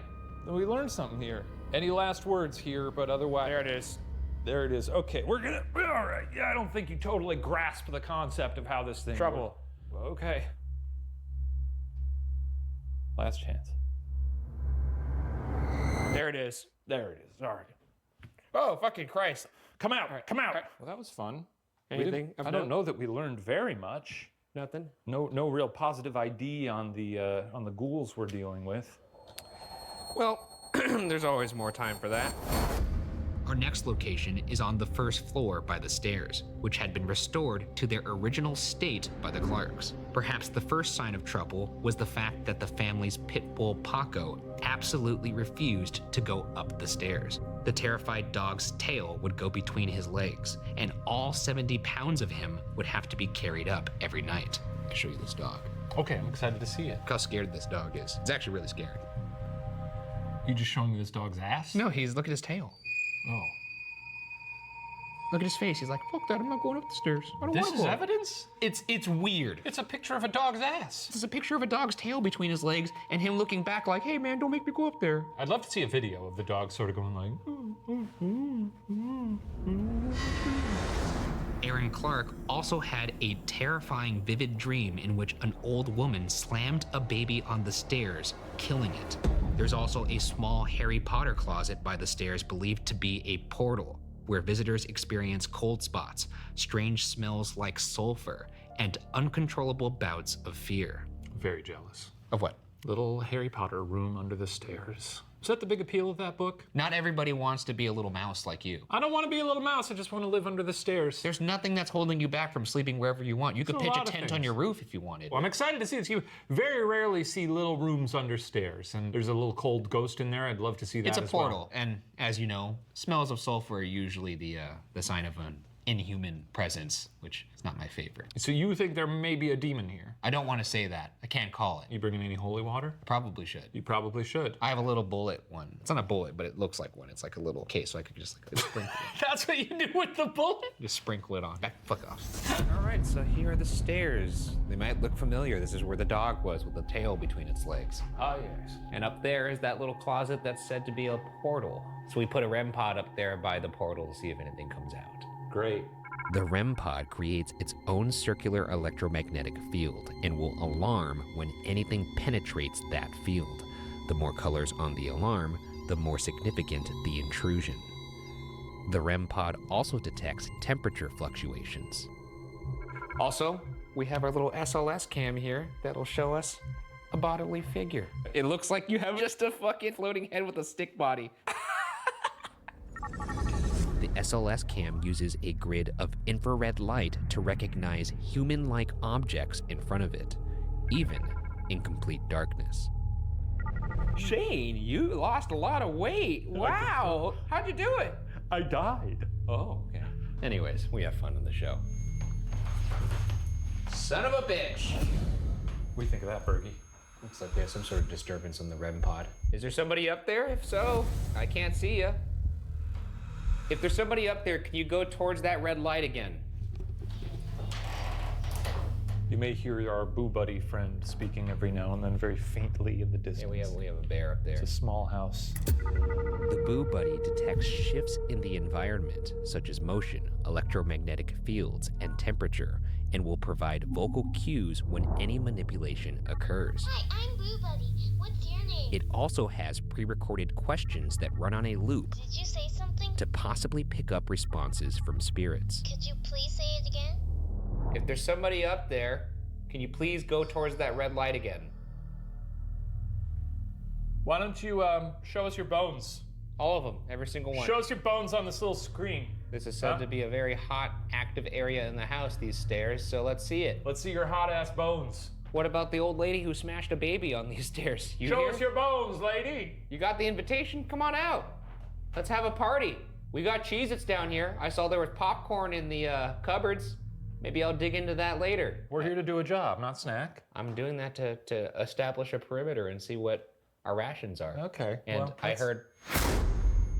Who's that? Is that Who's that that? old lady? Can you step away from it, please? Step away from the REM pod. Or come towards us. Walk toward us, please.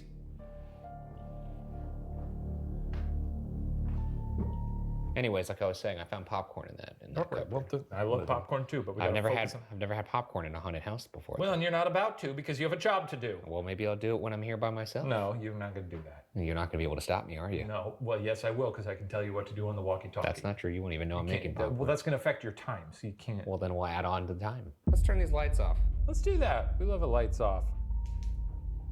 It's kind of bright, actually, in the dark. It's pretty bright because that's a bright screen, but we'll see what happens. Approach the REM pod. Nothing, huh? I guess there's nothing in this house after all. I guess it's our house now, huh? This is our house. I'm gonna make my popcorn, and this is gonna be No, my you're not gonna make- paranormal He's palace. not going to make popcorn. Not without.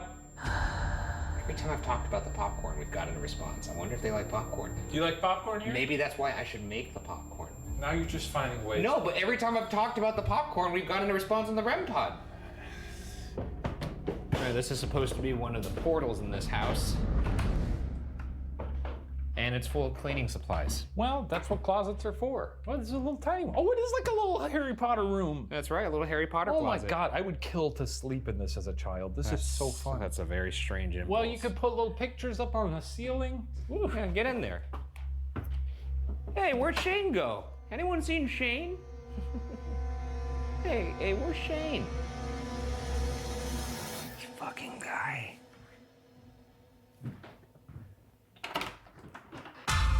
Very good. It's nice in here. It's good. I really I mean, this is... Hey, follow him out of the portal. Follow him out. Yeah, come on. Come on, come on. Our next room is the baby Titus's bedroom closet. Mediums who visited the place have reported that the closet is one of the 3 believed portals in the house, allowing entities in and out as they please.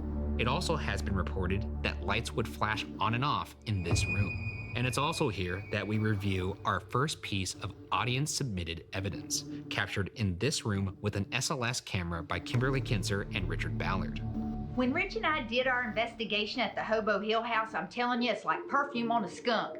You walk in, it looks like this beautiful vacation lavish home until the sun goes down. We had heard about a supposed portal on the 2nd floor in the little boy's room in the closet. So we took our SLS camera to begin the investigation in that room. And when we opened the closet door, Boom, there it was. It, he, she, I don't even know what you want to call it, but it was like it was playing hide and go seek. You ready? Yeah, I'm very excited. I'll show you.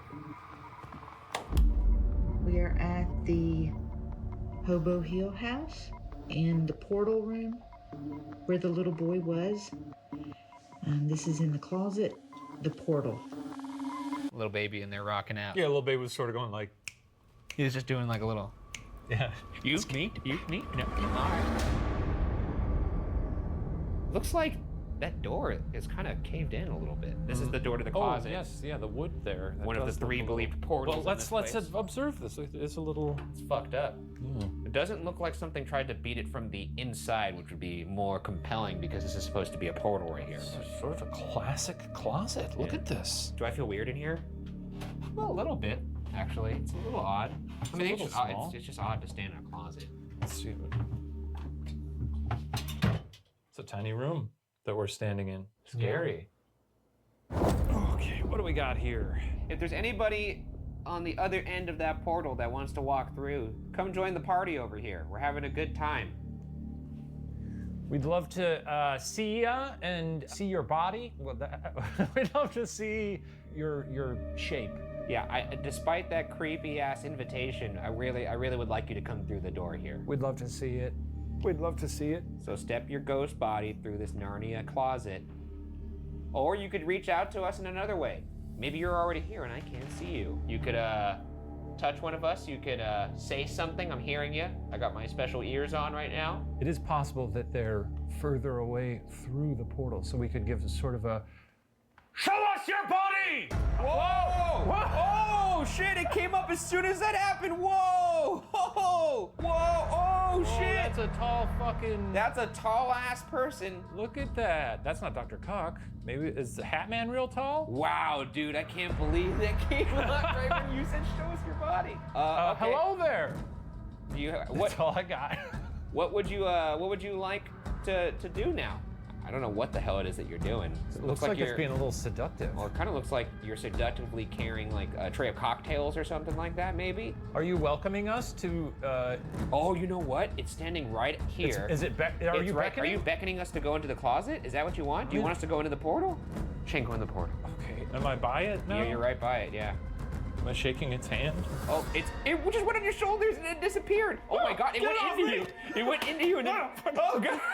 Oh Jesus Christ! It went into me? Yeah, it tried to get on a little piggyback ride and then just disappeared into your body. Oh, I don't mind that. You want a little PBR from me? That was crazy though. Yeah, this is a great infrared crotch shot I have of you right here. If I saw a little stick figure pop out of your zipper, that would be scary. All right, let's get out of here. Wouldn't be a little stick. Oh, it's back! What? You liked it. Back in the portal. Maybe he's going home. Yeah, all right, fuck this, dude. I'm out. Well, he's waving by. He's waving by. Oh shit! He's waving by. Bye, cool boys. See you later. Are you going back into the portal, or what's going on? Are you going home? Or are you just gonna sit there and pop lock like Smooth Criminal? Seems like you can. Whoa! Oh, holy shit! What the fuck is happening right now? Can you close that door? Slam it. It's a long ass Twist arm. it. Ooh, I just got like a headache. You just got like a headache? Yeah, like a sharp pain in my left temple. Can you close that door? And if you're doing anything with my head, can you stop it, please? Oh wow, its hand is like right near the fucking handle, dude. Go on. Can you move the door? I can see you trying. Come on. Your hand's right there. Just turn it. Move the door. Try as hard as you can. Just tapping its foot like, I don't know. What's in it for me? Oh, and he just disappeared. And like that, he's gone. They grow up so fast. Well, maybe we'll see you somewhere else in the house. Okay. Yeah, nice meeting you. Take it easy. Thanks for popping in. The next room we'll visit is where things occurred to make the Clarks reach out for help. Their 7-year-old daughter, Raina's bedroom. First, Erin and her 2 children were deadbolted in the room by an unknown outside force. Then, Raina began speaking to unknown entities. Her father heard her speaking to someone in her room. When asking her about it, she said, quote, "Daddy, someone just said hi to me," end quote. One horrifying night, Raina ran out of her room, shaking, crying, and laughing. According to her, there was a red and black man trying to lock her in her room. But, quote, "Mommy, I escaped." Just don't trust kids. Don't trust them. I'm just waiting for the day when your kid comes running like, "There's something in my room." Like, don't buy it. Their brains hadn't like hardened yet, you know? They're like mush. It's mush up there. Then, Raina started sleepwalking. And a night later, Erin saw a tall, thin, and older man with a long black top hat and a coat standing in Raina's doorway.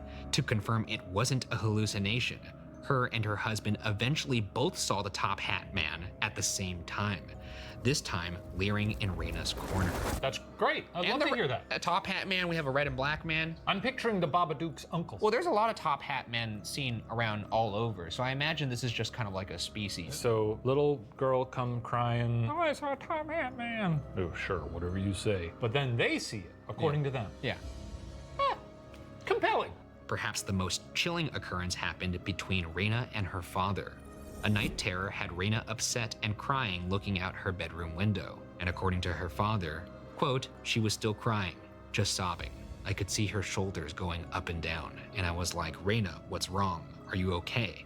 Are you okay?' And she turned around, and it scared the life out of me because it went from crying to this Cheshire Cat big smile. Kind of like the Joker." The Joker? Joker-fied. This is one Joker-fied little lady. The point being is, this is weird. It's weird, but also, I do think it does not help the case that the child is prone to night terrors. For what it's worth, too, the dad did say she seemed possessed. He said that she was like shaking uncontrollably while smiling and crying. Kids are weird, you know. Or there's a demon in this house. Or there's a demon in this house. Possibility, not fact. Knock, knock. Can we come in? Hat man, red face man. It's us. It's us. This is obviously one of the more active rooms in the whole house. This is Raina's bedroom where she talked to unseen entities. Look at those fucking doors. Gorgeous Holy closet shit. doors. I've seen this. A barn door closet? Very crate and I barrel. could see why they got the Golden Hammer Award. Ooh, and extra linens too. I could see why you haunt this room, Hat Man. Yeah. And Red and Black Man and anybody else who's in here. Could you close the door? Oh yeah, can you do that? That's what you did, right? You locked the whole family in here. You bolted it shut like a naughty little boy.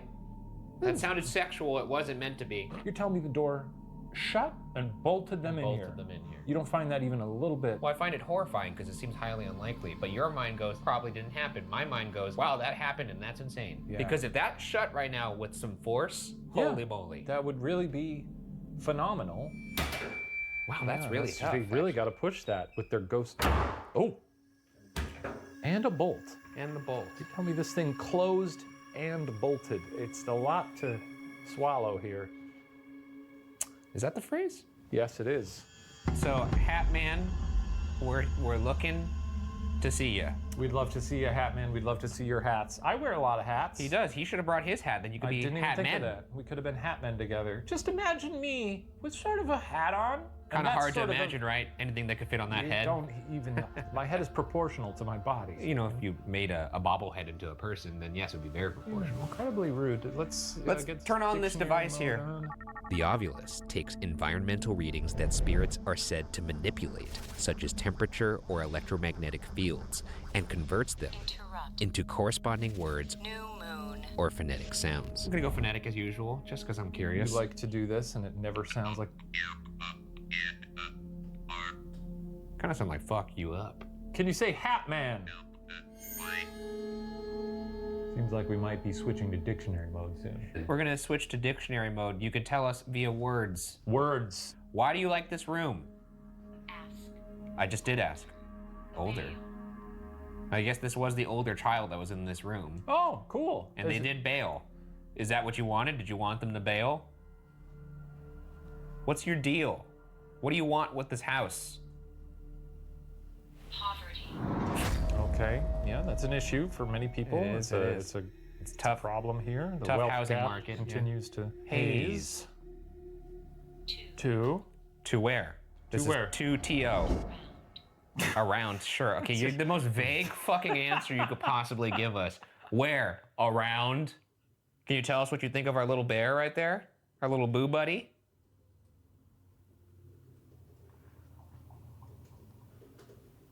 See, this is where maybe you did some stuff with Raina, messed with her head. She was sitting by this window, smiling like the Joker. Smiling like the Joker. What did you want with Raina? What did you want with Raina Clark? Bless you. What if I got Gesundheit on here? Can you say Gesundheit or God bless you? Can you bless him? Please bless me. July, baby. July, baby. That's what I'm gonna start saying to people when they sneeze. July, baby. Can you say our names? Listen to me, you son of a bitch. If you don't start fucking talking to us, I'm gonna bring out a better device. You fucking got that. Learn. Oh. An L. Just told me to hold the L. Hold this fat L. That son of a bitch told me to hold an L. Or do you think it's large, medium? Maybe. Oh yeah, large, medium. Will and brave. That's us. That is us. Yeah. Weird that you would know. Radio. Oh, you want the spirit box? Okay. Was that a what? I couldn't tell. Stop mumbling! Say hello! Be polite! He's from the Midwest. I'm from the Midwest. I'm very polite and I appreciate it when people are polite back to me. Say hello! I don't want to. That's what it sounded like. Stop mumbling! Say hello! All right, listen up, ass lips. If you don't fucking start talking clear, it's gonna get really ugly for you. Why are you here? That's what I like to see. It's the season fucking finale, dude. Put the screws to him, Ryan. You just spit in my face? What the? You wanna fucking go right now, dude? I'm right here. He's right there! What'd you just say? It's really hard to interpret what this thing. He called you a loser. Kick me right in the nuts. How about that? Kick him in the nuts, please. Kick me in the nuts so hard I fly right into the ceiling fan. You don't have the fucking guts, do you? All right, shut this fucking thing off. You know what we're gonna call this place now? Hobbled Hill. You son of a bitch. All right. Very extremely productive session there. Unbelievable. Dealing with a funny guy there. Also, hi, Fucking one of funny the guy. easiest syllables, even for this, Rude. pseudoscience horseshit. It's not hard to get a. All right. It's one of the rudest spirits we've ever interacted with. Yeah. Let's move along. I'm leaving a Yelp review. The review will be quite Great house. quite positive. Ghosts were rude as hell. Amidst all of the strange happenings with Raina, Erin had an encounter herself in their own bedroom. Erin reported that she woke up at 3 a.m., feeling that something was on her, preventing her from moving or screaming. She said to have seen a large, shadowy figure over her, which suddenly stopped as soon as it started. A guest in the house also claimed she spotted a dark figure on the balcony of this bedroom. Could both of these occurrences be linked to the Hat Man? Now, I will say before you say it, this does kind of sound like sleep paralysis, almost exactly like sleep paralysis.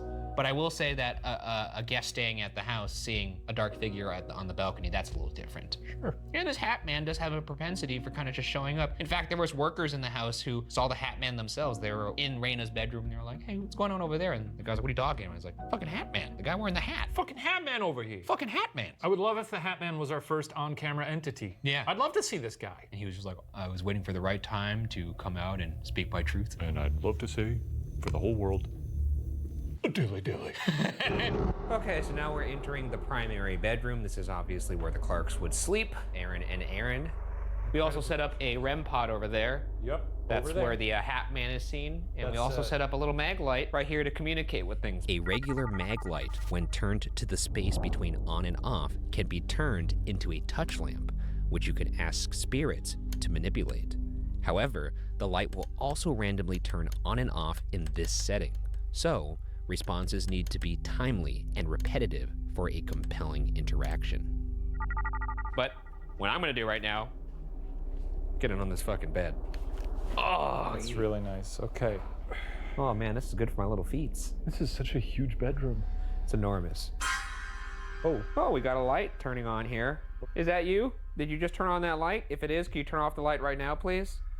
If you're a spirit here with us and you want to communicate with the mag light, perfectly.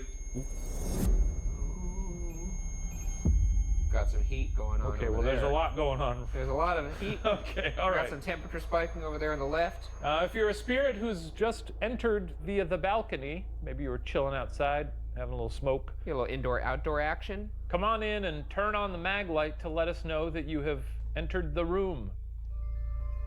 Aaron Clark saw something just floating above her right here. I'd love to see it. Could you float above me? Should we close our eyes and then open them and see if there's let's something see if, floating above us, like a Babadook or something? Okay. Oh, wow, yeah, I can't see shit. All right, I'm gonna open my eyes pretty soon. I really hope there's nothing floating above me. Yeah, that'd be... Oh. Just open my eyes and there's nothing, but the light did turn on. Did you like it when we were laying here? Do you want us to close our eyes again? If so, turn off that light right now. Do you want to play with us? If so, turn the light off. What do you have in mind? What do you want to do? What do you want to do to us? Well, here we are. Do whatever you want. If you're not a human, can you turn that light on? That's good. We can get more specific. If you're a demonic presence, turn the light on. Please don't do that. Oh, come on. Fucking, come on. Well, nice to meet you. We've run into a few of you in our days. That's bullshit. If you're a demonic presence and you're here with us, turn the light off. Yeah, you gotta confirm it, otherwise it's not real. Or you know what you can do? You can walk over to the REM pod, that little red blinking light over by the balcony, and you can jostle it a little bit, and that'll give us a nice clear indicator that you're a little demon who, with all its might, can make a thing go beep. One of the truly scariest things a demon can do. I don't know, I don't think it's conclusive. I don't think there's no demon here. There ain't no demon here. If there's a demon here, turn the light on. See? If there's a demon here, touch the REM pod. Nice. If there's a demon here, turn the light on. Hey, wait a second. You can't just keep asking that. You can't just. I don't think there's anything that's here. The whole... Oh, fuck, and they both went on at the same time. Holy shit. Fuck off, man.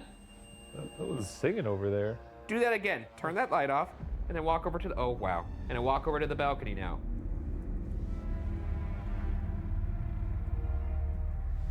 Okay. Okay, I feel a little bit better about that. What the fuck's going on?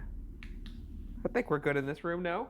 I mean, I think we're good. I don't know that we're good on account of it seems like we've encountered some sort of demonic. I don't think there's a demon here. Seems like maybe there's a demon in here. I don't think there's a demon in here. It's quite possible.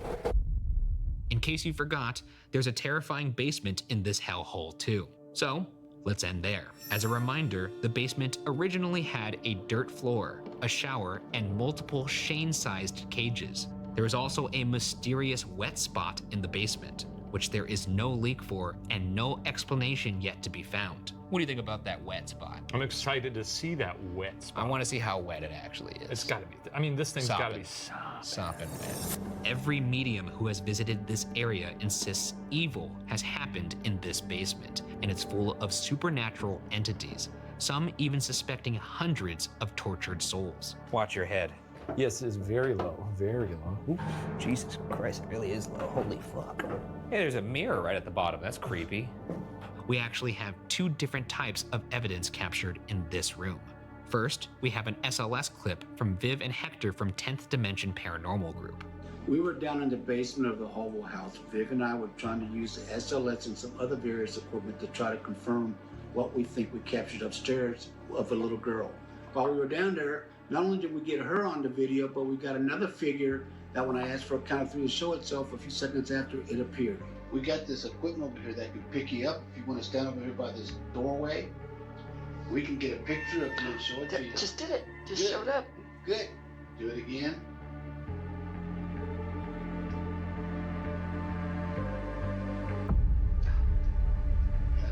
Just showed up again. This looks like, I mean, all due respect to this lovely house and its golden hammer, this looks like a place you'd get murdered. Yeah, this is a nice little Blair Witch cavern here. What the? Oh. That's gross looking. It looks like a door made of ectoplasm. Yeah, I know I it's know. just caulk, but I mean, building material, but it does kind of look like a xenomorph just jizzed all over that door. you almost want it to be wet, but you know, it's spider webs. I don't know about almost wanting it to be wet. Anything that's down here, it's not really clear what's down here. It's more just like there is a bad energy to this place. A lot of psychics have said that. Either way, do you guys mind if I take your picture? Huh? Do you mind? Is that for like from a movie, or are you just trying out voices? What's going on? We'd love to see you and see what you look like. So why don't you just scoot your little ass out of that ectoplasm door? That's or right. if you're elsewhere, I mean, if you're over here, come on over. That's true. Or we could turn around. Yeah, we could turn around. Anybody over here? See anybody in the? No, I don't see anybody. I don't see shit. What about over here? Anybody else in this little Blair Witch dungeon? Please show us your body. Show us your body. Do a little dance. Do a little dance. Come on now, we love you. I don't know about that. Next is this evidence from Nicole Marie. We started our search in the downstairs basement of Hobo Hills. We first went into the room that had the wet spot, except it isn't actually wet. We didn't get anything out of there, and so we moved into the next room of the basement, and we started asking questions. We did ask them to give us a word that would identify somebody that used to live there, and so they gave us what sounded like the last name of the family that was on the certificate in the upstairs hallways. Do you know the names of anybody that stayed here? Beard? Yes, that was the last name of the people that used to own this house, Beardrum. Yeah, ask them the name of the people that lived here. Here. Now here's my issue, and I don't mean to dunk on the lore of this house. I don't think it's wet. Why it's not? not wet. It's just a different color, right? Yeah, I mean, it's not wet. Is it wet? Oh, you know what? No, it is wet. It is? That's wet. I mean, it's not sopping, clearly, but it's damp. Well, I'm standing over the wet spot at the Hobo Hill house. That's I don't right. know why I'm giving this intro like I'm Doc Brown. Hello. I'm here at Twin Pines Mall. It's exactly 11:21 p.m., and I'm gonna recreate the evidence that Nicole Marie sent us. Here we go. I need you to tell me where we are standing right now. Wheat purified drive. What is that? Wheat Purified Drive. Divided feeling. Divided feeling. Yeah, sure. I guess there's a divided feeling. Torn. I feel like I'm being torn apart. Ooh. What happened? You guys? The hand that I touched the spot with has like a, it's got a really weird stink to it. What does it smell like? Smell it. Don't ask me to smell your fingers. No, genuinely, smell them. Oh, that does have a weird stink Isn't to it odd? I touched it with these two fingers. I could for the tell. record. Roadway, what does that mean? Something happened here? Johnny, I got a Johnny. Johnny! Has there been a Johnny that's owned this place? What else you got? Well, this is where the cage was. Oh, I got Puddle. Puddle chef. Puddle Chief. Puddle Chief. Are you Chief Puddle? Is that your name? That is the coolest ghost name I've ever heard. Chief Puddle? I'm gonna put a mag light on the puddle. Here we are again, staring at a mag light. This is what the boys do. Hey, you wet ghosts. Can you turn on that light to let us know that you're wet? That's a little. Just realized what that sounded like. That wasn't even intentional. Didn't realize that. No, I really actually did it. Can you turn on that mag light to let us know that you're here? Hell, let's put the Ovilus here too. Oh yeah, Ovilus is quiet right now. It is. Anybody down here with us? What's going on in this wet spot? We came all the way from California to look at this wet spot, and all these wet wraiths, and I don't see. Oh, Sorry, I was just making sure it was adjusted. did you touch it? No, I didn't. Interesting. Erase. What do you want us to erase? Can you turn that light off right now? If you are okay. So we do have perhaps a ghost in our midst. I'm gonna count up from 1 to 10. When I get to the level of how wet you are, I want you to stop. 0 being dry as a bone, 5 being moist, and then 10 being just like a sopping wet mop in a bucket. Frothing. All right, let's start. 0, 1. 2. Okay. 2, 3, 4, 5, 6, 7, 8? Come on. 9? Oh my God, are you a 10 out of 10 wet ghoul? 10? Could be the wettest ghoul that's ever lived. 100. 100 wetness. 100 wetness! I didn't even see it go on. Holy shit, man. No wonder why there's a wet spot that's here in perpetuity. So you're just sitting here being wet as hell. That's twisted. You don't even seem like you have any malignant intent. Are you just here to chill and be wet? Yeah, once I get out of the shower, I'm reaching for a towel. I'm not just standing there. Sometimes I stand there and let myself air dry. We'll have to unpack that later. Let's get upstairs and we'll come back down here alone. I think it's time to do some solos, yeah. Unfortunately, yes. Maybe your old closet friend is going to come out and hang out with you during the solo. Maybe. Maybe. Or maybe I'll make some popcorn. No. All right, let's go. And now we move to the final phase of the hunt, our individual investigation of the entire building. My favorite. Do you feel more confident knowing that it's a little tiny house, or is that more fear and yeah? I was gonna say something about a little tiny house is a little deceptive, right? I think my mind is just like a fear puzzle box. It'll find a way to figure it out and make it horrifying for me. Weasel its way in It there will. and start messing with you. Fear always finds me. Yes, it does. Well, it's your favorite time of the night. Feeling good. Last one of the season. That's right. I'm gonna be reading some tales from this logbook when you're in there. Logbook? Is that what people... It's like a guest book. Fill that out when they're sitting on the toilet here? Little logbook. Anyway, I'm gonna head in there, have a good time. Why don't you do that? Why don't you do that? And I'll mess it up for you, rile them up, get them all triggered. Yeah. Trigger them like I do. Season finale. Woo! Make the Ghost Files badge proud. What a season it's been. Oh, a spooky ghost. We found one. So here's how our solo investigations will work. Shane and I will each have 20 minutes of solid alone time in the location. Shane will go first, and at the end of his time, we'll hide a walkie-talkie in a room inside the building. Once Shane returns, he'll reveal to me the walkie-talkie location. Then it's my turn. I'll enter the building, and only after radioing back to Shane with the hidden walkie-talkie will the clock start on my 20 minutes of solo investigation. Let the games begin. Hobo Hill House. Finally, the two of us alone together. You, me. The thin veil between life and death. I want to see what people have to say about this place. Maybe they could give me some pointers. I won't say any names. This person says beautiful place. It actually is a beautiful place, honestly. We don't often get, nice houses like this. It's nice to just stand in a quiet house and enjoy. Perfect spot for my wedding party. I guess I'll go upstairs to the attic and kind of work my way down. I'll say that this house does have the property of many, many places that people claim to be haunted, which is, listen up, because you're gonna hear it.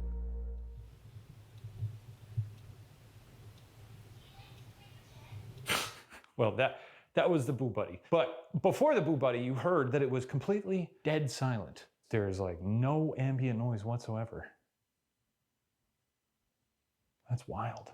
Because of that, I think people's imaginations sort of prey on them. Ghosts! I'm coming! Had a lovely conversation with the woman floating over my bed. I'm in the attic, alone now. We have several entities in this attic who have been known to sort of fuck around up here. Can we see him? Is he up there in the attic? Look at his stupid head. Who's up here? We got, the doctor. Hey, Doc, I'm going to douse my light and give you the time to do all your, whatever fucked up stuff you want to do to me. Yeah, have at it. Let's get spooky.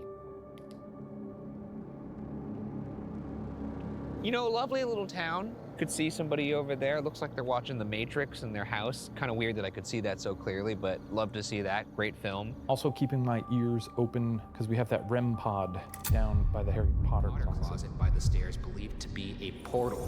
We may be hearing that in the middle of this. Oh! There it goes. Maybe something's coming upstairs. Is that you? Todd? Dr. Todd? All you have to do is make a little beep and I'll come downstairs. I got time, I'm gonna chill.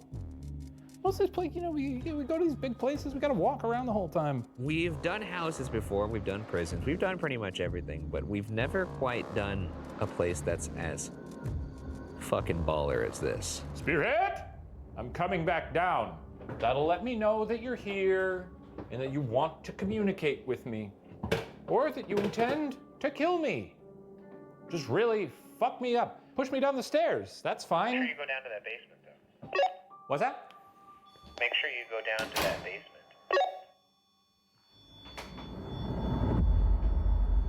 Pretty strong REM pod reading over here. I usually get on families for not leaving a house as soon as activity happens, but it would take a lot for me to leave this place, honestly. It's pretty fucking sweet. Here I'm in the bedroom. Not a lot really happening here. I think there was a Babadook floating above the bed. Is there any Babadooks here? Is there a Babadook here? Yeah, I guess if my daughter started speaking gibberish, I'd probably be like, ah, damn. We got a big reaction to Babadook. That kid would have to be headbutting walls daily for me to really be like, we gotta get out of here. All right. All right, Anybody you're reaching out to in particular, Shane? The Babadook. Another. Is he by the REM pod? The REM pod is going wild right now for the Babadook.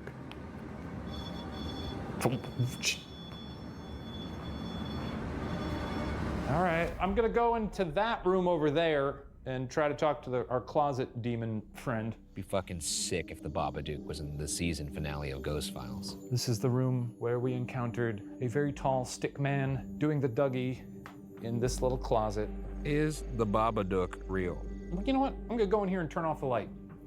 Now I'm stuck in a closet with a little stick demon. Now I'm in the dark in Jefferson City, Missouri. I think it's just a lot of people tend to see this Hat Man. So if we could get to the bottom of a Hat Man inside, that would be kind of cool. Find the real life Babadook. There's your YouTube title right there. Met the Babadook. Cool guy. Oh, it's a tall closet.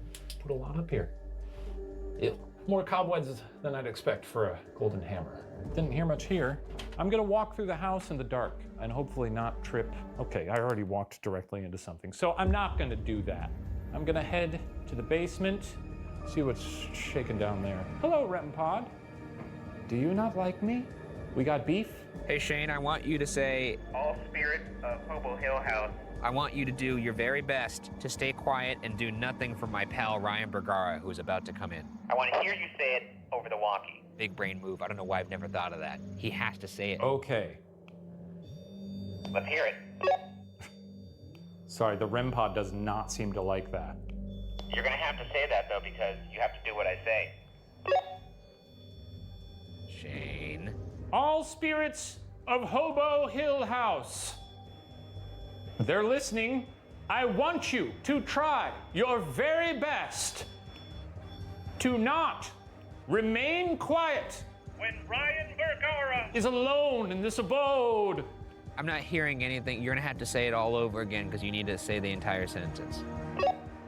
Spirits of Hobo Hill House, Ryan Bergara will soon enter by his lonesome, and I encourage you to really fuck him up. Throw him down the stairs, pull his little eyeballs out of his weird head, knock the teeth out of his mouth, fuck up the floorboards and pull him to hell! Pretty much the exact opposite of what I asked you to say. You're breaking the rules right now, I'll have you know that. You have to do what I say you have to do.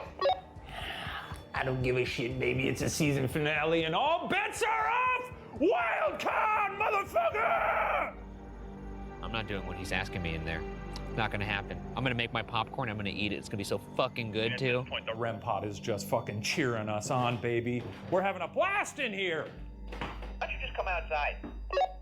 Nah, I gotta hit up the basement. I'll catch you later, REM Pod. You're gonna have fun with Ryan Bergara. He's a blast. All right. Jesus Christ, REM Pod won't shut the fuck up. Really? Truly, I think they're coming out to play, man. They're getting warmed up. Well, I hope they like popcorn. It's really going off. If I thought it indicated anything of consequence, I'd be spooked. But, okay, watching my head. There's our infamous wet spot. Got a motion alarm over there. Let me bust out this fucking mag light, and then only got a minute or two, and then I'm gonna get out of here. Set this thing out. Time is up. Oop, give me just a second, gotta put this mag light down. He's adding time to his solo? What a fucking psychopath. Mag light on the wet spot. Mag light on the wet spot. Any wet ghosts down here? Turn the light off. Turn the light off if you're a wet ass ghost. Yep, come on now. Wet ghost. Turn it off. There you go. All right, got a wet ghost. That feels good enough for me. Hope you get dry. Or maybe not. Maybe you're into it. And when my friend comes down here, just fucking do whatever you want. I'm telling you, you'll have a blast. All right, I gotta go. Ryan's getting, oh fuck, I gotta stash the walkie. I feel a little bit braver. I think it's nice that we ended at a nice little house that's beautiful. If things start to go down while I'm in there, I don't think I've gotten braver in that case. Hobo Hill House, you're an absolute pleasure. And, oof, fuck, I almost hit my head. Remember how many times I hit my head at Alcatraz? This is called growth. This is called learning. Taking your sweet time in there, huh? Well, when it's a golden hammer, you gotta luxuriate, I suppose so. That place is it's like a circus in there. Is it? You got Boo Buddy talking to ghosts. I forgot the Boo Buddies You got in there. the REM Pod screaming. You're gonna have a great time in there. All right, well, I'll get that walkie and conduct a very thorough investigation. Okay. You're just cutting your... You got it there? You can't just bend down like that without context. Got it. Final one in the season, baby. Get in there, get dirty. Yeah. Fuck up those ghosts. I'm gonna do it. Have a good time in there. What's your fear at? I'm pretty chilled out right now, honestly, but I feel like that's gonna change once I get inside. Get in there, have fun. See you guys later. I'll get that walkie. There he goes. One last ride. One last ride, baby. All right. Well, I'm back, house. I'm going down for the walkie. So no funny business. Look at him go. He found his courage, sorta, somewhat. All right, let's see if I could find this fucking thing. Is it over here? Nope. It is gonna take forever to find. Probably by the wet spot, actually. No, he put the mag light on the wet spot. Huh. Ah, here we are. Found it! Oh. I mean, that's the sound of a very confident little guy. Congrats! Enjoy your solo time. Oh yeah, I should start my clock. Doesn't want to respond to me? Okay. I guess while I'm down here, might as well. Anybody? Ah, you bastard. And then we've got the REM Pod up in the Harry Potter closet. All right, moist ghost, wet wraith. If there's actually somebody here, down with me on this wet spot. What did you say your name was? You're just choosing not to respond to me, is that it? If you don't mind. I'm trying to talk to ghosts. Okay, well, a simple copy would be nice. My hands are full. Of ghosts. Right, that's a lot of sass. Anyways, wet ghost, if you're here. What did you say your name was? Was it like Captain Puddle or some shit like that? Puddle Man? If there's somebody here with me, my life's just going nuts. Right now, I think that's an anomaly in the sense of probably pretty random. Oh shit, I actually just saw the fucking mag light move. If there's somebody actually down here with me, move that mag light. Do that again. I think I just saw it move. Anybody down here with me? If there is somebody down here with me, turn on that light right now. Oh, fuck. Confirm it, turn off the light now. Oh, it's flickering. I don't know. All right. Well, I'll catch you later. I'm gonna go upstairs and make some popcorn. Fuck this. See what we got in the logbook here. Oh, it's upside down. Up the stairs, and up the stairs we go. People coming from all over the place. Well, mostly Missouri. Okay. Ooh, boy, this is gonna be so good. Someone came here for their 46th birthday. Someone came here from Puerto Rico. It's been a while since I've been microwavable popcorn. I'm a stovetop guy. You know, if you've never been to America, what's this?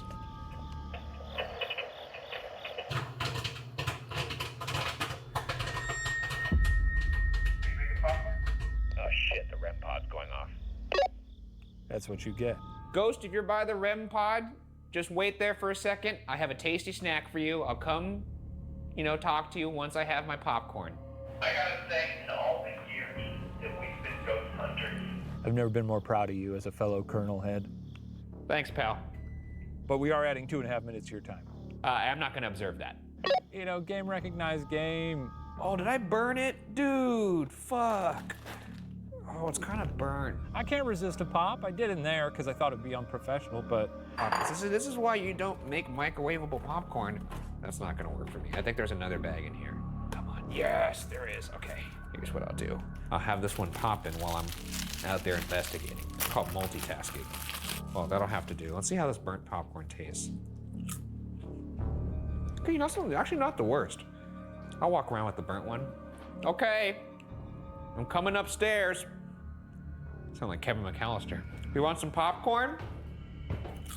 Some delicious popcorn? Okay, nothing in there.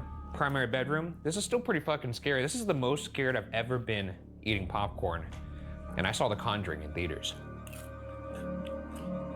My heart's beating so fast. My body's confused right now because it's doing a delightful thing that it loves, which is eating popcorn. Now we're in Raina's bedroom. This is where the portal was. There's me. Hi. Should I eat popcorn in the portal? Fuck it, dude. It's like my shield. I have to bring popcorn with me all the time. I'm in the portal eating popcorn.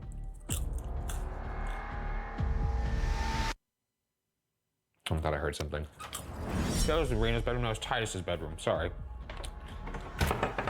This is Raina's bedroom. What's good? What's good? What's good? All right, listen up. How y'all doing tonight? How old are you? 31. Was that to me? All right. I'm gonna go back downstairs. He's gonna be such a prick if he finds out I burned this. Now we'll have the good popcorn. It's fucking, look at how much it glows in this little light. Just nothing can hurt me now. Halfway through. Let's go up to the attic. At ease, REM pod, at ease. I'll just go say hi to my friends down there. Hi! It's really good popcorn! You having some popcorn? If saying this is excellent popcorn was my last words on earth, I'd be a happy man. hey, stand by the top of the stairs and look down at the REM pod and turn all your lights off and try to, talk to it. That sounds good.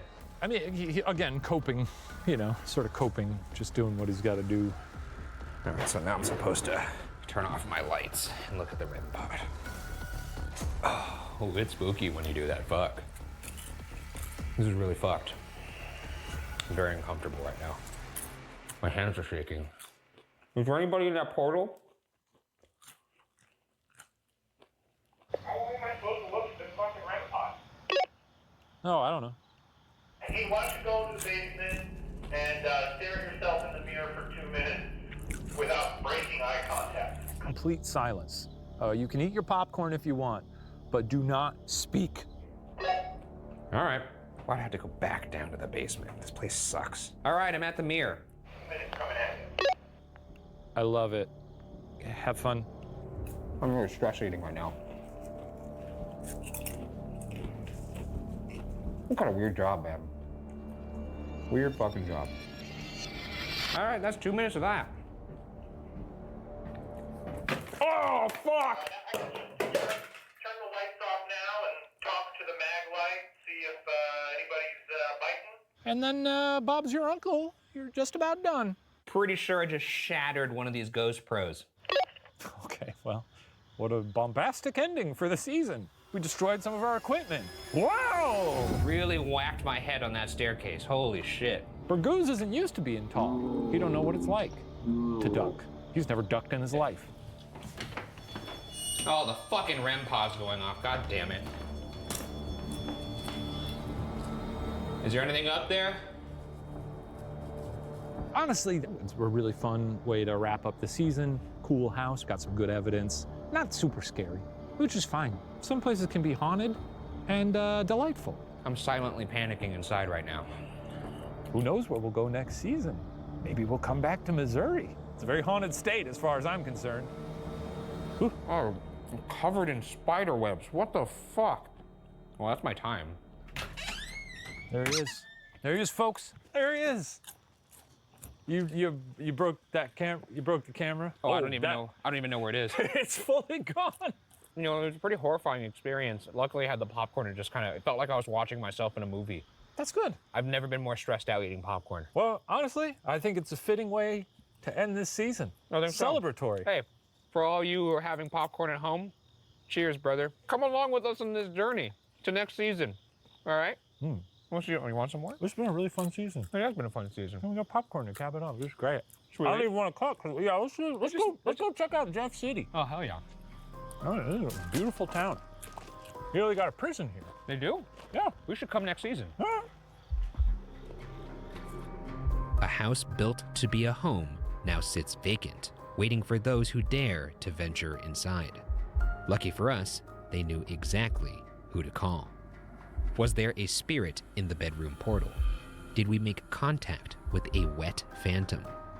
Did we scare away the doctor in the house?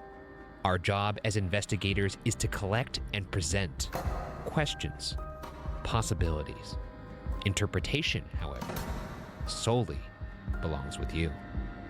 But for our part, the Hobo Hill House can now be locked away in the Ghost Files.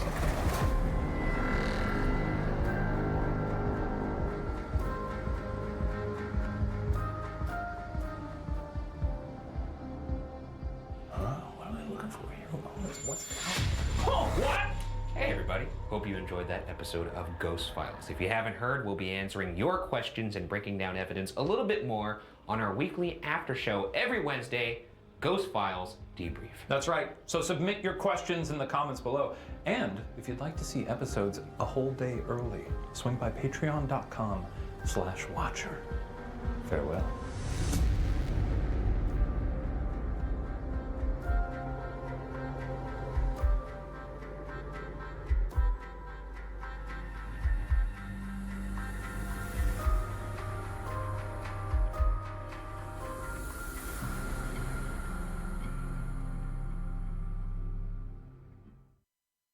Well, without further ado, let's hunt some ghosts.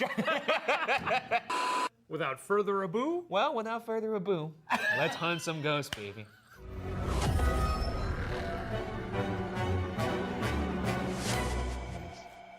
Oh, hello there. Just a little reminder, Mystery Files, a brand new Watcher series, is premiering this Friday. You don't want to miss it, trust me. Also, we are filming a brand new season of Ghost Files, season 2, in fact, so more spookies on the way. Anyways, enjoy these bloopers. Have a good time.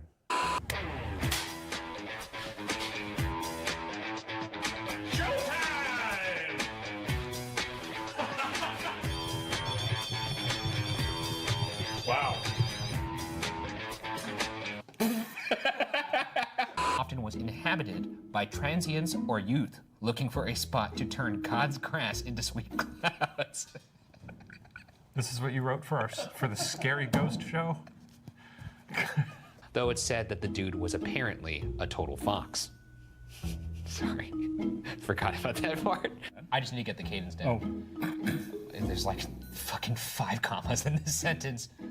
Our next room is the first floor bathroom, which, like a Taco Bell bathroom, is said to be home to very oppressive energy. You proud of that? I mean, I guess it's your show and you can do whatever you want on here, but I am disappointed.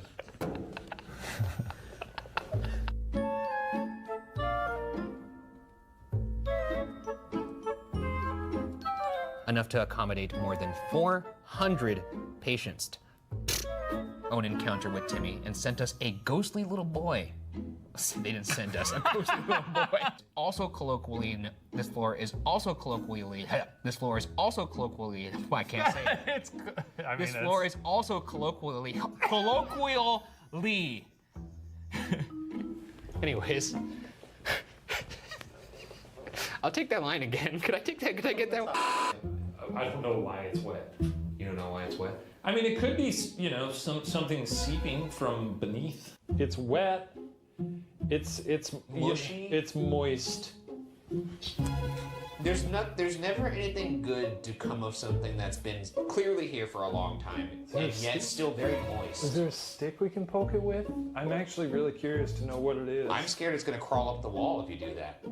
Like it's some sort of kind of sentient blob. Give it a sniff. No, fuck you. Go You give it a sniff. I'm not giving that a sniff. You give it a sniff. Give it a sniff. No, don't do it. No, seriously. It's bad for your health, dude. Look at that. It looks. I'm just gonna give it a sniff. That's a nature's mistake. It doesn't smell good. What does it smell like? I don't know. Oh, you smell. You almost want to throw up. Sort of acidic. Maybe it's vomit. I don't know. I'm standing over the wet spot. Turn on the light if you'll be nice and wet for us. Are you guys ready to hear this EVP? I sure am again. And by guys, I mean Olivia. Are you ready to play this EVP? I'll ask you one more time, Joseph. Why do you think Curly did it? I gotta call you back. Wait, who is this? Who's on FaceTime? It's my friend Steven. Oh! Not Steven Lynn, a different Steven. Hi. You're ruining a take right now, man. Sorry, I'll call you back. All right, James. It's time for you to show us what you got.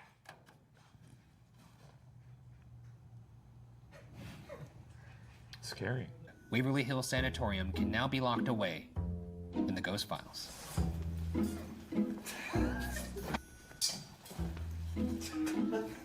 Okay. God damn it! I had it from one side. Oh, I see. Yeah.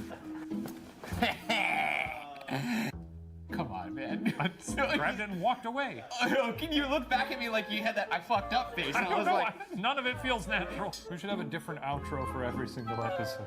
What are you grabbing from? You're grabbing from the I'm just middle? grabbing it from the middle and just taking it. Yeah. I feel like I just slept for like 8 hours. No, you're just real present, right? It's almost like meditating. It's like I'm not present at all. It's like I don't exist.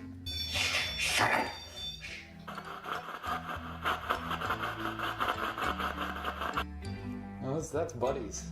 That's buddies as far as I can tell. Hi, buddy. How are you? We have an audio recorder up here too. Does he say hello? Hi. Shane. It's for the ghosts. He's not going to answer you back. Well, he's just nice. Rub his little tummy though. Oh, he's here.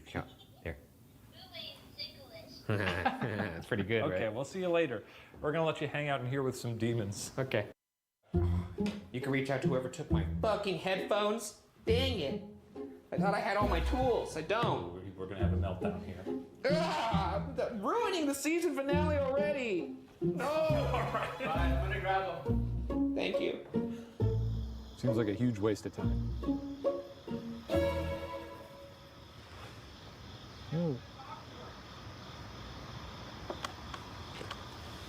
Hi! Can a person die of fright? Ooh, I guess we'll find out in St. Ignatius. Oh, I've always wanted to die on cameras. I've always wanted to find a body. What? Oh, well, maybe we could do a duo, and I could accomplish my lifelong goal of my last words being keep rolling. Oh, we're gonna kill each other? Yeah, dude. You guys are okay. Well, okay. Death back. I guess I'll be the sole host of Ghost Files. That's right. I next just season. replaced you with another big white guy. No, but you guys are both going to die. Oh, I see. Well, it'll be our swan song. And I will find the ghosts of both of you. Yes, and we'll prove to you that we're Ghosterville. I like this. We're back where we belong. One more time. We're back where we belong. That's right. That's right. And with that, our investigation begins now. Fucking son of a bitch, sorry. You can't pitch an idea that stupid to me and not think I'm gonna love it. Yeah, Is see, it showing me? That's what it looks like. That's what it's supposed to look like right there. This would be great. Okay, that's enough. Okay, now it's getting a little out of hand. That's good. We're very close right now. Yeah. This is the closest I've ever seen your face. We're all pretty And close. I like it. I touched his leg on accident earlier, and it was hauntingly warm. I felt a little static shock when that happened. Me too. I don't know what was going on there, but no complaints. Well, let's move. Let's move on to the next piece of evidence. I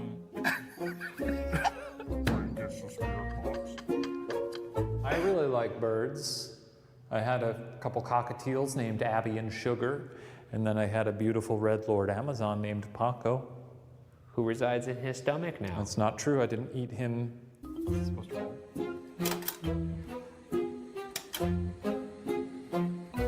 quite Oh, there it goes. I don't want to call the nurse sexy. She died. You want me to be your new owner, your new daddy? Your new daddy. That's right. We're your new dads now. What do you think of that? We are your dads. Can you say daddy? Say daddy. Imagine we hear that while we're walking around this hospital. Oh.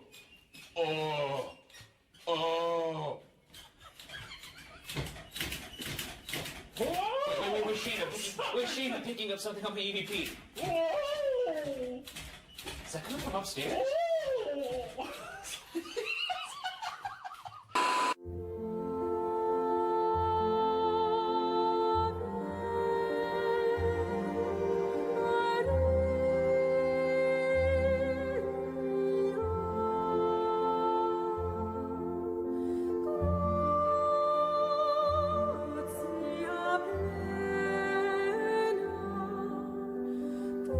Beautiful kitchen. The master bedroom was fucking dope as hell. I hate it. It's been a while since we were in a real shithole. What are the vibes you're getting in here, Ryan? Because right now, I gotta say, I'm feeling pretty luxurious in this beautiful Airbnb. Chill. We gotta do more haunted homes that are luxurious like this. It's not a bad way to live. I don't think this place is haunted. I think it's old. It's an old shitty building. Thank you. I'd say you're pretty untreatable. Wait, I'll just have to give it. Yeah, help them out. Sorry, we always. I mean, we can roll it the opposite way. Roll this side in. Our next room is. Fuck, man, that's I thought gonna I be was tough. going to release and let it roll to you. Yeah, okay, you wanna do that? Sure. Do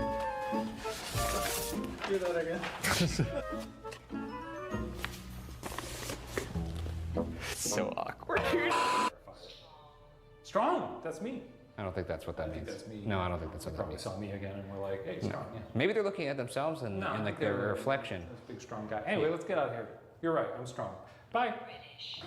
And you're British. That's not true. Hit pause. Do yourself a favor. Pop up some kernels. If you got microwave, that's fine. Me personally, I've got a little. I love it. Have fun. I got a little whirly pop. I like to get in there, toss a little olive oil in there. You can do canola if you want the more movie theater experience. Pop 2 kernels in. Put the heat on a nice medium high. Wait till those 2 kernels, they're gonna pop. Once they pop, dump the rest of the kernels in. Give it a, you give it a whirl. Start whirling that whirly pop. Eventually, you're all gonna pop, take them out, put a little, lately I've gotten into goat butter. It's expensive, I'm not gonna lie, but I only use it for popcorn. It's delicious, it's a little cleaner. Drizzle a little of that on there, or you can do some ghee. Some people like a little coconut oil. But I'm a goat butter man these days. I'm a goat butter man. Sprinkle some salt on there. If you wanna go the real deal, Morton's makes specific popcorn salt. It's finely ground. That way it sticks to the kernel, doesn't fall to the bottom of the bowl. Light dusting. Give it some flips, give it some flips. Light dusting, give it some flips. You're good to go. You got a beautiful bowl. Or you could just get the microwave shit. It's really bad for you. I think it fucks up your lungs and kills you. I like a white kernel corn. There's a yellow kernel corn, which is a little starchier and it'll have a more of a bulbous bloom. I like a white kernel because the bloom is a little more flowery. It's light.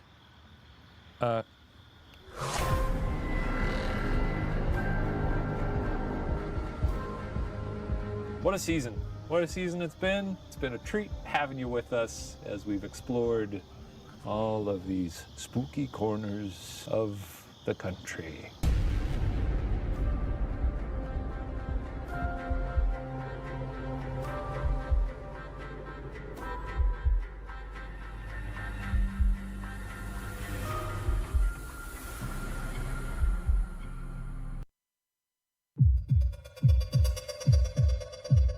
A skeleton in the portal? REM pod going wild? A possible demon?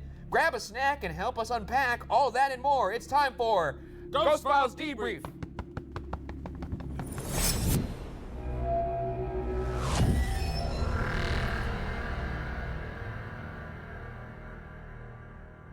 Thank you for joining us. I'm Ryan Bergara, and that thing over there is my colleague, Shane Madej.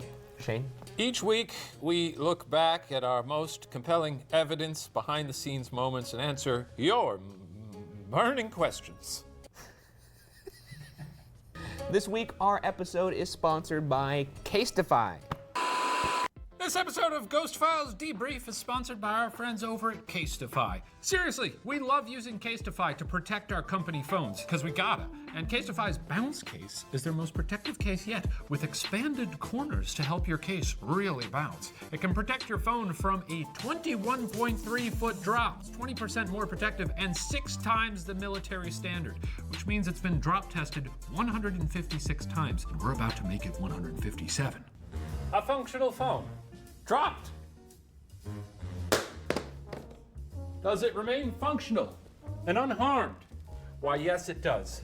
It's in perfect condition. Whoa, and there you have it. You know, Casetify's cases aren't just protective. They have over 2,000 amazing designs featuring work from exclusive and diverse global artists. Plus, Casetify cases are customizable, so you can make sure your phone suits your tastes. You're gonna look at it all the time. It might as well be what you want. And for our conscientious customers, Casetify is also committed to sustainability. They've recycled 51,000 cases through the Re-Casetify program, with 65% of those materials being recycled. Altogether, that means 20% less carbon emission and a 20% happier Earth. Casetify's biggest sale of the year is coming up this Black Friday and Cyber Monday. It's the perfect time to get the best value on your iPhone 14 case if you've upgraded, or get a great personalized gift for your loved one. They have cute little accessories too. Little phone straps, little phone charms. All I'm saying is just go on over to casetify.com/watcher for 15% off your order. You will not regret it. Thank you again to Casetify for sponsoring us. And now, back to the debrief. Thank you, Casetify. Well, it's the season finale. That's right. Halloween has come and gone, but we're shooting this right now on, you know what, it's actually the Friday before Halloween. That's right. We got to figure out what our Halloween costumes are going to be. That's a good point. I have no idea what we're going to be for Halloween. But this was a fun episode, and, you know, just a good debrief. What? Sorry, something's going on in my tummy. I think maybe there's a snag in there. No, actually, maybe... Oh, that's nice. Yeah, it's nice. Hobo Hill. Hobo Hill House, yes. What led us there? What led us to Jeff City, Missouri? A beautiful town, by the way. It was a good little town. The house was beautiful, obviously, as we said several times in the episode. Golden Hammer award winning, and we got some cool stuff in there. It was really fun. It was nice to go to a somewhat decent building, you know, and see a lovely home. You obviously got some little snacks there, which was nice. Yeah, I did get some snacks. I ate my nice little popcorn there. It was a good time, and a fitting finale for the series. Yeah. Season finale, not series finale. We'll be back. Oh, we'll be back. As we've said, we've already shot one episode of season 2, which is very exciting. Big shout out to Jeff City, by the way. Everyone we met there was really nice. That's true. Yeah, they were really nice. And now a debrief of our investigation of Hobo Hill, starting with the evidence. Ooh. Yes. You know, I love the evidence. I do love. So what are we starting out with? The Estes method? Yeah, we'll start out with the Estes method. Show it. Show the clip. Roll the clip. Do you put something in a box and drag it around? Is that it? Yes. Oh, cool. All right. Pretty conclusive. Great. We learned something here. That was nice. It's a good response to get right there. You asked the Dr. Cuck if that's what you do, put things in a box and drag them, and we got a pretty clear yes. How clear were these things to you when you were hearing them? Because I know people have often asked us to also release the audio of what you hear, which seems very complicated considering the machinery we're using. I don't even know how you would go about recording that. I would say that you got to take all this with a grain of salt because it is the spirit box, so it's really up to interpretation. I mean, it's pretty clear, yes. I don't think you're bending over backwards you're hearing what you hear. I mean, yeah, especially because you see in the episode, there's a lot of things I said that don't make sense. I would say that the yes was pretty clear. What else happened in the Estes? I don't know. That was the best one in my opinion. But okay, really thrilling. What's next? Sorry, I was just daydreaming. About what? Wood. But I'll say this, since this is our season finale of Debrief as well, it's been really fun to do the Estes method all season. It's been a fun little, is that you as a child? Don't look at it too long. It's been very fun to do the Estes method all season. For me personally, I'm not tired of it yet. I don't believe that it's scientific at all, that it continues to be pseudoscience. So I want that to be known, okay? And I apologize if that offends you, but that's sort of how it is. This is brilliant, because Ryan's not even defending himself right now. But hey, it's fun to think about, huh? Fun to think about this stuff, these other sciences that we don't know about. That's correct. Okay, what's our next bit of evidence? Oh, we got the SLS figure, Stickman. Yeah, this is a pretty cool clip. Let's check it out. It is possible that they're further away through the portal, so we could give sort of a Show us your body! Whoa! Whoa! Oh shit! It came up as soon as that happened. Whoa! Whoa! Whoa! Oh shit! That's a tall fucking. That's a tall ass person. So this was in the closet when we were looking for the big tall hat man? That's right, yeah. You got I mean, you shouted, show yourself, and it appears directly on cue. Was. A lot of times when we recreate evidence in this show, it's like, this is probably not gonna get recreated because the odds are very slim. And we had been looking at that closet for, I wanna say a good 10 to 15 minutes before. A while, yeah. And as a last resort, Shane just shouted, show yourself, as he often does because he gets frustrated. That's true. And then did you just fart or was that the chair? No, that was the chair, I promise. Give it a sniff. Sniff right now. I think I'm good. I'm gonna take your word for it. All right. If that's the only way I could judge whether or not that's, I don't sense anything. Yeah. But I was interesting to see show yourself and have that thing show up immediately. So I think this is actually some of the coolest evidence we've caught this season. Yeah, it was fun. It was fun. I think the next piece of evidence we're gonna go to now is the bedroom. But let's take a look. If there's a demon here, turn the light on. Hey, wait a second. You can't just keep asking that. You can't just. I don't think there's anything that's here. The whole... Oh, fuck, and they both went on at the same time. Holy shit. Fuck off, man. I was singing over there. Ooh, boy, that's some juicy evidence. I could feel it in my belly. So this was when the, lights turned on or something? Yeah, we got the light turning on at the same exact time as the REM pod. You were screaming at it. Turn on the light. Turn on the light. Turn on the REM pod if there's a demon. Hey, do this. Go on. And then it does both of them at the same time, which is pretty freaking crazy, honestly. Like the fact that, and there was also a part in the beginning of that scene where we have something. It seems like walk from the balcony all the way over to the light. So we have the REM pod go off and then the light in succession. And then this time it's both at the same time when you ask it to confirm it's a demon. I think that's pretty cool. Hey, I got a question for the folks at home. This is the last debrief of the season. I've seen some people who say, I wish they'd talk about the evidence more. There's really not much to say about it beyond what we say. If there's a different way to tackle it that you'd like us, hey, chime off. If we're talking about the evidence too much, also chime off in the comments.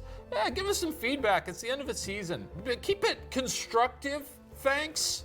What it comes down to is I believe we got some compelling things. And I think it's all horseshit. Yeah, but I mean, I think when you have something that's proximity based, like a mag light or a REM pod, and they both go off at the same time when you ask them to, that's pretty goddamn good. It's things happening in a house. What's next, Ryan? What do we got? Oh, we got the REM pod. Spirits of Hobo Hill House! Ryan Bergara will soon enter by his lonesome, and I encourage you to really fuck him up. Throw him down the stairs, pull his little eyeballs out of his weird head, knock the teeth out of his mouth, fuck up the floorboards and pull him to hell! Pretty much the exact opposite of what I asked you to say. You're breaking the rules right now, I'll have you know that. You have to do what I say you have to do. I don't give a shit, baby. It's a season finale and all bets are off! Wild card, motherfucker! I'm not doing what he's asking me in there. This thing was going bananas. That thing was, there was steam coming out of the thing. It was going, woo, woo, woo, woo, woo, we got a Babadook. It took all season, but finally the dam broke, and we got some nice, juicy evidence. Yeah, that thing was, it was smoking, man. That thing was going crazy when I was in the house. It was really scary to see it light up that closet. Like, to see the closet light up red and green was fucking insane looking. And the fact that REM pod is sitting in the portal, which means there could be who knows how many things walking out of that portal. Do you think a bunch of ghouls and goblins were in the portal, just sort of like, just peeking out? I think they were coming out to have a good time. They saw that they liked the vibe. They liked that we were setting up a party at this Golden Hammer rated place, and then they wanted to have, come party. I've mentioned this before.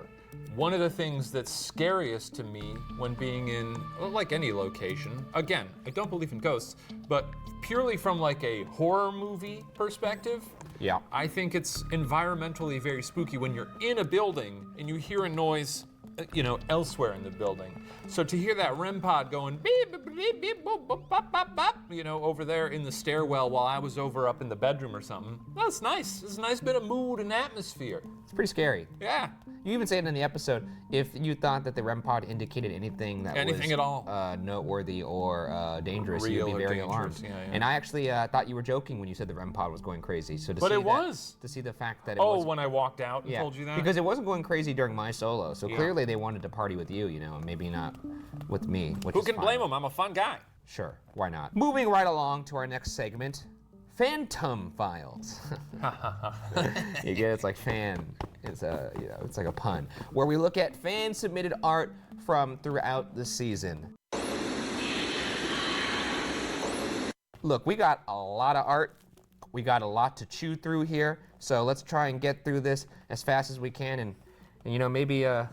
Well, we can enjoy it. We don't have to, do a speed run here. Oh, that's true. No, I'm just saying that there was so much. People worked hard on. There was so much cool art submitted by all of you guys that I felt bad. Oh, holy moly! There is a lot here. It felt like we needed to showcase as much of it as possible. So we're not going to do as much interaction with each piece of Oh, are we gonna do like a little? Sorry, my tongue got tied there. Are we gonna do a little montage? Let me untie my tongue there really quick. Okay, that's better.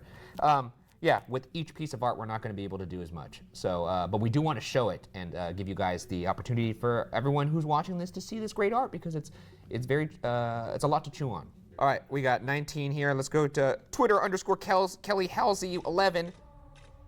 Really cool. Is that each of the locations? Wait, let me see. Oh, it's kind of hard to tell. Oh no, it's just sort of locations we've gone through over the. That's cool. It's a little animatic. That is pretty cool. That's great, Kelly. Who we got next? This is from Tumblr, Sam of the Swamp.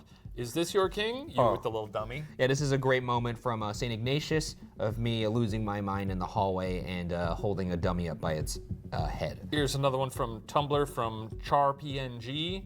That's us surrounded by a bunch of little ghoulies. Very fun, very fun. We look a little different in these pictures. I can't place why we look different. Yeah, I don't know. Let's go to Tumblr, Atomic Baz. Oh, another nice little animatic. I see us, whoa! Wait, let me see the animatic. I want to see it.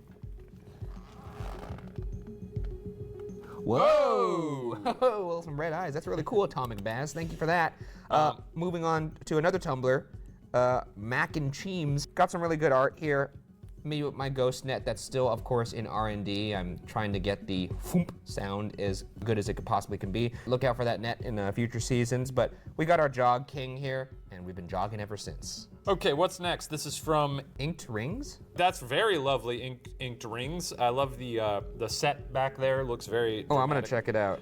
This is another press play situation. Then we've got Ravano with T. There's Ryan with your ghoul net. Another. I love it. I love See the your ghoul net mention there? of the net. Also, we look like Funko Pops. Shane's Yeah, favorite. we do look like little guys. Moving on here to Twitter. This is WayneGBT_MP3.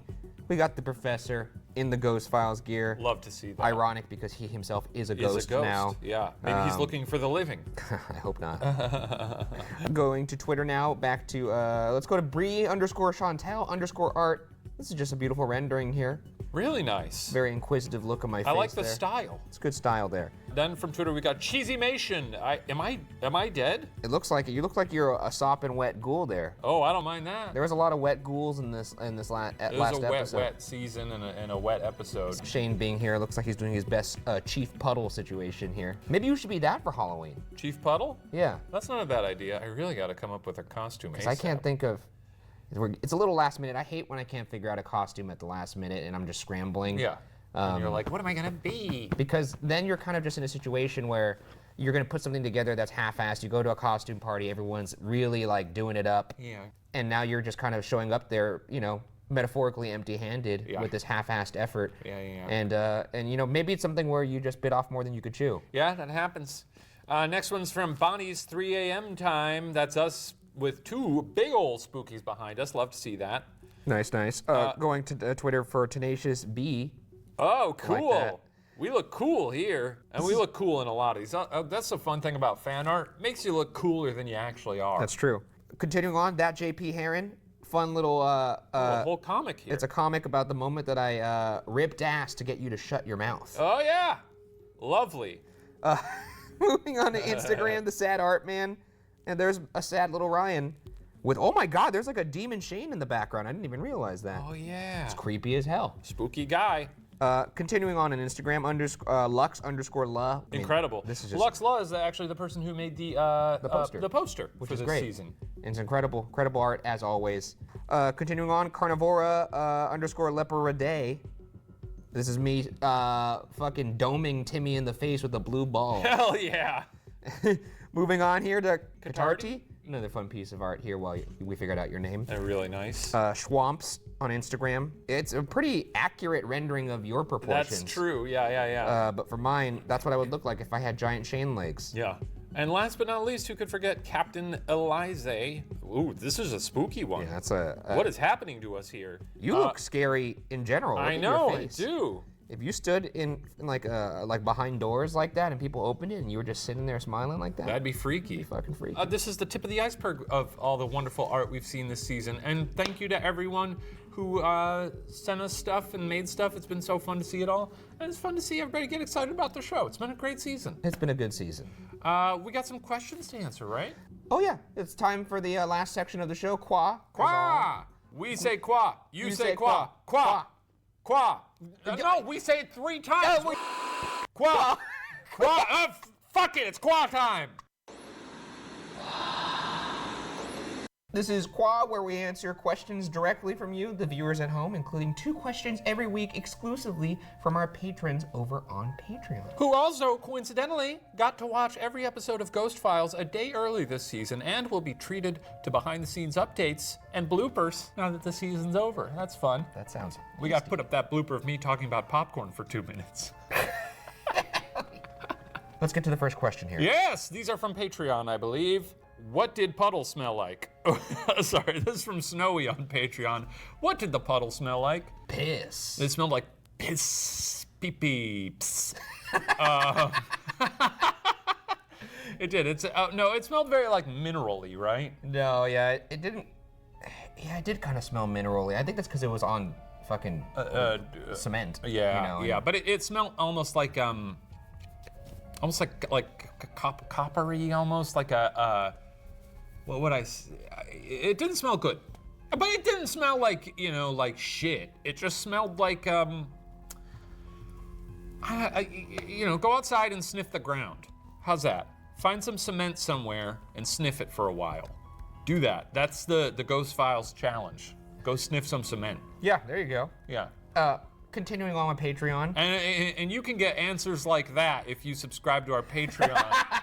A smaller pool of questions over there. Some more like. By the way, I'll hop on Patreon It's a puddle after over this. there. I'll answer some questions in the comments too, just for to give people a little end of the season bump over there. We should call that the, because we're fishing from a pool of questions on YouTube and Instagram and Twitter, Yeah. but we're fishing from a puddle over on Patreon. Oh, the Patreon puddle. The Patreon puddle. Yeah, it's right. Yeah, exactly. Let's go to Norms_Minions on Patreon for the debrief. Was it the snack or just the vibes of the house that made Ryan seem more normal during his solo investigation this time? I think it was both. The house's vibes were not, they weren't ominous or antagonistic, I would say. I thought the vibes of the house were pretty good. Obviously the house was beautiful, but also, anytime I have popcorn, it's going to improve my mood. Another one from Patreon, or should we go to YouTube? TubeTown? Let's go to TubeTown. Let's go to TubeTown. This is from Lil Speaks. It says, what is it like to go through family homes? Any specific thoughts on being in a place where kids used to play and things like that? It does change the vibe of the investigation because it's much more personal. You're going through someone's history essentially. Yeah. What is a history but a catalog of ghosts? Yeah.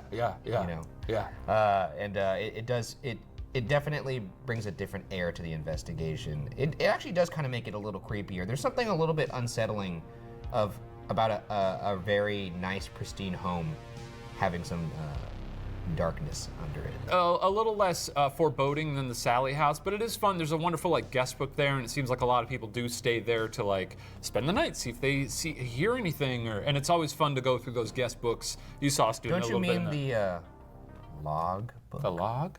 The log? Log book? Logs. Logs. Log.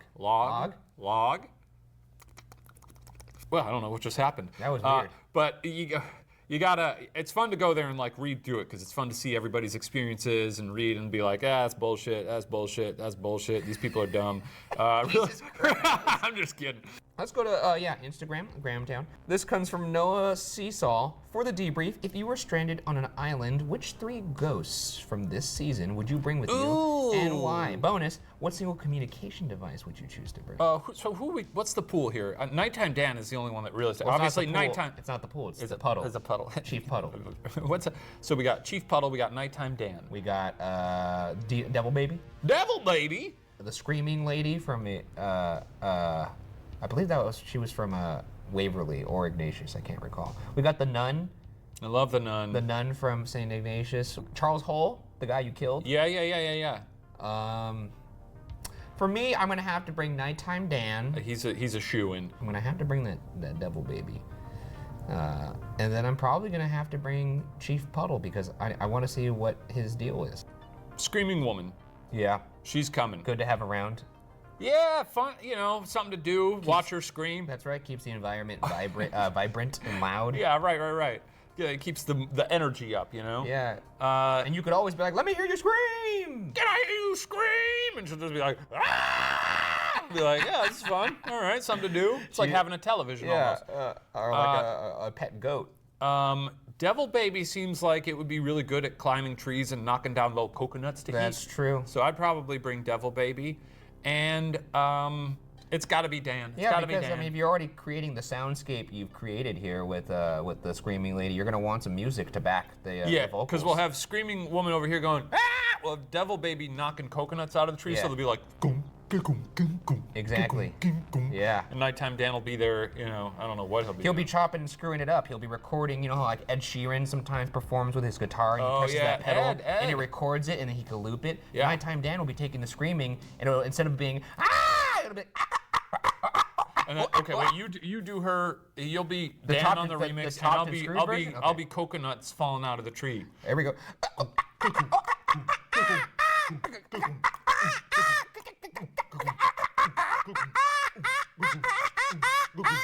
That's good. I like that. Yeah. All right. Now, okay. All right. Sorry. Yeah, really into it. Started to sound like something different over there. Let us know in the comments which ghouls you'd love to be trapped on a desert island with. Yeah, that's right. Oh, and what communication device? I'd probably bring the. I'd bring the Ovilus. Ovilus. Ovilus is an absolute blast. I think so. Okay. Moving on to Twitter. Tweet qua. Mac on Twitter, Macaroni Noodles says, wait, so when you do the Estes method, is it the same noise as the annoying original Spirit Box, and then some rando voice, or is it just the words you hear? I'm assuming that the grating sound You hear would that? make I did like a little Jason reference. And I went, it was pretty good. Isn't it like, aren't there like specific words that it's supposed to be? Like, I don't know what it is. Anyway, good for Jason. We love Jason. Power to Jason. Yeah, continue your Great question guy. I'm assuming that the grating sound would make the Estes method unbearable. You do hear the You do. But there's something about it when you're blocking out the rest of the world. When it's blasting in a room, it's insufferable. But when you have the earphones on and you're blocking out, like, it doesn't have to be super loud because they're already noise canceling. So it's not super loud. You can't really hear anything else. You can close your eyes and drift away and just occasionally say what you hear. You know, I think what it is too. Spaghetti. Yeah, Bingo. Applebee's. Log. Log. Let me think. Oh, you know what it is? I think also when you have them in your ears, your only objective is just to say what you're hearing. Whereas if like you're doing it in a room, we're trying to think and like have a conversation while the noise is going. So it's just like focusing on a singular thing. Yeah, it is nice. Like one person is worrying about that singularly. The other person is just trying to have a conversation. It's nice. It's nice. It's fun. I haven't tired of it. Again, pseudoscience, like the very definition of it. There's no science underpinning this. So that answers this question from Dean at Dean Novak 10 on Twitter. Did you have fun? Yes! It was a fun time. This season has been an absolute fucking blast. Thank you so much for tuning in to this season of Ghost Files and also for watching this season of Debrief. And I guess if you're looking for more Ghost Files goodies to tide you over until next year, subscribe to Patreon to be kept in the loop on the production of Season 2, which includes behind the scenes, bloopers, and more. We've already started shooting Season 2, but there will be more going on throughout the year. We're going to be posting some stuff over on Patreon to keep you in the loop. If you're not a part of it, then you'll have to wait until the next season, unfortunately. But a lot of goodies going on over there. Also, keep your eyes peeled because Ryan is once again going to be posting absolutely unhinged videos begging you for your evidence for Season 2. That's right. Because it's your evidence that compels us to go to places. So, That's right. If you're out there, you've got a spooky video or photo of a place, let us know. And if you want to see even more of us, we're here all the time. You can watch us read and react to spooky stories written by you on Are You Scared? Or you can watch us read and react to spooky stories written by you as well while drinking in Too Many Spirits, and oftentimes those are ghost stories. So, they're very scary. And if you're over the ghouls and ghosts, you can check out Top 5 Beatdown, returning in January. And of course, as some of you may know, we also have this show called Puppet History, which is returning this month. The show is a blast. We just, we cover very strange history lessons from throughout time. And Ryan is, you have a great time on that show, don't you? Sure. Yeah. The new season's starting in a couple weeks. You got time to catch up. And you could find out how the hell we're doing it, because the host is dead. How did you? It should be interesting. That's it from us, guys. Really, thank you all for showing up and supporting Ghost Files and making this season such a success. We really couldn't have done it without you if it wasn't for your support, but also your evidence and just it's been an amazing thing. We went on tour. That's all thanks to you guys. It was an incredible season. It was a crazy time, and I can't wait to do it again. So I guess we'll see you all next year for Ghost Files Season 2. But you could see more of us on those other shows. That's right. Man, I can't believe Season 2 already. Damn. That's right. Damn, man. That is crazy. Damn. What if we did Season 3 as well? Damn, that would be cool. Damn, man. That would be Damn. awesome. Damn. What if we logged that down for... Locked that down, you mean? Log? I thought I said log. It sounded like you said log. I didn't say log. Wait, log. Damn, log. Damn. Log. All right. Well, we'll see you guys next year. Bye for Ghost Files.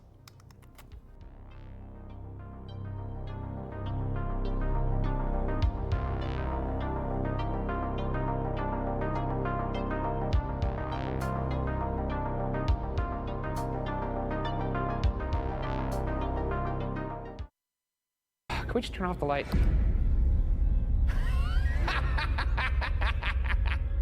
I'm gonna lose my marbles in here, dude. Well, this is absolutely haunting.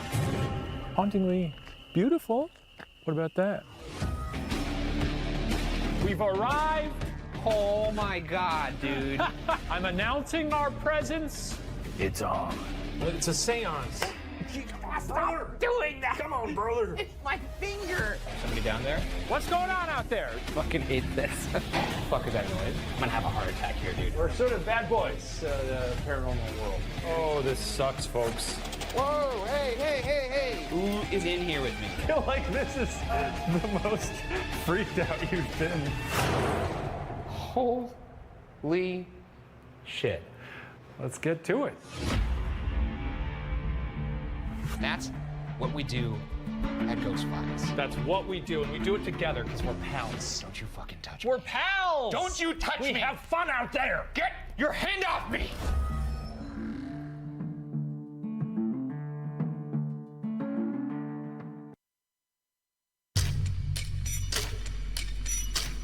I heard a strange noise just now. You can kill me. It's a little guy. It's a little tiny guy. Damn, it's really spiking in temp. Oh! This might be the solo investigation I never come back from. Hey! Oh my God!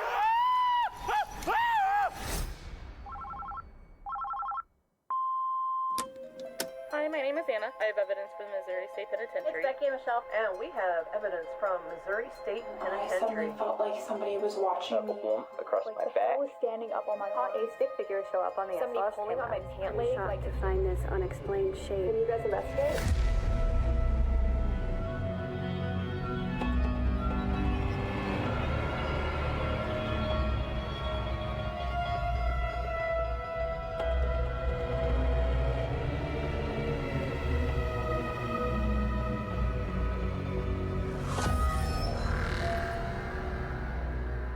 Welcome to the season premiere of Ghost Files, where we take your evidence and our tools into the field to expose the supernatural. My partner, a skeptic. Myself, a believer. Both of us, truth seekers. This week, our team travels to Jefferson City, Missouri to investigate the Missouri State Penitentiary.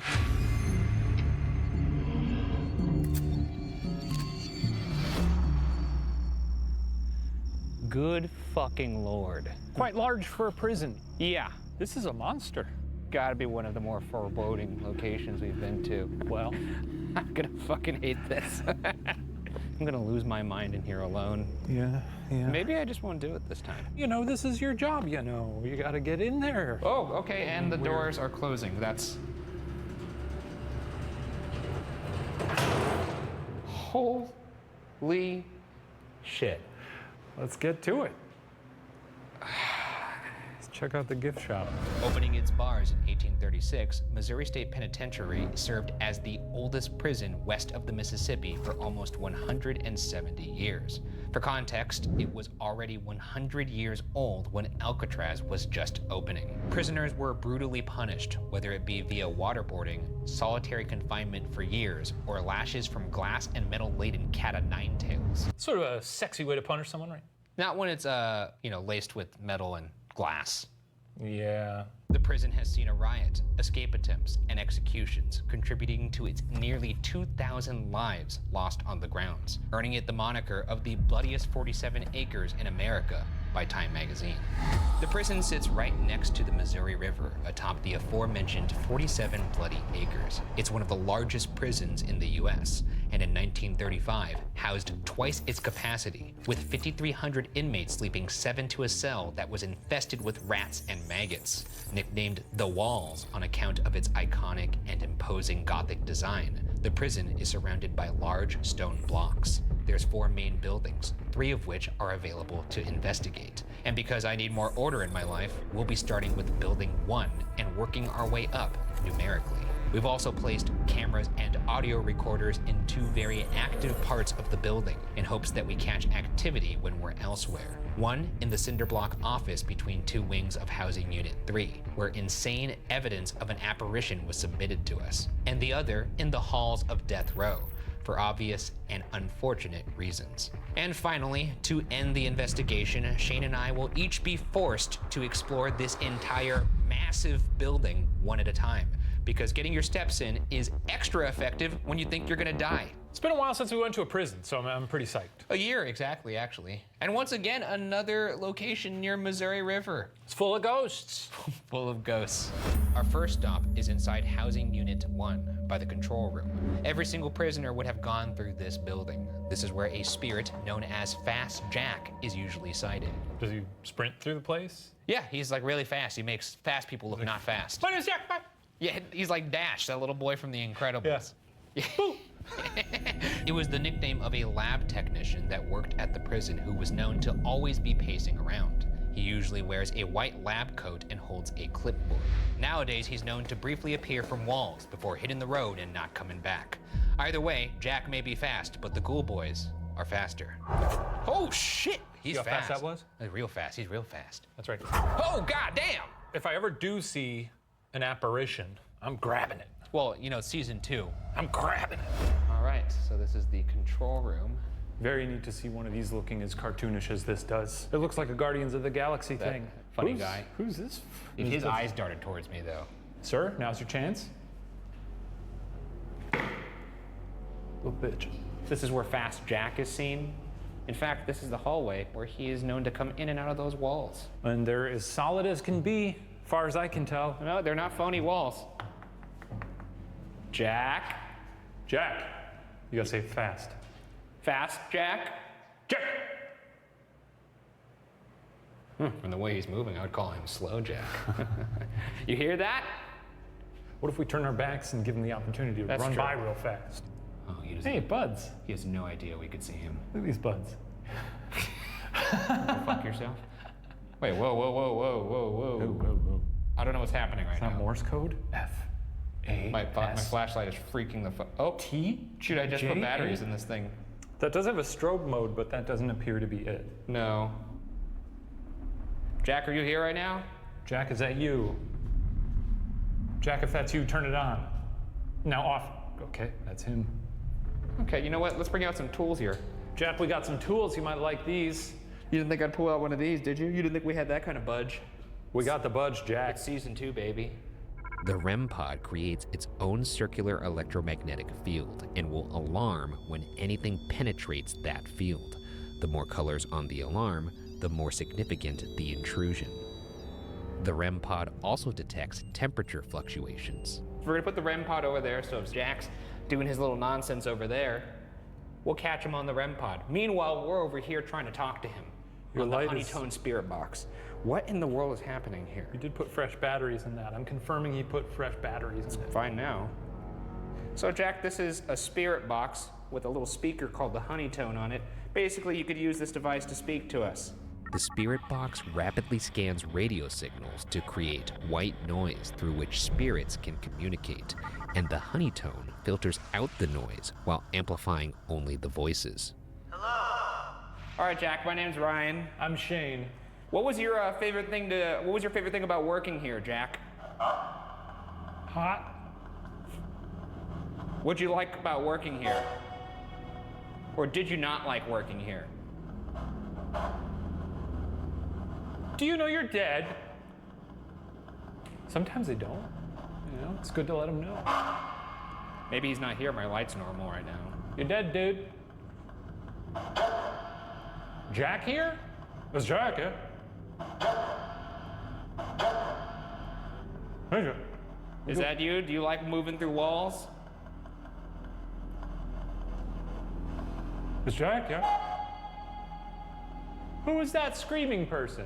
Sounded a little like Nelly Furtado, but we'll let that slide. What's your favorite song? If you start singing Promiscuous, I'll pop lock for you. Hey, Jack, can you move towards that red light in the distance over there? Or if you're at the end of the hall, could you come towards my voice?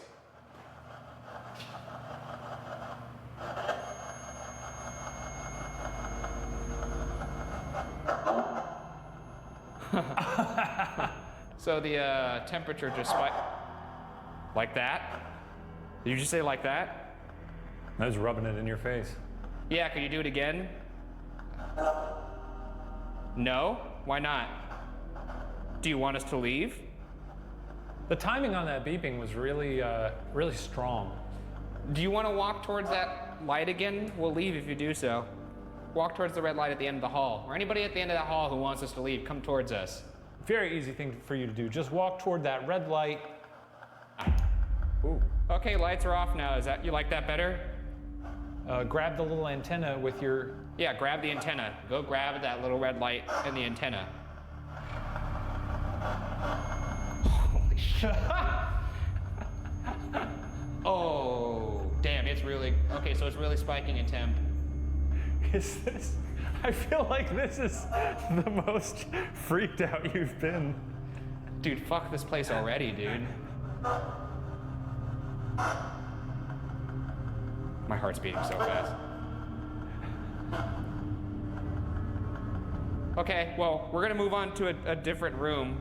Feel free to follow us. You're a fast guy. I'm gonna walk towards that. Don't push me or anything.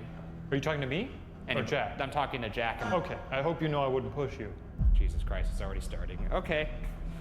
Well, good start to the investigation. A really exciting start. Really glad that we have several more hours to be locked inside. I genuinely have not seen you this rattled in it's been a minute. For me, it's delightful. I think for the folks at home, they're all having a good time. You're doing a great service right now. Thank you. Let's go check out more of this prison.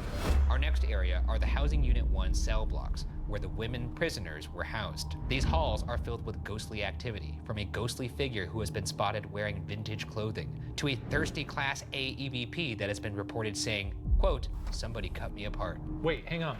Are they saying, hey, someone has done this to me? Or are they saying, somebody cut me apart, Oh, please? I see what you're saying. It could be, how did you die? Somebody cut me apart. But it could be... Cut me apart, it could be just unprompted, just unsolicited. Like, rip me open. Is there anything you'd like to say to us? Somebody cut me apart. Somebody slice me.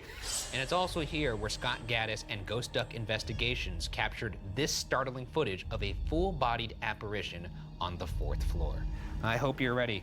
By the way, we gotta get a better keyboard because this one's starting to just show its age a little bit. Yeah, it's not good.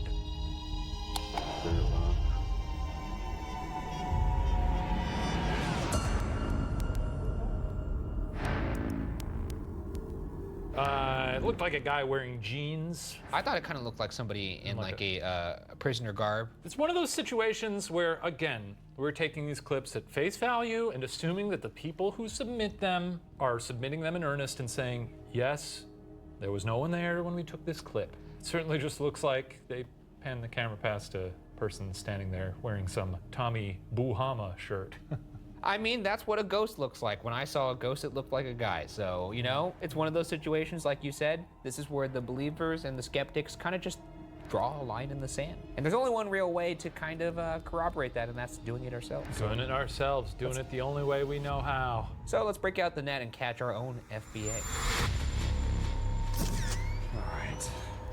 So we're on our way to the top of cell block 1 where the apparition was caught on camera.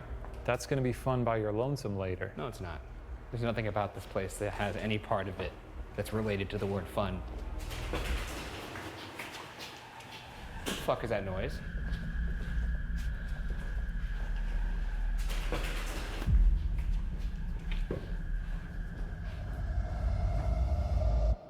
It appears to be some sort of large bird. This will be the blind cell. Oh, this is one of the more horrifying cells in the prison. Oh yeah, look, there's no lights, just a brick wall. Let's pop in there, check out the vibes. Let's pop those lights off. Oh yeah, this would be extremely unpleasant. Tight, tight, tight. All right, well, I've had enough of that. Yeah, why don't we see what else is out? Let's go try and capture this apparition. All right, so we're going up to the 4th floor where Scott Gaddis and Ghost Duck Investigation sent us that clip of the apparition. Boy, Scott Gaddis really got his cardio in. He's got some thick calves. You should say something?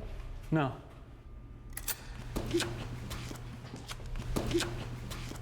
The whoop? What? A whoop? No, I didn't hear a whoop. Wait, I thought for sure you were fucking like making a noise. Whoop. Like that. That's what it sounded like. I didn't do that. I'm just really good at sort of noises. Jesus Christ, gonna have a heart attack here, dude. So when Scott Gaddis was walking along the 4th floor here, he was moving this way, and he turned right kind of near this little metal thing, and in the turn, he saw the apparition standing right there. Don't do it yet. Don't do it yet. Okay. I was just practicing. So on the count of 3, you're gonna do that, or when we get to there. Oh, you're excited about this. You got a little smirk. Here we go. Just walking down the cell block, hope no one's sneaking up behind us. Certainly can't see behind us at all. No. Well, you didn't count to 3. Oh, I just said I thought. Okay. Well, now we ruined it. You were all about the count of 3. Let's try it one more time. Can't see behind us. Can't see behind us, sure as hell. Nothing that we can see. The best thing I could see right now is. Shoot. We'll have to review the footage. So we just heard a little noise here. We heard a little noise. This is also where an EVP was caught of somebody saying, "Somebody cut me." What happened? Did you get cut here? Did somebody get cut up here? I mean, knowing the prison, I'm gonna guess they got shivved or something. Is that what the noise was that we heard? Was that the noise? Was that you getting cut? You're a ghost now, so you don't have to like relive getting stabbed all the time. You can just float around and chill. Yeah. FYI. Just want you to know I'm your friend. Me too. He's lying. Are we doing a good cop, bad cop thing? Sure. I'm not your friend. You go to hell. Well, there's some really bad stuff that happened here, so I don't want to say that. We're gonna try and use our SLS cam to capture this figure on camera, perhaps. The SLS cam uses a grid of infrared light to recognize human-like objects in front of it, even in complete darkness. Oh, do you want me to do my SLS impression? Yeah, do your SLS impression. Look, oh yeah, there he goes. Look at that skeleton go, folks. That's a good-looking skeleton. Okay. For the gentleman who often is seen up here, would you mind coming out to talk? We just want to talk. I know you probably weren't treated very well here, so. Did you get stabbed in the body? If you got stabbed, show up and do a little dance. Oh. Yo, what the fuck was that? There was like some weird like tangle. Is there somebody over there or something over there? Oh, there it's back. Look, it's a little guy. It's a little tiny guy. Ooh. Sort of. Oh, and he bounced away. Sort of hot stepping. Oh, but he's back. It looks like he's doing a little dance for us. What exactly is that? What are you? Look at it go. You're like the little monkey from Pirates of the Caribbean. I'm gonna walk towards it. You're walking toward the monkey? Careful, you might get bit. Is there a little monkey here? Well, this certainly looks nightmarish on the SLS. Yeah, it is a long, dark hallway. We are gonna head to a different part of the prison now. So, for whoever had the indigestion there at the end of the hallway, I hope you find a Tums. Oh, look, our little friend's back. Oh, hey, buddy. Oh, he's gone. We got friends over here, too. Oh, it's the pigeon. What's up, dude? Oh, there's 2. There's 3. Oh my God. Oh wow, they're multiplying. We're all sharing the prison tonight, okay? I know you're doing your own thing, but we're doing our thing. So let's just try and stay out of each other's hair, okay? Love birds. Capiche? Love what you guys do. Hey, wait a second. Okay, fellas, let's not get hairy here. All right. Hey, buddy boy. All Keep right. it moving. Housing Unit 3 is our next building to investigate. But before we go deep into our exploration, we are going to attempt to recreate this piece of truly chilling video evidence sent to us by Michelle Elliott and Rebecca Mooney. You're gonna like this one a lot, big boy. I'm excited. Our footage is from a cinder block office situated between the 2 wings of general population. Upon review of our video, you can see a couple of figures run across the screen in the doorway and go back the other way.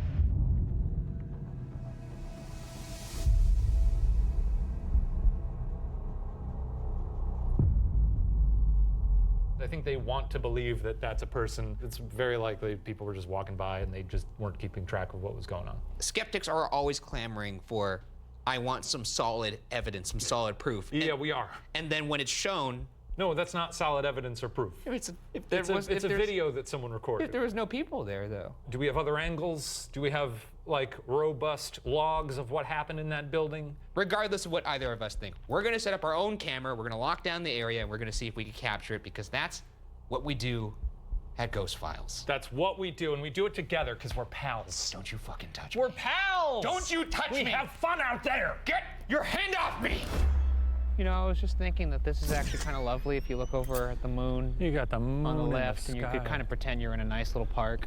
And then you look to your right and you're like, oh no, that's right, I'm in hell. Oh, we're in a fucking prison. Okay. So up here is where Michelle Elliott and Rebecca Mooney caught that pretty amazing figure right through this little door here. So we're gonna set up our static camera right here. Now that's it. That's the shot. Which means that makes sense why they would just see the little heads in the background, because that's right where the front door is. Yeah, it's a tough sell for me, honestly. I gotta be honest. Yeah. We'll see what happens. To the shock of nobody. I know. Hey, if we see, sort of old-timey prisoner in some stripy pajamas. Yeah. While we didn't pick up the definitive figure of a guy in stripy pajamas, our static cam left in this spot did pick up what appears to be 2 glowing eyes. And they're moving.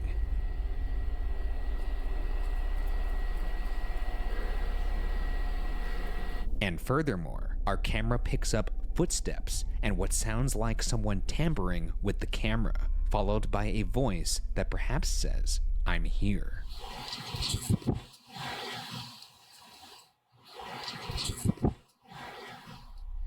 And 6 seconds later, we pick up this strange ball of light that coincides with a clanking noise in the distance.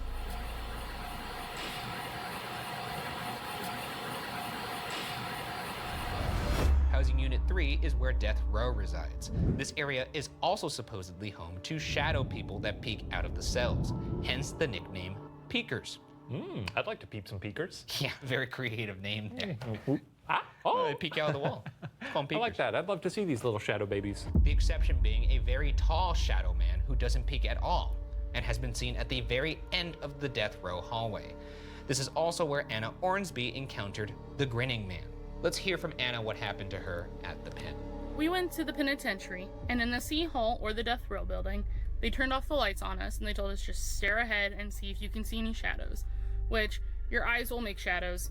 So I didn't take that very much to heart. So they told us to turn around, and we did, and there was a grown man in between my friend and I's shoulder, grinning from ear to ear with a lieutenant's cap on, even though there were only women behind us. It was terrifying. So afterwards, we went home, drew what we thought we saw, and we drew the exact same thing. It was crazy. I don't know how to explain it. You turn around to say something, and as soon as you turn around, you just see... Yeah. Just standing in between you, just right there, like, Jesus Christ, how scary that would be. Did she send in the drawing of what she drew? If she still has that drawing, I'd like to see it. I mean, I'm sure it's burned into her memory, so she could probably at least She could probably reproduce redraw it. I like, how discerning she is. Well, let's see if we can find this grinning man ourselves. Oh, there he is. So now we're going down to Death Row. Obviously not the most pleasant of places. Yeah, it looks like sort of most other places in this prison, but I guess there's an added weight to the fact that it's a one-way ticket. Yeah, it's fucking Death Row. So this would be where some fairly nasty folks would be. Yeah. Let's go in here, actually. Do not close any doors. Oh, yeah, because you will get locked in here. Yeah. At least the cells were spacious, kinda. So this is actually in this horrible little corridor here.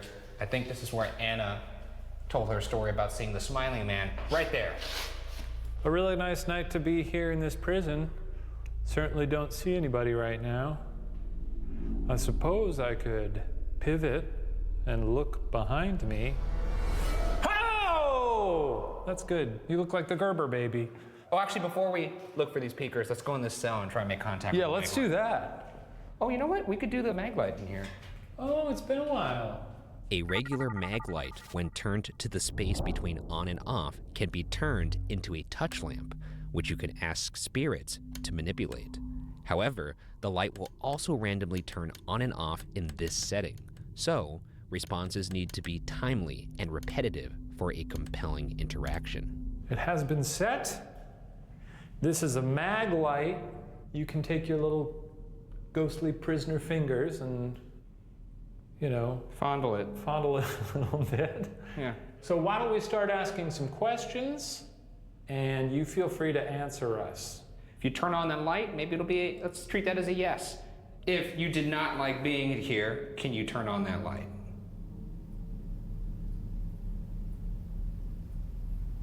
Okay, nothing there. Were you put to death here? Okay, that is a yes. That would make sense because you would only be here if you were put to death. Can you turn off that light right now if you were innocent? Doesn't seem like it. So, you were here because you did it. That's whatever it is that you were accused of, you did. Yep, okay. You done crime. That's a little unsettling. They done crime. Turn that light on if you want us to leave your cell. I guess you could use some company. I was gonna say, turn the light on if you don't mind having two friendly fellas in here with you. It's Ryan and Shane, they call us. That's right. Those are our prison nicknames, Ryan and Shane. Those are also our non-prison nicknames too. Yeah. My mom gave me that name. What would you name yourself if you had to pick? Mr. Bean. You'd name yourself Mr. Bean. Mr. Bean? No. No, okay. Was this place open in the 80s? I don't think so. Yeah, it was. No, he's right. You might have no, you're right. some bean heads in here. You a big fan of Mr. Bean? You like Mr. Bean? When he loses his underpants in the hotel hallway and has to crawl around under the carpet? Okay, well, he's a man of taste. Funny guy. Whoever was in this cell, if you were here for murder, turn on the light. Were you here for thievery? Turn on the light. Didn't we already ask about murder? Thievery? All right, well, we got it. He was killed here, and for thievery, I'm gonna have to look that up. Yeah, all right, bye. That was really some of the craziest stuff I've ever seen in my entire goddamn life. Let's set up this REM pod. Yeah, we gotta set it up where the tall man is seen. He's actually seen right here, down a little peeker alley. Earlier in the night, a static cam left in Peeker Alley picked up multiple loud bangs, almost as if someone was hitting the prison bars. And we also picked up what sounds like someone whispering. So this is where the tall man was seen. This is a very long hallway. Could you imagine sleeping every night in this? Every now and then when we would do overnights, it was like, hey, no big deal. But honestly, I think an overnight in a place like this would be pretty unnerving, Yep. God damn it, dude. Yeah, it looks like another temperature spike over there. Not an EMF disturbance, though. And again, we're pretty far from this. Oh my God, my heart. Oh man, I'm just thinking of what it's gonna be like when I'm in here later by myself. This might be the solo investigation I never come back from, mentally. Is there somebody down there? Is there a little peeker? Can you come peek over here? Give us a little peek. Come on. I guess shining a light on them, maybe that's a... Maybe they like the darkness, they're like yeah, Batman. oh, I can see it on my night vision. Oh shit, you're right. If there's anything down there, could you walk towards our voice? Or anything even behind us on the opposite end? You have full permission to touch any of us or say something. You can move something. Just let us know you're here. Maybe there's something on your mind that you want to get off. If there's any entity over there at all who doesn't like us and would like us to leave, approach the red light. Or walk towards us. That was weird how I felt light. Oh, God damn it. It's somewhat consistent tonight. You likey? No, I don't. I don't likey. No. Okay, I'm gonna come grab it. I like imagining that it's crying when you pick it up. No, I imagine like turned off. What if it was like a guitar? Ghost Files, bitch. Let's get out of here. It takes a whole lot of work, time, and money to keep all of our special ghost hunting equipment running. Ooh. Did you not pay the electrical bill this month? The state-of-the-art Ghost Files Boo Goo containment unit needs constant maintenance, and we both really need to get on top of our ghost budget to make sure we can afford to contain all the ghouls and keep everyone safe. Sorry. Lucky for us, Rocket Money is here to help. Rocket Money is an all-in-one finance platform that helps you save more and spend less. This personal finance app allows you to manage subscriptions, lower bills, build a custom budget, and grow your savings, all in one place. Rockets and money are actually the two big things we need to help keep this high-tech ghost machine running. All right. I use Rocket Money to cancel those forgotten app subscriptions, like the spirit scanning app I never used. Rocket Money safely and securely identifies recurring charges and cancels unwanted subscriptions for you with just a tap. I can also lower my bills by simply uploading a photo and tapping a button, and then Rocket Money negotiates my bills for me, from internet service bills to cable and phone bills, maybe even this electric bill. I've set up a smart savings to save up for a new Google containment unit. I choose using amount and frequency. Rocket Money automatically deposits the savings into a smart savings account. Save more and spend less by joining the 3.4 million members using Rocket Money. Go to rocketmoney.com/ghostfiles or by clicking the link in the description to get started for free or unlock even more features with premium. That's rocketmoney.com/ghostfiles to get started for free. Get your money right so you can focus on more important things, like ghost hunting. Ghost? Are you kidding me? It was... The next area we'll investigate is Section 3D, which is the basement solitary confinement for Housing Unit 3. Each building has its own fun little solitary confinement area, each with their own delightful flavor. And this one tastes like physical illness and deep feelings of discomfort. Full-blown conversations have been heard through the halls. Audience investigator Allison Mosley and her entire paranormal tour spotted a figure peering from behind the end of the hallway for an extended amount of time, until it slowly retreated into the darkness. And to add some levity, some have said that if you whistle and say, "Come here, boy," a ghost dog will come closer. Love that. We love a ghost dog. I do love a ghost dog. And pretty easy. I don't have to bring a bone or anything. I just have to say, "Come here, boy." Come here, boy. This is also one of the few stories about shadow people that I've heard where it kind of lingers. Normally they're like fast, peeking out and they're gone. But to have one that's just kind of like, oh, hello. Spooky. Yeah, theatrics. I hope we see that. So now we're going into Building 3's solitary confinement. Great. Which every building has their own, and this one actually is more tame than the other ones, but... Oh. Okay. A ghost. A bit of a... It's a ghost light. So this is solitary confinement 3D. People feel ill down here. Also, Allison Mosley saw a dark figure kind of peek its head down the hall here and just kind of slowly retract. We got any peekers down here? Could you show us a good peek from like maybe even behind that like thing right there? Yeah. Oh, there he goes. I sold it, right? You did sell it. That was good. I should become a peeker. What if you just got dragged right there? That would be crazy. That'd be sick as hell.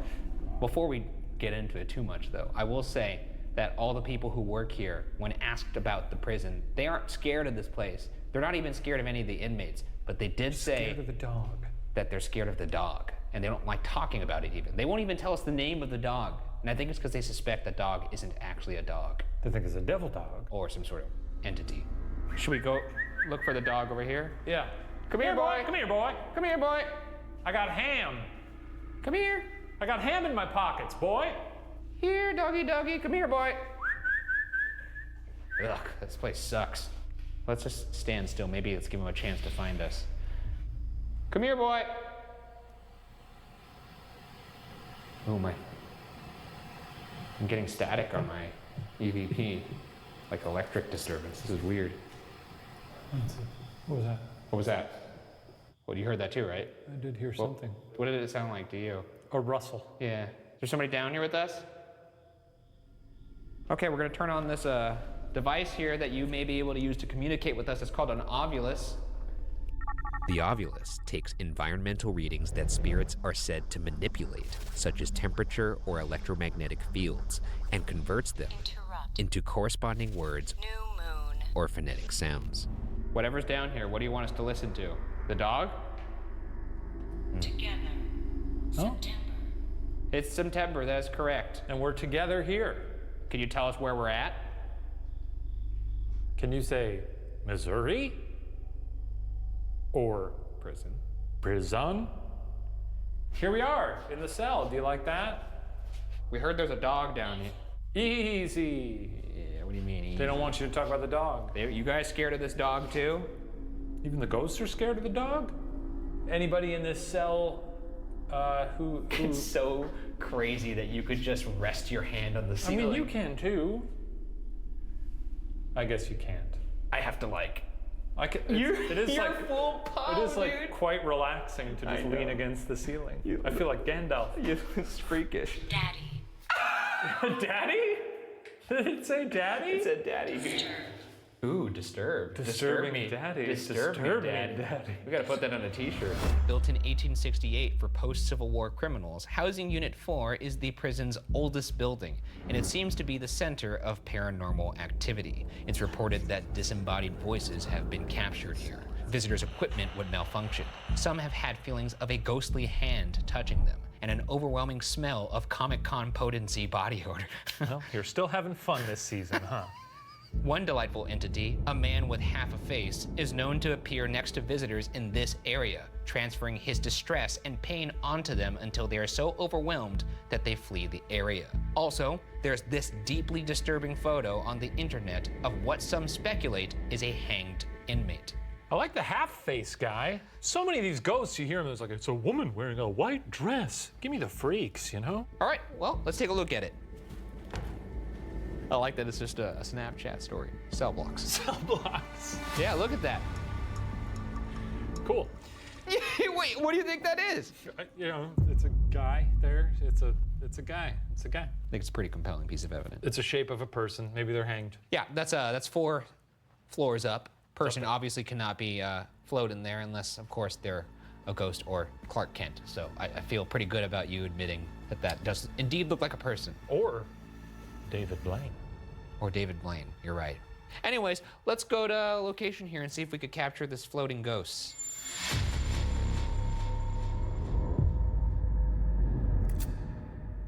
Let's just turn off our lights to just appreciate how horrifically dark this actually is. Yeah. That's the darkest building we've seen thus far. This definitely looks like, well, I mean, abandoned. It just looks straight up abandoned. I thought the other building was creepy because it had those ghostly green lights inside, but the complete absence of light is perhaps even more This is unsettling. awful. This is building 4, and we're going to move into just a general investigation in here. This is also where the photo of the hanging apparition was caught. Great. And looking at how dark this place is, that's the least of my worries. Honestly, I could give a shit less. I can't believe you're gonna go in here alone later. Oh my God, dude. Fuck yourself. Go fuck yourself, building. Wow, it smells weird in here. Can we just turn off the light?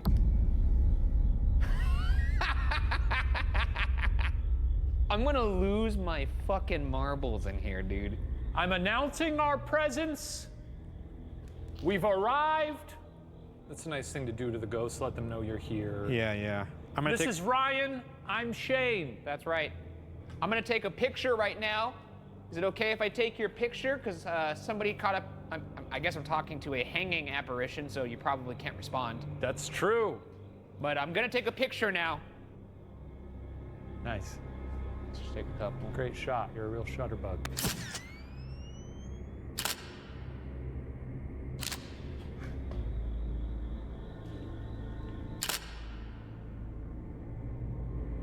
Oh look, this is one of the cells that would be for about 7, people or so. Oof. 6 men per cell. Oh, are you kidding me, dude? What the fuck? 6 people in here? Oh, this had to stink. First off, I'm very sorry this happened to you. This is not great by any sense of it. Jesus. What? How did they live? No, this is awful. I'm starting to think prisons are inhumane. Okay, let's turn on the Ovilus. This is a device that you can use to speak to us. And maybe you've been having trouble communicating and this will help. I heard a faint skitter. I didn't hear any skittering. I heard it off in the distance somewhere in one of these rooms. Should we go look? Sure. Any little rats in here? Little mice?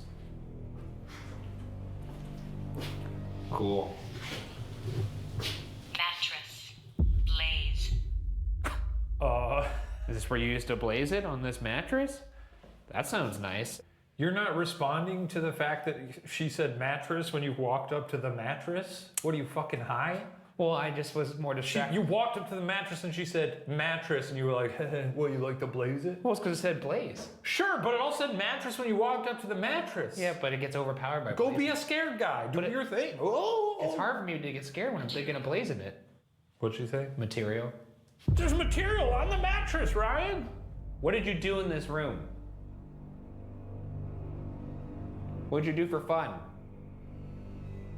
She says mattress, you roll right past it. Unbelievable. Why did she said blaze first? She said mattress. But blaze after. Housing Unit 4 also has its own brand of solitary confinement, a medieval-style dungeon nicknamed The Hole. The cells in here are completely devoid of daylight or any source of fresh air and held the worst criminals, from death row inmates to particularly violent prisoners. There was actually a guy who was in solitary confinement here in The Hole, Firebug Johnson, who was down there for 18 years. His name was Firebug Johnson? His name was Firebug Johnson. He did end up killing 4 inmates via fire, but he also tried to burn the prison down. And he published a book after he got out saying, was like page 1. Oh! You know what? Before we get to the location, I'm gonna buy the book and I'm gonna read it. How long do you think you'd last in this hole? I think probably 50 years. It's a specific number. How about you? Well, 20 minutes. Inmates who stayed here were drugged up with antipsychotics and were known as the bobbleheads on account of them being able to do little more than bob their heads. And some who couldn't withstand the isolation would kill themselves by slamming their head into the walls. Solitary confinement cells have sometimes been the viewing area of a terrifying 8-foot-tall shadow figure that occasionally opens its mouth and silently screams until people leave. Oh, that's good. Oh, so you're more like a scared scream. You kind of look like Nick Cage, actually. Scared. Angry. Scared. Angry. Quicker. Scared. Yeah, okay, good. Perhaps related, Kelly Carrender and Hector Lugo captured this enormous figure on SLS down in the dungeon. Let's take a look. That's our 8-foot ghoul? No, you'll see. Whoa, there's 2 of them. So look, there's a person. Oh, right that's a person. Whoa, look how fucking big. Yeah, that's sort of an It Follows ghoul. I just like the fact that there's supposed to be a tall person down here, and then we see this giant-ass stick figure. It's pretty good. Yeah, good one. Well, what if we get a giant-ass stick figure? I'd love to see it. I'd love to see a big, scary stick figure come up to us and go. It'd have to be a pretty big stick figure to look big next to you, though. I mean, 8 feet will do it. All right, so now we're going down to the dungeon. This is the place that has no light, no fresh air, and it's also where Kelly Carrender and Hector Lugo sent us their evidence of SLS. That's where they saw a little dancing man. No, not a little dancing man, a big dancing man. Big dancer. Please turn off the showers after use. Got it. That's very green of them. Hey, look, there he is right there, Firebug Johnson, the guy who was here for almost 18 years. Oh, we read his book. Good writer, a little bit racist. All right, yep, this is pretty dungeon-like. Oh, this sucks. To be here for 18 years. Oh, this sucks, folks. Oh, no. It's pretty humid, too. It's hot. If they locked me up here, my nickname would not be Firebug. It'd be Dead as Hell Bergara. It'd be Piss Pants Bergara. For the sake of it, let's turn off our lights just to see the absence of it. Okay, I bet it's gonna be dark as fuck. Let's find out. Wow. If you don't have these devices in your hands, you can't see anything within like an inch of your face. No. This is awful. Holy shit.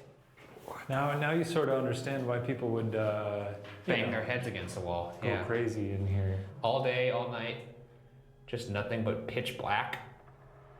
Yeah, I would lose my mind in here. Okay, so you could see this is the inside of one of the cells in the night vision on this SLS. Let's see if we could catch our tall man. Anybody in here with me? Is there a particularly tall fella in here? Nothing? I do want to inform you, you are a ghost. You don't have to be here anymore. You could leave. Yeah, according to Ryan's rules, like ghosts can, hop on Spirit Air and, take a little trip. Go to Acapulco. This does not have to be your life anymore. You could go. Wait, check this out.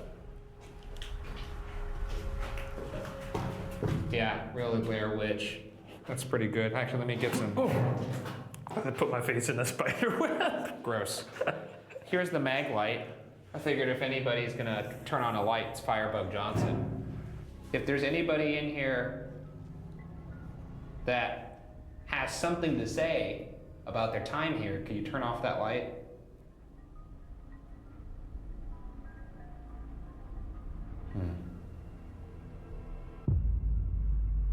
What have you got to say? The acoustics in here are... I mean, it's truly dead quiet. All right, let's just actually be quiet for a second because I do want to hear how pitch black quiet it is. Is there anybody down here that's in pain that could turn that light off? Are you in pain? Oh, okay. Yeah. Do you like us being here? Is it nice to have some company in here? If so, turn the light on. If you'd like us to stay here forever, turn the light on.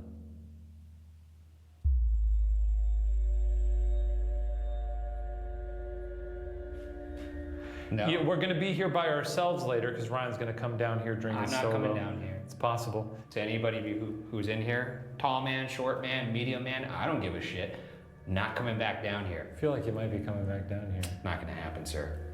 So if you want something from this guy right here, you better rip my beanie off my head. Oh, fuck you. If you like the idea of maybe showing yourself to Ryan when he's all alone later, turn the light on. Or do you want to hang out with Shane? He'll come back down here alone. That's right. Turn that light on if you want to spend some time with a fellow tall man. Tall man. I guess not. I'm a little offended. You know what? Why don't I get out of this dungeon? I don't like being in here. No? I'm just gonna say it. You had your chance, and I don't even want to be curt with any of you because it feels wrong. I just want to get out of here. I don't like it. Yeah, you won't be coming back here. I will not.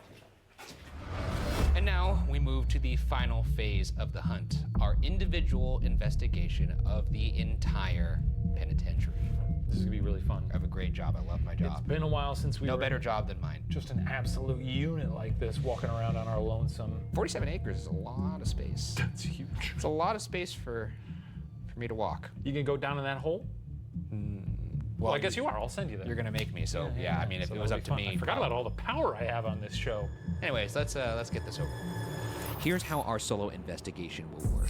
Shane and I will each have 20 minutes of alone time in the location. Shane will go first, and at the end of his time, we'll hide a walkie-talkie in the building. Once Shane returns, he will give me a hint on where to find said walkie-talkie. Then it's my turn. I'll enter the building, and only after I radio back to Shane with the hidden walkie-talkie will the clock start on my 20 minutes of solo investigation. Let the games begin. We're here again. It's solo time. I could use a little reminder when it's 10 minutes. I could do that. So that I know to switch buildings. You got it. And I guess we'll see what happens, you know? It's actually quite a long walk over there, so. Yeah. All right, I'm walking to building 3. Big brick bitch of a building.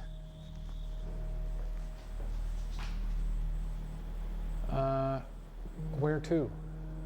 I'm really going to challenge myself to not freak out. I'm gonna have to trick myself that I'm not scared. Just bringing chill good vibes for everybody to feed on. Okay, so this is Death Row, where we've got all sorts of pals. Who's out here? Tall man? Shadow baby? Peeker? The dog from hell? I believe this is where the tall man hung out. Feel free to reach out to me in any way. I'm gonna shut my light off now and bask in the darkness. Why, that is pitch black.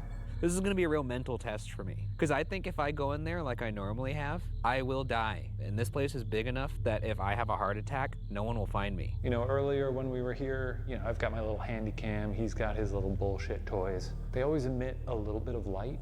Now that I don't have those, it's pitch black, very dark. I'm gonna be silent now because that's scary. I think Shane's chilling, you know? I'm gonna bring my Shane energy to this. Not like crazy energy, but I'm gonna bring like the part of his brain that's able to compartmentalize and go into chill vibes.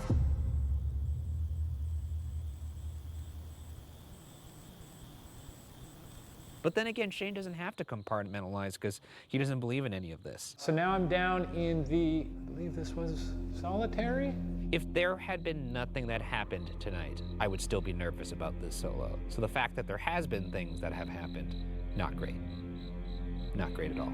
Once again, that's why I gotta change the mindset. You're gonna see a new Ryan this season, Zen Ryan. I'm gonna duck into one of these cells now. I'm gonna turn my light off. Feel free to speak to me via my magical box. Give me a word. Equation. Okay. Anything else? You wanna say off? You want me to turn this off? Is that it? Casket. Now we're getting somewhere. In many ways, this was like a casket, wasn't it? That's a 10-minute warning for you. Thank you so much. See? Does he hear? You hear? Does he sound worried? He doesn't sound worried at all. All right, that's our 10 minutes. We're gonna relocate to the other building. I don't want to acknowledge them as I walk past. Is this how you walk all the time in your neighborhood, like Michael Myers? On coke? Interesting. Shane's walking from building 3 to building 4 right now. Look at this absolutely horrific place. I mean, I've never been to the Sistine Chapel. I'm gonna guess this place is cooler, more interesting to look at. Shane actually isn't really a brave guy because he doesn't believe this is real. He's not like a person afraid of bears going into the woods, you know what I mean? But he's not afraid of anything, so it's kind of hard to say he's not a brave guy. What do you call somebody who's not afraid of anything that goes into scary situations? Is it actually brave, or is he just a lunatic? Hey, ghosts. My name's Shane. I'm right here in the middle. You can kill me if you want.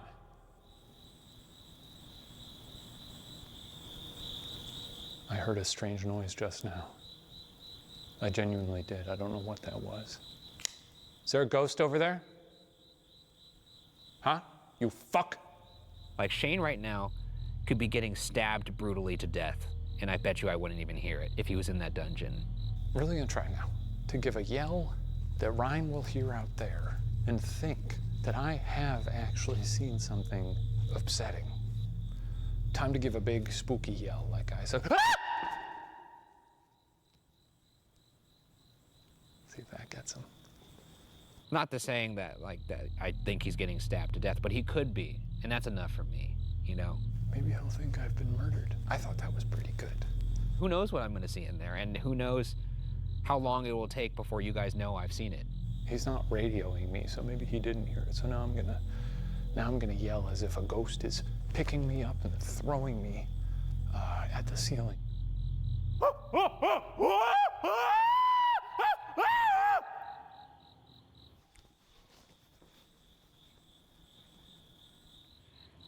That was you, right?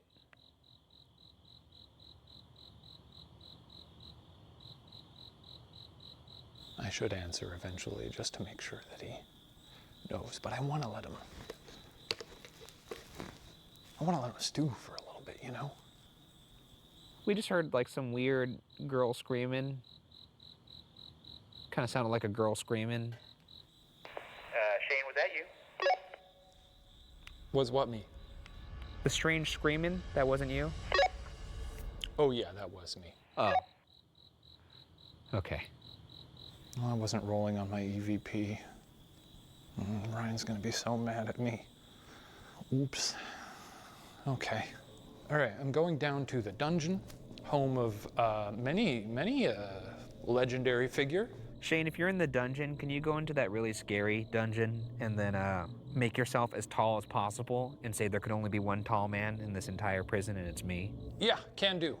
Is there another tall man in here? Because I don't see him. Ryan has asked me to enter this room and make myself as big and tall as possible, so let me do that. And let me state, for the record, that there can only be one tall man. Yes, and it's me. Sure would love to be put in my place.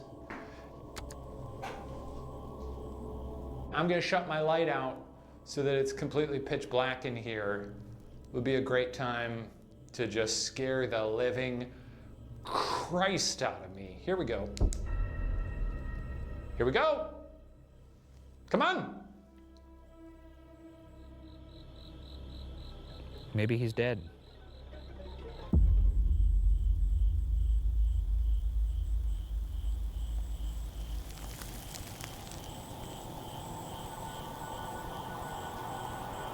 That's time. All right, I'm coming. We're gonna hide this walkie now so that Ryan has to endure miseries to find it. I think the best bet is to put it down here. I'm gonna set it right here. Yeah, good spot. Well, ghouls, it's been a treat. Seems like the Noodle Man has gone undefeated once more. Here he comes. Oh boy, look at him. Oh, Ryan, there you are. Oh. Oh.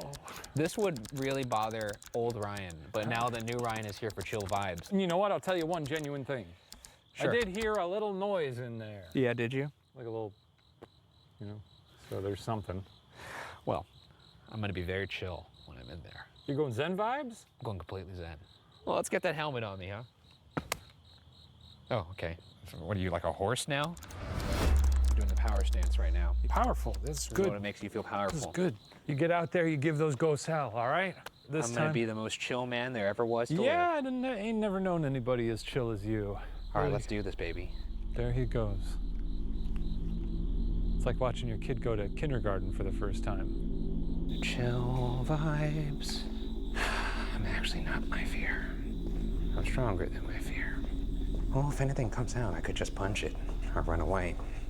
All right, into this dungeon. Let's see, nothing there. Nothing here. Okay, so he wouldn't hide it somewhere crazy. I legitimately heard something in building 4. I don't know what it was. It could have just been, a little skitterer. I don't think a ghost is, moving little walnut shells across the ground like. Hey, dude, not here either. All right, dilly. That's cool. That's cool. All right, bro, it's not there. Chill, I'm going here then. What?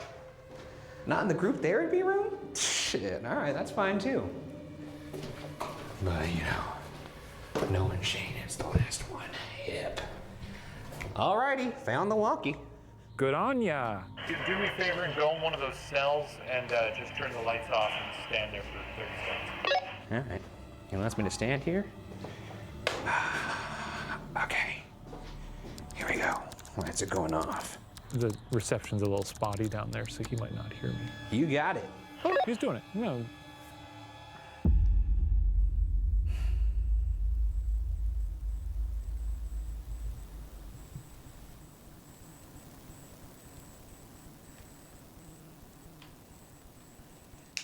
All right.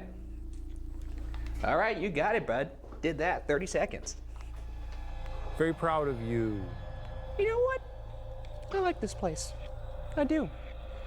I do. So I'm about 1 minute and 36 seconds in. I truly thought it was about 5 minutes in, but that's fine. That's fine. I get it. This place sucks. I wouldn't want to stay here either. So, I'm sorry. This place is really, really great. I don't obviously support prison industry. But, it's cool to see a prison, in the same way that it's cool to see a tornado, Obviously, tornadoes hurt people, but boy, oh boy, fun to look at. Oh, look, this is that really awful cell where 7 people will be shoved into this shit. Check this shit out. Ugh.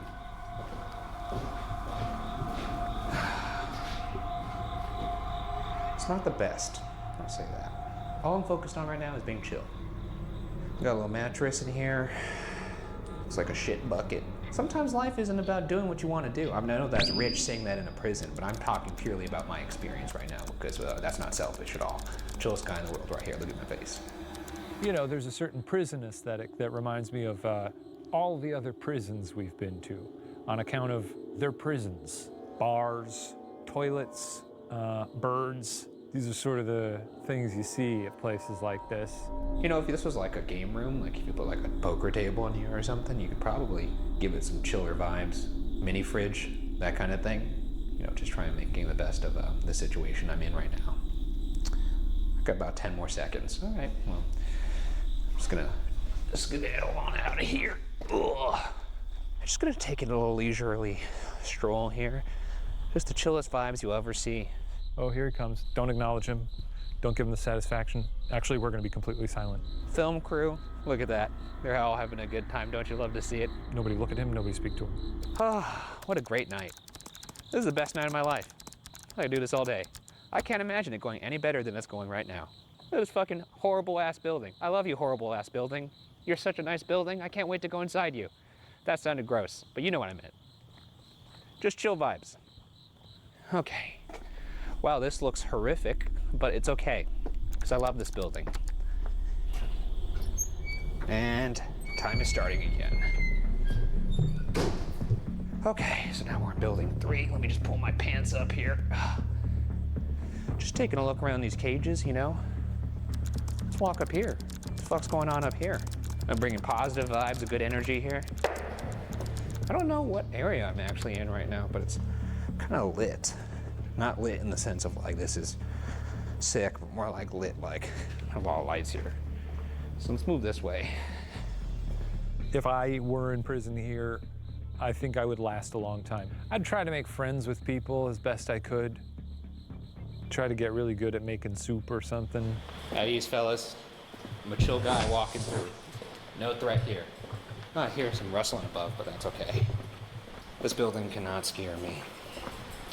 Because I'm not my fear. I am stronger than it. Do jobs. Suck up to the wardens, you know? Rat on people. Do whatever I gotta do to get the, you know, top of the heap. Oh, wait a second. Is this the fucking exit? What is this? Whoa. Holy shit. That's the fucking crew out there. How the fuck did he end up over there? That's nuts. I'd rat his ass out immediately. The sun will come out tomorrow. Let's go upstairs. And I believe this is actually where I heard a noise earlier. So, oh, Jesus, almost tripped. He's not even, is that even a spot that we invent? What are you doing? You're not supposed to be in that part of the prison. Get the fuck out of there. I will move to a different part. Don't speak very much for the next like 5 minutes or so. You know, just talk to the ghosts in a way that is not cheery or zen at all. I don't know how to do that though, dude, because I'm the new Ryan. I don't like the new Ryan. That's a shame because he really likes you, dude. In fact, the new Ryan really hopes that you have a good night. Why don't you go to the end of the death row hallway? Face the end where the tall man is often seen. Turn off your light and stare at it for 2 full minutes without speaking. All right, we're in death row now. Not a great place, you know. Okay, we're going to the end of the hallway. Turn it off the light. This is where the tall guy dude is. Chill vibes. 8 minutes. Okay. Wow, look at that sight. Like, that is truly horrific. Like, if you're just looking at that, it's like, how do you look at that and not lose your mind? It's a good thing I'm the chill Ryan now, though. Anyways, here goes the light. Okay? Ryan's trying a Zen route, which I think is ill-advised, both for his own personal growth and for the watchability of this show. Maybe people like to see him do that. I personally think it's boring. You know, we've already got Mr. Chill, you know, Mr. Chill vibes over here. I'm kicking back, I'm having a good time, I'm going in there, I'm Johnny Chuckles. You can't have Ryan also doing that. So I hope he gets murdered by a ghost. Right now.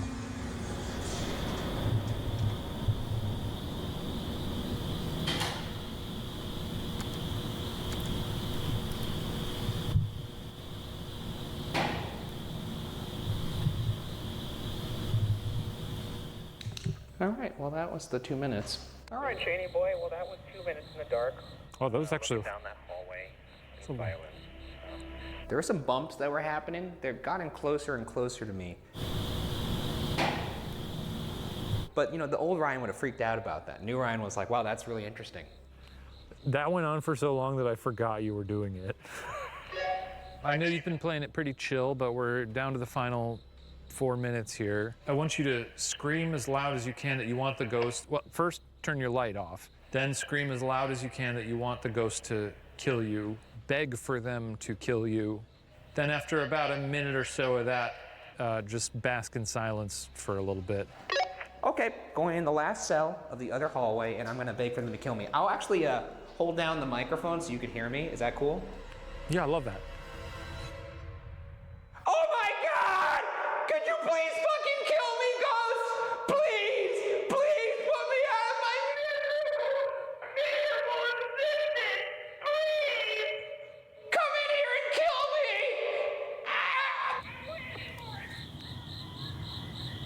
Oh yeah, you can hear it from here.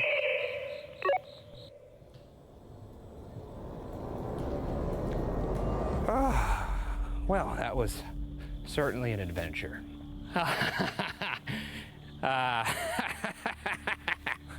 Oh, this building, everyone in here could go fuck themselves. You did I it. did it, dude. Yeah, as soon as I stepped out, the facade dropped. Yeah. Did you have fun in there, though? Oh, no, I didn't. No, I hated every second of it. But yeah. I did it with a smile. Honestly, it's kind of all a blur. It feels like I didn't do it. Yeah. I kind of disassociated that entire time. That's one way to do it, I guess, but I don't know if disassociation is the best method, but... Oh, it worked for me, because it's like I was sitting here, and now I'm standing here, and it's like, how did What happened in between? How did I get from here to here? Anyways, Well, let's go. Let's get out of here so I can cry. Let's absolutely All leave. right.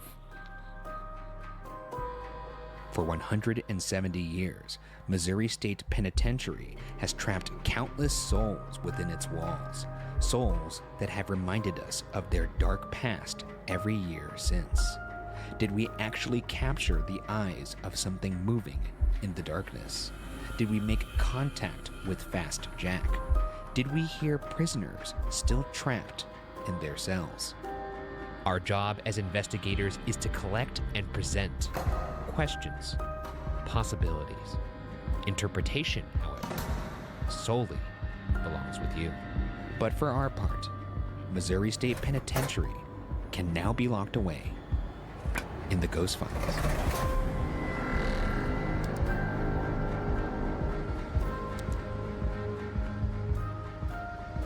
Oh my God! Holy shit! I saw them there. I was very excited for you to catch them.